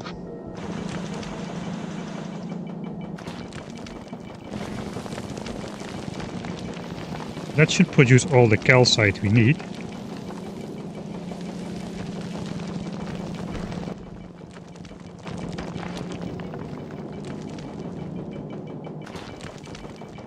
I guess we could increase the startup time a little.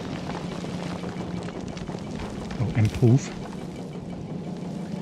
Alright then, cool chunks. Cool chunks need to go in here again.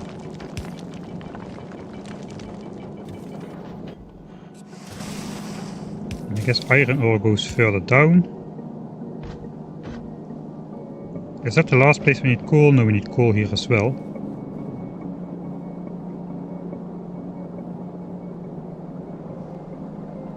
We do need an ice crusher still. For this ice, we can place that at the bottom here.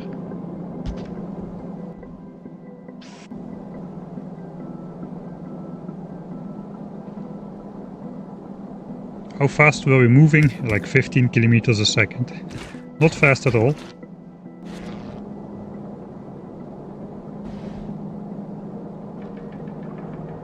Okay, that's good. Do I still have space to add like a water tank in here? I suppose... no?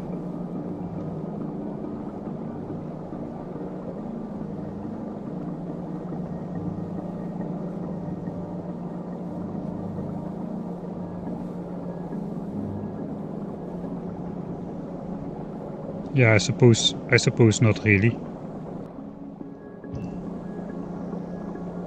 I want stacks of ice. I guess the stacks of ice and the asteroids are probably good.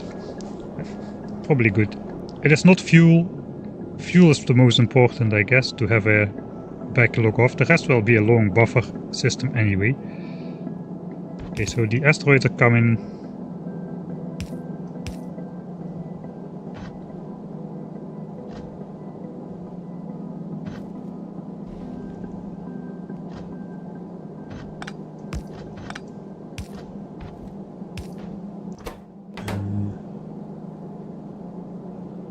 Do I output priority coal? No, I still need coal here.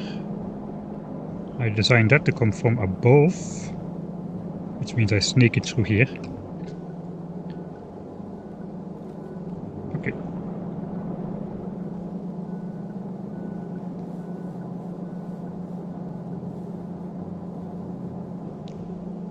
It does need to be clean though.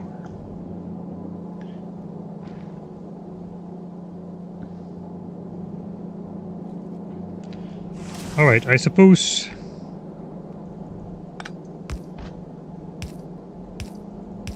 we'll just split off coal here then. Then we can output all coal chunks to the right. And all ice can go straight.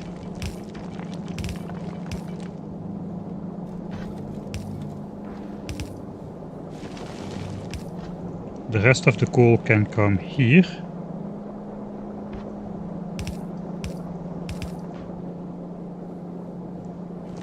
And ice needs to go in here.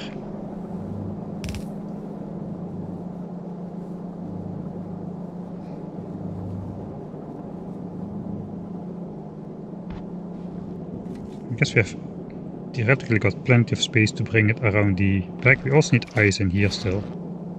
So I guess we'll bring the ice down the south side. And somehow bring it up here. Like so. Question mark. Okay, ice chunks are gonna go here.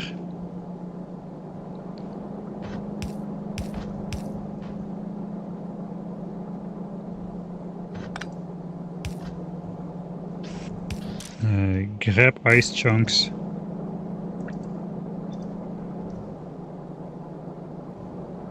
Output ice cubes. I guess we can do the same belt trick over here. No, here we need to hook up the inserter to enable only if everything is 0. Basically meaning if this belt is empty, then this guy will insert. If this belt is not empty, then this guy has priority. Okay, so that will work. Ice chunks go in here.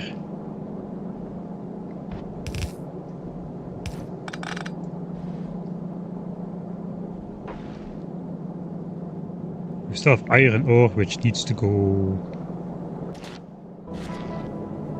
over here. Over here, alright. Iron ore needs to go over there, so we can just follow the outline. Bring iron there. Carbon we're going to be making on the spot. And that should be complete. Question mark. I'm throwing overboard the asteroids here, which is a bit sad. I wanted to throw them out of the back, but I guess oh well. I think I'm just gonna trim down the ship for now. I think that's it.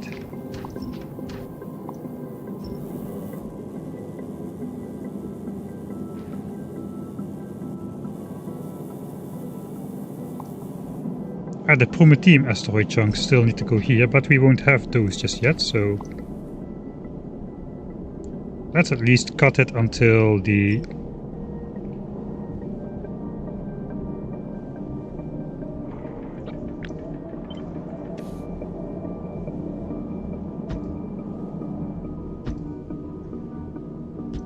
okay.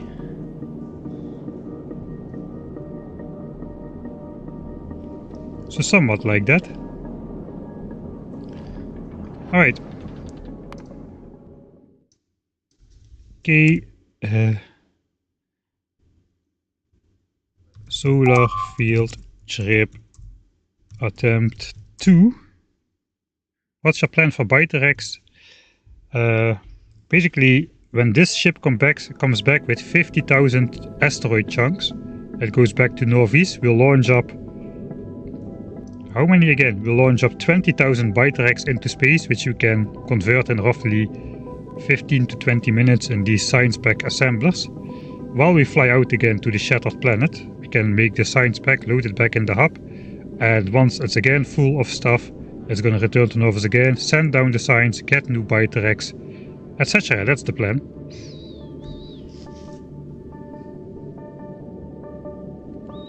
We can reduce these numbers a bit if it turns out that we have some biter egg problems, but I think we should be good. Would highly recommend some emergency turrets. Probably not explosive rocket turrets.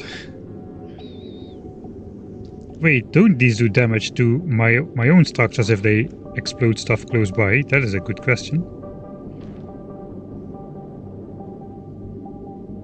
We'll see how that goes. I hope not. It didn't happen on the other ship, so I'm gonna assume not. Okay, I did make a save. Theoretically, I should be able to copy paste most of it. Do the big horizontal flip thing. Align it. Okay, this belt does not work yet, but let's try again. Probably should copy just around here. My mouse click is broken. Gonna need a new one.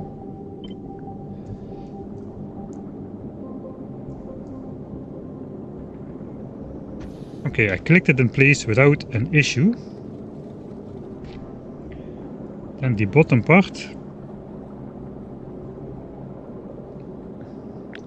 The bottom part is slightly different, as I am not going to have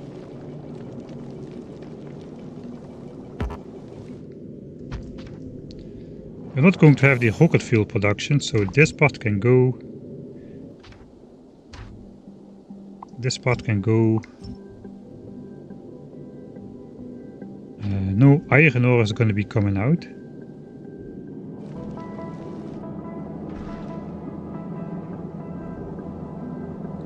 Yeah, we do not need to leach iron ore off this side because that's just for the rocket fuel.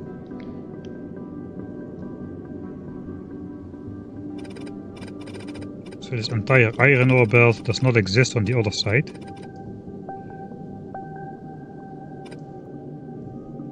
Let's try again.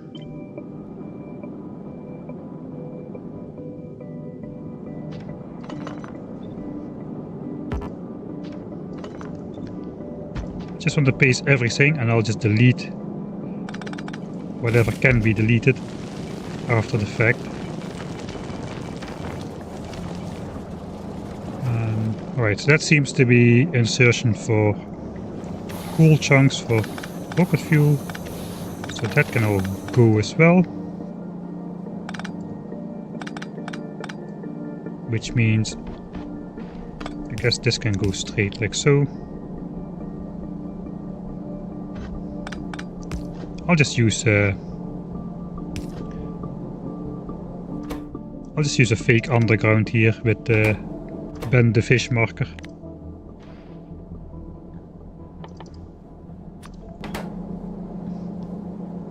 Okay, so coal goes there, that is good. Then we've got some ice chunks which don't need to go here. I guess ice chunks end over here then. Okay, so we got some empty spaces on the ship. Not exactly sure what we'll do with those, but we'll probably can figure something out eventually. We still need to route the Prometheum asteroid chunks downwards as well. This needs to be yeeted off the edge.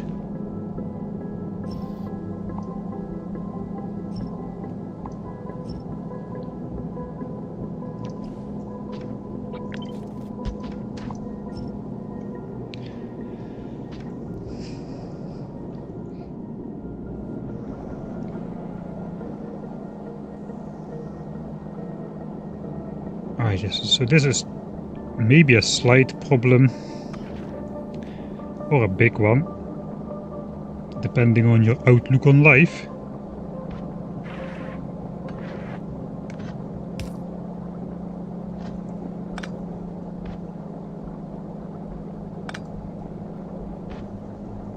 Guess these need to go in here.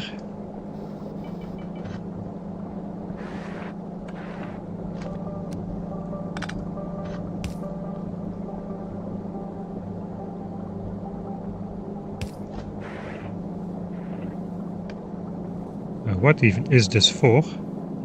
I think this is a failed attempt at, this is a failed attempt at snaking something through here. So that means this can work like this. We can get these Prometheum asteroids out of here.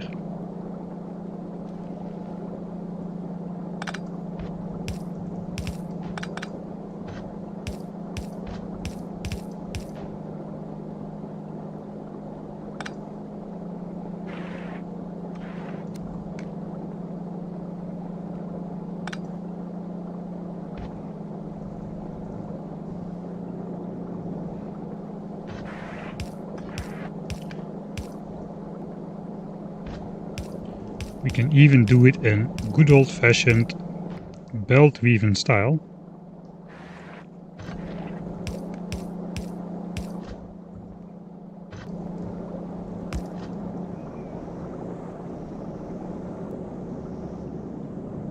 Now the question is how I'm going to get them out to this side. That's only half of the story, because we've got more Prometheum asteroid catching going on this side. It does appear that I can do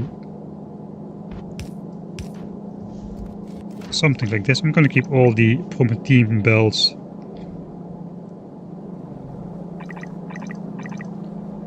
green.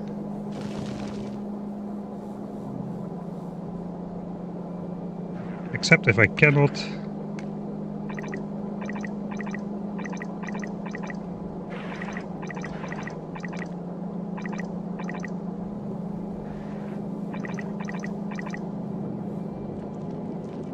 Alright, and then there's 3 more on this side, 3 more on this side to catch up.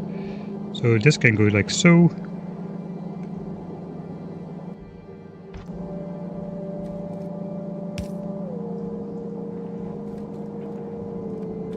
Yeah, we can easily go through here.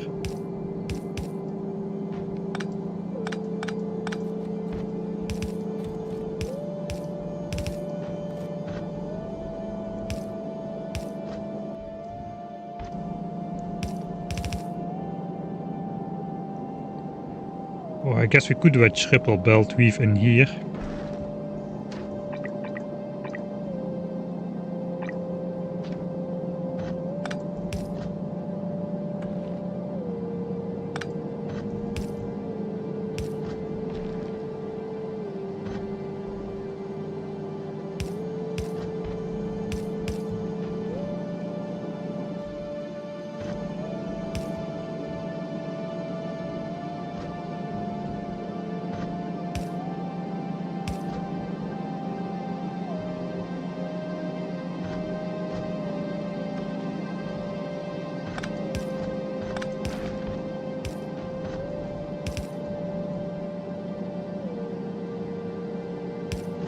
Okay, perfect.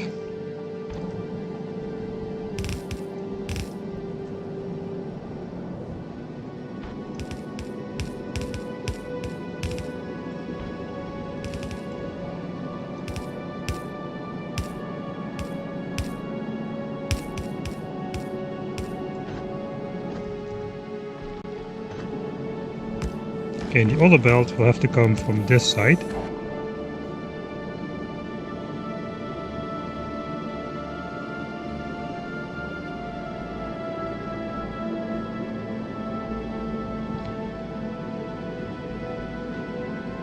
I guess I want to try to copy this side of the ship over to... I cannot completely copy that over, but I can copy the top part here.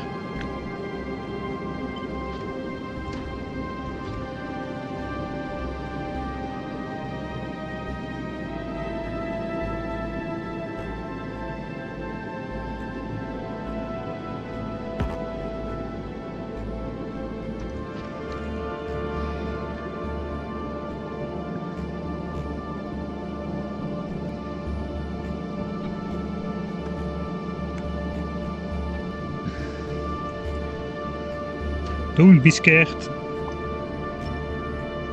Just delete half your ship and try to put it back. And hope nothing broke. Okay, that goes out here, out here, out here, goes here, here. Triple belt weave is in place. But unlike the other side, where this is actually not used, here it is used. So I think I'm going to try to bring that stuff in here to weave it through the fusion reactor.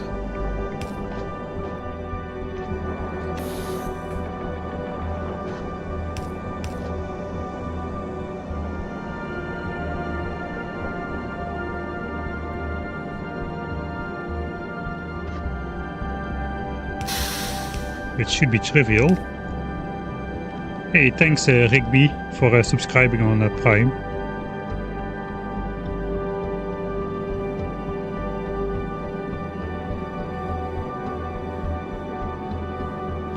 I have a thruster fuel contraption. It's really quite easy.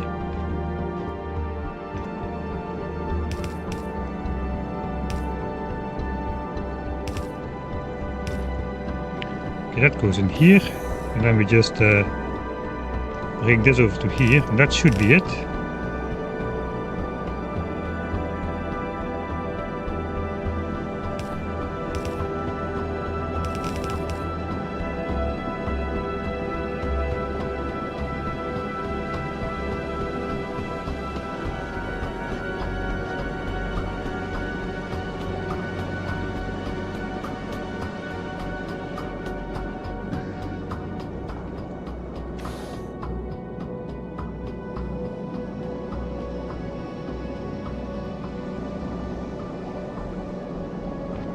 Okay, I actually want to bring that out over here.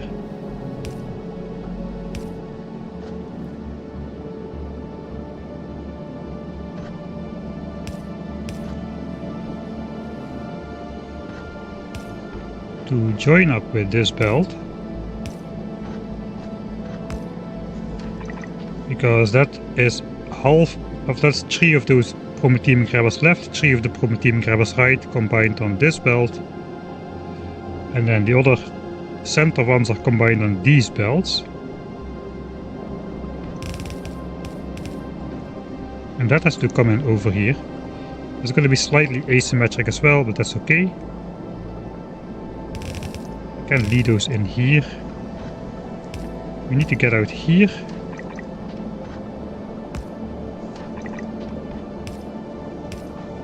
So we'll do this.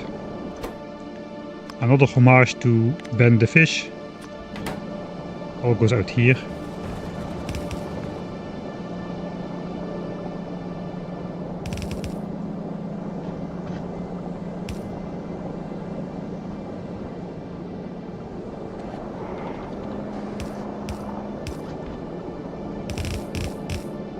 And that goes in here. Oh, and that should be the entire ship done, I think.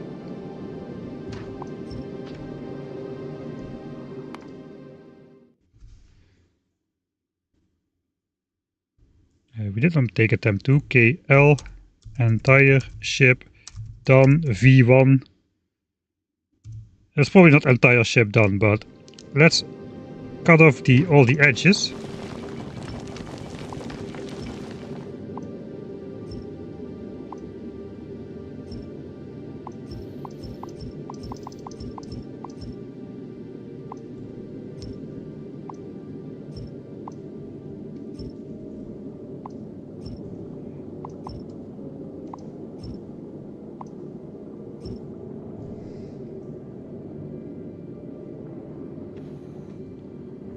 Alright, a nice asteroid avoiding ship when it's moving at slow speed. I hope. So the space yeeters can actually yeet stuff in space from the edge of the ship, so that looks nice.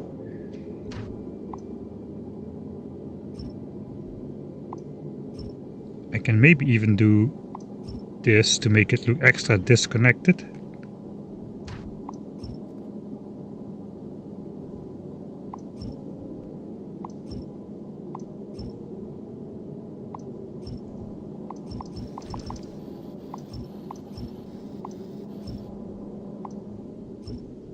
So still no asteroid reprocessing. I hope that is not a mistake.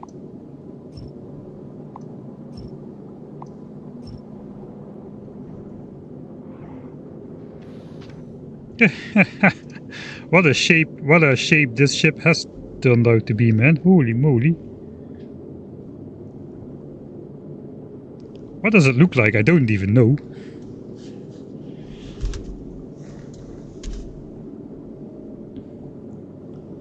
The chalice.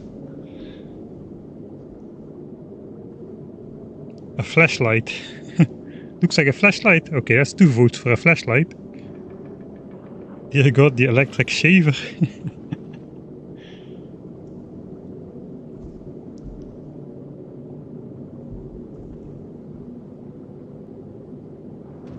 I guess it's time to give this guy a test drive.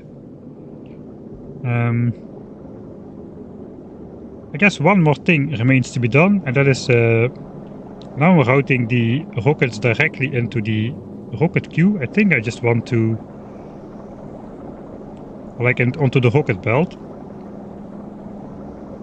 I think I want to bring those into the hub and take them out again.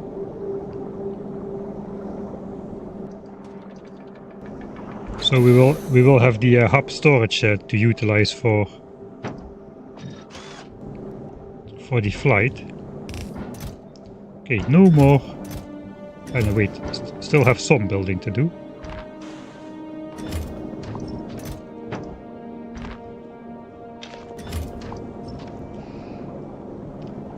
Yes, now we're bringing those out here. So I guess instead they will just come in back here. And we'll bring them out to the hub. I have to do that the same way. We have space for that. I already saw that.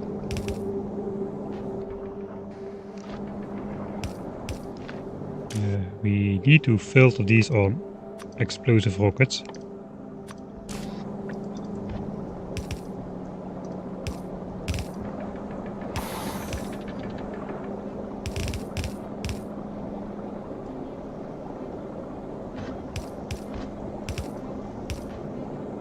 Okay. More explosive rockets. Ah, here we cannot quite do the same. Of course we can. We just belt weave it.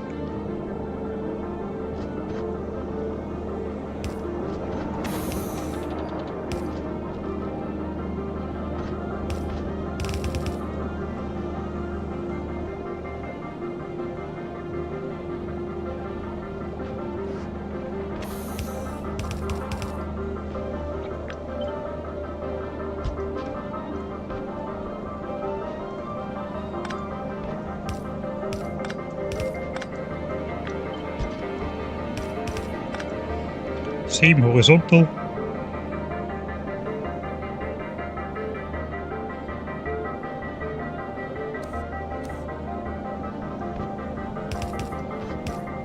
That will also automatically redistribute rockets left and right in an equal way.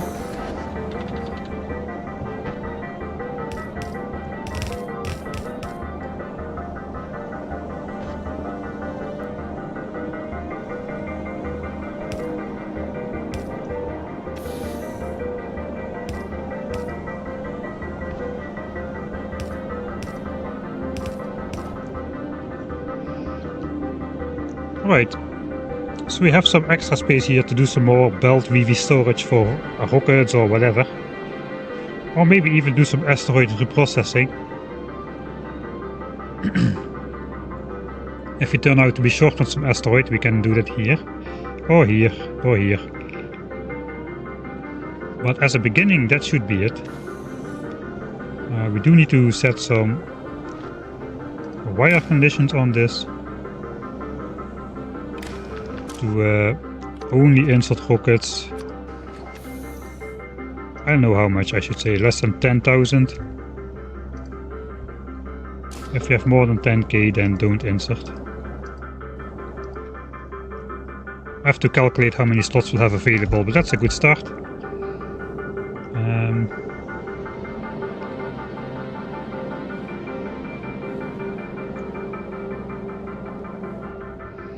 Right, we have hooked up the belts over here for the railgun.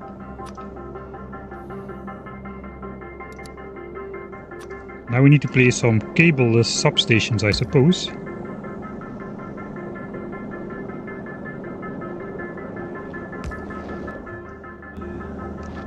How long can this be?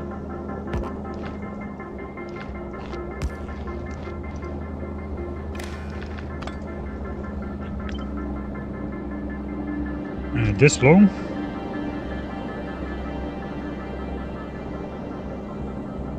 And over there. Okay, that's perfect. That is perfect.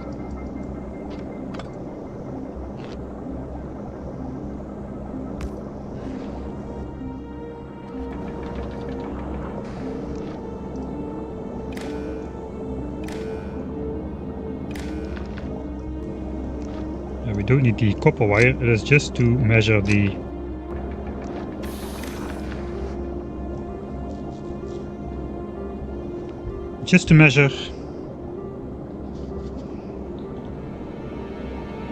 I know what we are measuring, just give me a second, just to measure the amount of railgun shells on those belts, because that is one of the conditions.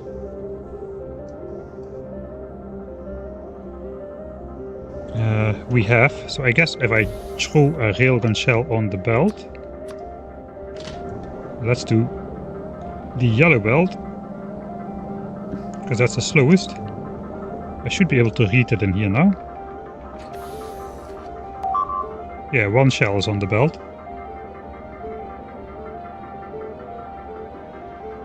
I think we can place substations on here normally.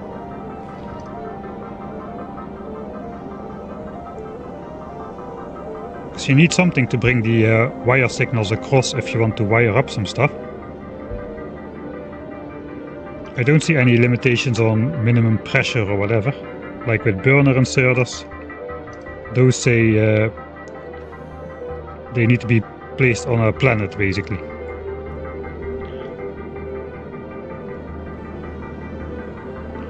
Alright, so that's important for the low ammo interrupt.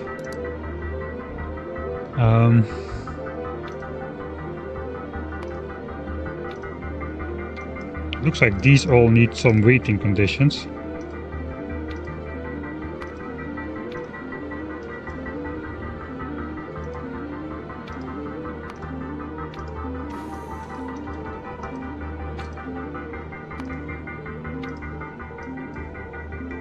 Because the ship wouldn't depart without it for some reason.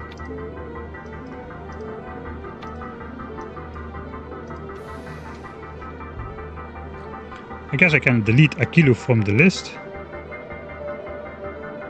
It will be at the shattered planet, but if it's going to Gleba, it will go through a kilo, and now we can just skip it on our first solar system tour. So we go to Gleba, to Vulcanus, back to Gleba, to Fulgora.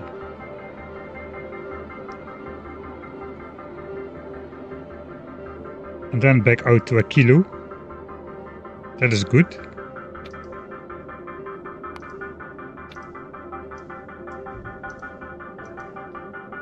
Okay, save interrupt.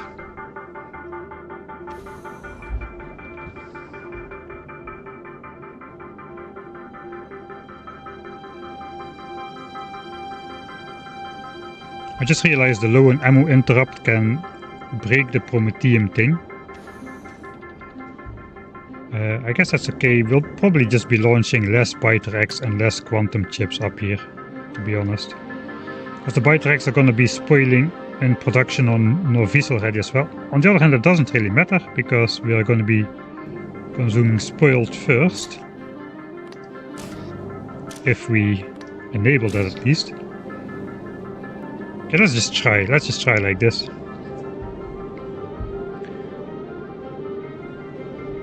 Is it time? I think it is time. It's still version 1, I feel.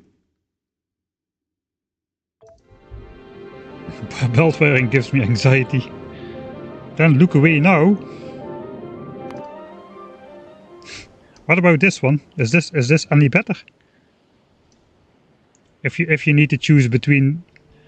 Okay, I want the opinions. Which one is your favorite? Or your least unfavorite? The left one? Or horizontal one?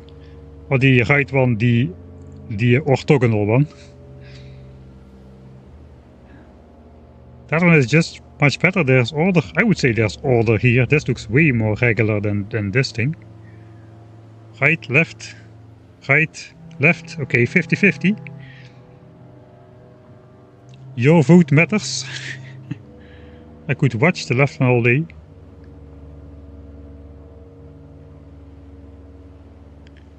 Left, boulder cursed. Right one is much more cursed. I agree, right is even more cursed than left. Especially because it works with all the turnaround stuff going in between. That is really... I didn't really expect I could make this into sort of a nice square, but somehow it did.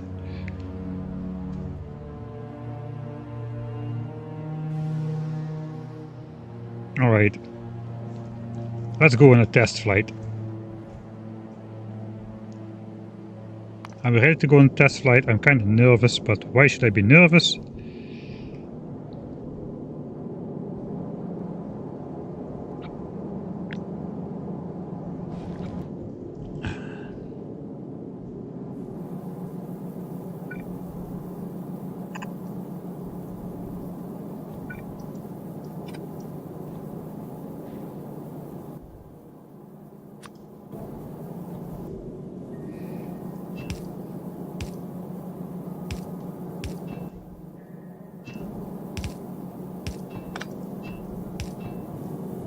I wonder, since I'm doing like a full double belt here, probably should not leave this so empty either.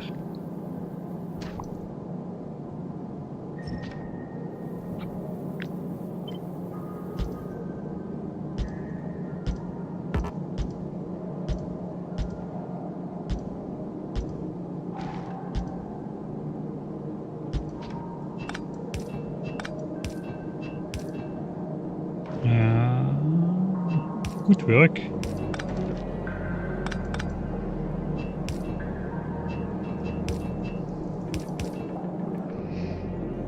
Yeah, I think that looks much better.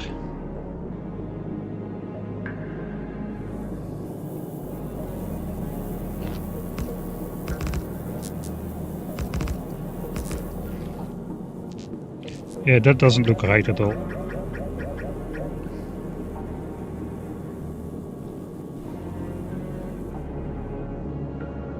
Okay, final version 1 save. So I gave myself a couple rockets to get started. I guess I should measure the amount of rockets.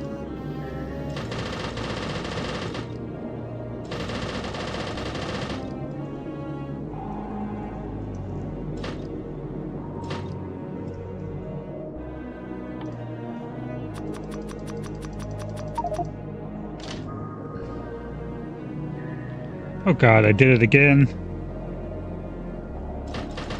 That definitely is some buggy behavior, I feel.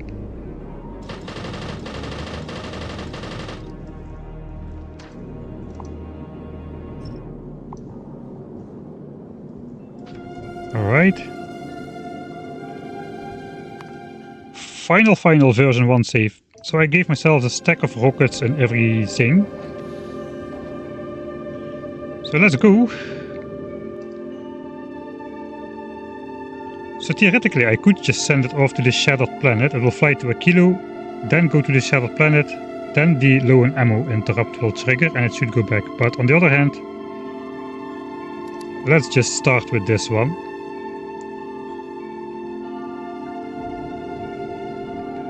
And I guess we should give ourselves a little bit fuel to get started as well. I forgot to make a speed control. I guess we don't need a speed control to get started. But yeah, normally we would need to wait until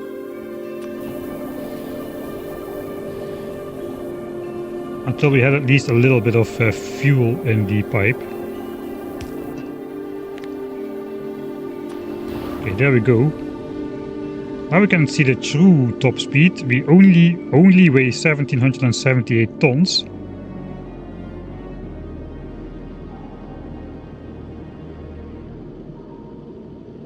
We're at max consumption now.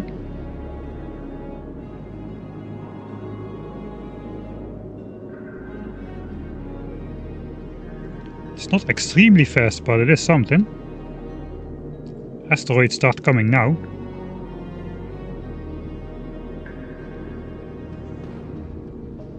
I give it a 10% chance there's nothing wrong.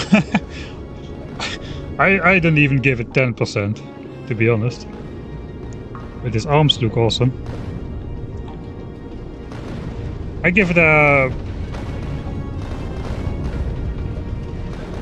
like a 50% chance that there's nothing major wrong, and like a 2% chance there is nothing wrong at all. Maybe that's even on the high side.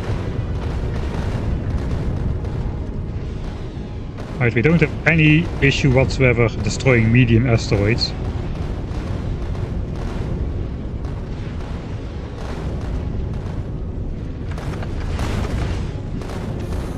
So eventually everything should start producing.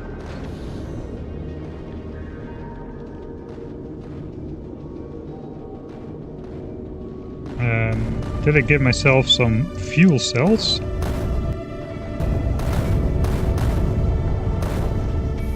Oh yeah, we've got plenty of stuff in there. Okay, we're already at Gleba. Stopped at Gleba. Why did we stop at Gleba though?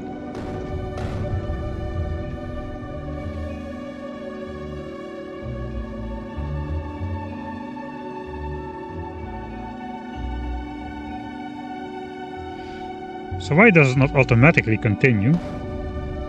It is green. It isn't automatic.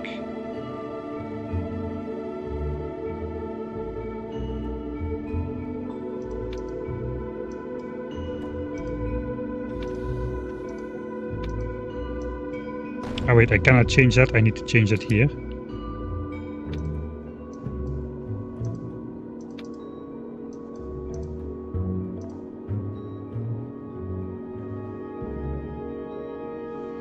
Okay, so it's looping. It's looping through Gleba. Why that though?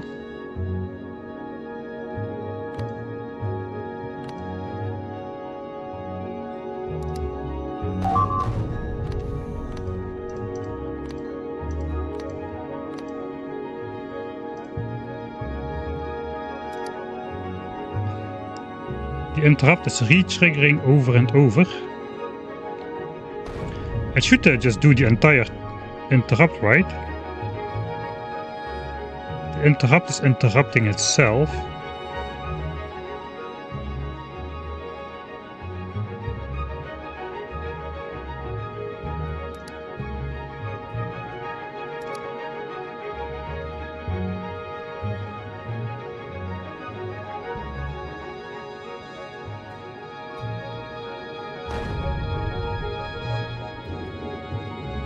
I don't know, it doesn't sound like it should work like this.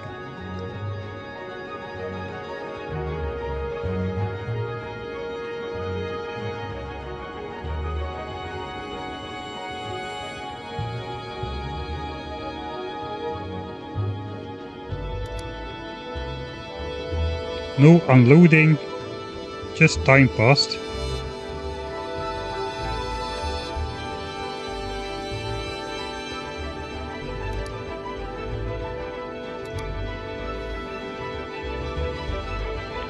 Okay, it was interrupting itself.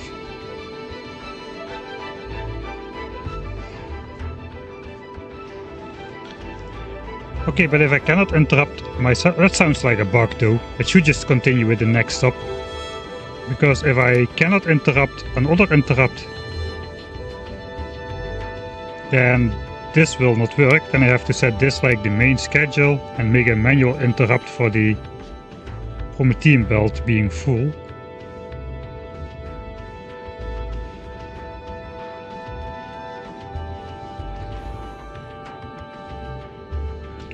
There is no reason though that this I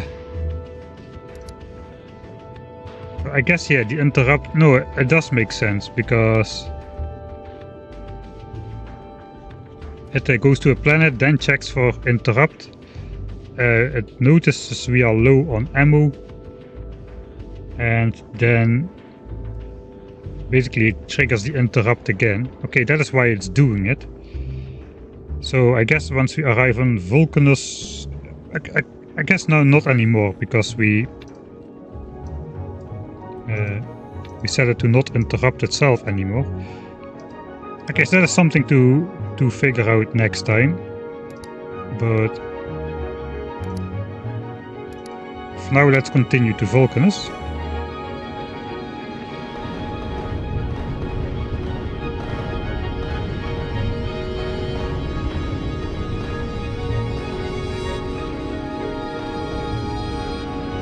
Yeah, this ship ain't going anywhere. It will take a long time in orbit above a planet though. Right, so already we're throwing a lot of asteroids overboard, so something is going right, I suppose.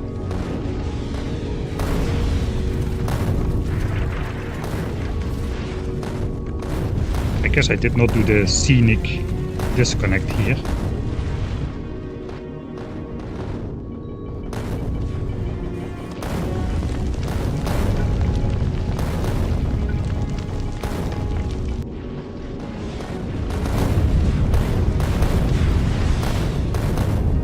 Me and my scenic blah blah blah disconnects.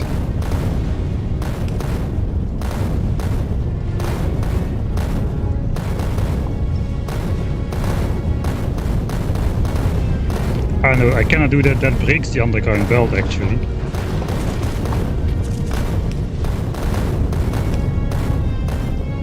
Somehow I did not overflow my inventory.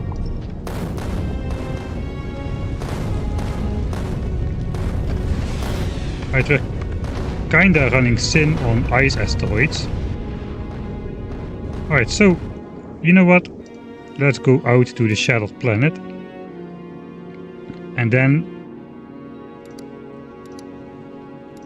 the low on ammo interrupt should trigger.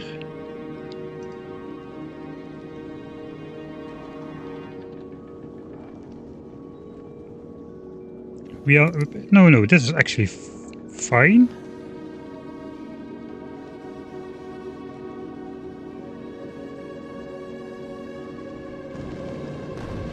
So on the way to a kilo. It is fine for now at least. It won't be fine after we are on a return journey. So yeah, this interrupt should not interrupt. Actually no, this is perfect. So this is the normal schedule. We're on the way to the shattered planet. That is our schedule. If the Prometheum belt is 66% full, we go to the unloading cycle. And we don't want to be interrupted by low on ammo since we're going back anyway. We're already going back. And if we are low on ammo before the belt is full, we just want to go back and don't let this interrupt us either. So I guess this should work as intended now. So low on ammo should trigger immediately after we go to the shattered planet. And we should make another victory lap through the solar system. Oh, sorry Sergeant Lexington. Yeah. Sometimes it takes a while to get it to see through. I couldn't see the stone through the asteroids anymore, or so we say in the Netherlands, somewhat.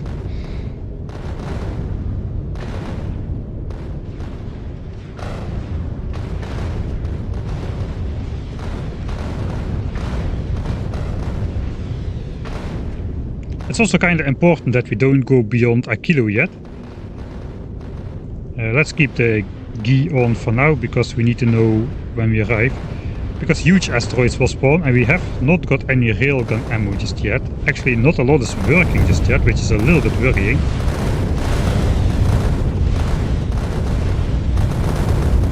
We are tossing asteroids overboard, but we are not really producing anything. Or are we? We're not getting coal because we're not getting sulfur, because we are not getting...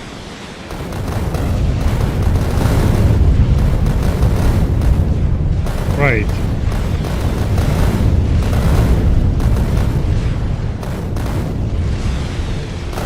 So this is the wrong type of asteroid.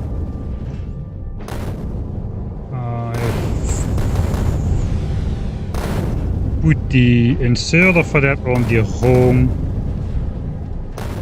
Yeah, put it. Okay, that is an easy fix too. Alright, so it needs to be on that one, not on this one. Okay, other side fix.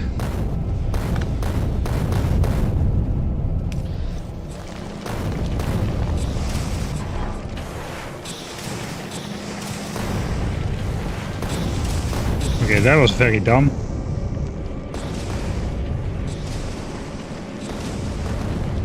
I've designed all my spaceships while playing and just testing the design out. It is incredibly punishing when you make a small mistake and you don't have the replacement items on board, and you know, I just cannot even imagine how long that would take. Alright, are we making something? Where's my iron? I never connected iron. Iron needs to be connected over here. Okay, iron needs to be connected over here.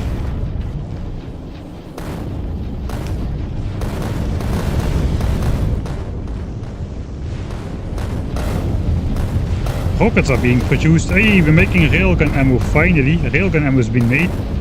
Something is working.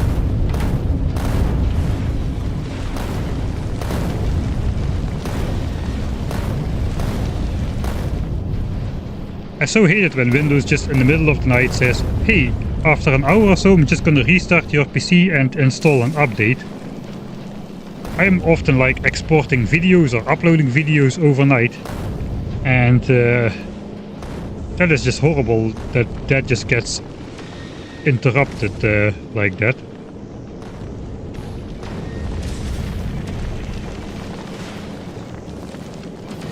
Alright, rockets are being made. The wires. The wires.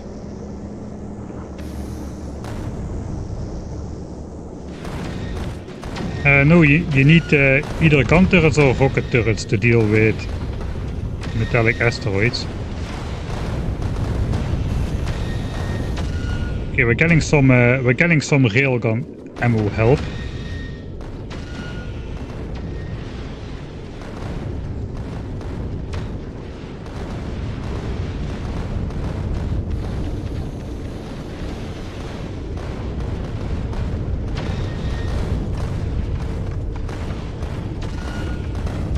I guess I'm gonna switch off the mediums for now.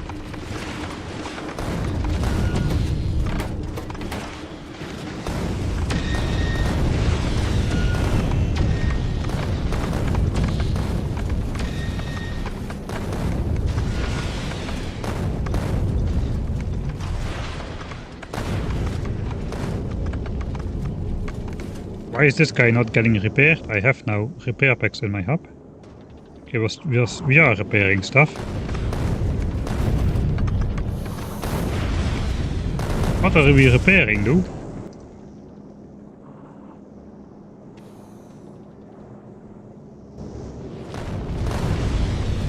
We are repairing this turret very slowly. Ah, okay. That goes very, very slowly, though. It looks like repair packs are a lot more expensive now. Alright, is everything working? Everything is definitely not working at full speed. But we are making a tank of iron, a tank of copper. Here we are not, because iron ore.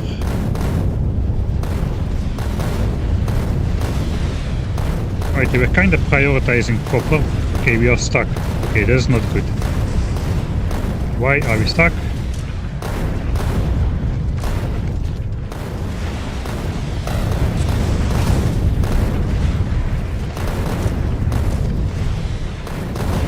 Okay, these have somehow at the same time produced a byproduct. No, don't tell me this doesn't work. Oh, that is terrible.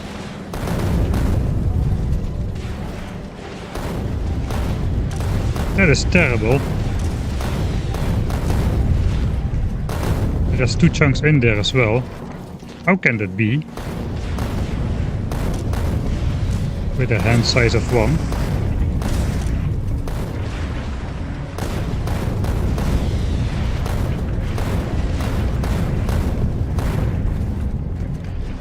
Oh, that is not good news.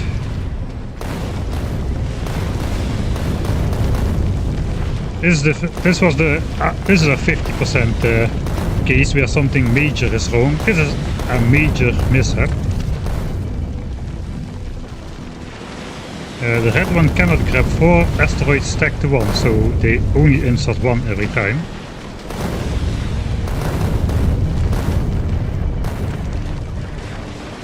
I guess I could also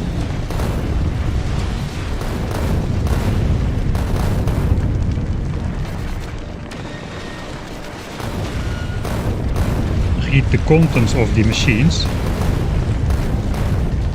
Then this should also be read.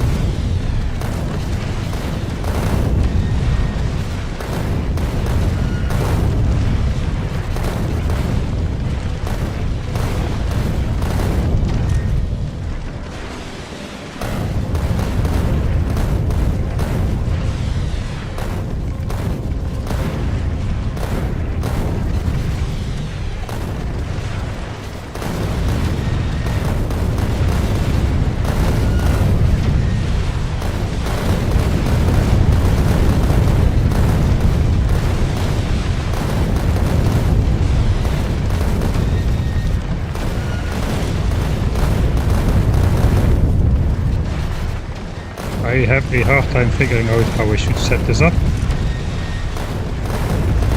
Oh, that works.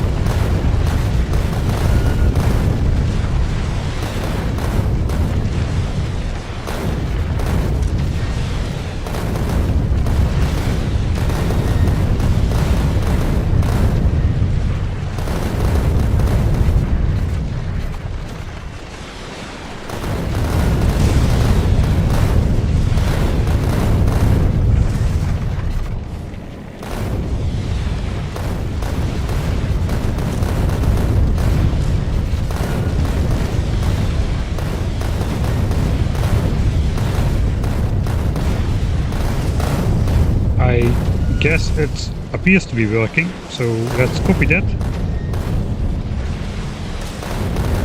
Okay, then it's a minor mishap, if we can fix it without rebuilding anything.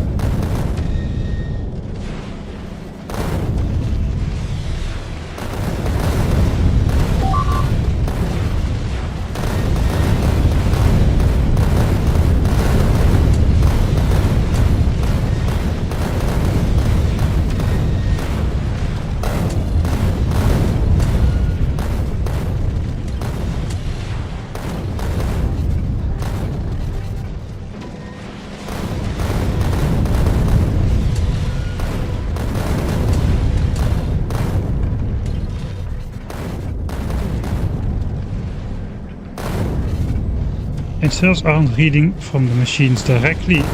Okay, so that doesn't help then. I need to put some more combinatrix there then. Is it not though? Because it does say disabled by...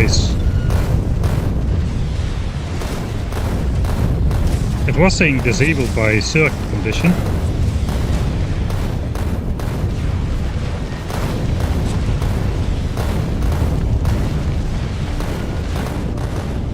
Okay, this one is deadlocked as well. There is no recipe set.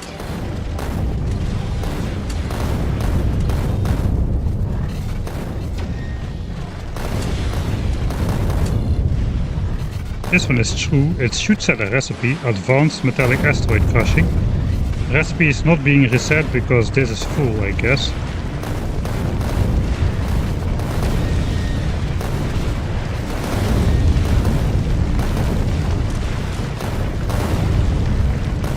Red wire from machine to input inserter.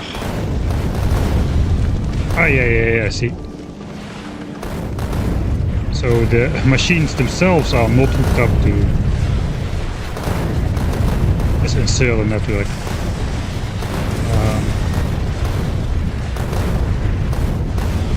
Yeah, since two things fit, and okay, here it happens the same now.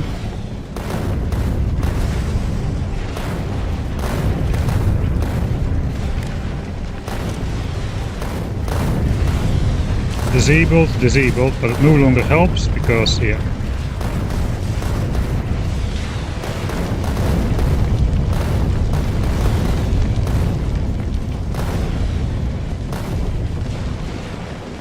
Right, so I don't want the recipe to switch constantly. That seems a recipe for disaster, really.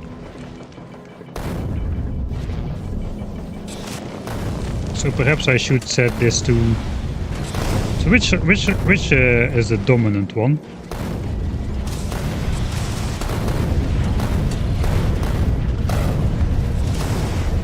Which one is the dominant signal? Is it basic metallic or advanced metallic? It is, in this case, basic metallic.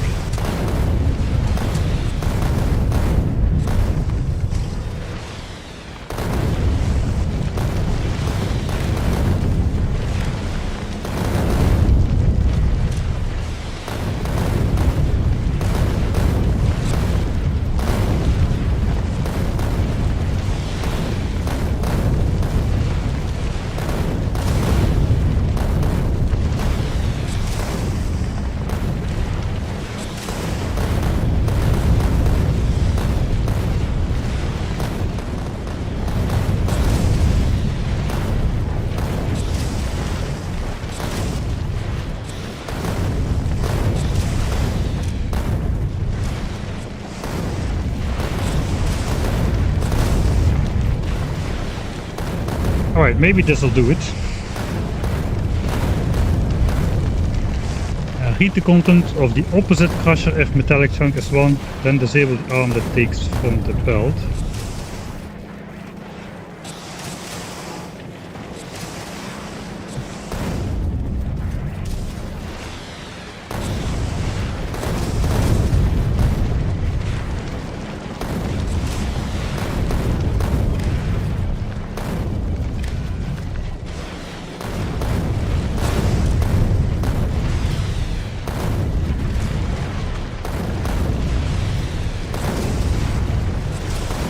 That should prevent them from inserting in either if any machine has an asteroid inside it. That actually might do the trick. Maybe, was that what you meant, or am I misunderstanding that?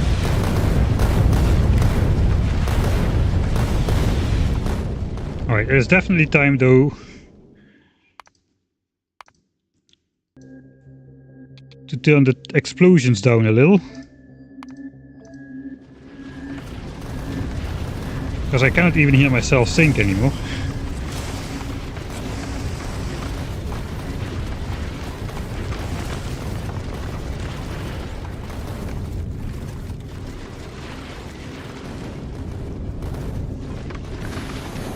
Okay, let's see what do we get in the hub. There is no...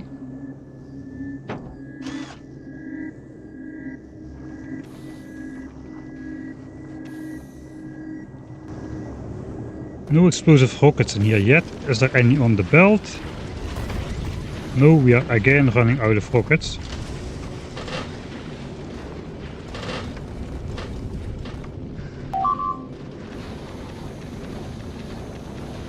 Copper wire belt only reach half the assemblers. Alright.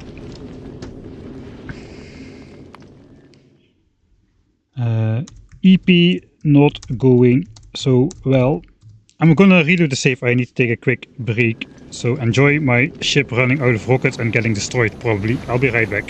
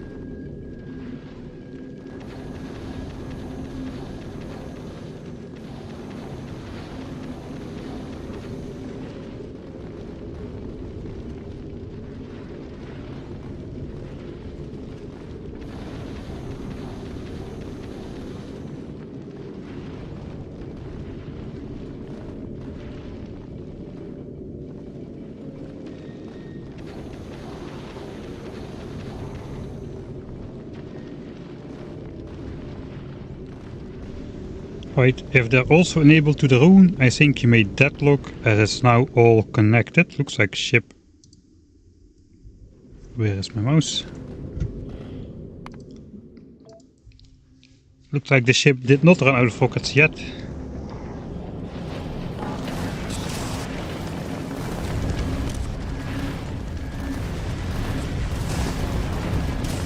I don't know if this can deadlock, because these just won't insert anything if either of the machines have any chunk inside anywhere. We do need those chunks, so eventually the chunk will get moved out of the machine to the other one, and then it should start working again. Since these insert freely.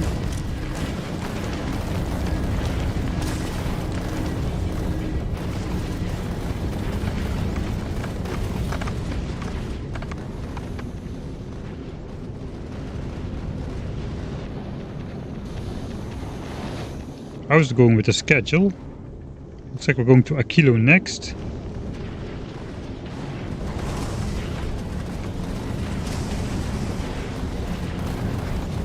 Okay, looks like all the asteroid belts are full at least.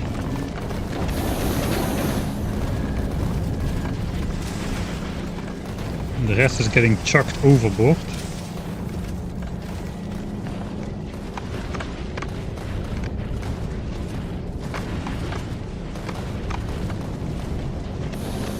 If we are full of asteroids, then why are we not producing at max speed? Oh yeah, these now don't reach because I pulled this apart. I think that will reconnect once I do this. Or maybe not. I guess we can extend this. Okay, it needs to be done on both sides.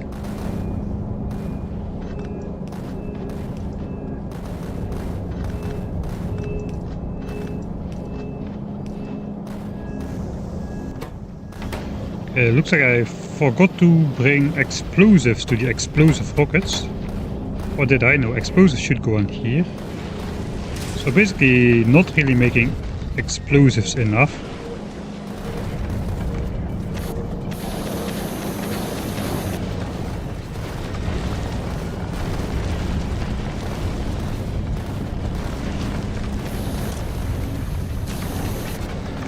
Because here we have the same issue. Let's not wait for...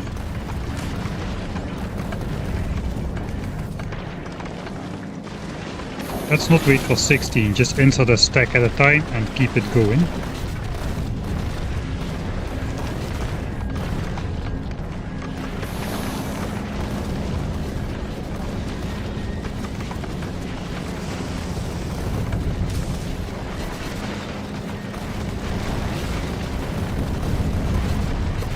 I just do output priority right, because these are being tossed overboard.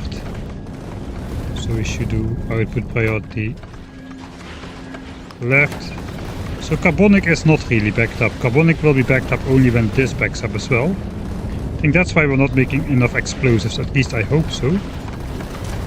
Let's set this one to stack size 4 as well.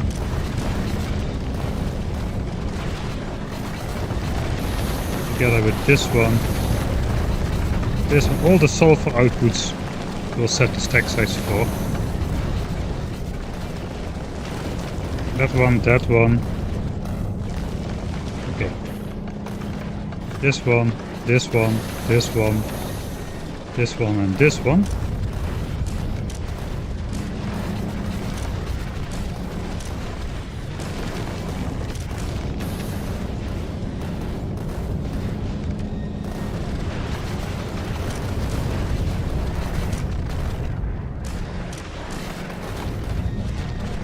Yeah, we need a lot of carbonic asteroids for the explosives. Okay, we are on the way to Aquilo. Looks like we're gonna go back to Gleba now. Why is that?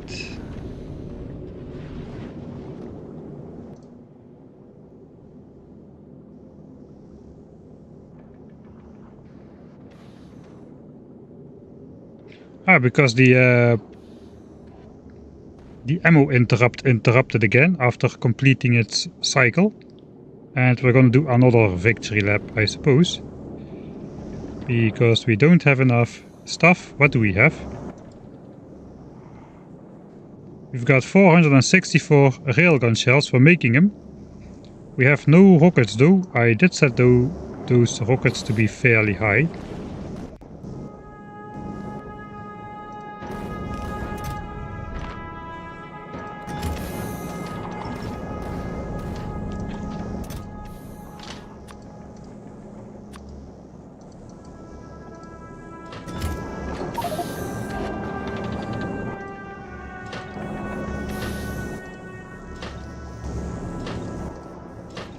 Okay, let's just give myself those. We'll check later if the production is good enough.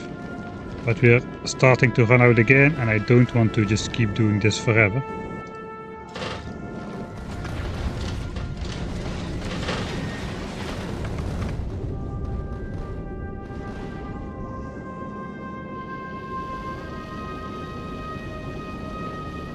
So this is working though. The fuel production is working.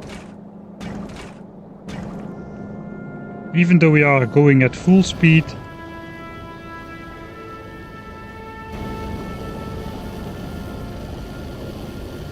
we are outpacing thruster consumption with production. So that's nice.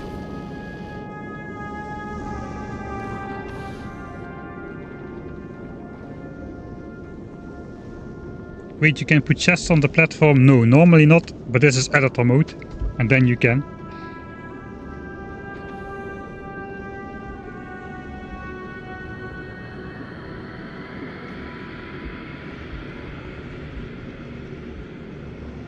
The problem with only reading the inserts that the crusher might be full when the bonus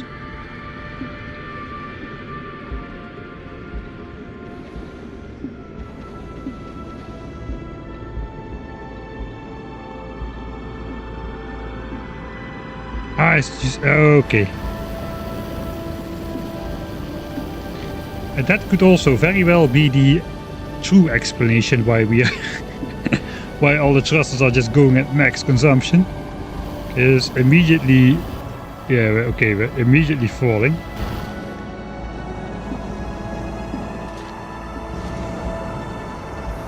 I bet the fuel production is also actually no, there is stuff in here. There was stuff in here.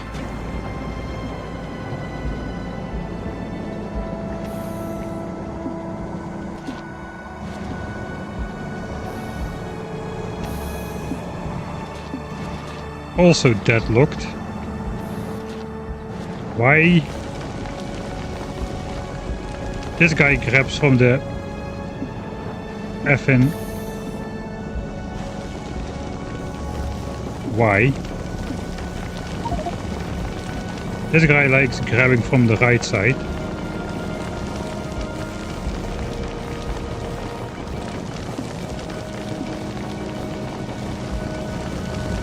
Okay, that means on the other side it should be working well. I was gonna say, but on the other side we don't have fuel production, so that is kind of a bummer. I could flip the entire ship around to solve that, but I'm not gonna. Wait, I can do that, right?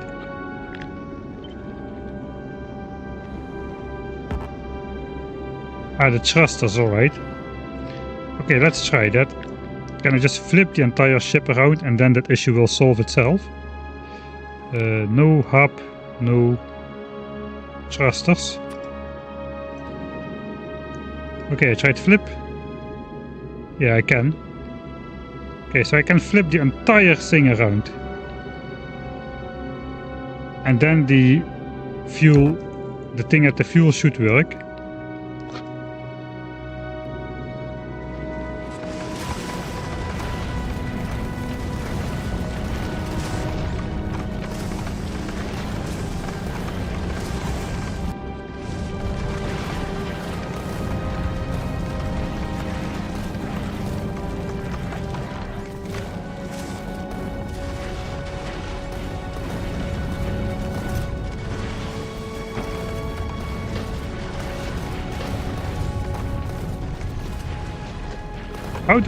How the heck do I get flamethrower ammo?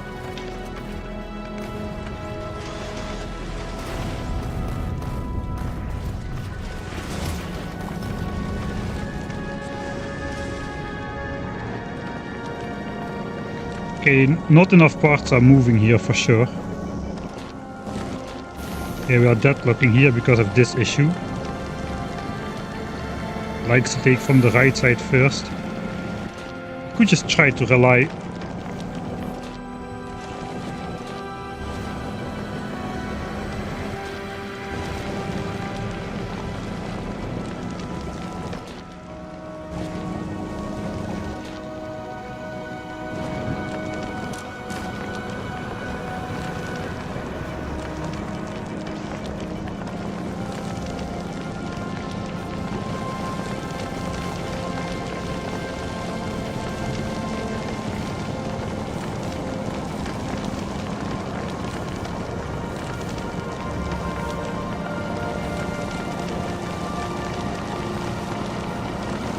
Alright, maybe I know how to solve it.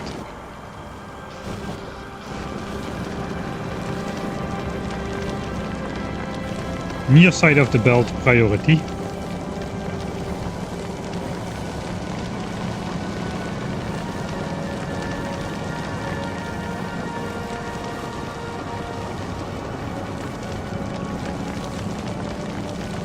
Okay, that does seem to do it. That is a weird solution. But now the output chunks go on the, at least this output chunk goes on the near side of the belt, which means that these inserters all like to draw that one first. And since we are still reading this belt and only allow ice to go on if this belt is empty, there always should be some empty space. So that's definitely not the solution I had in mind, but I guess it works. Alright, how is this also locked? Don't tell me this is locked. No, this is not locked. It is just slow. Alright, so how is the fuel tanks doing? 3.6k, 22k.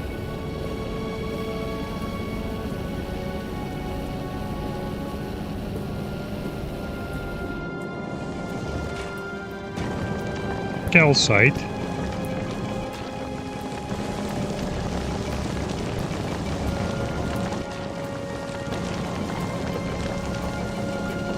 Produces 0.64.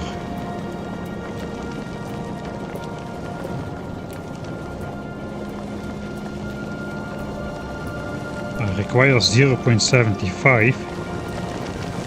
Oopsie, oopsie.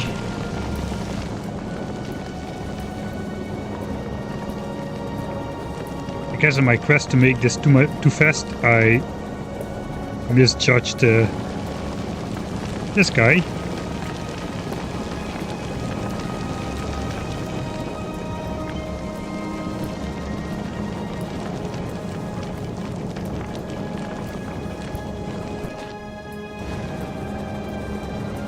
That makes 2.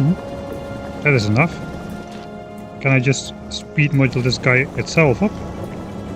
147. Okay, we can. 1.66 a second if there's ice. Okay, now there's no ice whatsoever on the belt anywhere.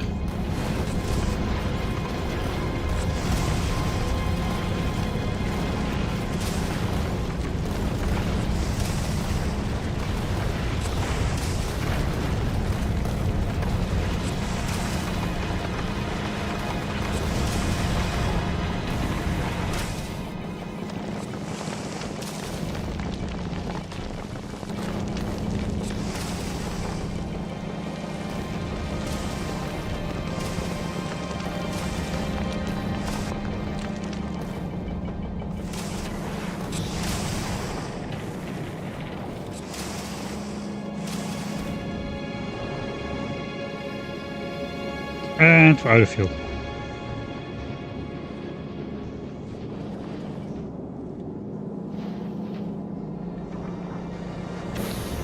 Alright, I'm gonna try to loop this belt to over here as well then. There is still some space. So that we at least make the calcite we need for the fuel.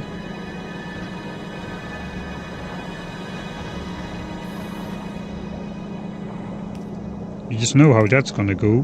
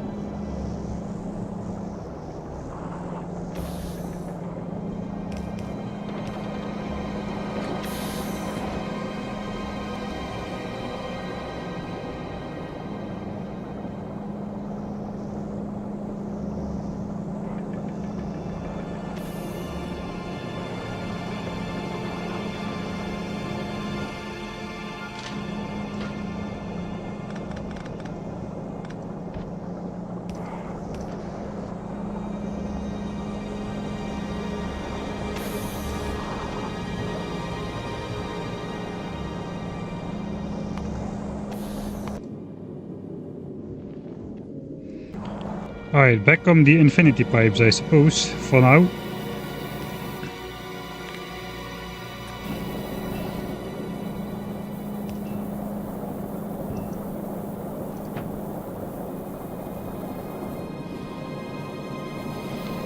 Right.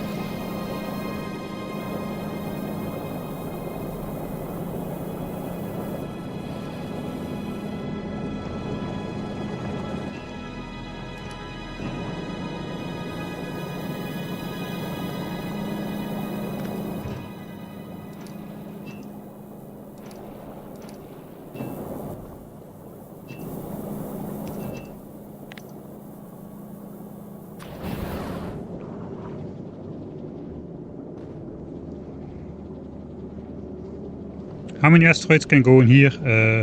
50 to 51,000, somewhere between that amount of asteroids. Is this gonna hit me as well? Maybe, no, I don't, it's not.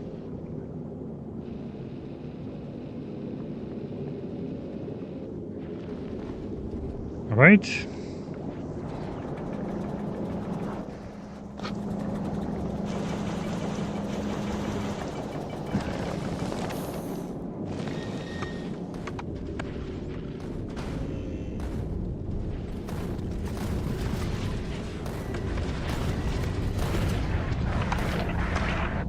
Okay, that was destroyed. Okay, that is one of the reasons probably why this wasn't working.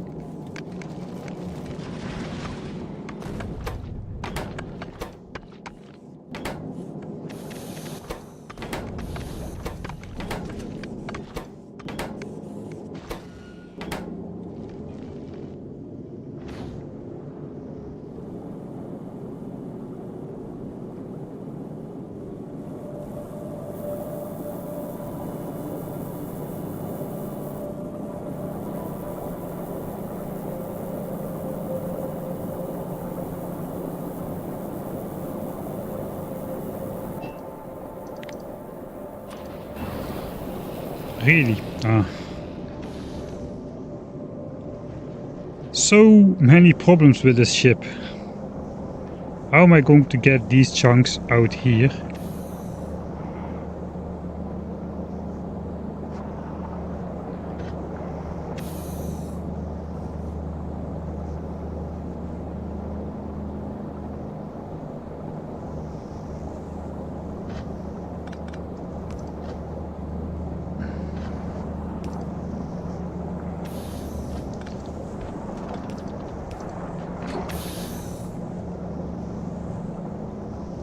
I'll have to side load them.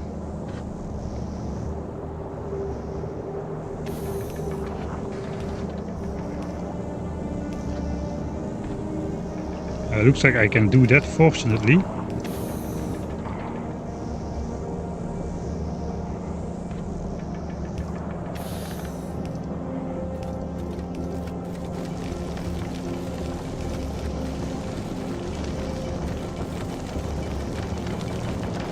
Those go on the near side of the belt though, so that is not good. I need to go on the other side as well.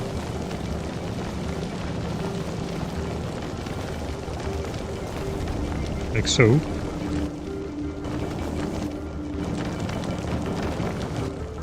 Alright, let's delete the infinity pipes again. See if that does something.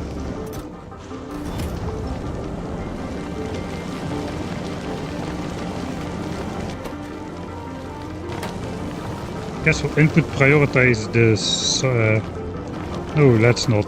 Let's see.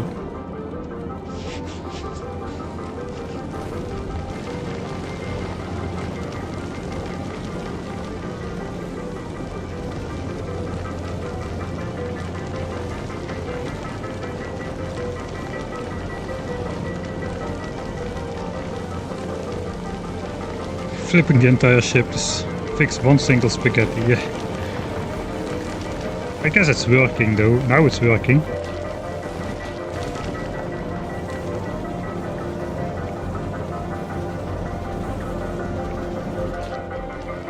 As long as this thing is running continuously, I'm fine. It takes a bit of time to fill up the this with like stacks of fuel.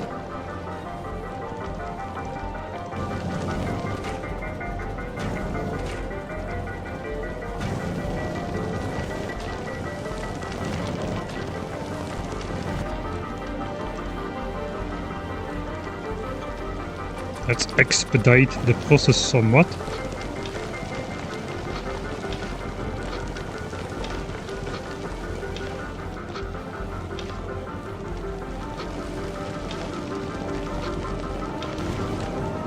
Okay, it's backing up now. Alright.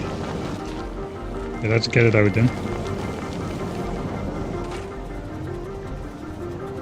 Fuel, fuel, fuel. Okay, now we're officially making more fuel than we are consuming. I even dare to do this. Delete it, delete it.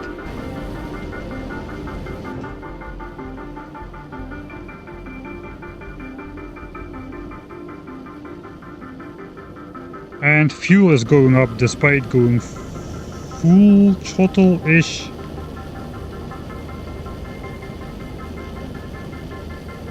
(1080). These pumps are just barely fast enough to pump the 1200 fluid a second in there. We've got 9 engines. With 11 it would have been too fast for a pump.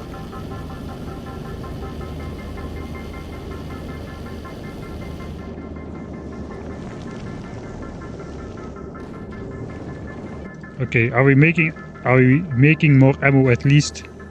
Okay, 2.7k railgun shells, all produced from nothing. I don't think the explosive rockets are working just yet though. Actually, nothing is working anymore because why? Because why?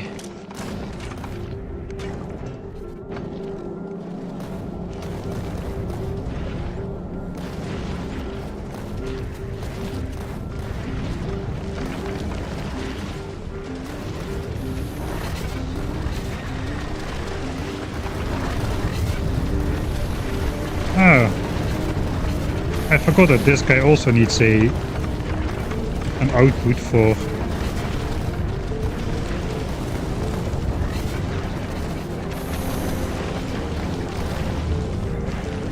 chunks.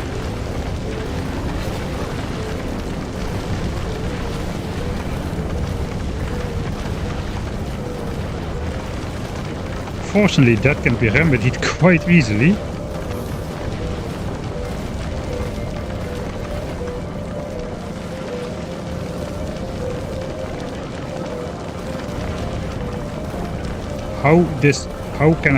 Could I solve that so easily? That is cursed.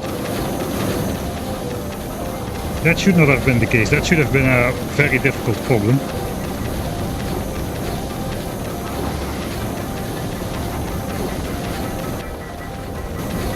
This is really particularly set up. Yeah, basically if one of these doesn't work, it can block up, that is true. But in general, every crushing action, all of the carbon is consumed by these, and half of the sulfur is consumed by these. So half of these have an output sulfur to this one, and half of them have an output sulfur to this one.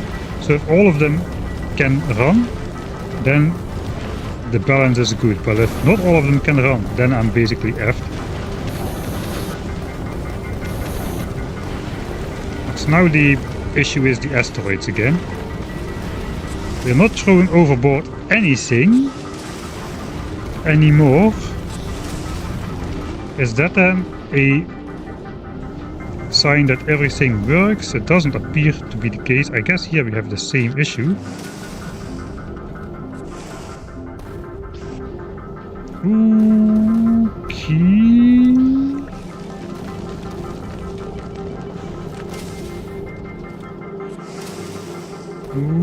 Okay, here it's a little bit more of a problem.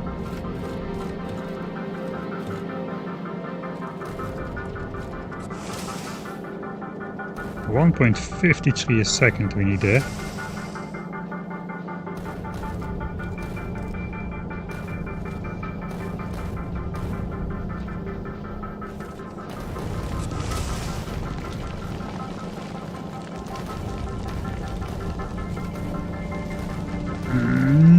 not good.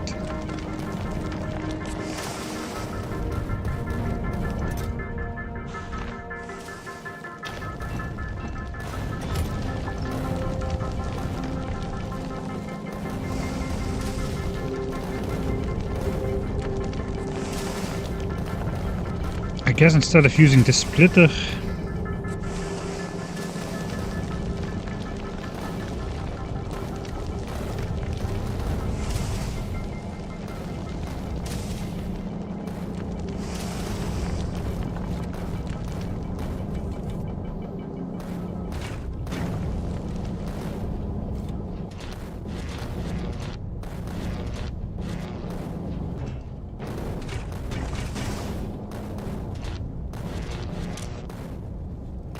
these also still have the stack size problem. Alright, so yeah, basically the coal buffer is not big enough for the stack sizes to be so high.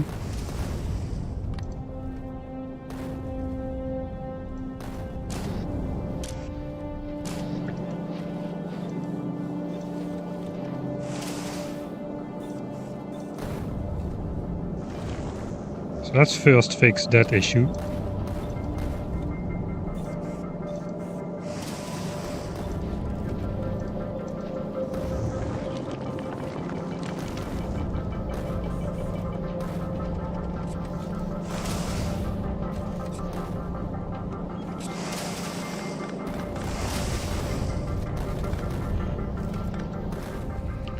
Technically I could use two fast inserters which just draw coal chunks off of there and throw them on here.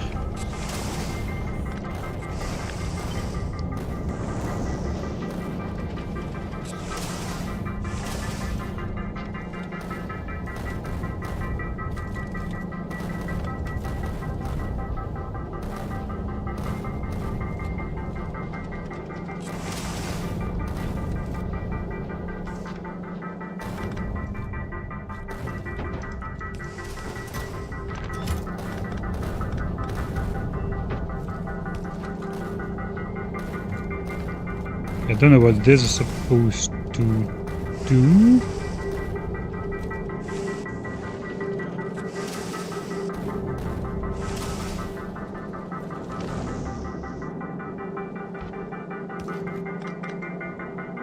This is some scenic stuff again.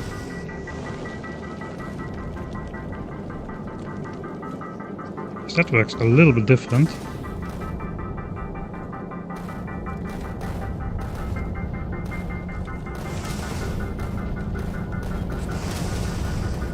Okay, and then we can make the outsider which does this,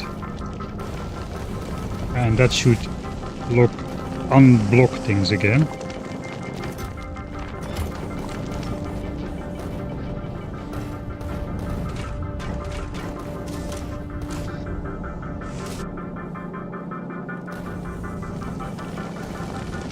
Maybe I just need to do this to reset it, because I cannot be taking stuff off of there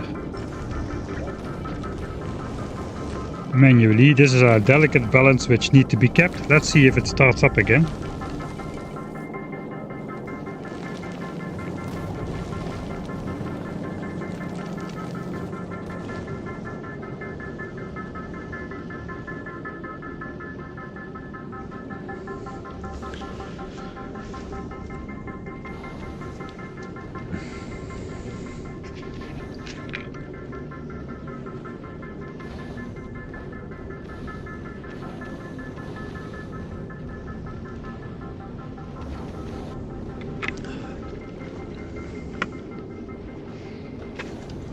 Okay, we got railgun ammo. I think we should just send it out. Oh, it's going to a kilo. Alright, we're going to a kilo. That's good.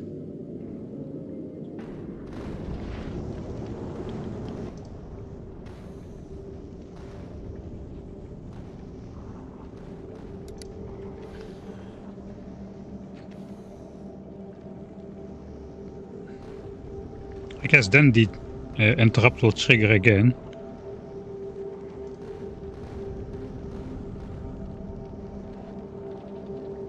So I would say let's just go to the shattered planet. Delete the interrupt. We'll go past a kilo to the solar system edge and the interrupt will trigger again. Okay, let's save. For LM. Going better.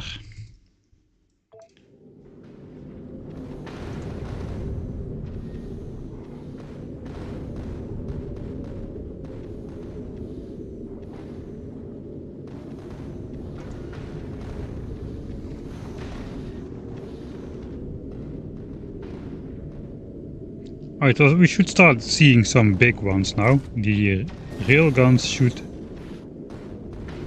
pop into action soon.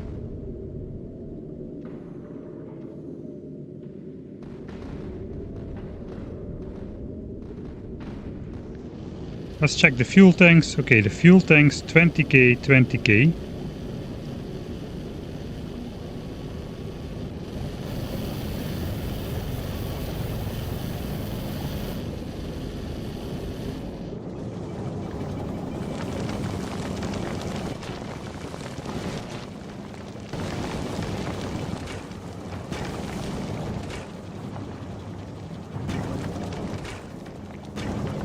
No carbon.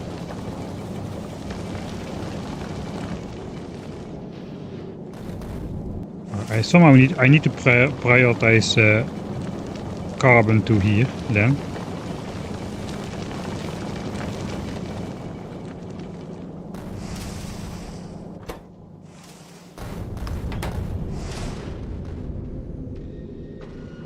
I mean, there's plenty of carbon coming in. At least it appears. It appears so. Now we're throwing ice overboard, ice overboard. That is, I guess, to be expected, around a kilo.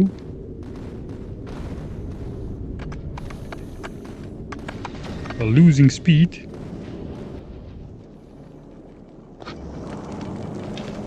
I'll insert one manual stack then, so at least we produce again. Let me also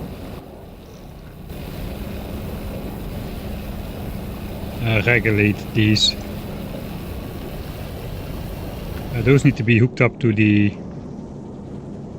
Oh, there's a distance.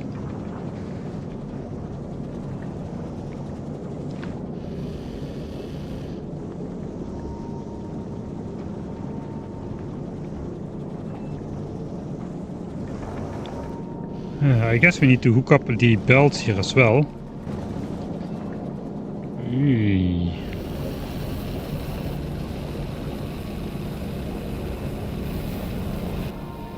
Okay, we can do some cursed design here.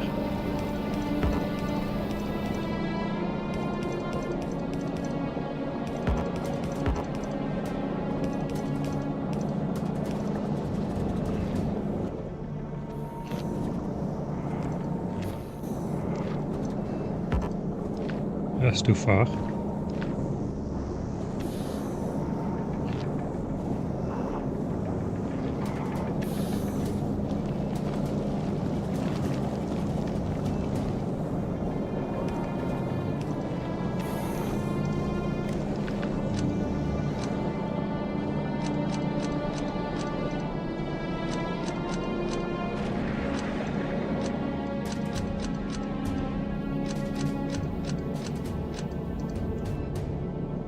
Okay, I guess we can delete at least half of those.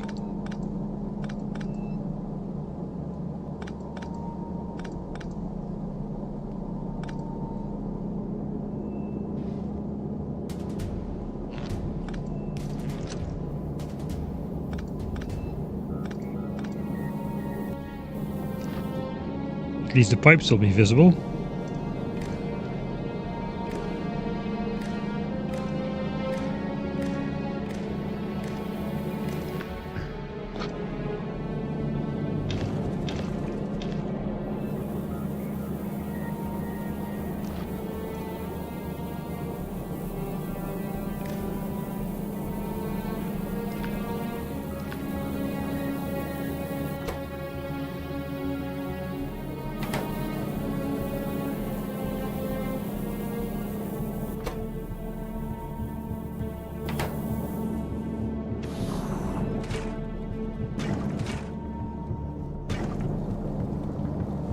What is it this time?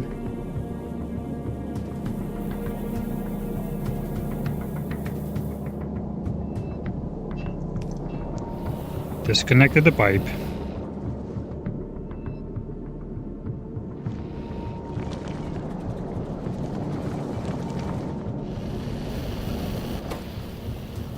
I just want to enable this when speed is under something.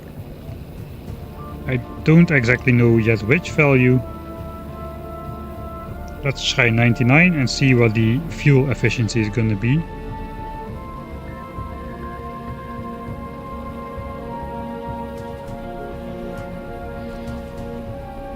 Around 80%.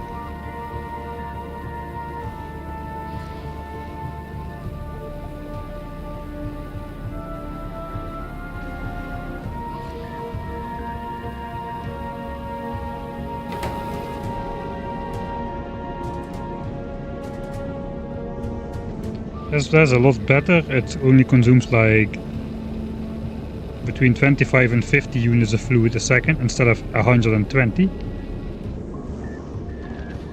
We're not terribly fast, but we don't need to be.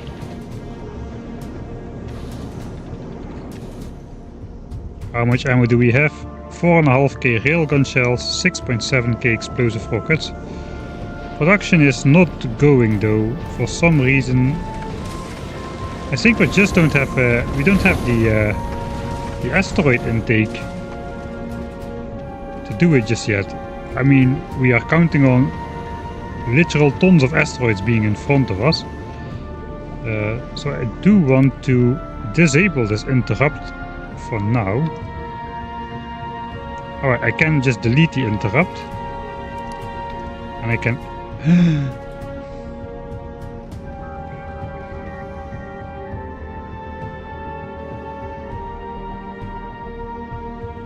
because it's in the list anyway, and I can just add it later again. Alright.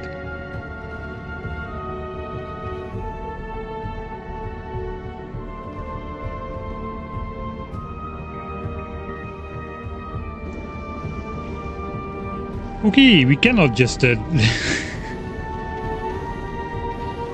just delete the interrupt. Good to know.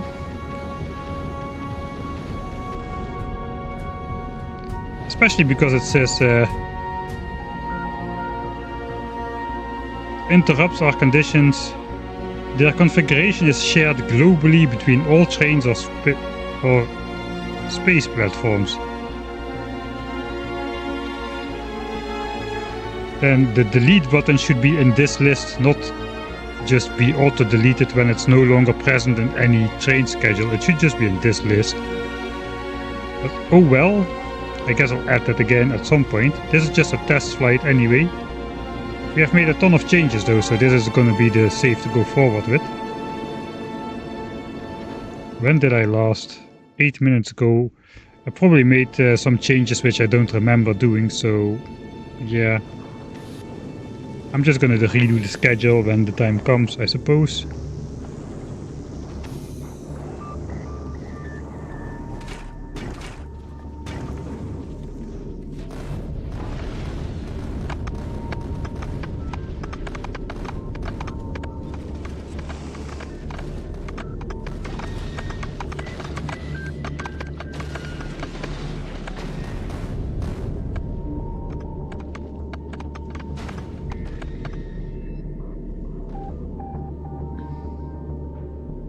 I mean, there's carbonic asteroids all over the place, but I just don't seem to be able to get the stuff I need over there. How's carbon doing on this side? I think we need a ton of carbon for all the explosive rockets, really. Multiple chunks a second. I somehow need to prioritize delivery to fuel here. So let's follow the line from the beginning. First of all, this inserter. I guess we're prioritizing output to this side. So most of them go in here. Does that make sense? No, everything goes in there anyways. That doesn't make sense. All the carbon goes in here. All the carbon goes in here. I'm output priority to the left for some reason. So that goes in here. Okay, that kind of explains why I'm not getting any carbon. I'm output priority to the left because I'm throwing stuff overboard here. That is why I'm doing that. So I should basically do it a different way.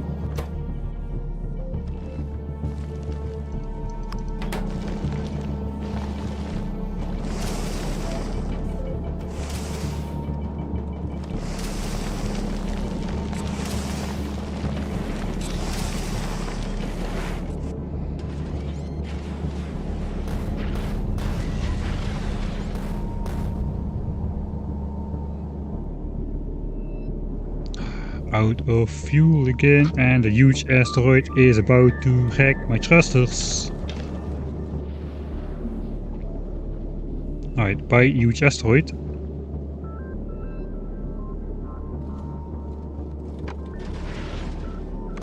Oh no, oh no. Saved it.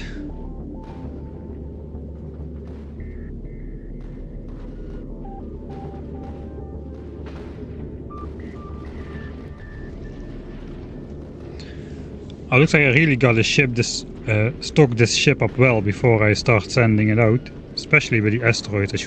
All the asteroids should be backing up. Probably will be using this area then to maybe stockpile some asteroids on the ship.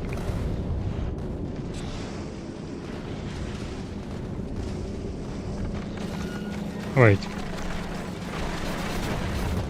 So then I want to hook up the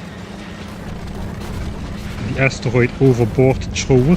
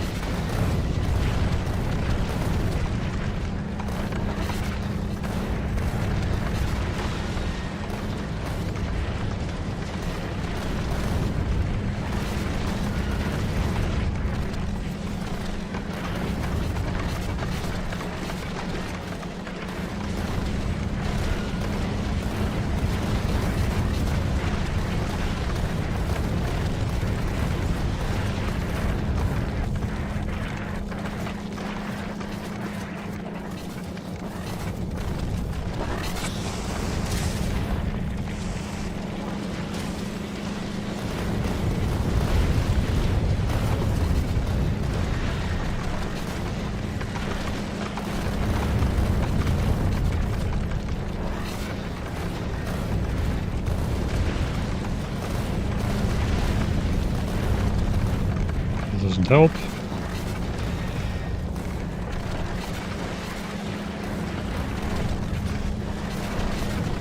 Do have space here.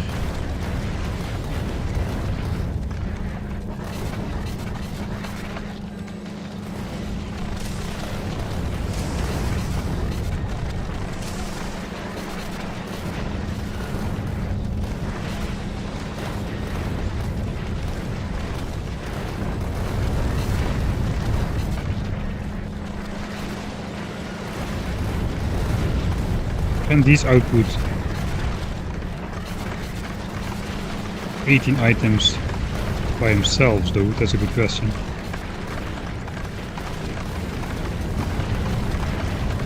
I think I'll just wire up this belt.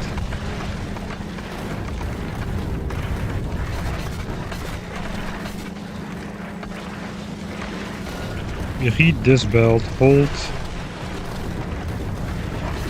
and unless there's at least 4 asteroid chunks on there.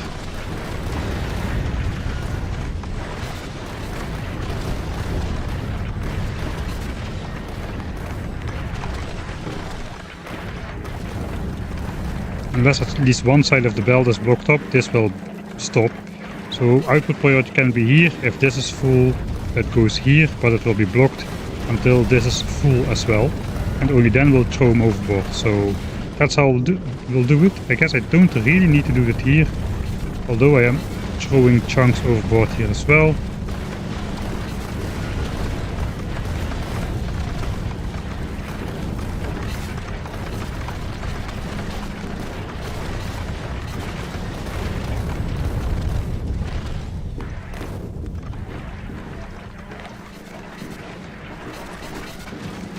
Okay, that is how it will work. Now this belt is blocked and the rest just goes to here.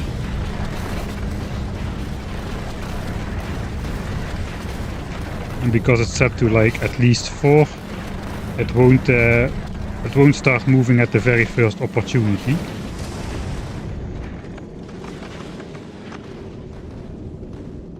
Right, how is fuel? Okay, fuel is full. Okay, that something is working. Let's keep following this belt. We have output priority to fuel, output priority to fuel. Here we're grabbing this. This is kind of a problem because we grab off of here. Again, I could wire that up.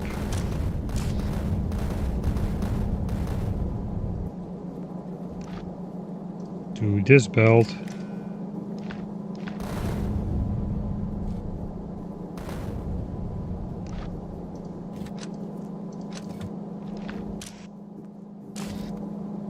And this is hooked up to the belt.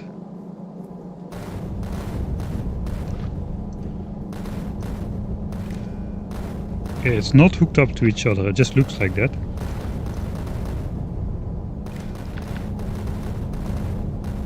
Yeah, it's different networks. Okay, let's use the red wire then, just to make it visually different. Read, belt and hold. Only insert when. This belt has like 4 pieces.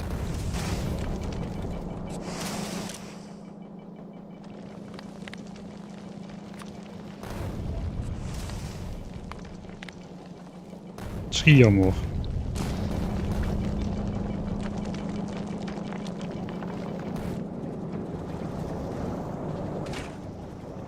Full. Did I do it? Perhaps I did do it.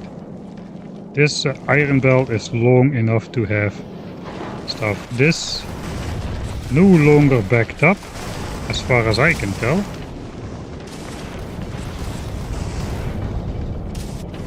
We've got a full iron tank, a full copper tank, as full as it will go because we stopped producing copper.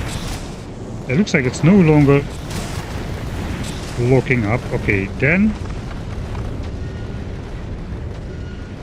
we are getting out close to the shattered planet now.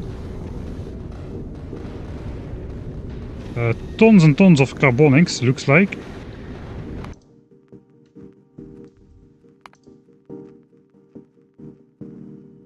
A lot of them though.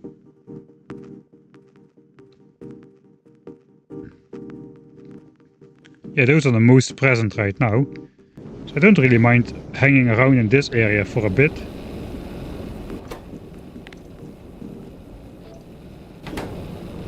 Let's just go slow for a bit, so we can grab more of these carbonic chunks. I should really maybe try to list the requirements of my ship. Okay, carbonics are also backing up, alright. Or they were at least.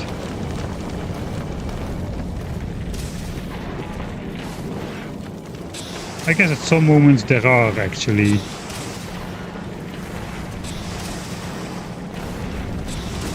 enough carbonics on the belt.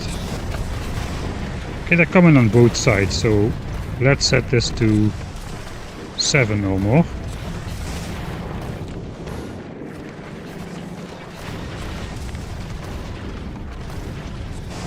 So the belt truly needs to be backed up.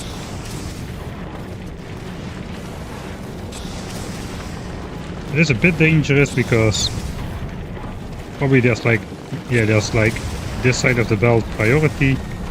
Okay, let's not do that. 4 or more.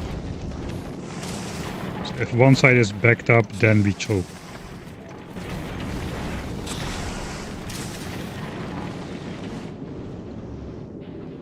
Alright, there's definitely going to be asteroids under our ship here, but that's okay as long as we just keep flying. Even if we're flying pretty slow like we are now. I may need to figure out the entire asteroid demand of the ship. I have a feeling it's going to be a high carbon requirement. I can just count up all the crushers really, but I've got like 4 sets of these explosive producers. Those require 1.5 chunk a second, 6 chunks a second, so in total I need 24 chunks of carbon per second just for explosives. I guess a negligible amount for fuel. It just wasn't reaching that because explosives was doing everything. This has deadlocked once again because this has deadlocked once again because this has deadlocked once again.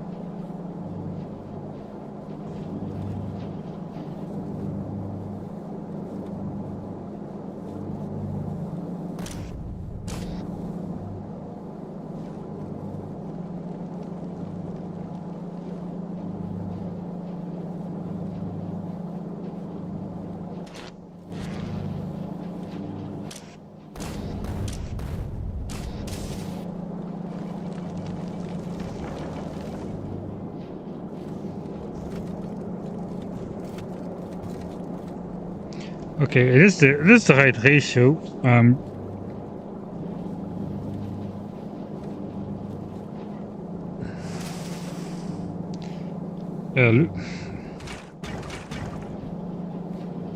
Looks like we are consuming this carbon first, which deadlocks this side over here. But why?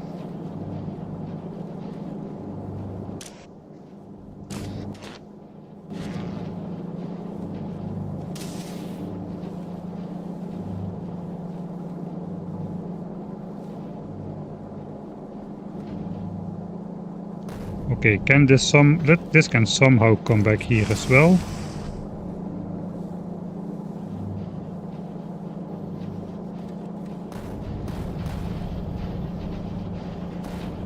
We can output explosives. Different here.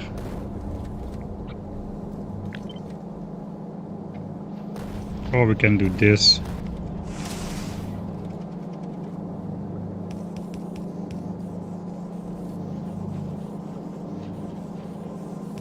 Probably with a condition.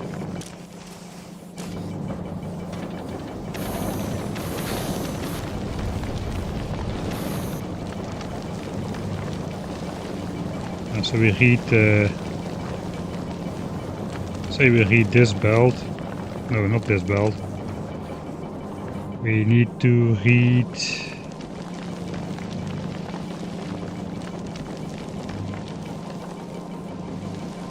this belt.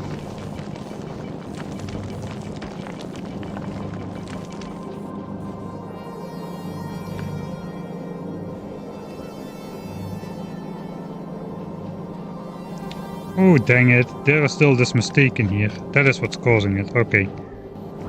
So, mystery solved. I forgot to solve that problem for the rest. Okay, it's probably here as well. Yeah, this.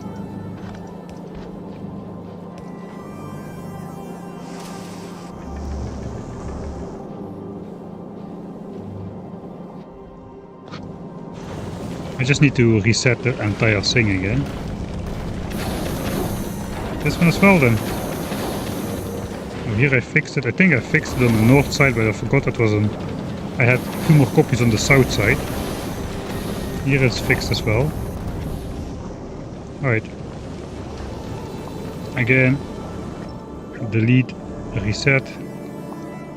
Delete, reset.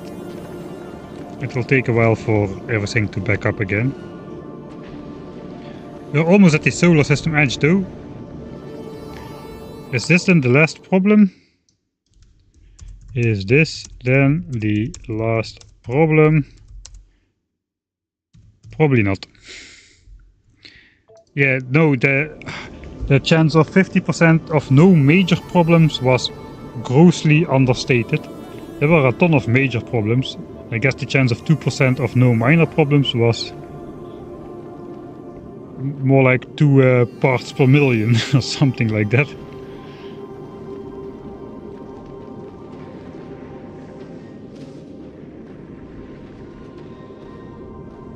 Alright.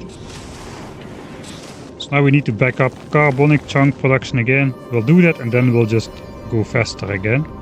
We're going to get into the whole purpose of this ship, which is the Prometheum collection.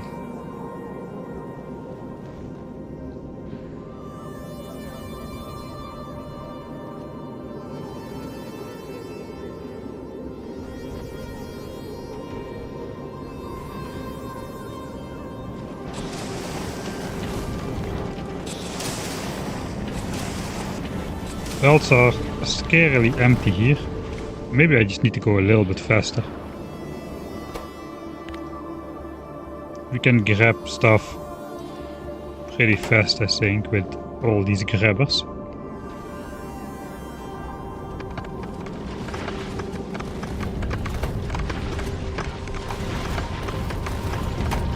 There's no prioritization here, there's just a filter.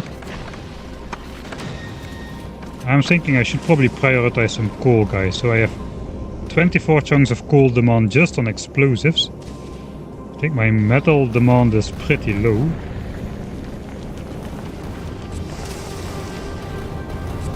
Three chunks. So my metal demand is 6 chunks a second. That is all the metal. Again, fuel's negligible. It's just so few. Oh, it's actually coming from these as well. So 6 metal at 24 coal. And I guess even more because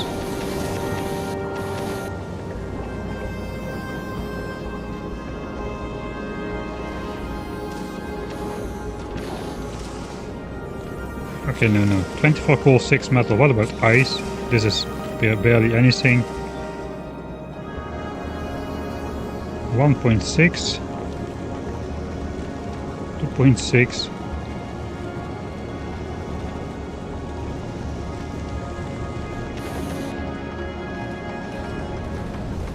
So 6.4 for the explosives and then a little bit for that. Not even that much for here. It's mostly coal, then ice, and metallic ones. We don't need that much at all. But are we grabbing enough to start filling up these belts? That's what I want to know. Okay, these are now not grabbing, that's good. That means we are prioritizing fuel. And fuel is not working because it's full. Okay, excellent. Okay, it's backing up. I think asteroids are backing up, even though we are grabbing a ton of asteroids we don't need. We have started on our journey towards the shattered planet now. I think it's good now. I have faith. Journey to shattered planet begins. Let's hope this ship fares better than the other one. We're going to be filling up this entire thing with Prometheum asteroids is the intention. So now starts a chance to check out this system as well.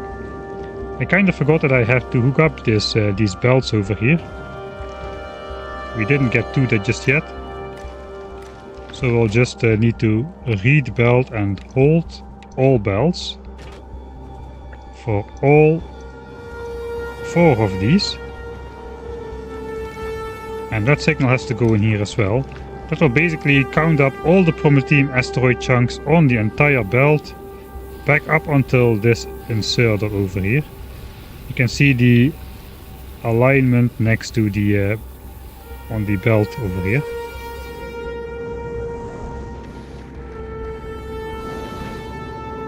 Alright, then is the question, how is it going with our ammo? 6k railgun ammo. Alright, so hopefully the asteroid density now is going to skyrocket. And that basically means we should be grabbing more stuff. If we can grab enough stuff so that all the chunks will be backed up, we should be good.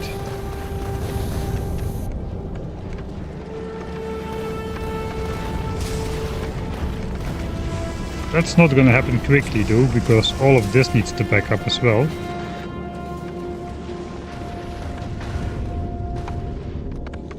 we can only grab so many chunks. I have a feeling we should probably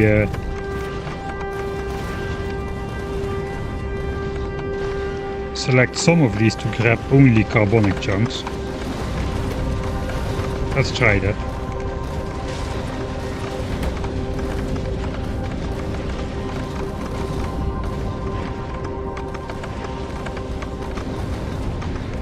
There are so many chunks flying around.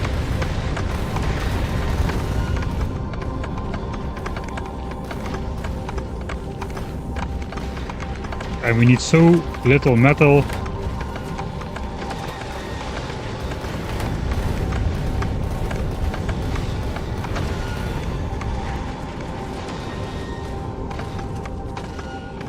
Okay, let's keep the metal collection there.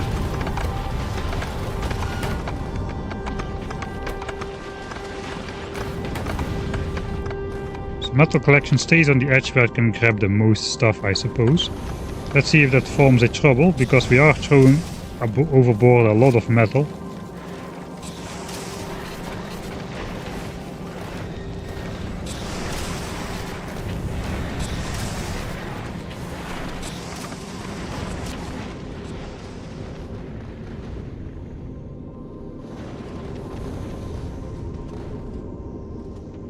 Hey, Prometheum. I saw one.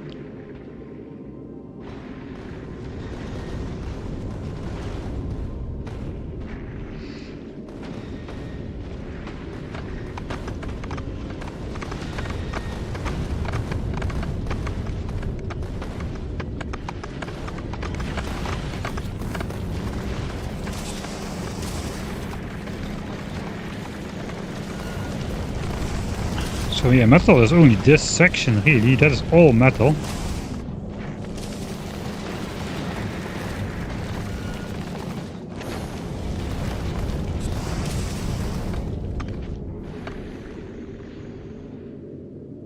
And we get a bunch of those incoming as well. Have you been able to get space platform interrupts to work? My Prometheum ship is supposed to turn around and come back when it's full, but the interrupt never triggers. Yeah, that is difficult to troubleshoot from a distance. I did get it to work, but I accidentally deleted my interrupt, so that is a little bit meh. I will add it back off stream because it takes like 5 minutes or so. Yeah, but the ammo interrupt worked. I haven't tried the other interrupt just yet. But I had to switch off. I had to switch off allow interrupting other interrupts, because on the multi-station interrupt, if on the second station the interrupt, it doesn't just go through the interrupts at the moment, at least. Maybe that's a bug. I think it's a bug. But it doesn't go through the stations of the interrupts before it checks again. If you set it to allow interrupting other interrupts, it will interrupt itself when it reaches the second station and loop back to the first one, which means it just stays on the first station for forever, which kinda doesn't do it. Look, we've got 65 Prometheum asteroid chunks on the belt. Isn't that beautiful?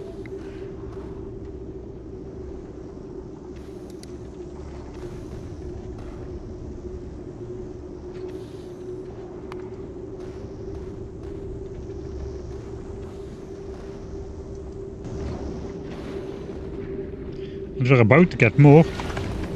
Grab those juicy chunks. There they go, Prometheum. Prometheum chunks, we're starting to acquire those. That's insane. This asteroid density is so tame compared to the one where the other ship died at though. So I have good hope that we'll be able to grab all that we need to grab to fill up the belts.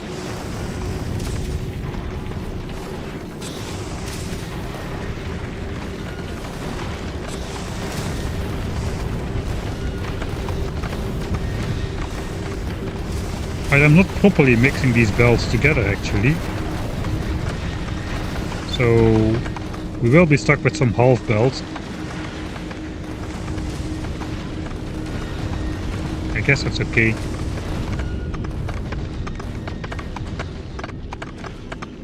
That's a lot of grabbing power.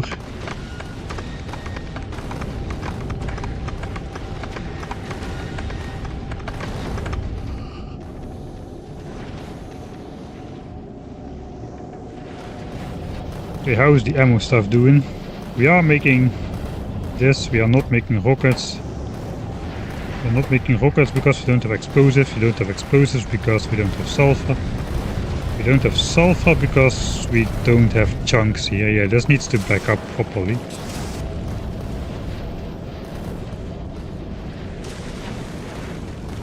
So yeah, we are prioritizing fuel, but we are also prioritizing the bottom half here. So perhaps we need to neutralize this now. Now that we have a good flow of asteroids.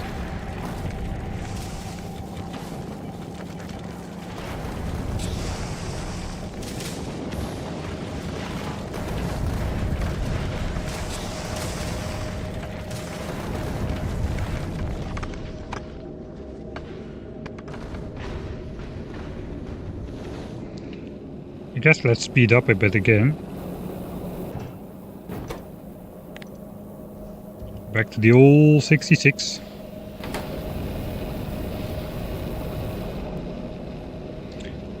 Tune back in, you're still streaming, this is massive. Yeah, I've been streaming for way too long really.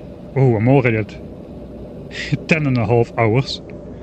I did get a good night of sleep though. But yeah, I'm getting pretty exhausted. But this is kind of one of those processes you cannot really interrupt because you will just lose your entire train of thought. And the next time you pick it up, you won't have anything to go by unless you leave yourself notes while you're designing and stuff, but I didn't do that. How is the belt storage looking? We've got some... Look, the chunks are in here, alright. Prometheum chunks are being loaded into the science assemblers. I guess it will take a while then before there comes some. Down the green belts. Let's watch the divider divided into squigglies. I guess I should have put another bend the fish on here, on the other side.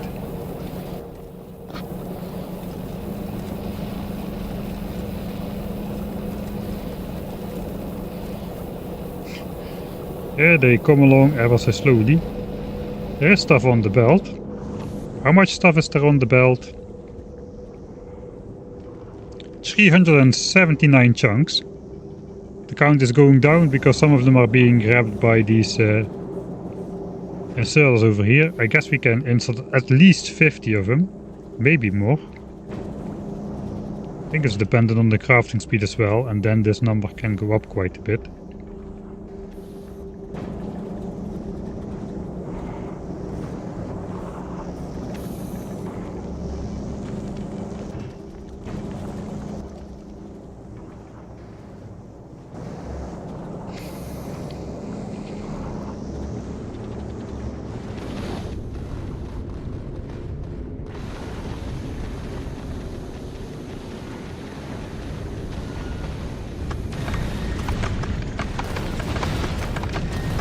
We're able to grab most of the carbonic chunks, it appears. I think it's definitely good we're ignoring some resources on some of those. Because they don't seem to have much more time to grab other stuff next to the carbon. A bunch of carbon is still getting destroyed. So maybe these things will turn out to be just not fast enough.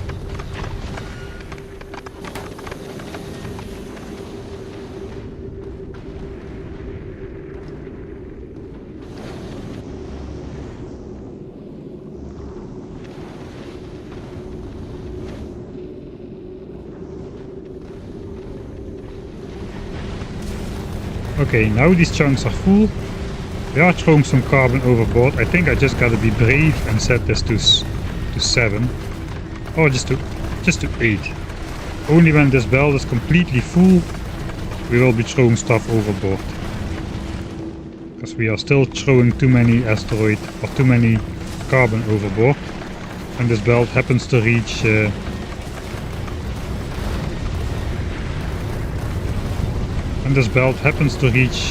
like 4 chunks on them simultaneously.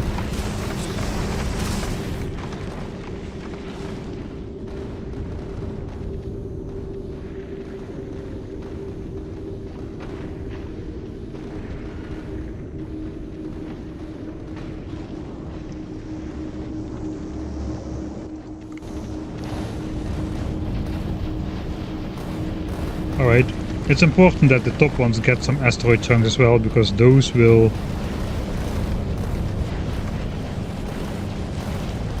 give us rockets. I could prioritize those rockets perhaps for the top belt here. These only require 5.2, we are making 11.5. So if this thing is running all the time, we should also be supplying railgun shells.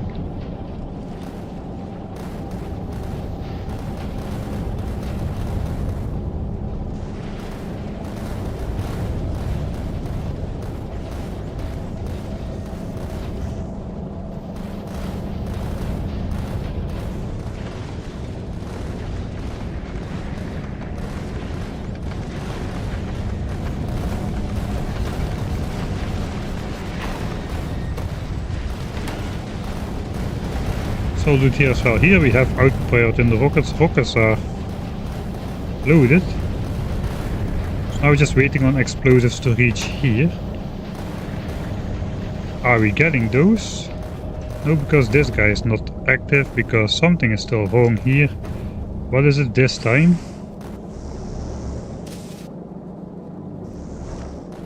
The same thing that's wrong over here. Looks like the sulfur problem is a problem after all, even with this system fixed. So yeah, I guess we are going to add this thing to side load over here as well. Not sure how that can be, but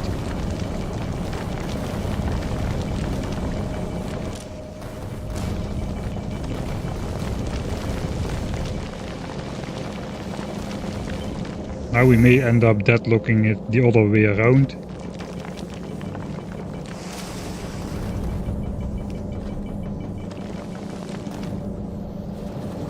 These things grabbing the sulfur have near side of the belt priority, so they'll grab the bottom of the side if they can.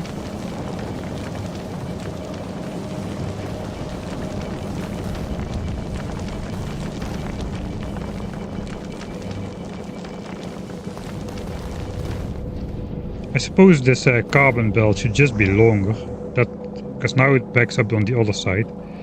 Alright, so let's extend the carbon belt. We'll bring it back over here. This goes in underground, that comes back here.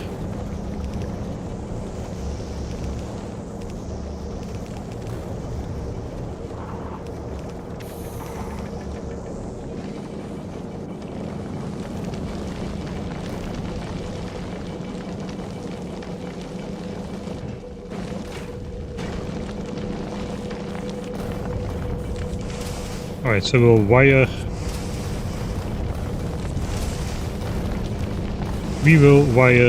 this guy up to this belt to only pick up if there is sulfur on that belt.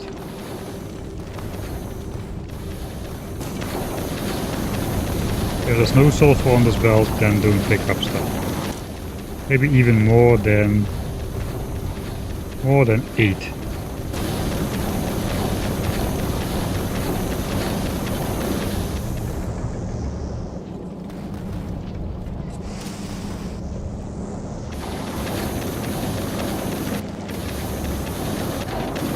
Something is happening.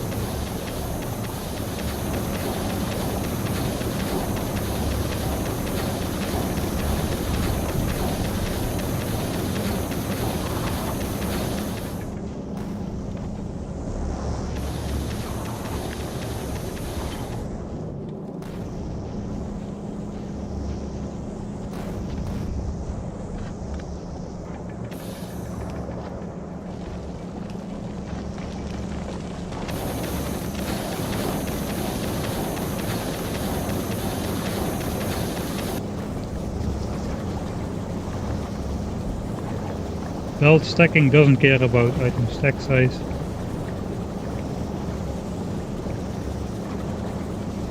Yeah, belt item stacking doesn't care about stack size limits unless the stack size is 1, then stacking won't happen.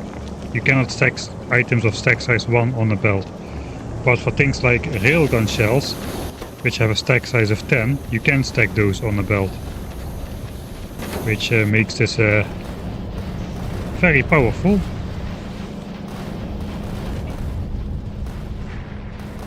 We have over 7k railgun shells, but rocket production finally seems to be going.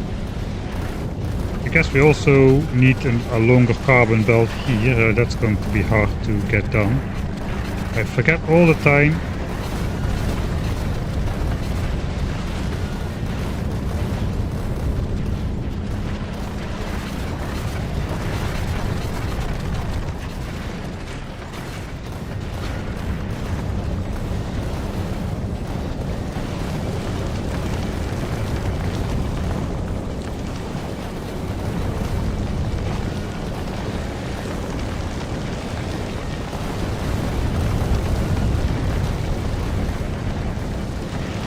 Maybe I should just unstack the... not use stacked sulfur.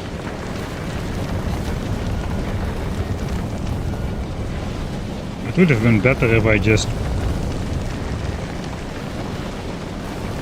divided the sulfur equally, or like made all the sulfur available for all machinery here. I don't think I can still do that though.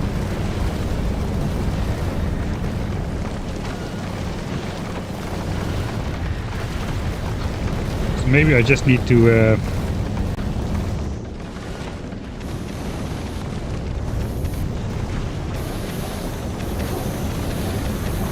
bring up some sulfur and just make sure there is enough sulfur in the system before doing this.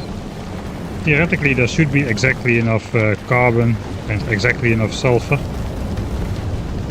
It just looks like the carbon gets blocked and one half of the things gets priority over the other half. The belt capacity for carbon is not big enough. Things get blocked off, etc, etc. Can I put this thing on the top as well? I don't think I can.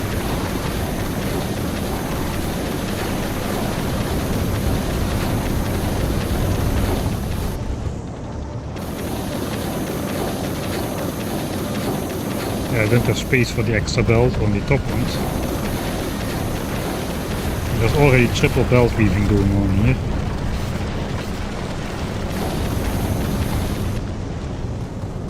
Let's see if that looks again. Thanks Cass Hughes for the subscription on Prime.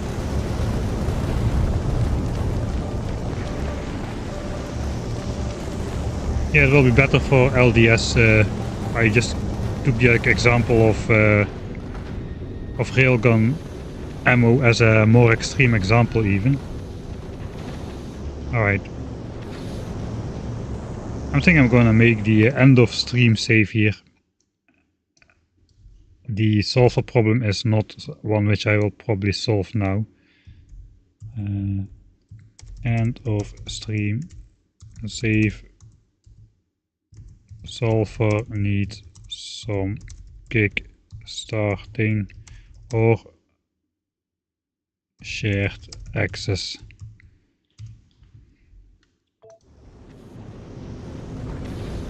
It's a little bit of a problem here to change the design still. Here it's pretty cramped. Here it's still possible, but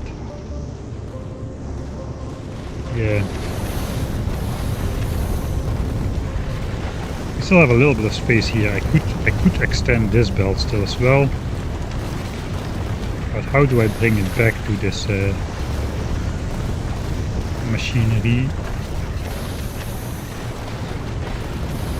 That's probably a way, but yeah, I'm gonna go to bed soon. Alright, so that's the end of stream save. We are 82,000 kilometers on the way. I guess we will just... should I just let it rip? We are not backed up on asteroids just yet. We are still having surpluses of metal and ice.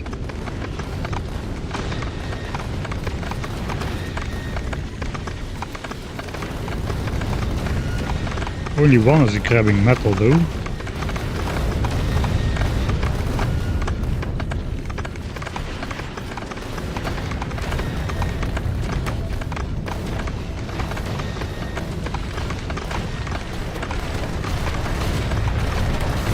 Looks like I overestimated the capabilities of this rare blue inserter. This thing may just be filling up.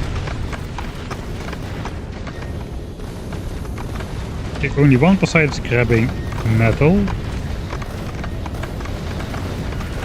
One is also grabbing ice, but I think we maybe need to grab even more carbon, judging by what's going on here.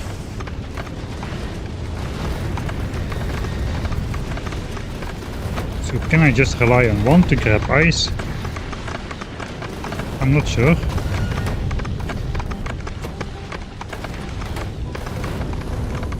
Let's try.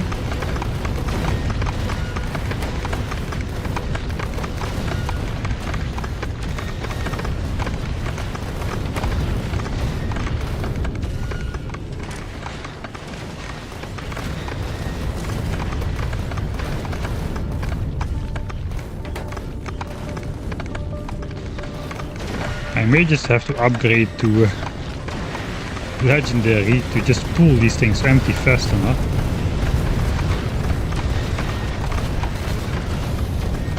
Maybe not all of them, but some of them. Looks like it was not the end of stream save. The ones which are grabbing coal, the coal chunks, those need to be upgraded.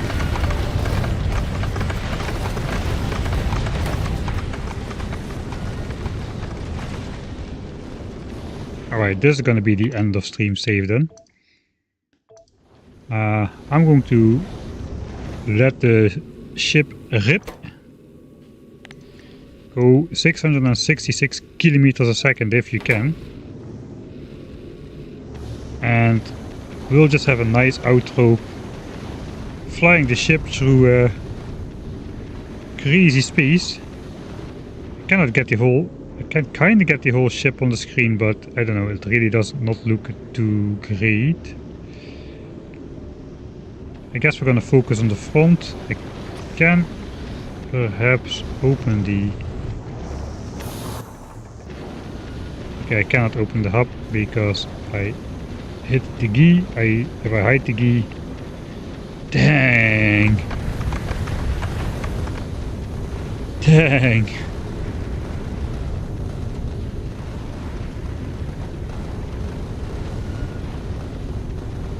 And somehow we're not getting damaged. Okay, we're definitely overspending ammo at this point though. Dang, this thing is very weird.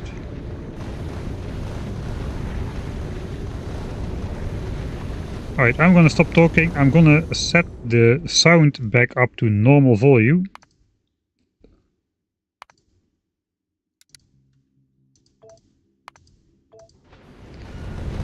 And I hope you enjoy this cacophony of sounds for the outro screen. I'm not entirely sure I will be streaming tomorrow. If so, I'll probably will start a bit later. Yeah, but we'll see about how it goes. So yeah, rip ship, not yet. If you shoot atomic bombs, will your ship damage? I don't know. I didn't try that. But this is working excellently. So far. We're getting more and more Prometheum chunks as well. Right, you know what? Let's not rip at maximum speed. Because if the ship continues to do well, I'm just gonna save at the end of the stream and keep it. Just so I can holy moly, that's actually a decent amount of chunks coming down these belts.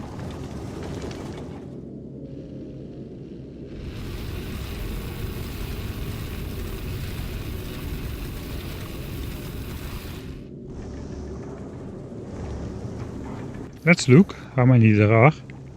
Okay, we've got 8,000 of those chunks on the belt already. That is insane.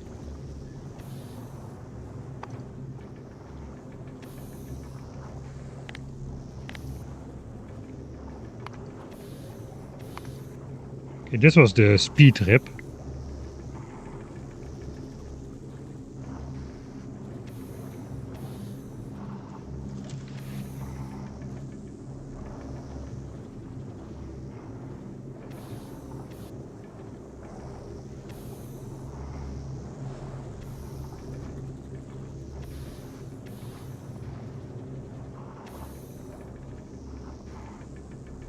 But we're definitely making a good amount per minute. You can see these belts are already starting to back up in the back over here. Okay, now it's official. I'm streaming so late. This is a nice view as well. I'm streaming so late that the morning newspaper guy already came to deliver the newspaper for my parents.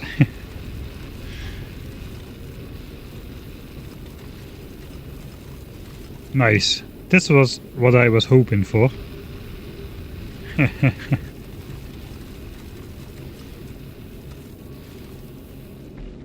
Alright, is the explosives machine still running or are we deadlocked again? We actually are still running.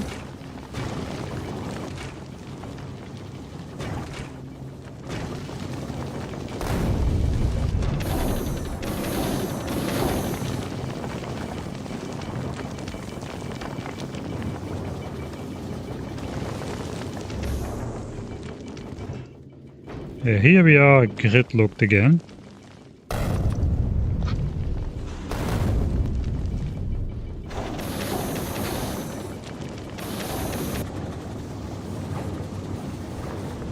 There's on the top will be gridlocked as well. No?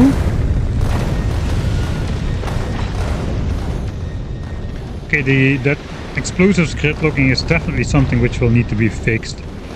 For now though, we are 120,000 kilometers on the way to the shattered planet, which is already pretty far. And yeah, I'm just gonna let this run for a bit. If the ship doesn't get damaged or destroyed, I'll just keep the progress and we can continue from this point in time next time, just to see how it will go. Are we still throwing metal overboard?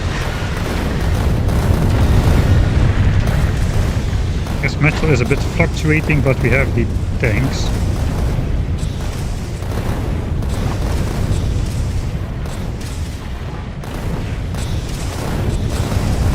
Okay.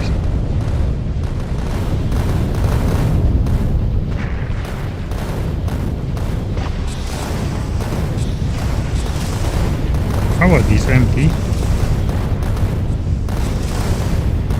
Okay, they're not running all the time. I'm just gonna throw speeds in there. We have the power now. How much power are we using? Just cannot stop. 200 megawatts out of the 600 megawatt total. Should that not be 700? Or did I just not build enough of those things? 14.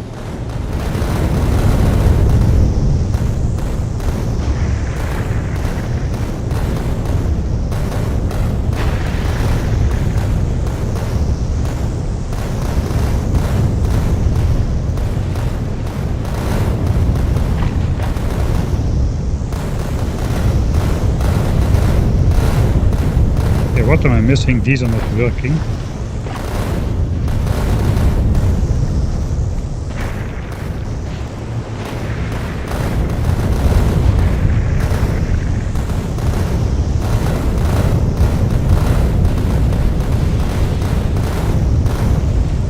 Oh no! This is not an output. I thought this was an output slot. But it's not. Well, 600 megawatts is good too, I suppose. If we can get by with 600 megawatts, I'll just delete this.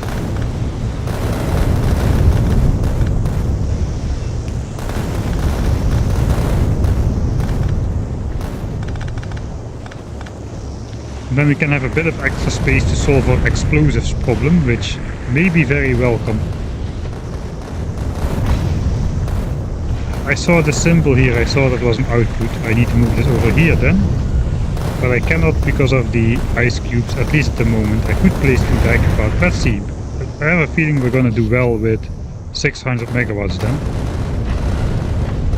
Most of the machinery is running.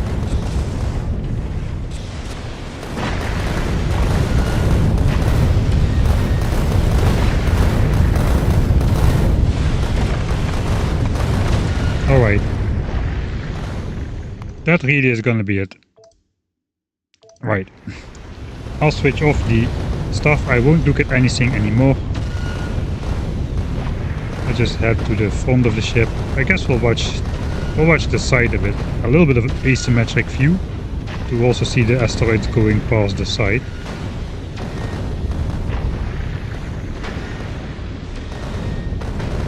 Alright. Thanks everybody for watching. I'm really gonna stop now. I'm that tired. What a brain exercise this was again. It's been so long since I set foot on a planet. I'm feeling like a space nomad already. This is just like spacecraft simulator EO. I haven't built a factory or touched grass for a while now. Anyway, thanks everybody for hanging out. I had a great time. Sorry I didn't read chat all the time. It's kind of hard sometimes when you get locked up into this design stuff. Yeah. Good night. Team Collector, good luck, yes. I'm going to leave this just running for a bit while I get ready for bed, so probably like a good 10 minutes. Hopefully we don't sustain damage and I can keep the progress and just see how far we get with this ship before it blows up again. It does appear to go very good. Ammo production is probably a thing. I'm not gonna look now. It kind of depends on if explosives are blocking up, which they appear to be doing. Actually no, it's running sometime.